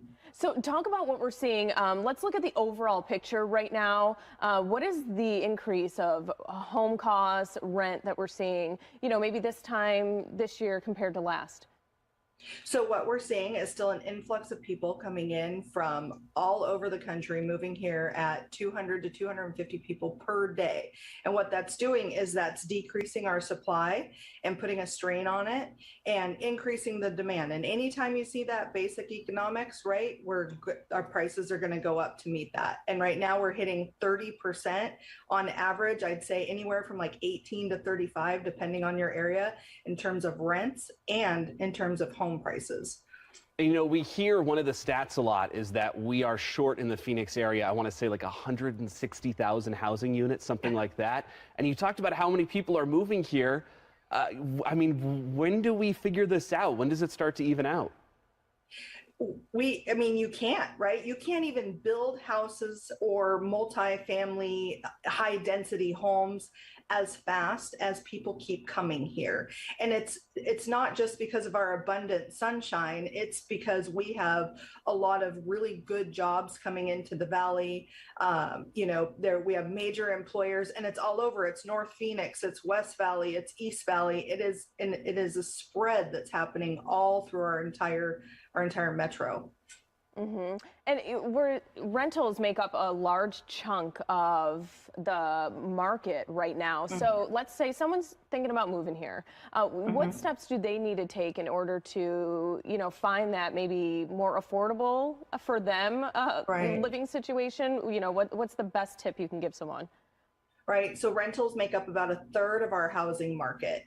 And the best advice I have for people right now is to go directly to the website of the property management companies or the apartment complex that you're interested. A lot of people come to their favorite realtor thinking they can help them, but they're not even on the MLS right now. They don't have to. They don't have to advertise them because as soon as it's vacant, it's full. There's multiple people trying to get into it. So just go straight to the source of what you're looking at, and then that's your best bet to get into a property. Okay. And I know that housing is so expensive, or to buy a house right now is so expensive too, just like rent. But at a certain point with rent gets this high, is it a better bet to just try to get into the actual market and buying a house? I mean, right now, if you're looking at a single family home in, say, Mesa, a 3-bedroom, 2-bath house, you are looking at $400,000 to $500,000. So you're looking at $2,000 to $3,000. Well, the rent for that is $25,000. So, right. So what's the difference? I mean, as long as you have a down payment and you can get into that, then it probably is your best bet. Right. Yeah, it is. And we have to wrap you up, but I want to know really, really quickly, if you can answer it quickly. Are interest rates on homes, are they going up? Are they still low? They're going up. We just saw a huge hike on Friday, and so they're continuing to go up. So if you are able to buy a home, I'd say do it now. Prices are not coming down, and neither are interest rates. Okay. All right. Thank you so much. So such a pleasure talking with you this morning. Thanks for joining us there. Yeah, coming up after the break. I know, right? You just have to sigh a little. Rent prices continue to soar across the country, and I am joined by Brian Carberry, an expert with Rent.com. Thank you for talking with me today. Absolutely. Let's start with this. What are the main factors that are leading to these increased numbers and increased prices for renters? Yeah, it really boils down to supply and demand right now. Just the number of people on the market for an apartment is so much higher than we've seen really anytime during the pandemic or really anytime before the pandemic over the past few years. People are just looking for new places to live, and people that are in apartments aren't necessarily leaving. Occupancy rates are at an all-time high right now. So there's just not a lot of available inventory on the market for all of these people that are looking for a place to live, and that's creating a lot of competition. So landlords are really able to price units a little bit higher than they normally would have, just due to all these high number of people that are really just out there right now. You're also seeing kind of the impact of the pandemic kind of more or less normalizing from what it should have been. During the first year of the pandemic, people stayed put and they weren't moving. And then really into last summer is when we started to see people starting to get up and move again. And that's when you really saw these rent prices start to skyrocket. So that's really what's kind of driving these big increases. And of course, there's going to be certain things in certain markets at local levels that are going to play a role as well. But it really just does boil down to that supply and demand.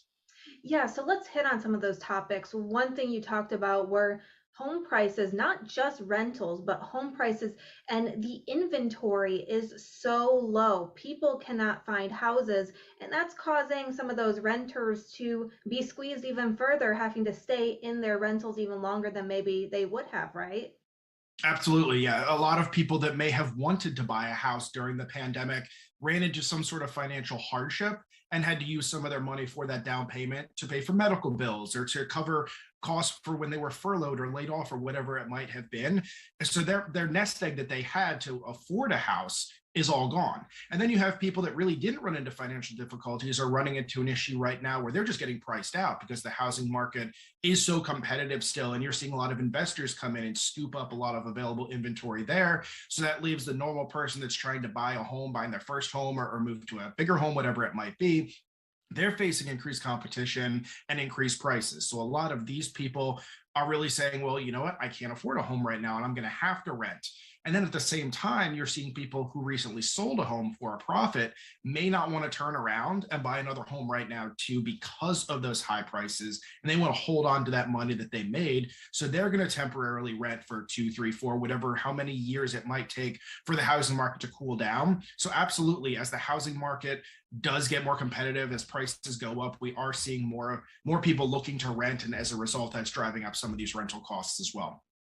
And I would imagine that the end of the eviction moratorium has also put a strain on renters as well, right?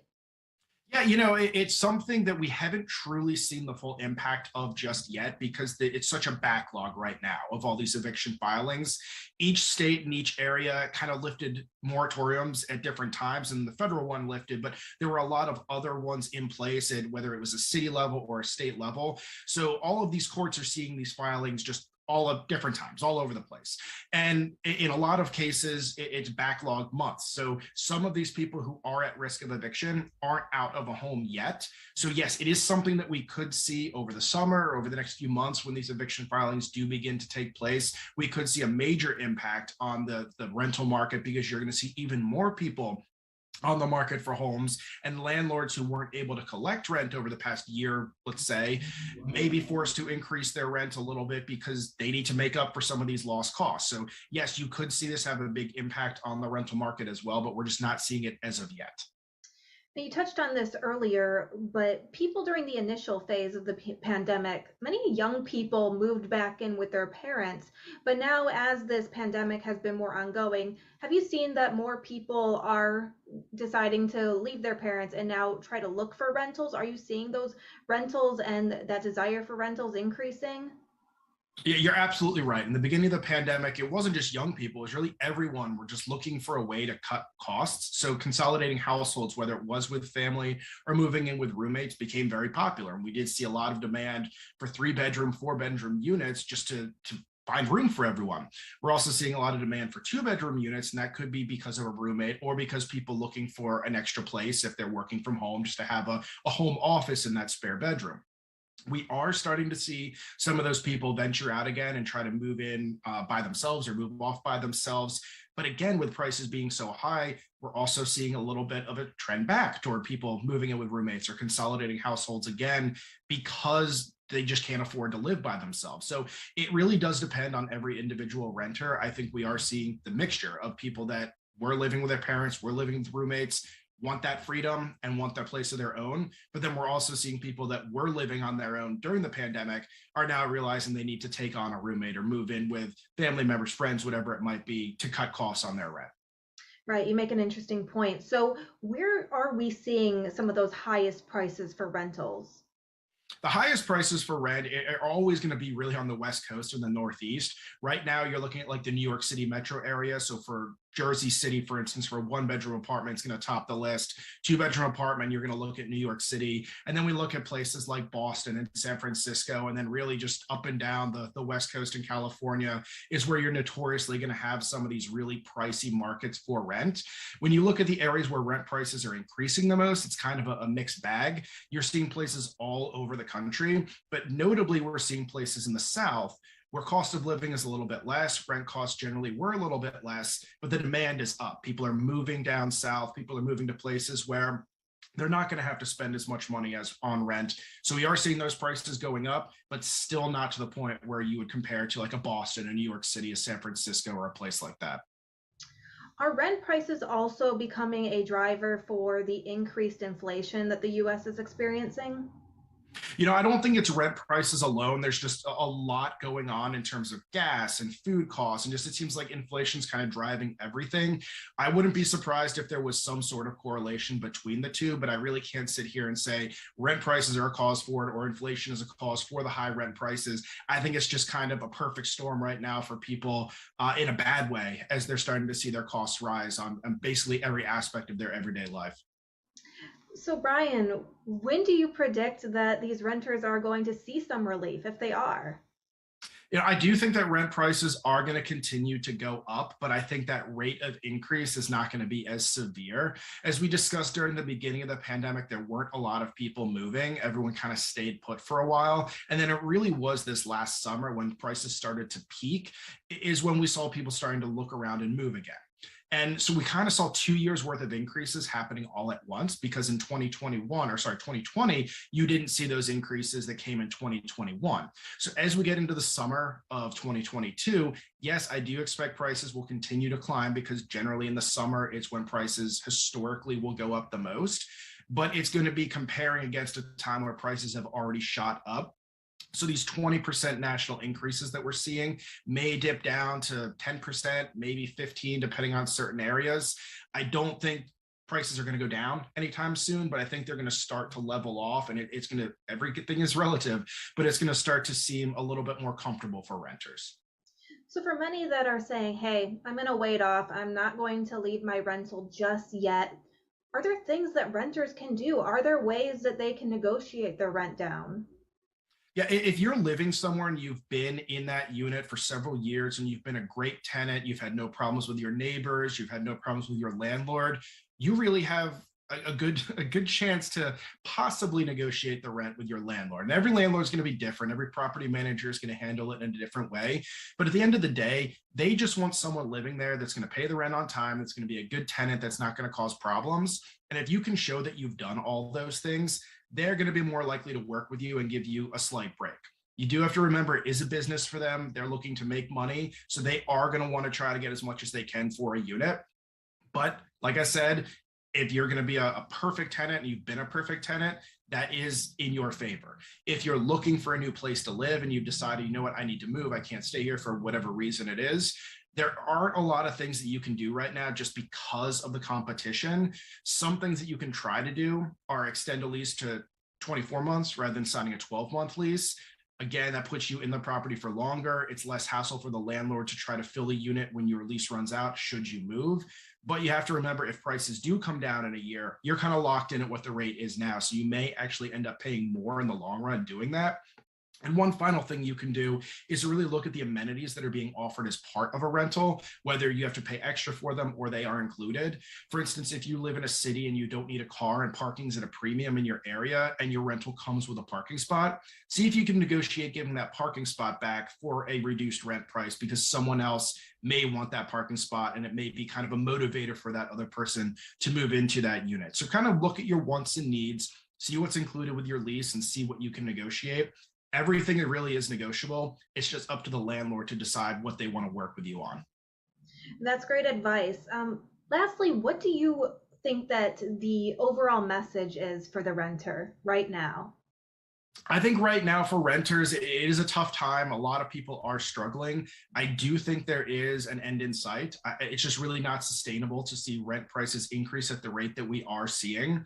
I think renters just really kind of need to be patient, and at the same time, do your homework. Make sure you're not going to live outside of your means.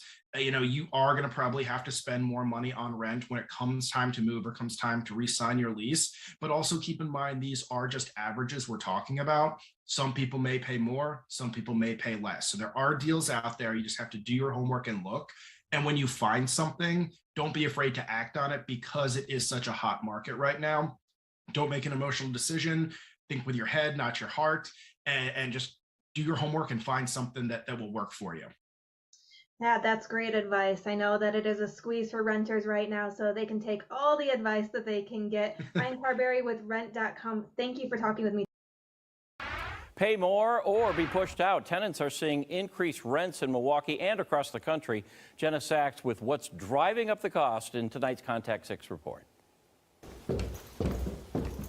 This apartment at 55th and Burnham is one of Jim Miller's few vacant units. Nice kitchen, updated flooring. And when new renters move in, they'll pay more for this apartment than the last tenants did. When it goes vacant, that's when we'll increase it the most to align it with what the marketplace is. According to Realtor.com, median rent for the Milwaukee, Waukesha, West Dallas area is up nearly 13% compared to this time last year. Rent for a 2-bedroom is up the most, nearly 16%. The median monthly rent in our area now $1,550. Prior to COVID, we were definitely in a increasing rent marketplace.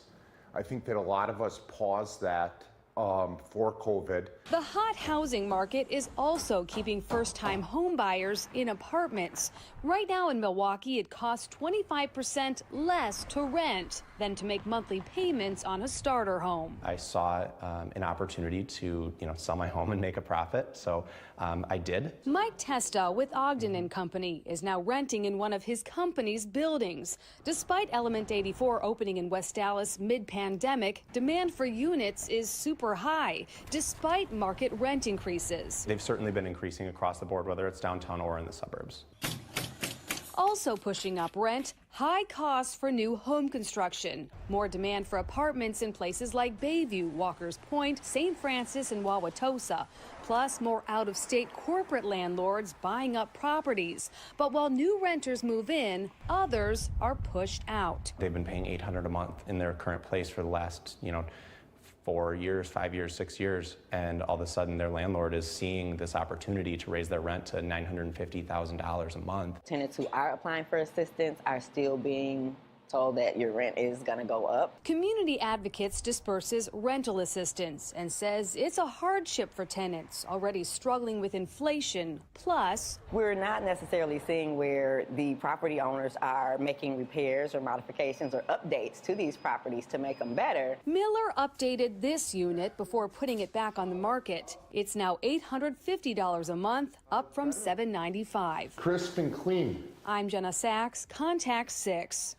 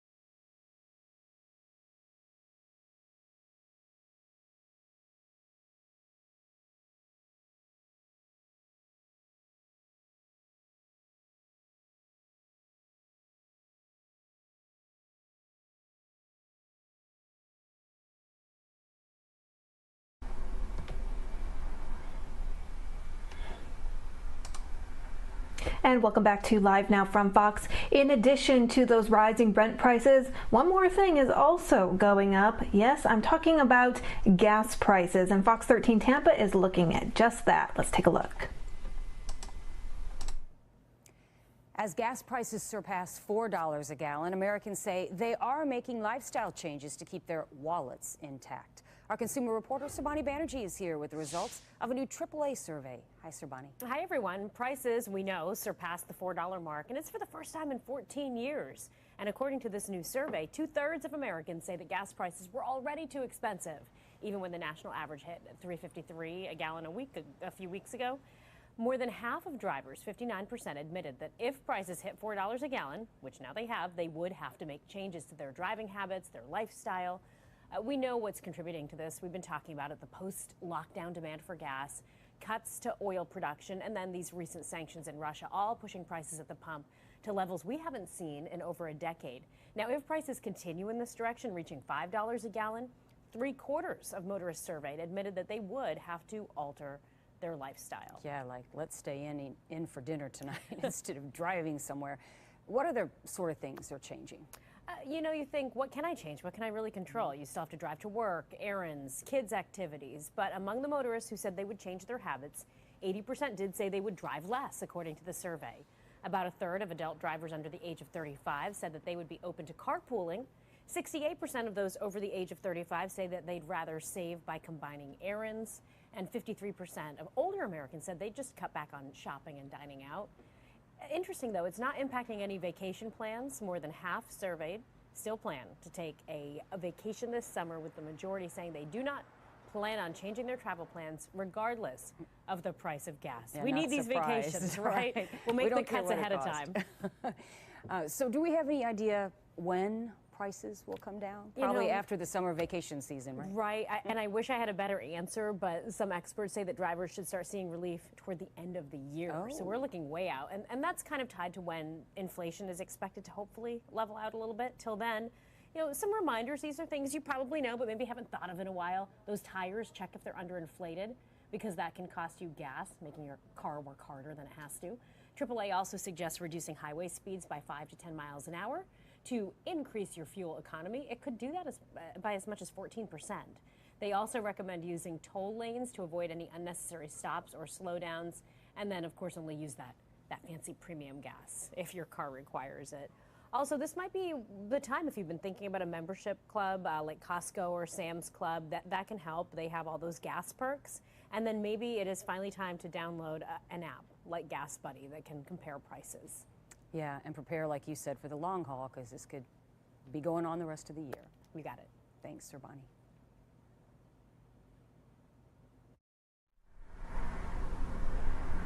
And a big thank you to Fox 13 Tampa for that report. Another big headline of the week is baseball. Yes, Major League Baseball is back after an agreement was reached, and our very own LiveNOW from Fox's Daytona Everett spoke with 2 experts to learn more. Let's take a look. Baseball is back, which means everyone is trying to get all caught up because spring training is right around the corner. I want to bring in Fox 10's Nicole Garcia, who's joining us live from Arizona with the very latest. Nicole, how is everyone preparing? Yeah, spring training just around the corner, a brand new schedule. The Cactus League just put it out about an hour ago. So the official start to spring training of 2022, March 17th. The D-backs reported to camp, and they're out here on the practice fields already training. Their first official workout is this coming Monday, but everybody's very excited. People at the stadiums are getting the stadiums ready to welcome back fans. The boys are back in the stadiums. A new spring training schedule is out, and Valley Stadiums are preparing to welcome back fans at full capacity. No COVID restrictions this year. We're very excited we'll be back.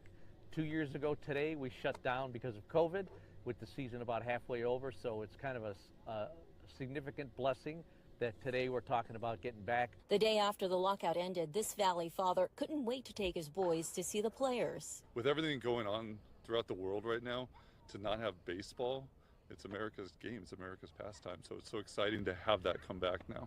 At Salt River Fields, fans will notice some new features this year. This was our center field merchandise store, and we turned it into an indoor-outdoor bar, and it will be the Casino Arizona Talking Stick Resort Diamond Bar. And fresh tomatoes have been growing in the Salt River Garden. The fruits will be used to make sauce for this pizza stand.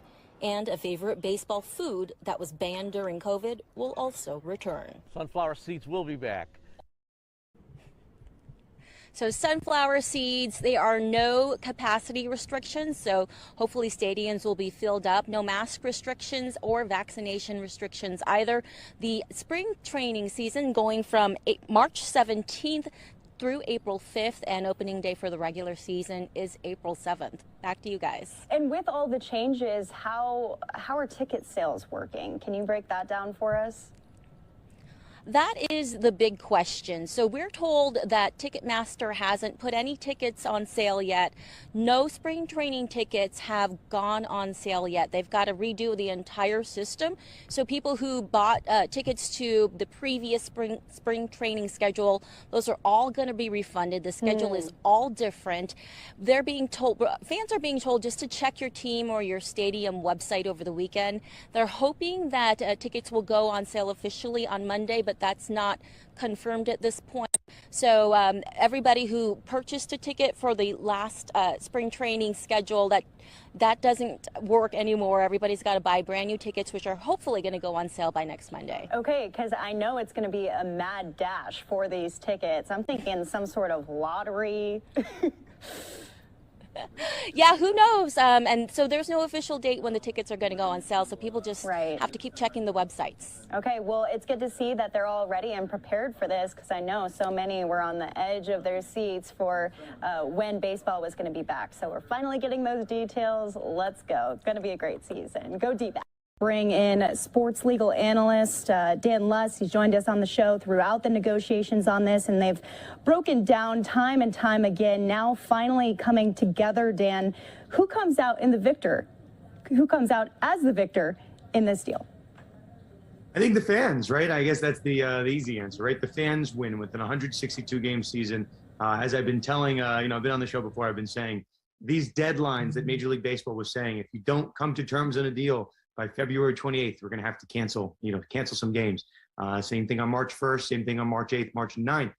And guess what? We came to a deal on March 10th, and no games are going to be canceled. So I think the owners are losers to the extent that they, nobody really bought that lie that they were selling. They had to cancel games. They meant, move games back. And I don't think the players bought it. I don't think the players caved. And I think in addition to the fans being the obvious winners, I think the players are, that they did not cave at the quote unquote best and final offer on February 28th. That offer only got better and better for the players. And, I think they have to be happy with the deal that they struck today.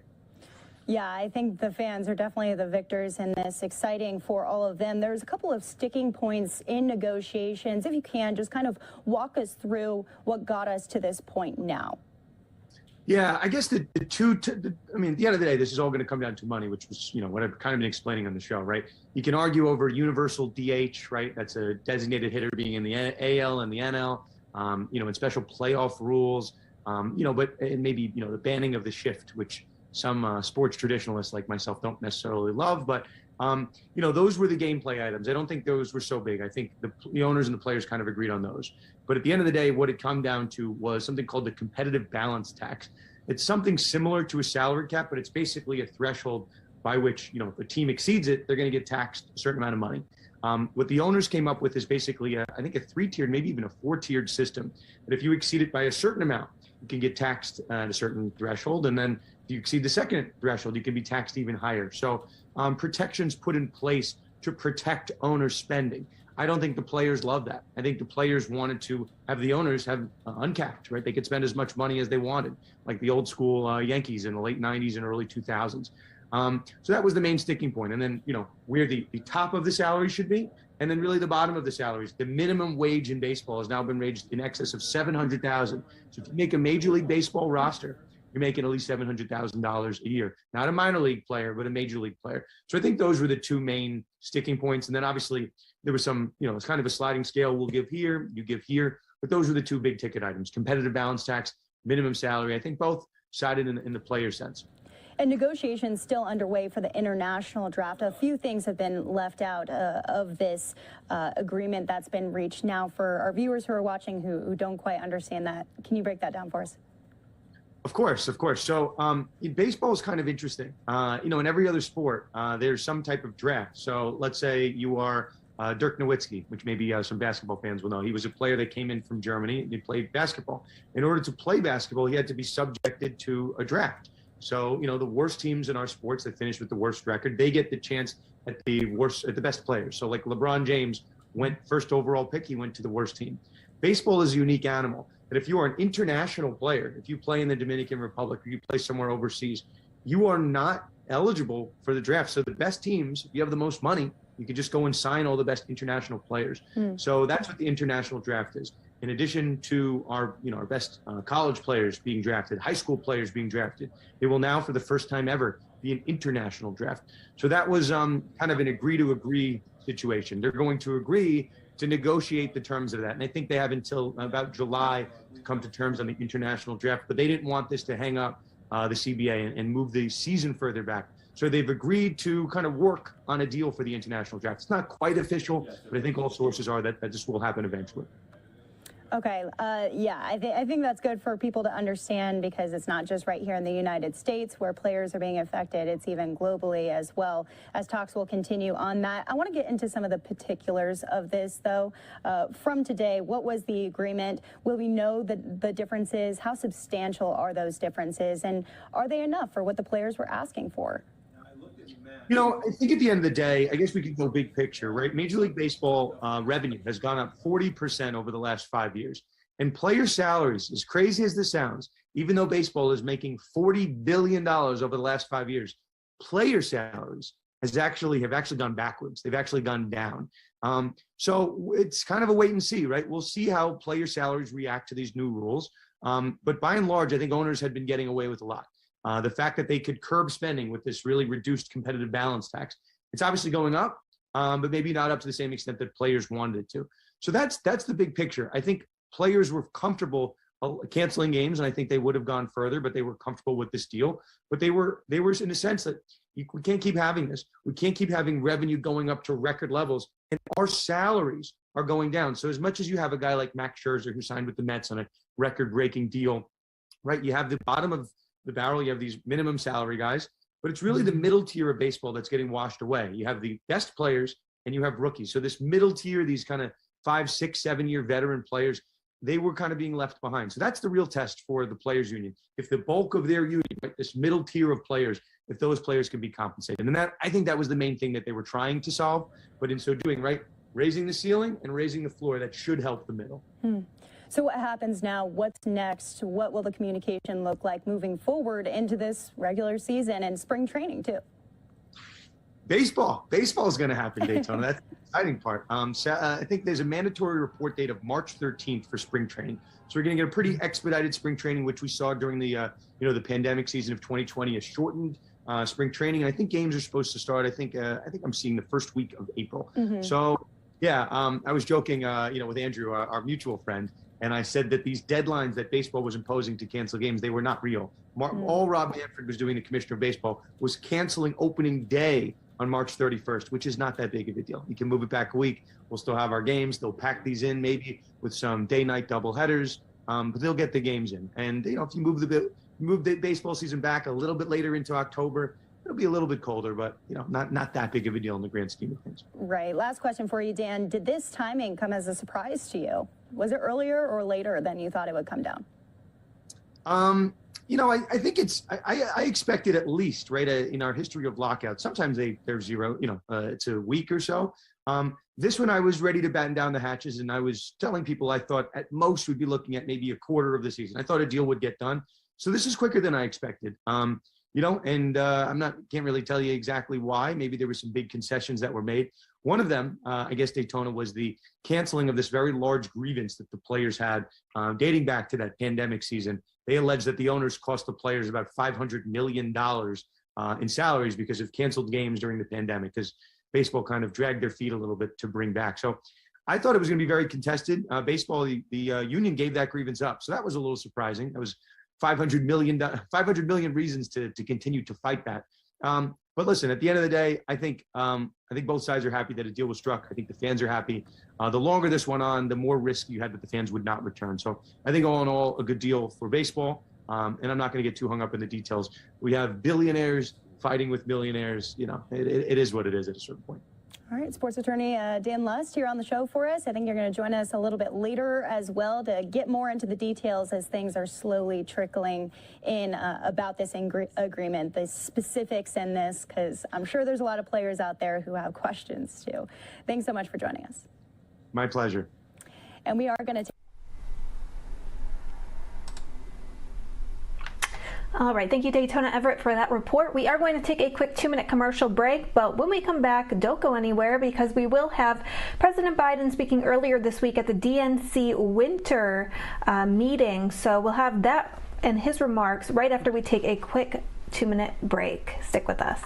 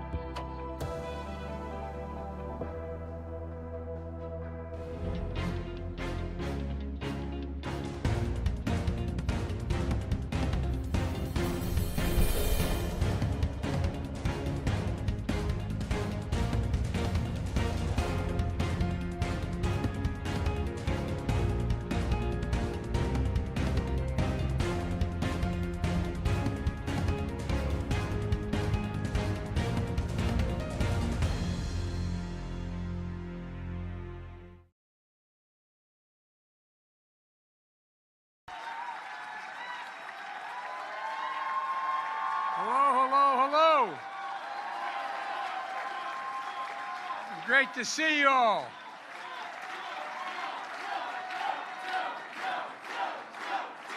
Thank you. Thank you, thank you, thank you. Please, sit down. Thank you so much. Jamie just gave my speech, so thank you.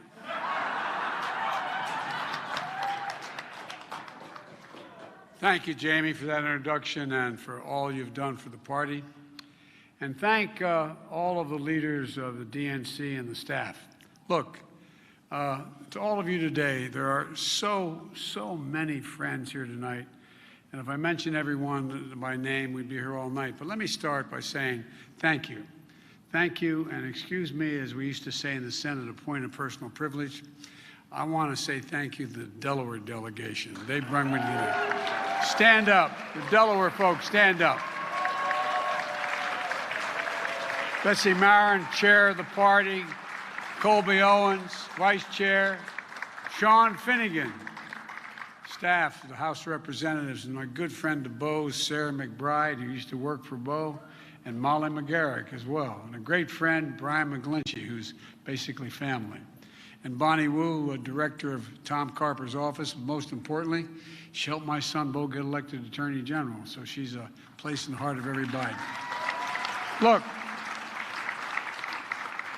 coming out of the State of the Union, we are the strongest position we've been in months. We have a record to be proud of, an agenda that addresses the biggest concerns here in American people's lives. The message that resonates. And now what we have to do is we have to sell it with confidence, clarity, conviction, and repetition. Folks, On Ukraine, Putin was counting on a divided NATO, a divided West, and quite frankly, a divided America. But he got none of that. In fact, he's now facing a more united, energized, resolute NATO in the West than he ever imagined.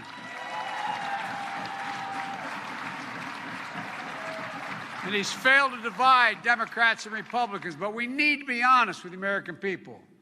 The battle for freedom has its cost here at home as well. People are already feeling Putin's price hikes at the pump. I think the American people know how important this fight is. I think they know that as painful as the price is today, the costs are going to be higher if we do not act now to deal with this tyrant. So let me be clear on the facts. We are increasing oil production with a record productivity. By the end of the year, we will have produced more oil than any time in the last number of years. Look, I just want to run, the Republicans are playing a game here. They're talking about the Democrats haven't raised prices. They all voted for the same thing. The CEOs of major oil companies have said they'll increase investment and production. They have the capacity to do it. They have over 4,000 opportunities. They say there's nothing the U.S. government needs to do to incentivize them.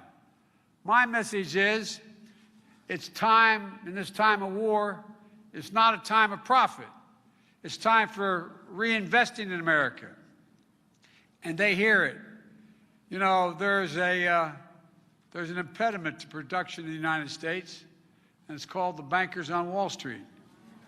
This crisis is another indication of why we need to get off dependency on fossil fuels. This is not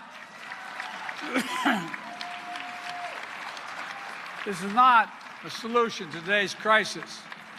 It's about the future. That's why we need to build a better America. Well, let's talk about our record. The American Rescue Plan. People were hurting. We had to act, and we did. We did it as Democrats without a single solitary Republican vote. And the one-year anniversary of the passage of that act is tomorrow. We should be proud of it. We did so much, people don't even know we did it.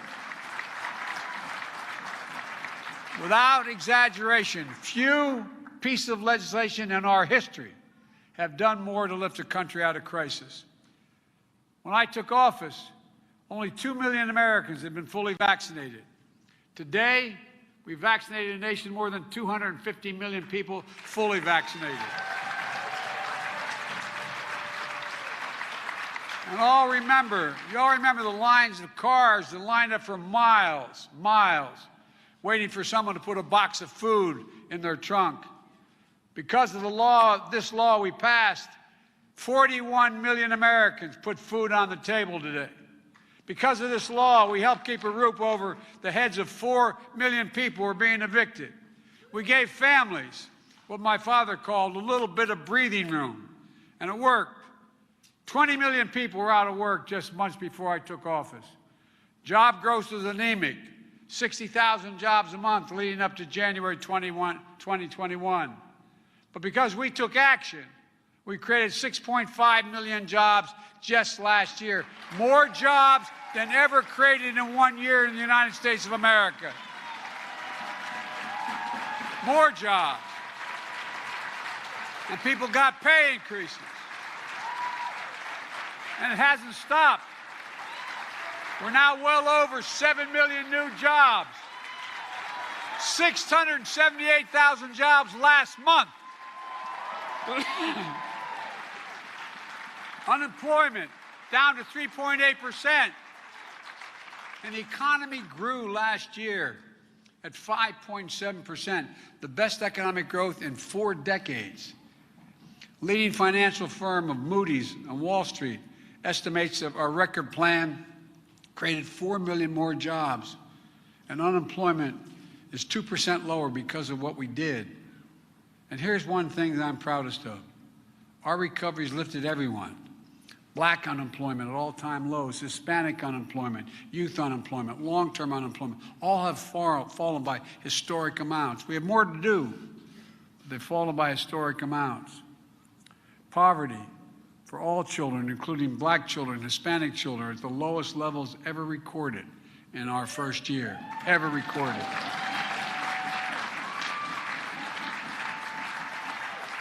And that just didn't happen. It was a direct result of how we designed the American Rescue Plan. It was very different from how previous administrations designed their $2 trillion tax cut. Pretty much all of that $2 trillion went to the top 1%. And we took the exact opposite approach with the American Rescue Plan. We decided we were going to build America from the bottom up and the middle out. Because when the middle does well, everybody does well. Everybody does well. And our plan didn't leave a single working person behind, no one behind. Let's be clear. When America's recovery was flat on its back and the economy was flat on its back, it was the Democrats, without a single Republican vote, that brought us back. Let's talk about infrastructure. We passed the biggest investment in physical infrastructure in the history of the United States of America. Now, in this case, we got some Republican help. We got 12 Republicans in the House and a couple handfuls in the Senate. But I notice every new bridge or highway, you have a Republican who voted against the infrastructure, standing there taking credit. As my mother would say, God love them. God love them. We got it done, though, and we did get some Republican help, and I'm thankful for it. Folks, the fact is that this bill, this infrastructure bill, is going to transform America. It's not hyperbole. We used to have the best infrastructure in the world. Now we rank number 8 in the world. China's number 2 in the world. We're already starting to make great progress. Just this year, we've announced 4,000 projects across the country with 1,500 bridges in disrepair. I was just talking to a good friend, county executive out in Pittsburgh.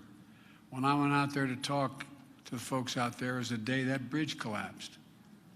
Just flat collapsed. Thank God it was 2 hours earlier, because there would have been school buses on there. No one was killed, but it was a drop of well over 100 feet. We have hundreds of those bridges all across America that are ready to collapse. Look, we need to be clear with folks about why this is happening. This bill is going to create millions of jobs. That's not hyperbole, that's literal.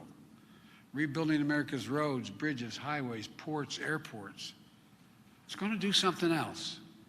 It's going to start to get rid of the poisonous lead pipes that our kids and our families have been drinking from their lead pipes coming through the water, coming through their... It affects over 10 million homes and 450,000 schools. And there's overwhelming evidence of the impact of lead on the brain of a developing child. We're going to invest $65 billion to deliver affordable high-speed internet everywhere in America, urban, suburban, and rural, and tribal communities.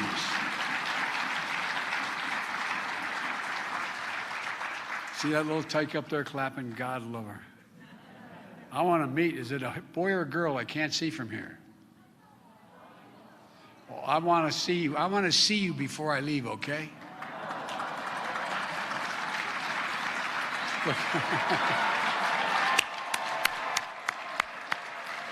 Because, folks, you know, it's not hyperbole. That's why we're doing this, folks. You know, we can't be a country where a mother has to take her child to the McDonald's parking lot to get access to the internet to be able to do their homework. This is the United States of America, for God's sake. This law is going to put an end to that and so much more. And we're going to bring back something we thought, many people thought we had lost. The ability to manufacture products stamped made in America. Look, just a few years ago,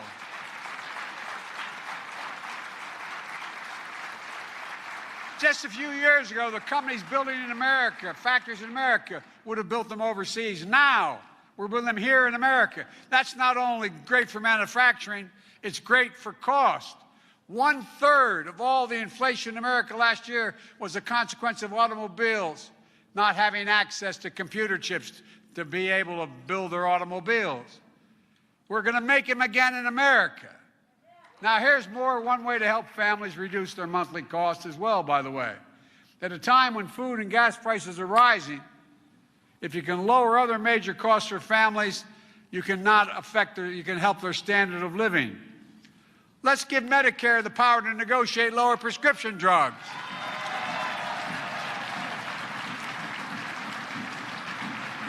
It costs $10 for a pharmaceutical company to make insulin for those suffering from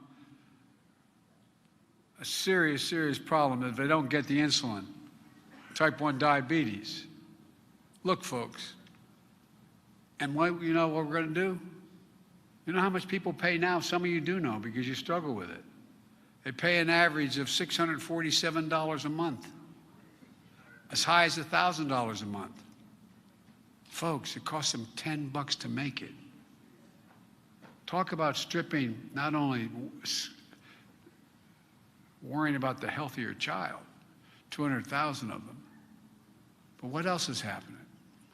You strip a mother or father of their dignity, their sense of responsibility if they can't do it. Imagine if you have a child. You don't have the insurance. You don't have the cash. What in God's name do you do? So, we're going to cap the cost of insulin at $35, period. And by the way, they'll still make a healthy profit.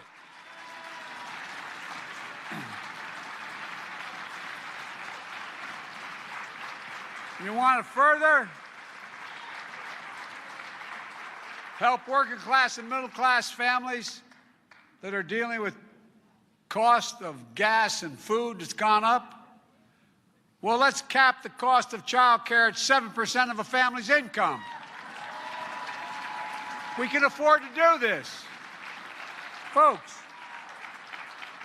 in major cities, it's $14,000 a year per child. As the Delawareans can tell you, I got credit for 36 years for commuting every single solitary day from Washington to Wilmington, Delaware, over a 300-mile round trip. But guess what, folks? I did it because when my wife and daughter were killed, I had 2 beautiful young boys. I could not afford child care. Not a joke. Not a joke, thank God. I had a mom, a sister, and a brother who busted their neck to help me. How do families do it? And by the way, 2 million women out of work. They'll be able to go back to work. They'll be able to go back to work. And folks, look, for families, it's going to cut the cost of child care in half.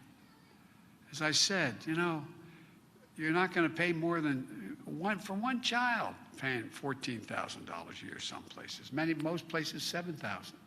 Look, we can lower the cost of energy with tax credits, an average of $500 a year, by giving tax credits to families to weatherize their homes so they use less energy. Folks, this is not rocket science. Even some of the CEOs of the biggest utility companies came to see me, 9 of them, saying that if we continue the prospect that we get tax credits, we promise you we will lower the cost of energy. These are public utilities. They're going to pay for it by raising tax. And by the way, all these programs and others I'm not going to mention in the interest of time, they're going to be able to be done without raising the taxes 1 single penny on anyone making less than $400,000 a year. Not a penny. Because they're going to raise taxes on the wealthiest among us and corporations. Look, I come from the state of Delaware. More corporations are incorporated there than all the rest of the United States of America combined. And I got elected 7 times as senator. I'm not anti-corporation or anti-people being able to go make a lot of money, but everybody should pay a fair share. Everybody. And our agenda is not only supported by the public, it's enthusiastically supported. 17 Nobel laureates in economics wrote me a letter unsolicited saying that if we passed what I'm talking about, it would actually reduce inflationary pressures. I want to make two things clear. Again, first, no one making less than $400,000 will pay a single solitary additional penny in taxes. And those earning less than that, as I said, are going to find themselves in good shape. But I'm a capitalist. I'm not looking to punish anybody. But it's time the corporations and the very wealthy just begin to pay just their fair share. Last year, 55 corporations in the Fortune 500 earned $40 billion and didn't pay a single penny in income tax. Not a penny. It's not only wrong, it's not fair. That's why I propose a 15% minimum tax rate for corporations. We're going to get it done. And as President of the United States, when I showed up at the so-called G7, where all the major countries in the world are part of, I started to push for a minimum tax, a global minimum tax rate on companies that can't get out of paying their taxes at home by going to jurisdictions that require very low taxes for profit made by corporations in their country. So what happens? Not only do we lose jobs and they go overseas, they pay no tax at home even though they're here in the state of Delaware, the state of Maryland, the state of California. And they're just shipping these jobs overseas. Well, guess what? We agreed, 170-some countries agreed that we should all pay they should all pay a minimum tax of 15%. And guess what? That's going to bring in billions of dollars in taxation here at home again. That's why I propose closing the loopholes for the very wealthy who pay lower tax rates than a teacher or a firefighter. Look, the bottom line, this whole plan is paid for. Secondly, I want to point out for those folks who attack us for being fiscally irresponsible, let them know this. Last year, I cut the budget $360 billion while we did these other things. $360 billion. And no, I'm the only president who's on track to cut the deficit by more than $1 trillion in 1 year. $1 trillion. And folks, our agenda includes a bipartisan unity agenda as well for around 4 big items. 1, opioid addiction, taking the lives of literally thousands of Americans. We're doing very little about it, especially our children, and fentanyl being laced with them. Second thing we can all agree on is dealing with mental health, especially for our kids. There's a serious, serious problem in America today. And the third thing on a unity agenda we can all do with veterans, especially those who are exposed to toxic burn pits and not getting the needs they met. And fourthly, the only truly bipartisan thing I know that I've been involved in of late is ending cancer as we know it. We can do this. We have the possibility of doing this. But folks, these are all within our reach. Let me finish with this. Unfortunately, I could go on for a long time because I feel so good about what we're doing. Look, I believe we have a record to be incredibly proud of.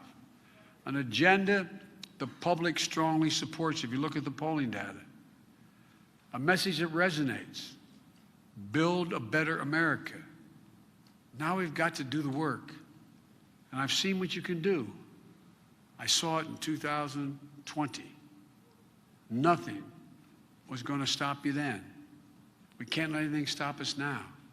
We need to bring some real determination, the same work ethic, the same enthusiasm. And if we do that, we're going to keep the House and keep the Senate and add seats. And by the way, if we don't do that, it's going to be a sad, sad 2 years Think about Republicans if they'd controlled the Congress these last 2 years.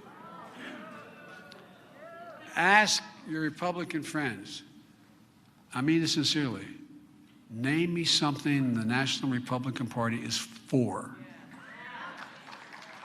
Not a joke. What are they for? Now, 2 people in the party laid out what they think it's for. They think we should raise the cost of Medicare. They think we should cut. But what are they for? Folks, we'll strengthen our position with governorships and up and down the ticket. And more importantly, we're going to change this country. We're going to improve the lives of millions of Americans. We'll meet the great challenge of our time: voting rights, climate crisis, gun violence, criminal justice, immigration, and so much more. It's literally within our power to do this. And we can make sure that this nation is going to continue to be what it's always been. I've said it before. I was in China with Xi Jinping, and he turned to me with we had an interpreter, and he said, "Can you define America for me?"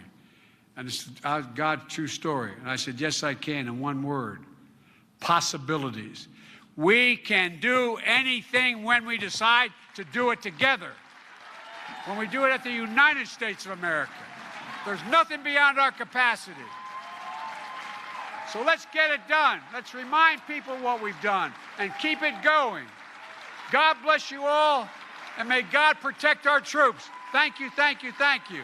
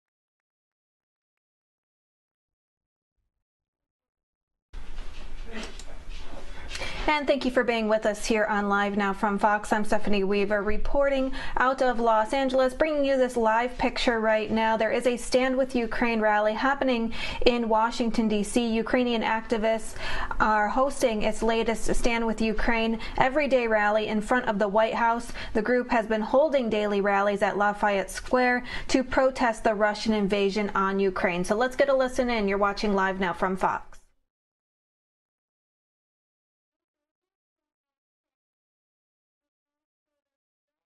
Принесла Україні, а мені особливо сумно за українських дітей, чиї хати і місця зруйновані і страждають від холоду і голоду. Я за вас молюся, моя ціла школа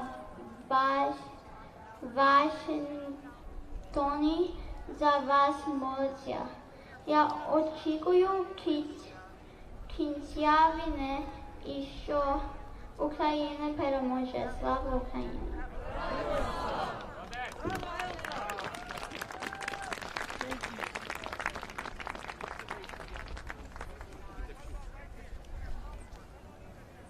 It really warms my heart to hear those wonderful letters to Ukrainian kids. I would like to invite a 5-year-old Lilia, who is gonna read a poem by a famous Ukrainian poet, Taras Shevchenko, who was in his time a great fighter for Ukraine, for Ukrainian democracy and freedom. And guess who he was fighting for in 1800s? Who he was imprisoned by in 1800s. Russians, yeah. Lilia, будь ласка.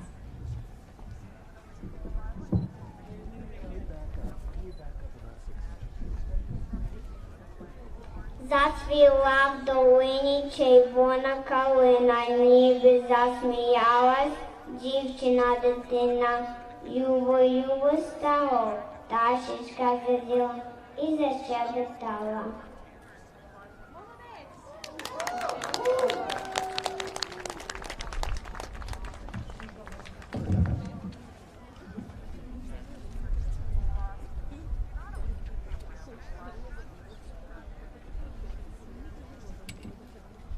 Dear friends, I will abduct a microphone for a second, and I just will say what I feel right now.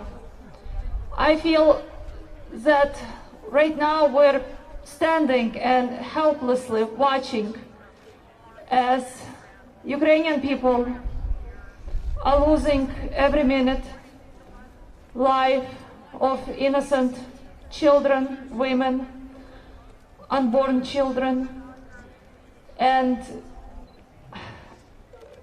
I am choked with emotions. It's very hard to find words. And the whole world is watching. They're just watching in silence. As previous speaker said, yes, we've done the best we could. No, you have not. You know what else the world sees? The world sees how Putin triumphs right now, because the world sees impotence, forgive my French, of Western powers.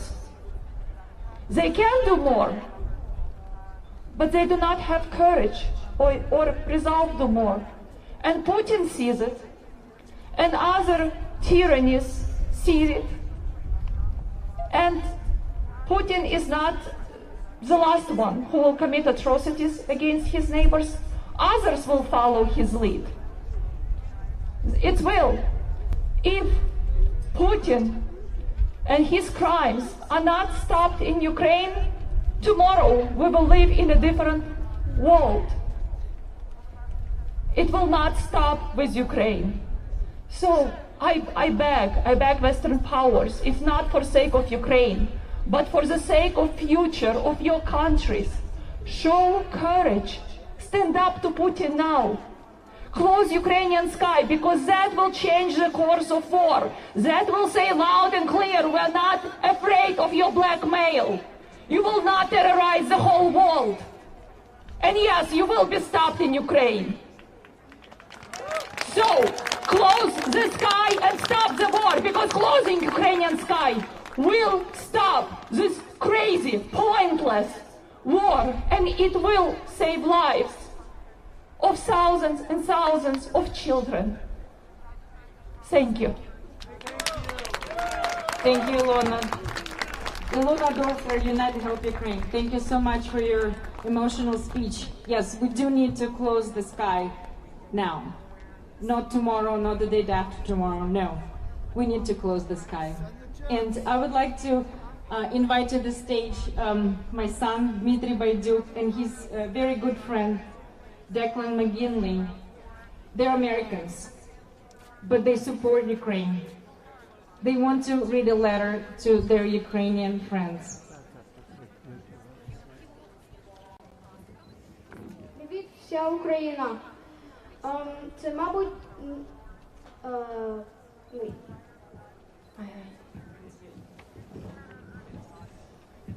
Dear all of Ukraine, you may feel hopeless at times, but imagine one day you walk outside, the sun shining, with clear skies and a light breeze, instead of roaring jets and helicopters. But even with these terrible times, never let this bring you down. And never let negativity and sadness get the best of you. Always stay positive, even in the worst of times. Always remember your family, friends, and soldiers that are fighting for you in your country.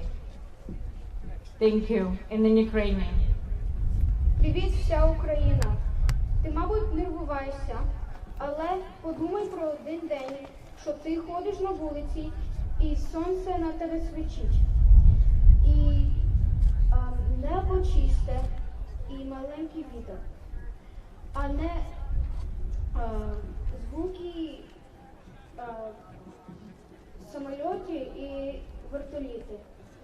Навіть якщо ці погані речі трапляються, ніколи не забудь про твою країну і друзі, і сім'я. Thank you very much.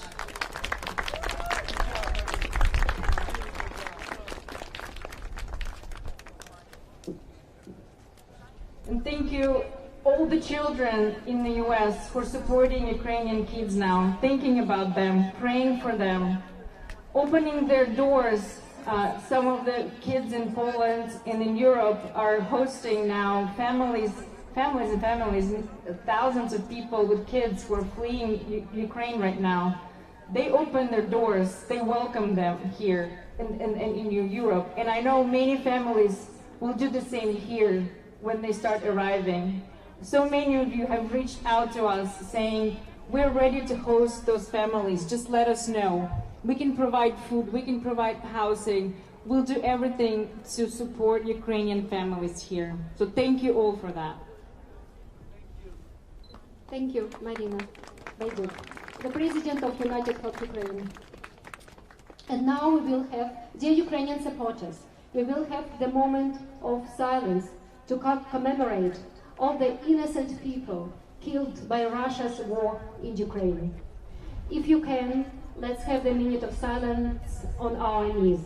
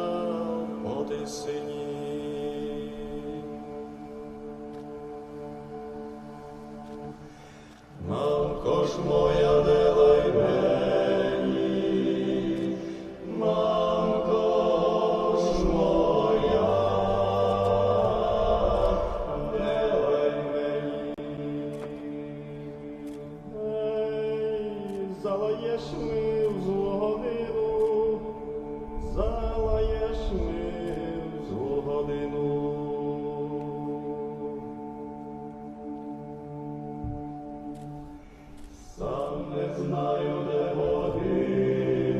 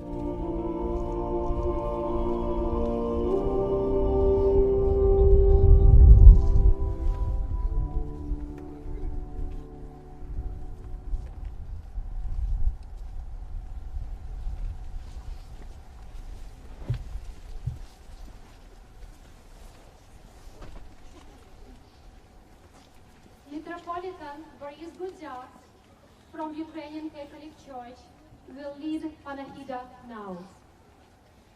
Let's welcome Metropolitan Boris Gudziak.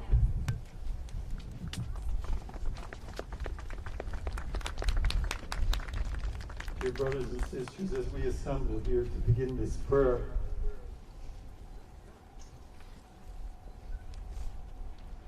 I want you all to be people of great hope. There's a long way to the resurrection, and there's a crucifixion on the way. But we've seen miracles already. Ukraine has won this war morally. Ukraine has united Europe, but Europe fragmented, wounded by Brexit, with all kinds of fissures, is today united. Ukraine is the donor of purpose, of values for Europe. Ukraine has united the North American fraternity, North Atlantic fraternity. Ukraine is even united in this city Democrats and Republicans, which is a miracle. But there's a long way to go. The children said it. The previous speaker said it. I won't repeat it. More needs to be done. What has united the world? What is giving meaning for Europeans, Americans, and people around the globe? Why are you here, dear friends? Because you see the truth. You see the justice of the cause. You see with great clarity the evil. It's completely unmasked. It's naked. And it's ugly and lethal. The world has come together around the truth, around justice, and specifically around the sacrifice of Ukrainians. Around the valor of those who defend the innocent. Those who protect the hospitals, the maternity wards, the schools. Do you know that there's over 200 schools that have been destroyed? 100 hospitals. those that defend the refugees, the women and the children.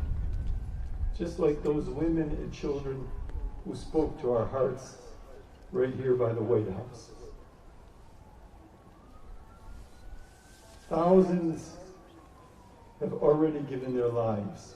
Jesus says there's no greater love than when one gives one's life for one's friends. People are seeing this love, and this love is inspiring the world, and that is why we are here. And so now we will pay tribute to those who have given their lives, the defenders of the innocent and those innocent who have been murdered, thousands. They are dying in this second, in this minute. But we will leave this meeting and we will continue the struggle and make stronger our voice because we are inspired by hope.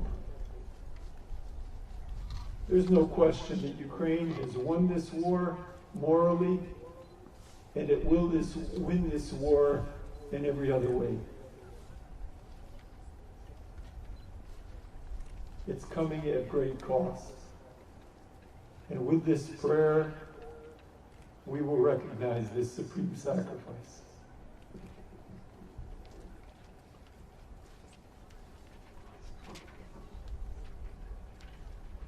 Благословен Бог назавжди, нині, повсякчас, і на віки віків.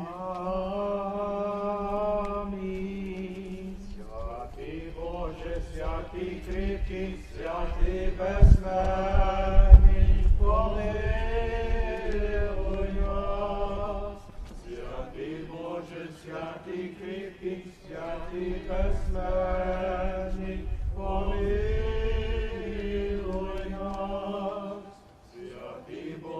Святий кріпкий, святий безсмертний, помилуй нас.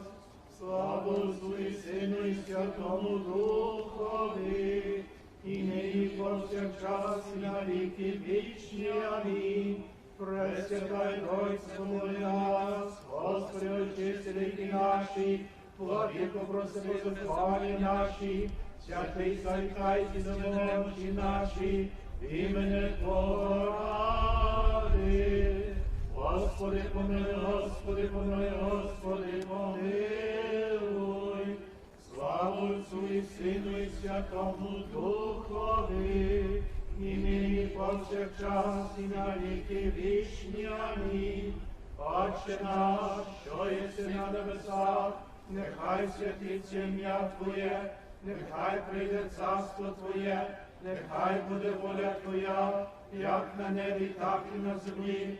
Хліб наш насущний дай нам сьогодні, і прости нам провини наші, як і ми прощаємо винуватцям нашим, і не веди нас у спокусу, але визволи нас від лукавого. Бо Твоє царство і сили, і слава Отця і Сина і Святого Духа, нині повсякчас і на віки вічні. Амінь. Духами спочили праведні,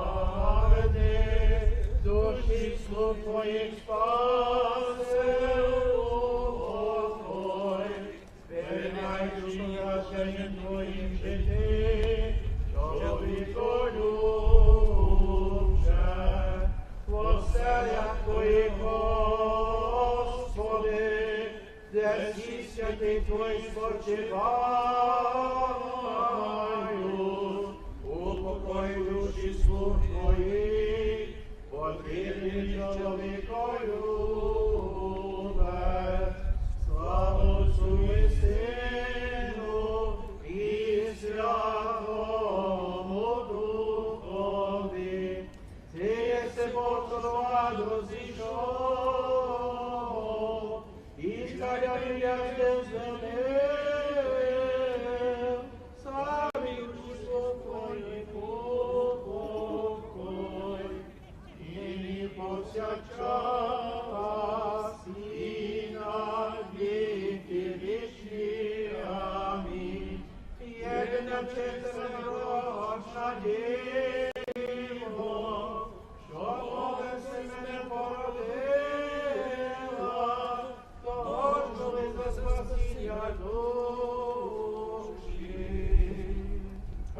mercy on us, O God, in your greatness, your compassion, pray, hear us, and have mercy. Lord, have mercy.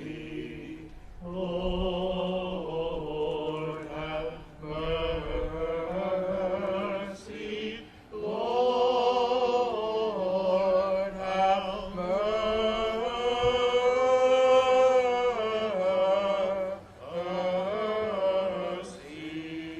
We also pray for the repose of the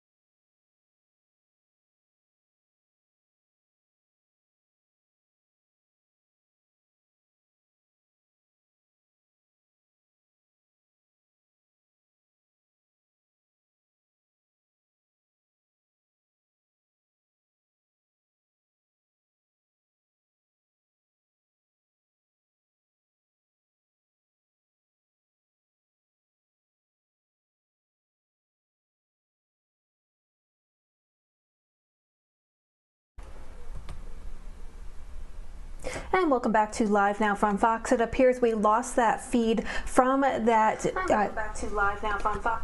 From that live report that we had there, that rally happening in Washington, D.C. Again, it looks like we lost that feed, so we are going to go out and switch gears to the State Department holding a press briefing earlier this week in case you missed that. Thanks so much for being with us here on Live Now from Fox, and don't forget you can always watch Live Now on livenowfox.com.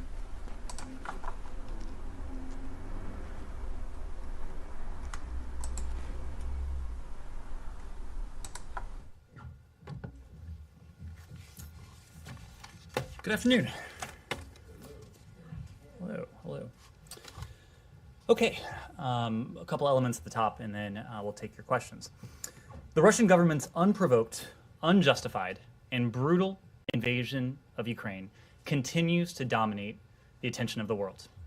It was in this context that Secretary Blinken traveled to Europe, where he worked in service over the past few days of two primary objectives. First, to ensure that we continue to do everything we possibly can to support Ukraine, its people, and its territorial integrity in every way we can. He stood with his Ukrainian counterpart on Ukrainian soil and reaffirmed that support. And we spoke to our humanitarian assistance for Ukrainians in Ukraine and for the more than 2 million Ukrainians who have been forced to flee their homes because of this Kremlin aggression. Second, to ensure that we are sending a clear signal to Moscow that it will continue to pay a steep price and that our commitment to the defense of our allies is ironclad. It is clear that the transatlantic partnership is united in strengthening our security assistance to Ukraine, united in increasing our assistance to the people of Ukraine, and united in our efforts to impose costs on the Kremlin for waging this ongoing war of choice. Putin's military plan to quickly capture Ukraine, it is clear now, has failed. So he's now turning to a strategy of laying waste to population centers to try to break the will of the people of Ukraine, something he will not be able to do. Just yesterday, we saw reports of Russian airstrikes hitting a maternity hospital in Mariupol. We've all seen the abhorrent images from that strike, and the fact that we would even need to put the terms maternity hospital and Russian strike in the same sentence speaks to the level of brutality that the Kremlin is inflicting on the people of Ukraine. Civilian deaths are multiplying, as is the destruction of civilian infrastructure. Russian forces now encircle multiple Ukrainian cities after having destroyed much of their critical infrastructure, leaving people without water, without electricity, without access to food and medicine. Putin's relentless bombardment, including of civilians trying to flee for their lives, prevents people from safely escaping the inhumane conditions that the Kremlin has created. We continue to call on the Russian government to allow civilians to safely depart the cities and towns of Ukraine that are besieged by Russian forces. Russia's brutality will make effective long-term control of Ukraine impossible. The Ukrainian people have made clear that they won't stand for it. Putin can take a town, he can capture a city, but it is already clear that he will fail in his effort to take the country of Ukraine and its people. We will continue to back the people of Ukraine in their fight for their country through security, economic, and humanitarian assistance, and by uniting the international community to hold Putin accountable through devastating sanctions, diplomatic isolation, and other measures. As Vice President Harris noted today, the United States Congress has committed $13.6 billion in humanitarian aid and security assistance to support Ukraine and its people. We've imposed massive consequences on Putin and his cronies for their aggression. The severity of these unprecedented measures is already having a dramatic impact. The ruble has gone through the floor. It is close to worthless, literally worth less than a penny. Russia's credit rating is at junk status. Its stock market remains closed, and we've seen more than 300 companies halt or exit their operations in the Russian market. Putin could choose to cut his losses, extricate himself from this strategic morass by seeking to negotiate in good faith a diplomatic agreement with Ukraine. President Zelensky, for his part, has expressed interest in that, and we have told the Ukrainian government in no uncertain terms that we stand ready to support any diplomacy it wishes to pursue. But, as we've always said, we will not push them into concessions. Instead, the Kremlin continues to spread outright lies, such as the allegation that the United States and Ukraine are conducting chemical and biological weapons activities in Ukraine, and their baseless claim that bombing a maternity hospital is quote-unquote fake news. This is from a government that is now using many measures to hide the truth from its own people. The Kremlin viciously targets journalists and floods the internet and airwaves with disinformation, both around the world and at home in Russia. Many people in Russia have no idea what their government is doing right now in Ukraine. They may think they're liberating Ukraine, not destroying it. They don't know the extent to which their fellow countrymen, their husbands, their sons, their brothers are coming home in body bags, if the Russian government bothers to bring them home at all. The response to the Kremlin's war has been unity among world leaders in Europe and people gathering around the world to protest President Putin's war of choice, including thousands of people in Russia and Belarus coming out to protest peacefully. In the end, we know that Russia will be weaker, not stronger, for launching this war. And already, the international community, including NATO, is stronger and more purposeful than it has been in any recent history. Before we take your questions, one additional note at the top. Tomorrow, on Friday, March 11th, the State Department has the honor of hosting the 8th United States African Union Commission High-Level Dialogue. These regular meetings are important to advance cooperation between the United States and the African Union Commission and its member states on shared global and regional priorities. The high-level dialogue brings together U.S. government and African Union Commission stakeholders to advance our shared global priorities of democracy, climate and energy, and global health security, as well as U.S.-Africa collaboration on trade and investment, peace and security, and governance as well. The United States has shown a long-standing commitment to enhancing global health security via our partnership with the African Union Commission and the Africa Centers for Disease Control and Prevention. We will underscore our expanding engagement by signing a memorandum of cooperation with the African CDC during this dialogue. We are pleased to welcome AUC Chairperson Moussa Faki, accompanying commissioners, and the entire delegation. The United States has an unwavering and long-standing commitment to Africa. We are proud of our partnership with the Commission and the people and governments of Africa. We look forward to constructive engagement this week to further our common objectives and to the steady work ahead. With that, I am happy to take your questions. Thanks, Ted. There's a lot to go through. I'll be as brief as I can. This morning in Warsaw, the Vice President said, among other things, that she supported investigations into potential war crimes by the Russians in Ukraine. And then a little while ago, your ambassador to the United Nations actually came out and flatly said that the Russians had committed war crimes in Ukraine. So I'm curious, what is the administration?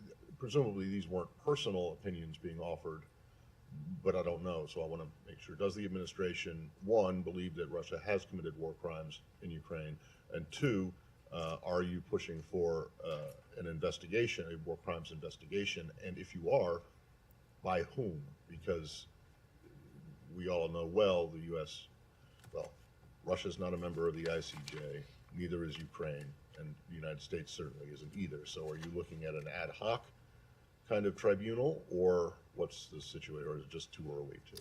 We absolutely, Matt, are supportive of efforts to document and to investigate reports of potential war crimes in Ukraine.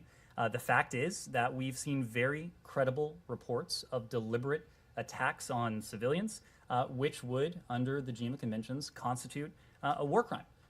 In the elements at the top, I spoke to the strike at the maternity ward in Mariupol. We've seen strikes hitting schools, other hospitals, residential buildings, civilian buses, cars, ambulances have been shelled over the course of this brutal conflict. We've seen reports of civilian death toll in Ukraine numbering from the hundreds to the thousands. We are appalled by the brutal tactics that the Russian Federation, the Kremlin, has employed in prosecuting this war of choice. We've spoken to our support for efforts to document what may in the end amount to war crimes. The international, you named a couple of them. The ICJ is one such venue. We supported an effort at the UN to establish a commission of inquiry into this same area. The ICC itself has made an announcement that it will open an investigation into the situation, and we do welcome that. We do welcome Prosecutor Khan's announcement. In particular, the prosecutor's focus on preserving elements of alleged atrocity crimes and his commitment to full respect for the principle of complementarity. Here's the thing. We are not only going to document, we are not only going to support these appropriate international investigations, we're not only going to support the efforts of individual nation states, but working together with the international community, we are determined to hold responsible anyone who may have engaged in such human rights abuses, atrocities, even war crimes.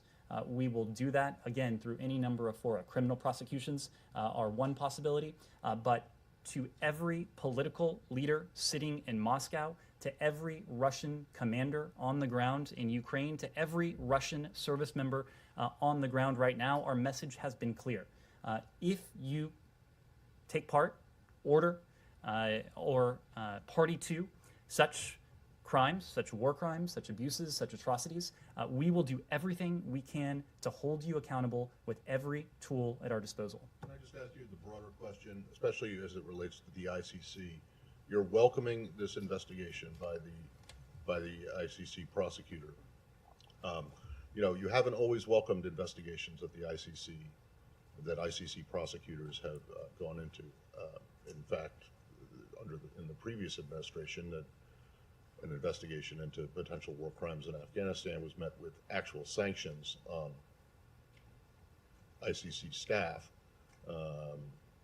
and the U.S. has consistently warned the ICC not to take up cases involving Israel. So, given that neither Ukraine nor Russia is a member of the ICC, and that for the ICC to take up a case involving non-member would require a UN Security Council vote, which is doomed since the Russians will veto it.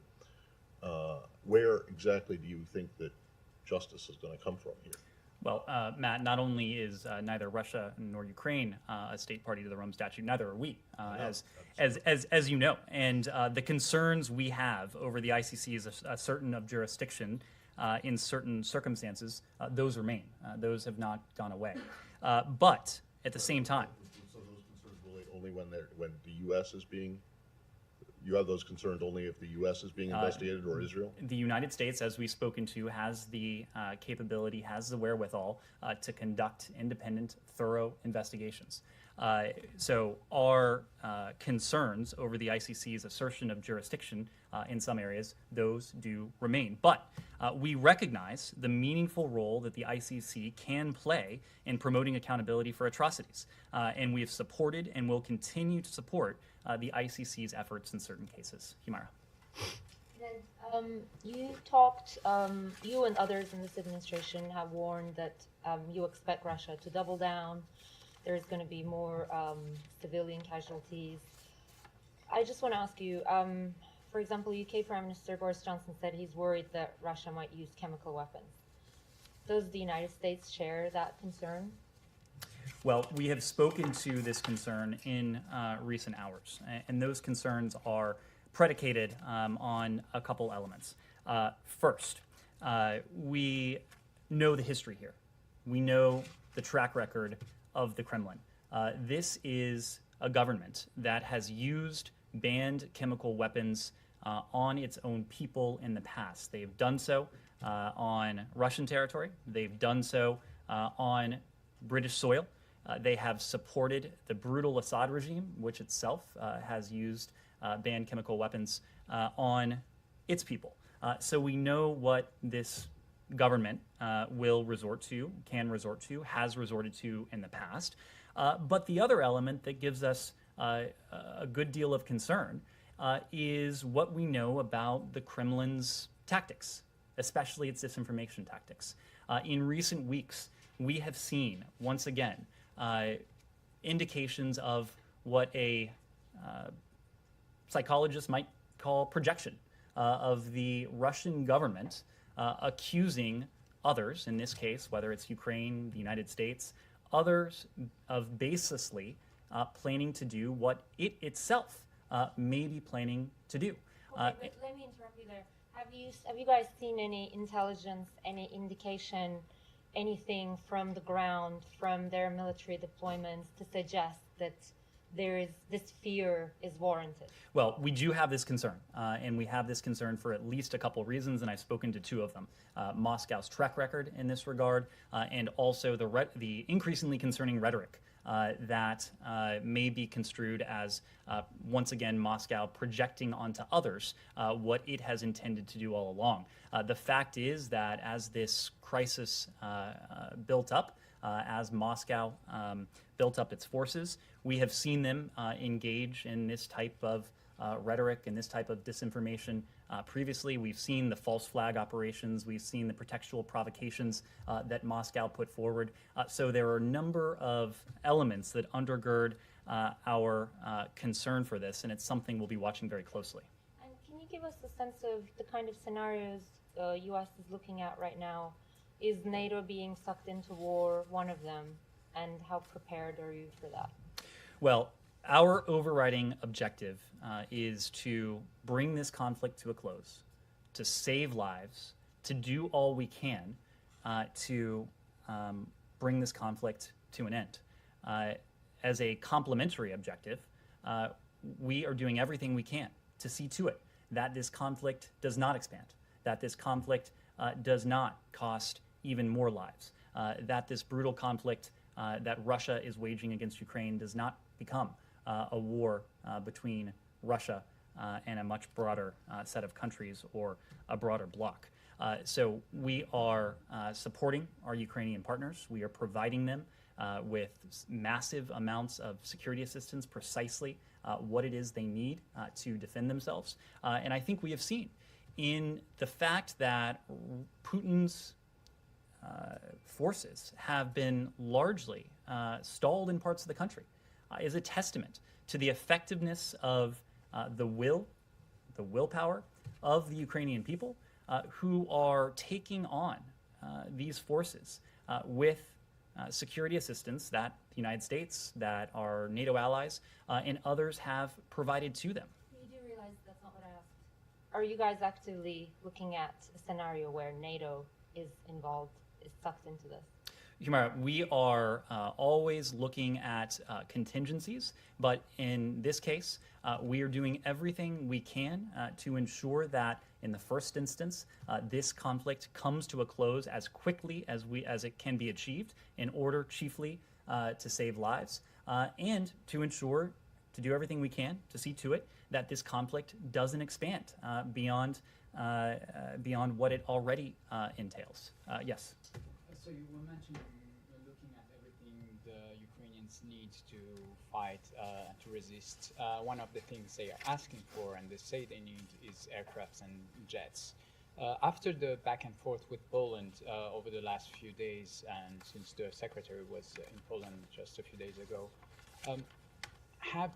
has the U.S. made a final determination that the risk-benefit of a NATO country sending aircraft, combat aircraft to Ukraine is not in favor of sending them? You're ruling out that a NATO country should send combat aircraft to Ukraine, or are you still looking at other ways to do that and to transfer planes to them? Francesca, we have been consistently responsive to Ukraine's security needs. That is reflected in the massive amount of security assistance we provided to our Ukrainian partners in the past year, more than $1 billion over the last year. More than $250 million has been delivered to our Ukrainian partners in the last several days alone. On top of that, we are grateful to the U.S. Congress, and you heard from the Vice President today. There's now a package that has passed the House of $13.6 billion, about half of which would be destined for security assistance for Ukraine. So as part of our desire to be responsive to Ukraine's requests, when our Ukrainian partners made a request for planes, we said we would absolutely look into it. You heard from the Department of Defense yesterday that the department has and vocalized two primary concerns. The first concern is that aircraft are not principally what our Ukrainian partners need at the moment. And that is the case for a couple reasons. When you look at the destruction that the Kremlin has wrought over parts of Ukraine, much of that is due to missiles. Much of that is due to rocket fire. Much of that is due to artillery. These are not weapons that airplanes are best suited to take on. We also know that the Ukrainian Air Force has several squadrons of fully mission-capable aircraft. Russia's air presence is formidable. but their effectiveness has been limited due to Ukraine's strategic, operational, and tactical ground-based air defense systems. These are surface-to-air missiles. These are manpads. So what you heard from the Department of Defense yesterday is that we will continue to provide our Ukrainian partners with the surface-to-air systems that they need to take on the threat that they face from Russian missiles, from Russian rockets, from artillery. We've been doing that already. We're determining what more we might be able to do to effectively equip our Ukrainian partners to take this on. But there's a second consideration that you also heard the Department of Defense speak to yesterday, and this gets back to Humayra's question. The IC, the intelligence community, produced an assessment that the provision of planes in this manner, the fighter jets that you referred to in this manner, could be viewed by Moscow as escalatory.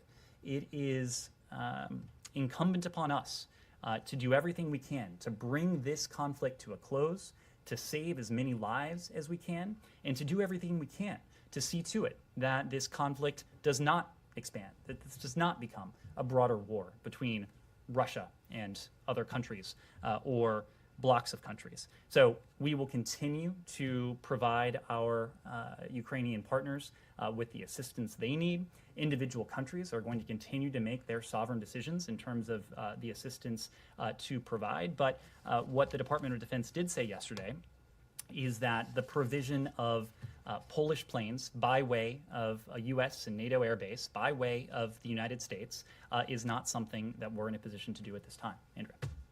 Two things. First, on the issue of war crimes, you said we have seen very credible reports of deliberate attacks on civilians which would, under the Geneva Conventions, constitute war crimes. You referenced the attack on the maternity ward. Then you went on to say that, you know, these need to be investigated. You support investigations. When you say we've seen very credible evidence that under the Geneva Conventions would constitute war crimes, what is the difference? We've seen very credible. You're making? We've seen very credible reports. Part of the reason why we welcome the Prosecutor General of the ICC's announcement of the investigation into the situation in Ukraine is the focus on the preservation of evidence. And so we want to see evidence preserved. We are and will be in the process of marrying reports with evidence from the ground. And if we determine, if the international community determines that war crimes have been committed, that atrocities have been committed, that human rights abuses have been committed, we absolutely will hold the perpetrators accountable, whether they sit in Moscow or whether they're commanders on the ground in Ukraine. Now, and I take what John Kirby, your colleague, said, and all of the reasons that you just outlined about the Pentagon's objections to the fighter planes, the way it was constituted, and why they're not necessary, and why the anti-aircraft defenses would require creating that airspace by attacking and taking out Russian anti-air forces. But the very point that you just made about what the IC has concluded, that delivering the planes could be viewed by Russia as an escalatory measure and as an act of war. That question was put to President Zelensky by my colleagues at Sky News overnight. And he said, what could be worse? What could be worse than what is happening right now to Ukraine? You know, why are we so concerned about Russia had said that sanctions are an act of war. So just because Vladimir Putin declares.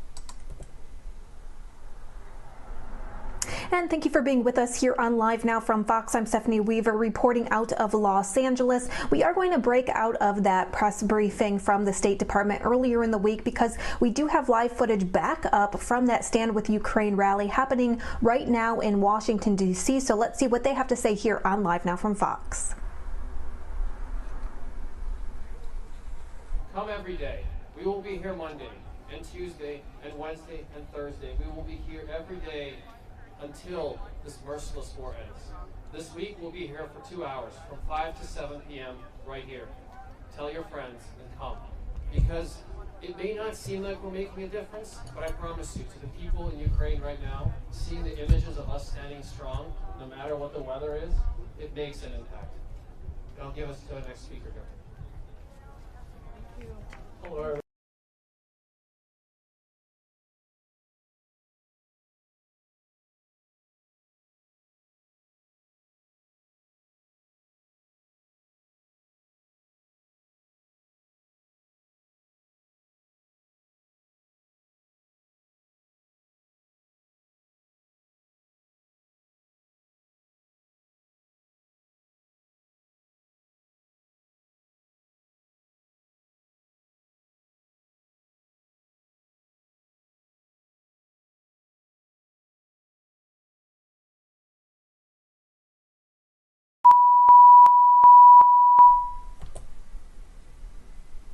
Well, it appears that Fox News is having an issue with that feed. So if we get that feed back up, we will bring that to you here on Live Now from Fox. We will go out, take a quick 2-minute commercial break, but when we return, we will either go back out to that live report if we have it. Otherwise, we'll go back to that State Department press briefing from earlier today. Thanks for being with us here on Live Now from Fox. I'm Stephanie Weaver.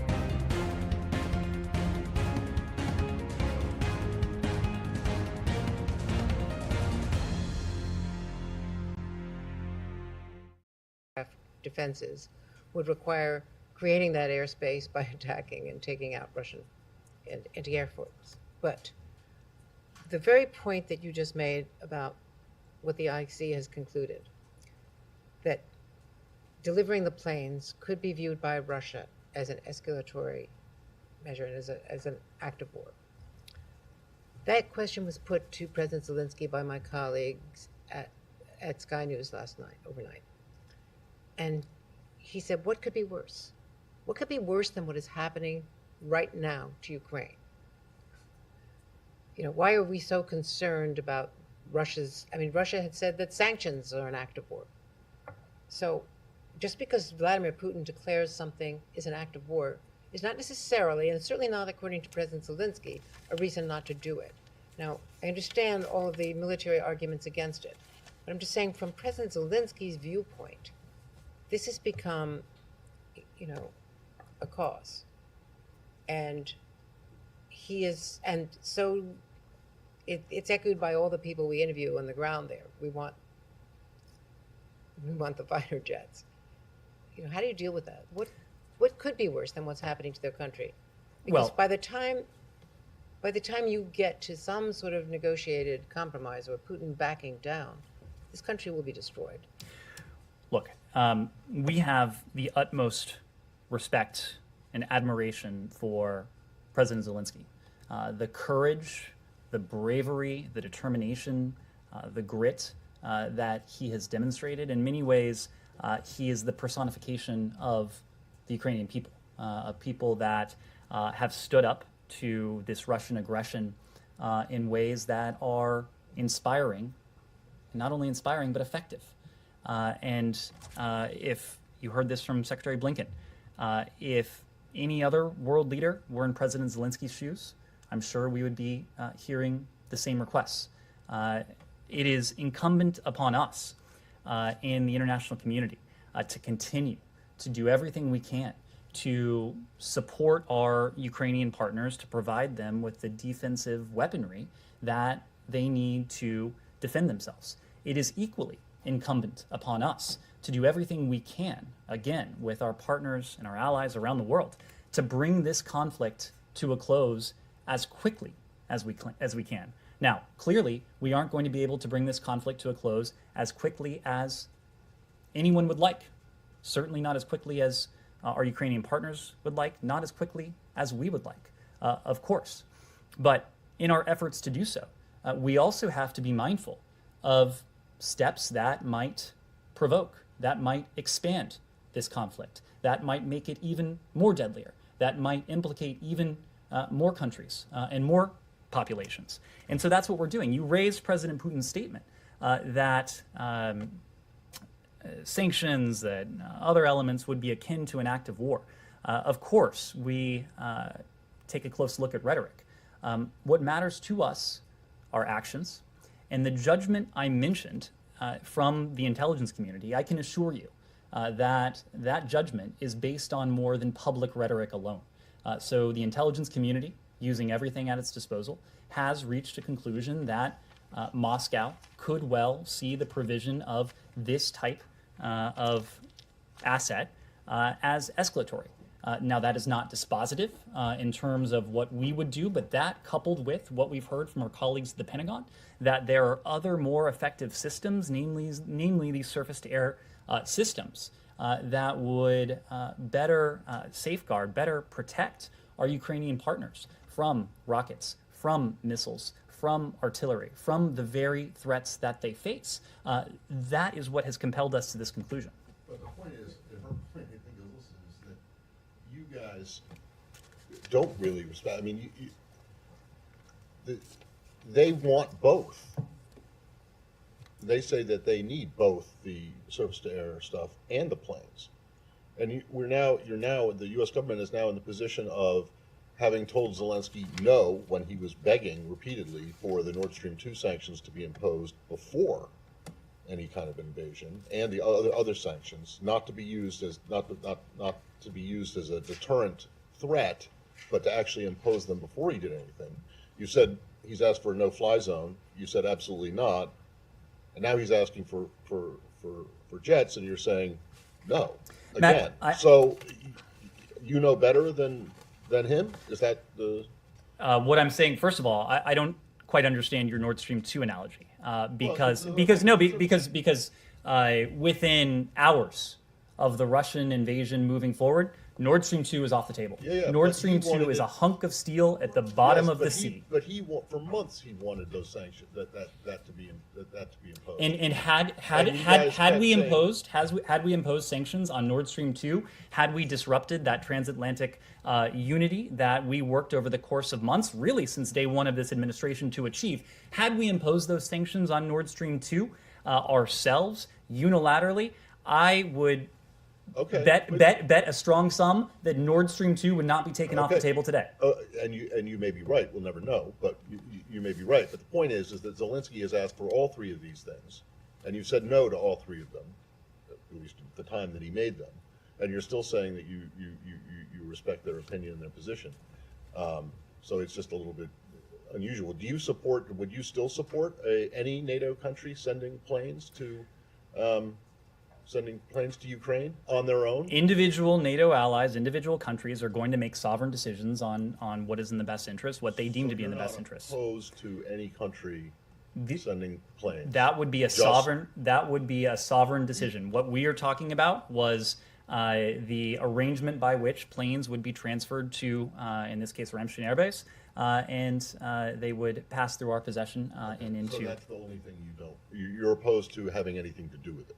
As you've heard, the Department of Defense has concluded that there are other systems that we have provided and may be in a position to provide even more of that would be more effective for our Ukrainian partners in taking on the threats that they face. Yes.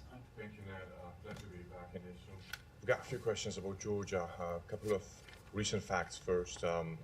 President Zelensky called the Georgian government immoral position, I'm quoting them, regarding the Russian invasion, as well as Georgia's decision to block the charter flight scheduled to bring the volunteers from Georgia to Ukraine. And Zelensky recalled the Ukrainian ambassador from Georgia based on that. Also, Georgian Prime Minister Garibashvili said flat out that Georgia will not join any sanctions coming from the West, and he called those sanctions ineffective. Also, Georgian government finalized a deal with Moscow, and now Georgian dairy products will be exported to the Russian Federation. And lastly, Moscow published a list of countries a few days ago, unfriendly list, as they called it, and Georgia was excluded from that unfriendly list. You know, like bearing in mind that 20% of Georgian territory is still occupied by Russia, and my question would be, and also the 30 years of diplomatic relations between US and Georgia, my question, I guess, would be, what would be your reaction of the silence coming from the Georgian government, you know, in light of those facts that I just laid out? Thank you. I might have one follow-up on that. Thank you. Well, I will say when it comes to Georgia that few countries understand to the same extent the potential implications and consequences of Russian aggression than a country like Georgia, a country that in 2008 was itself invaded by Russian forces.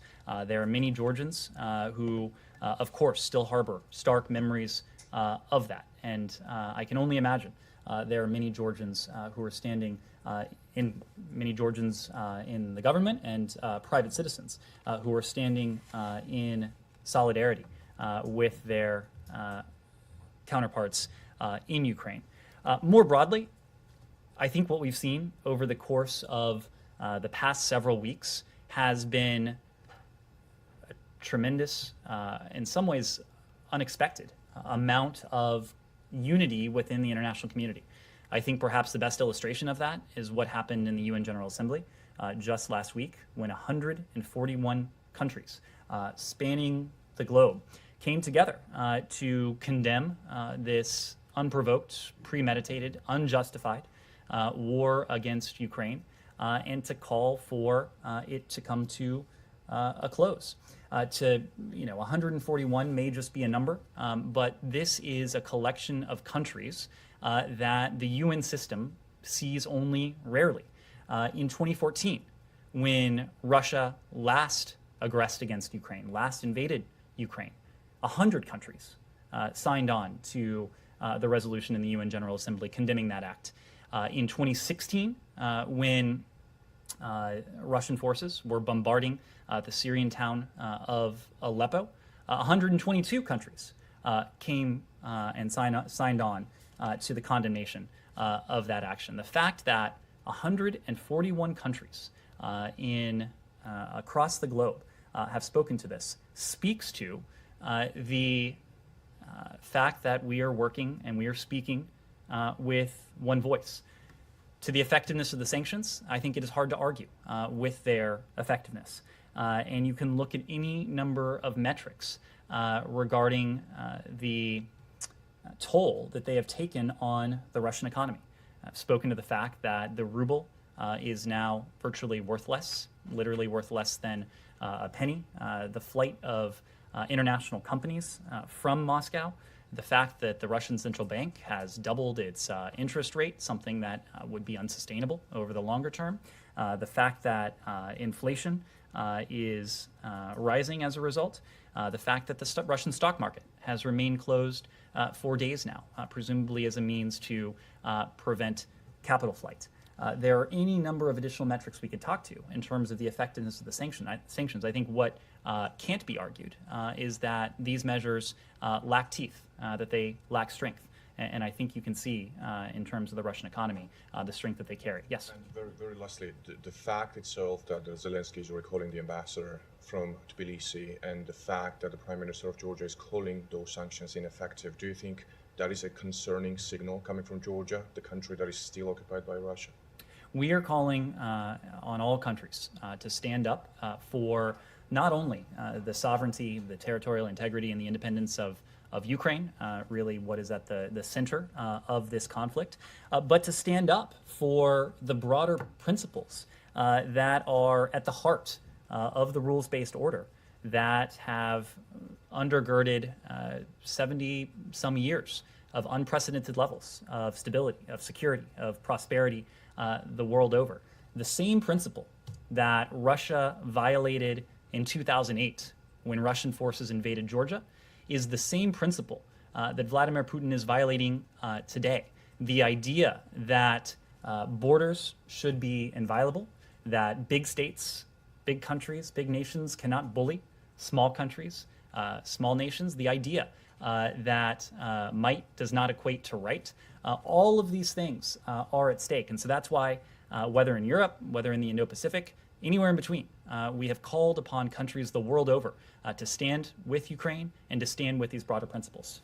On diplomacy, you said that you will support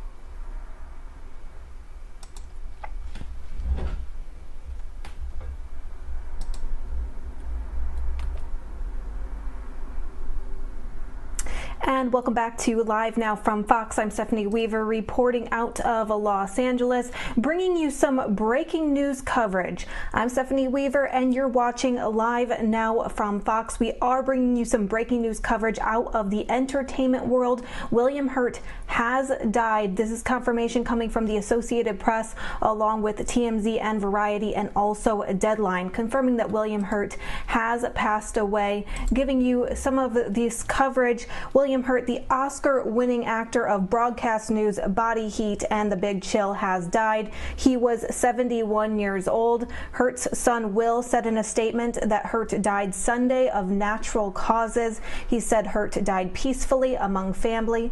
Deadline first reported Hurt's death. Now, in a long-time running career, Hurt was 3 times nominated for the Academy Award-winning 1985's Kiss of the Spider Woman. After his screen debut in 1980's Altered States as a psychopathologist studying schizophrenia and experimenting with sensory deprivation, Hurt quickly emerged as one of 1980's foremost leading men.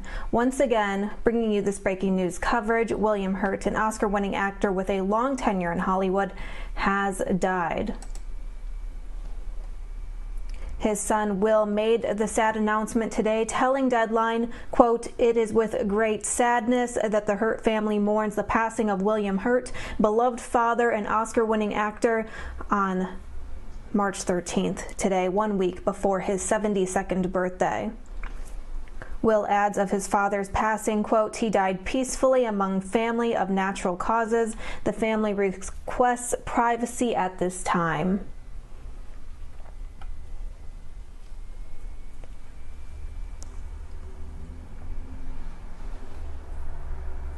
Now, in addition to Spider-Woman, he was also nominated for Oscars for his work in Children of a Lesser God and Broadcast News. Other flicks from that era he starred in include The Big Chill, Gorky Park, A Time of Destiny, The Accidental Tourist, Body Heat, and more. And the 90s even gave her even more to shine. He acted in a ton of cult classics like Mr. Wonderful, Alice, Lost in Space, One True Thing, Jane Eyre, Dark City, The Doctor, The Fourth Room, among others. More recently, he worked in films including The Incredible Hulk, The Village, The King, Mr. Brooks, Syriana. So many movies and TV shows including The Kings of Queens, Goliath, Damages, Beowulf, and others. And thank you all for being with us here on Live Now from Fox, where we bring raw, unfiltered, and nonstop news from all across the nation, bringing you this breaking news coverage coming out of Hollywood. William Hurt, the Oscar-winning actor of broadcast news Body Heat and The Big Chill, has passed away. He was 71 years old.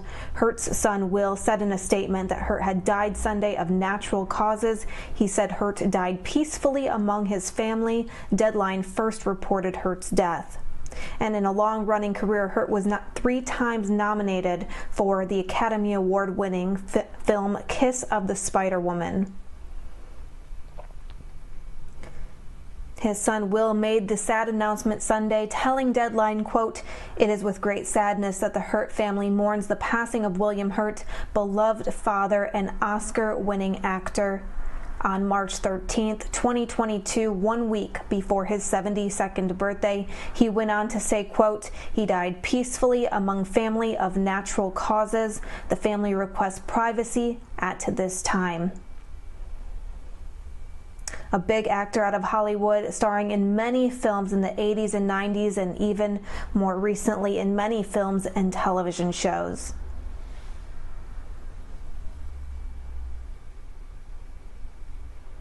We will go out to a quick 2-minute commercial break, but when we return, we will go back out to that State Department briefing, wrap that up here on Live Now from Fox, but wanted to bring you this breaking news coverage out of entertainment. William Hurt, the Oscar-winning actor of broadcast news Body Heat and The Big Chill, has passed away. We'll take that 2-minute commercial break, and we will be right back.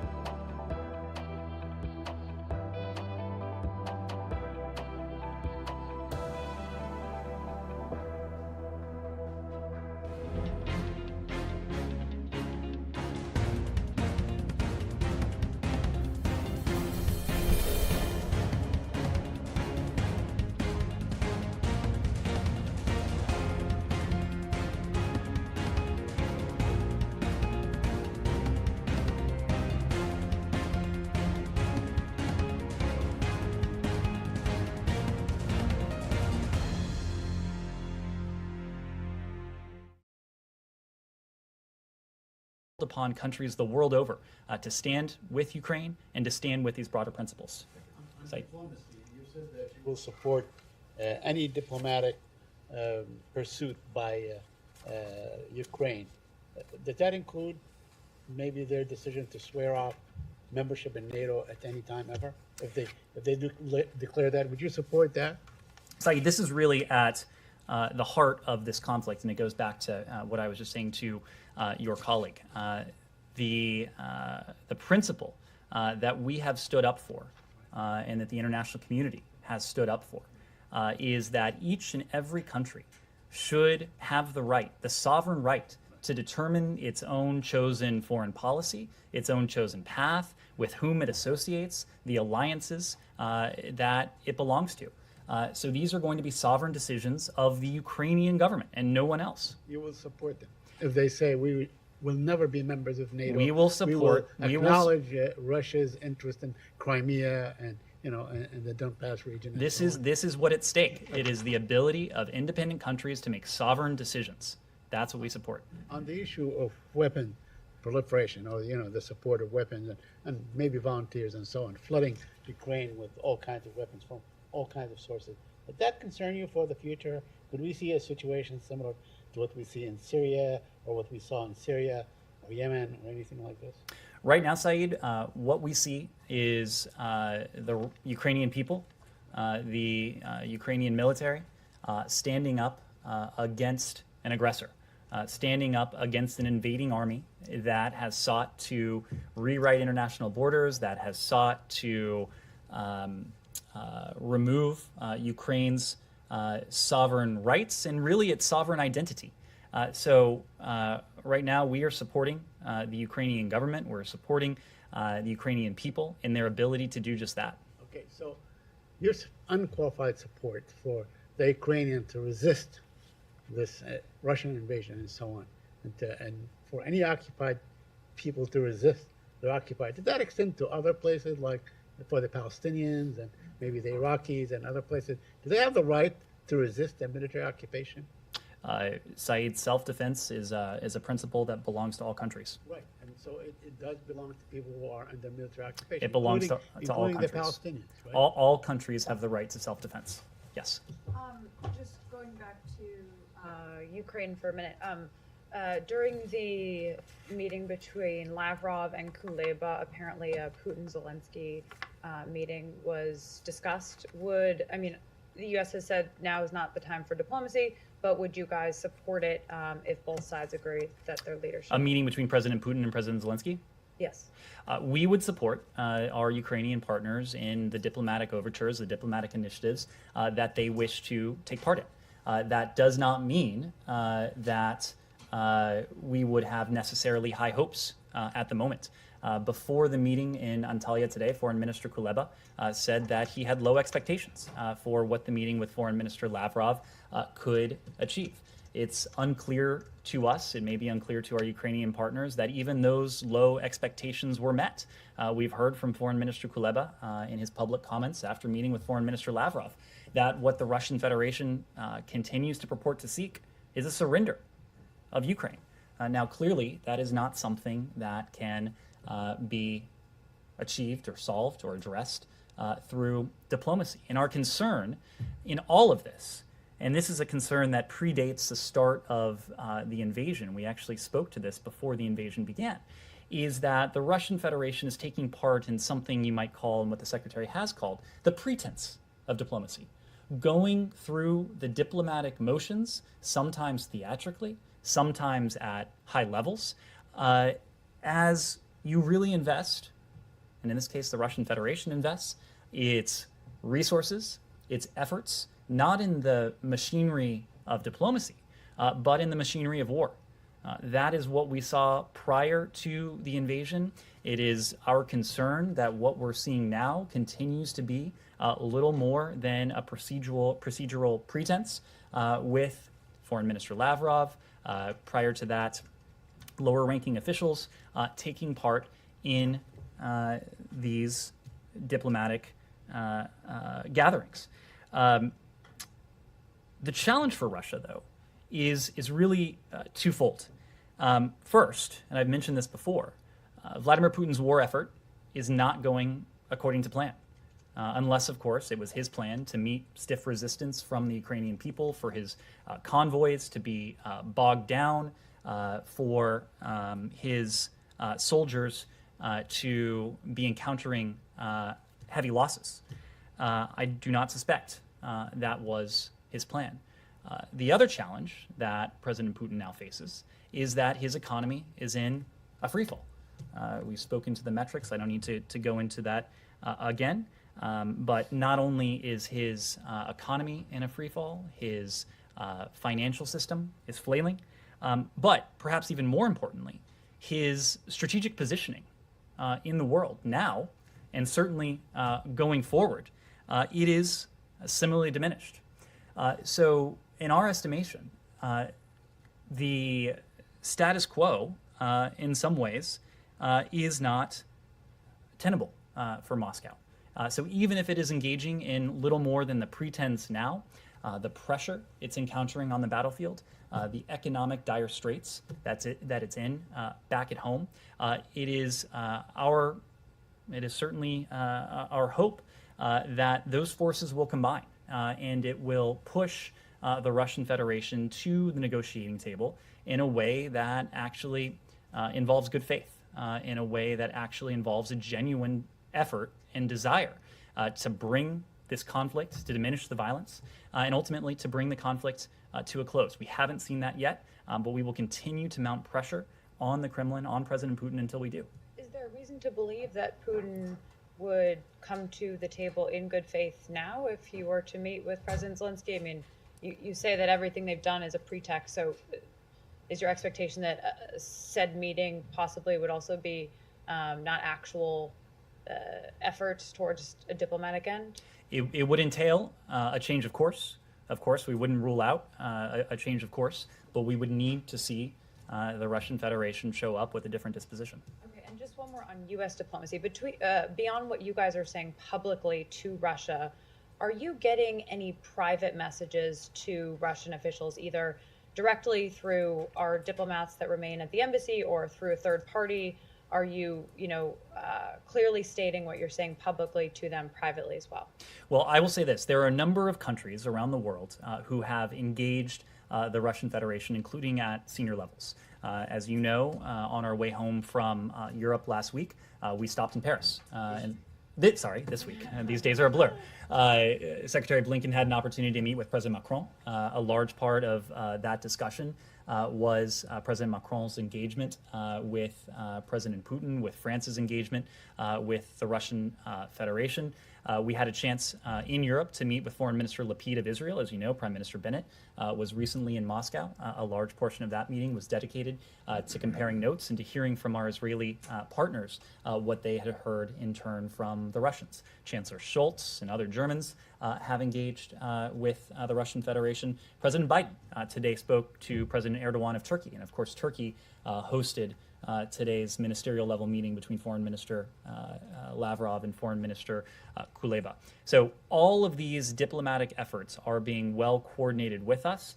We have very good visibility and insight into what these efforts entail, what our allies and partners have heard or not heard, as the case might be, from the Russian Federation. And in turn, our allies and partners have a very good idea of where the United States is, and should they need to convey anything about the United States, that is at their discretion.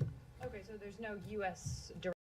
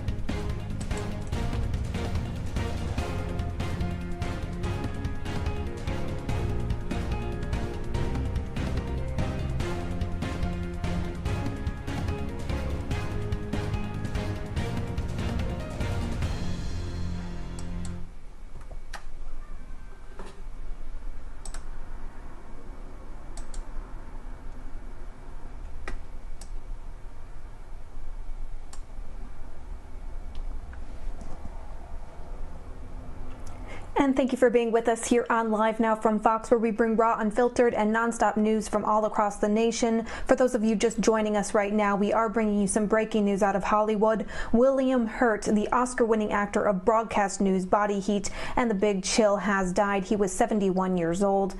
He died, according to Hurt's son, Will, saying in a statement that he had died Sunday of natural causes. And thank you all for being with us here on Live Now from Fox, or that's what we do here on Live Now. We bring raw, unfiltered, and nonstop news from all across the nation as soon as it happens. William Hurt, the Oscar-winning actor of broadcast news, Body Heat, and The Big Chill, has died. This information coming out of Hollywood today. He was 71 years old. Hurt's son, Will, said in a statement that Hurt had died Sunday of natural causes. He said Hurt died peacefully among family. Deadline first reported Hurt's death. In his long-running career, Hurt was 3 times nominated for the Academy Award-winning film Kiss of the Spider-Woman in 1985. He also went on to star in many other films and television shows throughout the 80s, 90s, and even more recently as well. His son Will made the sad announcement on Sunday, telling Deadline, quote, "It is with great sadness that the Hurt family mourns the passing of William Hurt, beloved father and Oscar-winning actor, on March 13, 2022, 1 week before his 72nd birthday." He went on to say, quote, "He died peacefully among family of natural causes. The family requests privacy at this time." And once again, big news coming out of Hollywood, breaking news coming out of Hollywood. William Hurt, the Oscar-winning actor of broadcast news, Body Heat, and The Big Chill, has died. He was 71 years old. Hurt's son, Will, said in a statement confirming the news that Hurt had died Sunday of natural causes. He said Hurt died peacefully among family. Deadline was first to report Hurt's death. He was an Oscar-winning actor, served in many films, including 1985's Kiss of the Spider-Woman, after his screen debut in 1980s, an altered series as a psychopathologist studying schizophrenia and experimenting with sensory deprivation. Hurt quickly emerged on the scene as one of the 1980s foremost leading men. He served in many different genres, many different characters throughout the 80s, throughout the 90s, and then even more recently in many films and even television shows, including The King of Queens, Beowulf, Dune, and many others. But thank you all for being with us here on Live Now from Fox. I'm Stephanie Weaver, reporting out of Los Angeles, bringing you this breaking news coverage out of Hollywood. William Hurt, the Oscar-winning actor of broadcast news, Body Heat, and The Big Chill, has passed away. He was 71 years old. Hurt's son, Will, said in a statement that Hurt died Sunday of natural causes. He said Hurt died peacefully among his family. Deadline was first to report Hurt's death. He served in a long-running career in the nominated Academy Award-winning 1985's Kiss of the Spider-Woman. After his screen debut, he went on to serve in many other movies and television shows in the 80s, 90s, and even more recently. He was an Oscar-winning actor with a long tenure in Hollywood. His son, Will, made the sad announcement today, telling Deadline, quote, "It is with great sadness that the Hurt family mourns the passing of William Hurt, beloved father and Oscar-winning actor, on March 13, 2022, 1 week before his 72nd birthday." Will added, quote, "He died peacefully among family of natural causes. The family requests privacy at this time." He went on to serve in many different films and television shows, even more recently, a legend in Hollywood. William Hurt, Oscar-winning actor, dies at 71 years old.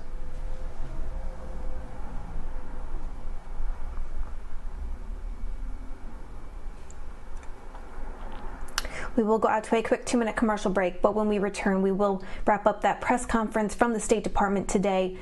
The State Department earlier this week on Ukraine and the latest on the war in Ukraine. But thank you all for being with us here on Live Now from Fox. And don't forget, you can always watch Live Now on multiple different platforms, including LiveNowFox.com. We'll be right back.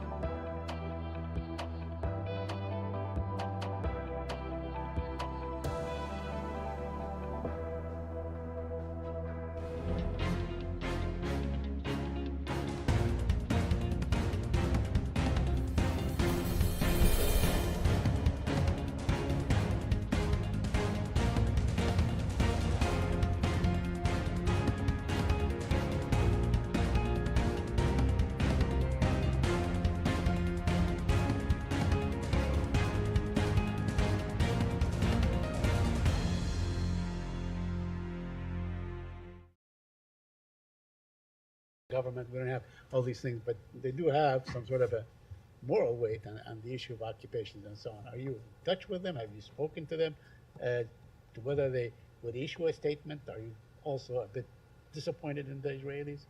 When it comes to our Israeli partners, again, a large part of the conversation that we had with Foreign Minister Lapid just a couple days ago now was focused on Ukraine. Our Israeli partners made very clear to us that they stand in stark opposition to the naked use of force, naked aggression against a sovereign state. They made that very clear in private. They've made that very clear in public. When it comes to other countries, to other entities that may have been or may be guarded or may not have made such a clear statement. Look, we've said before that now is not the time to sit on the sidelines.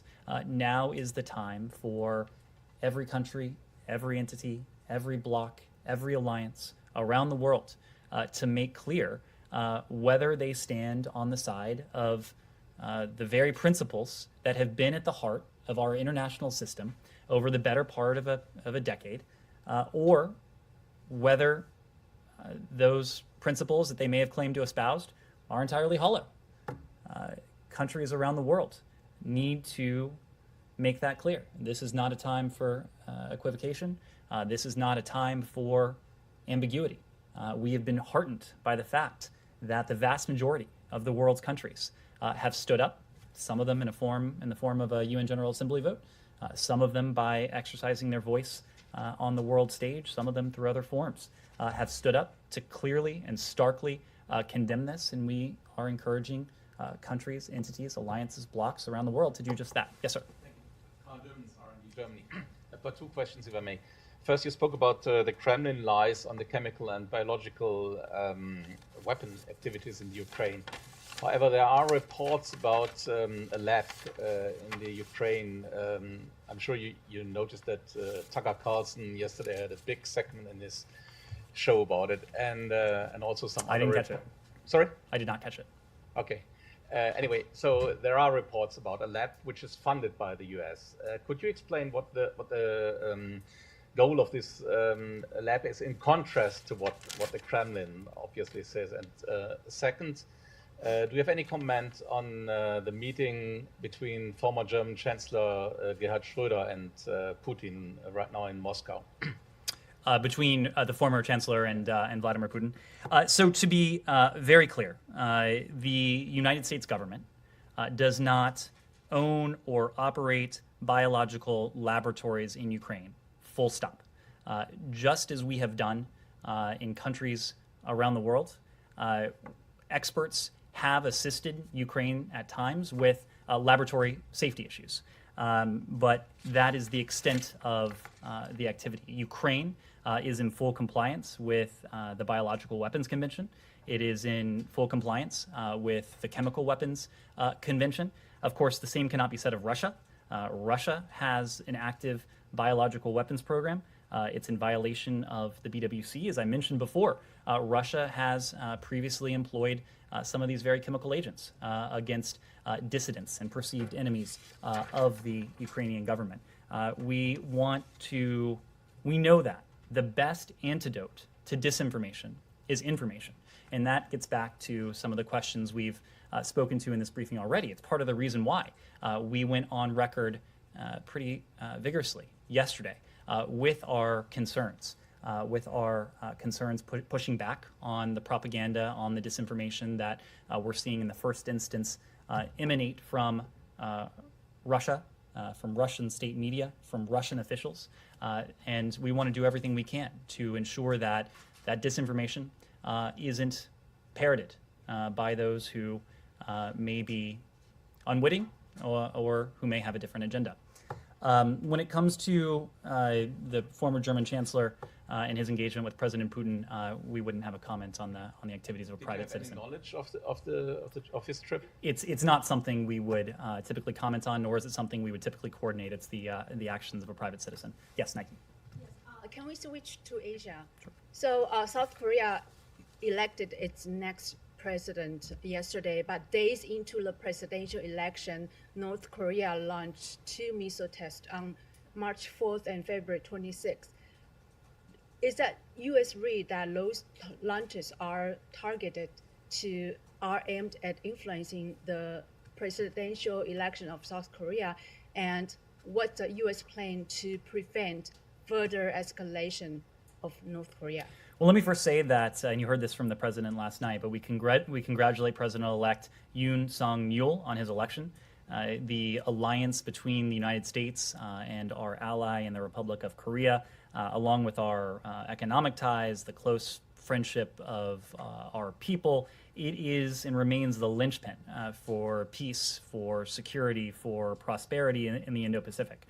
We are, to your question, Nike, committed to the defense of the ROK, and we look forward to working with President-elect Yoon to deepen cooperation on key global challenges. That includes climate, it includes COVID-19, deepening our economic ties, our supply chains, but also it, of course, includes deepening our cooperation on some of the security challenges that we both confront. And at the top of that list, when it comes to the Indo-Pacific, is the threat that is posed by the nuclear weapons and ballistic missile programs of the DPRK.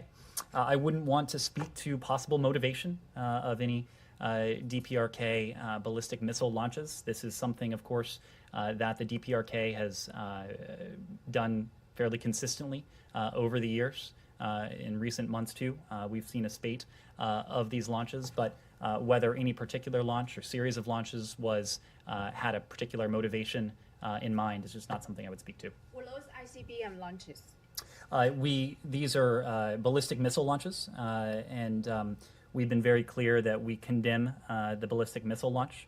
This launch, like the other launches earlier this year, it's a clear violation of multiple UN Security Council resolutions.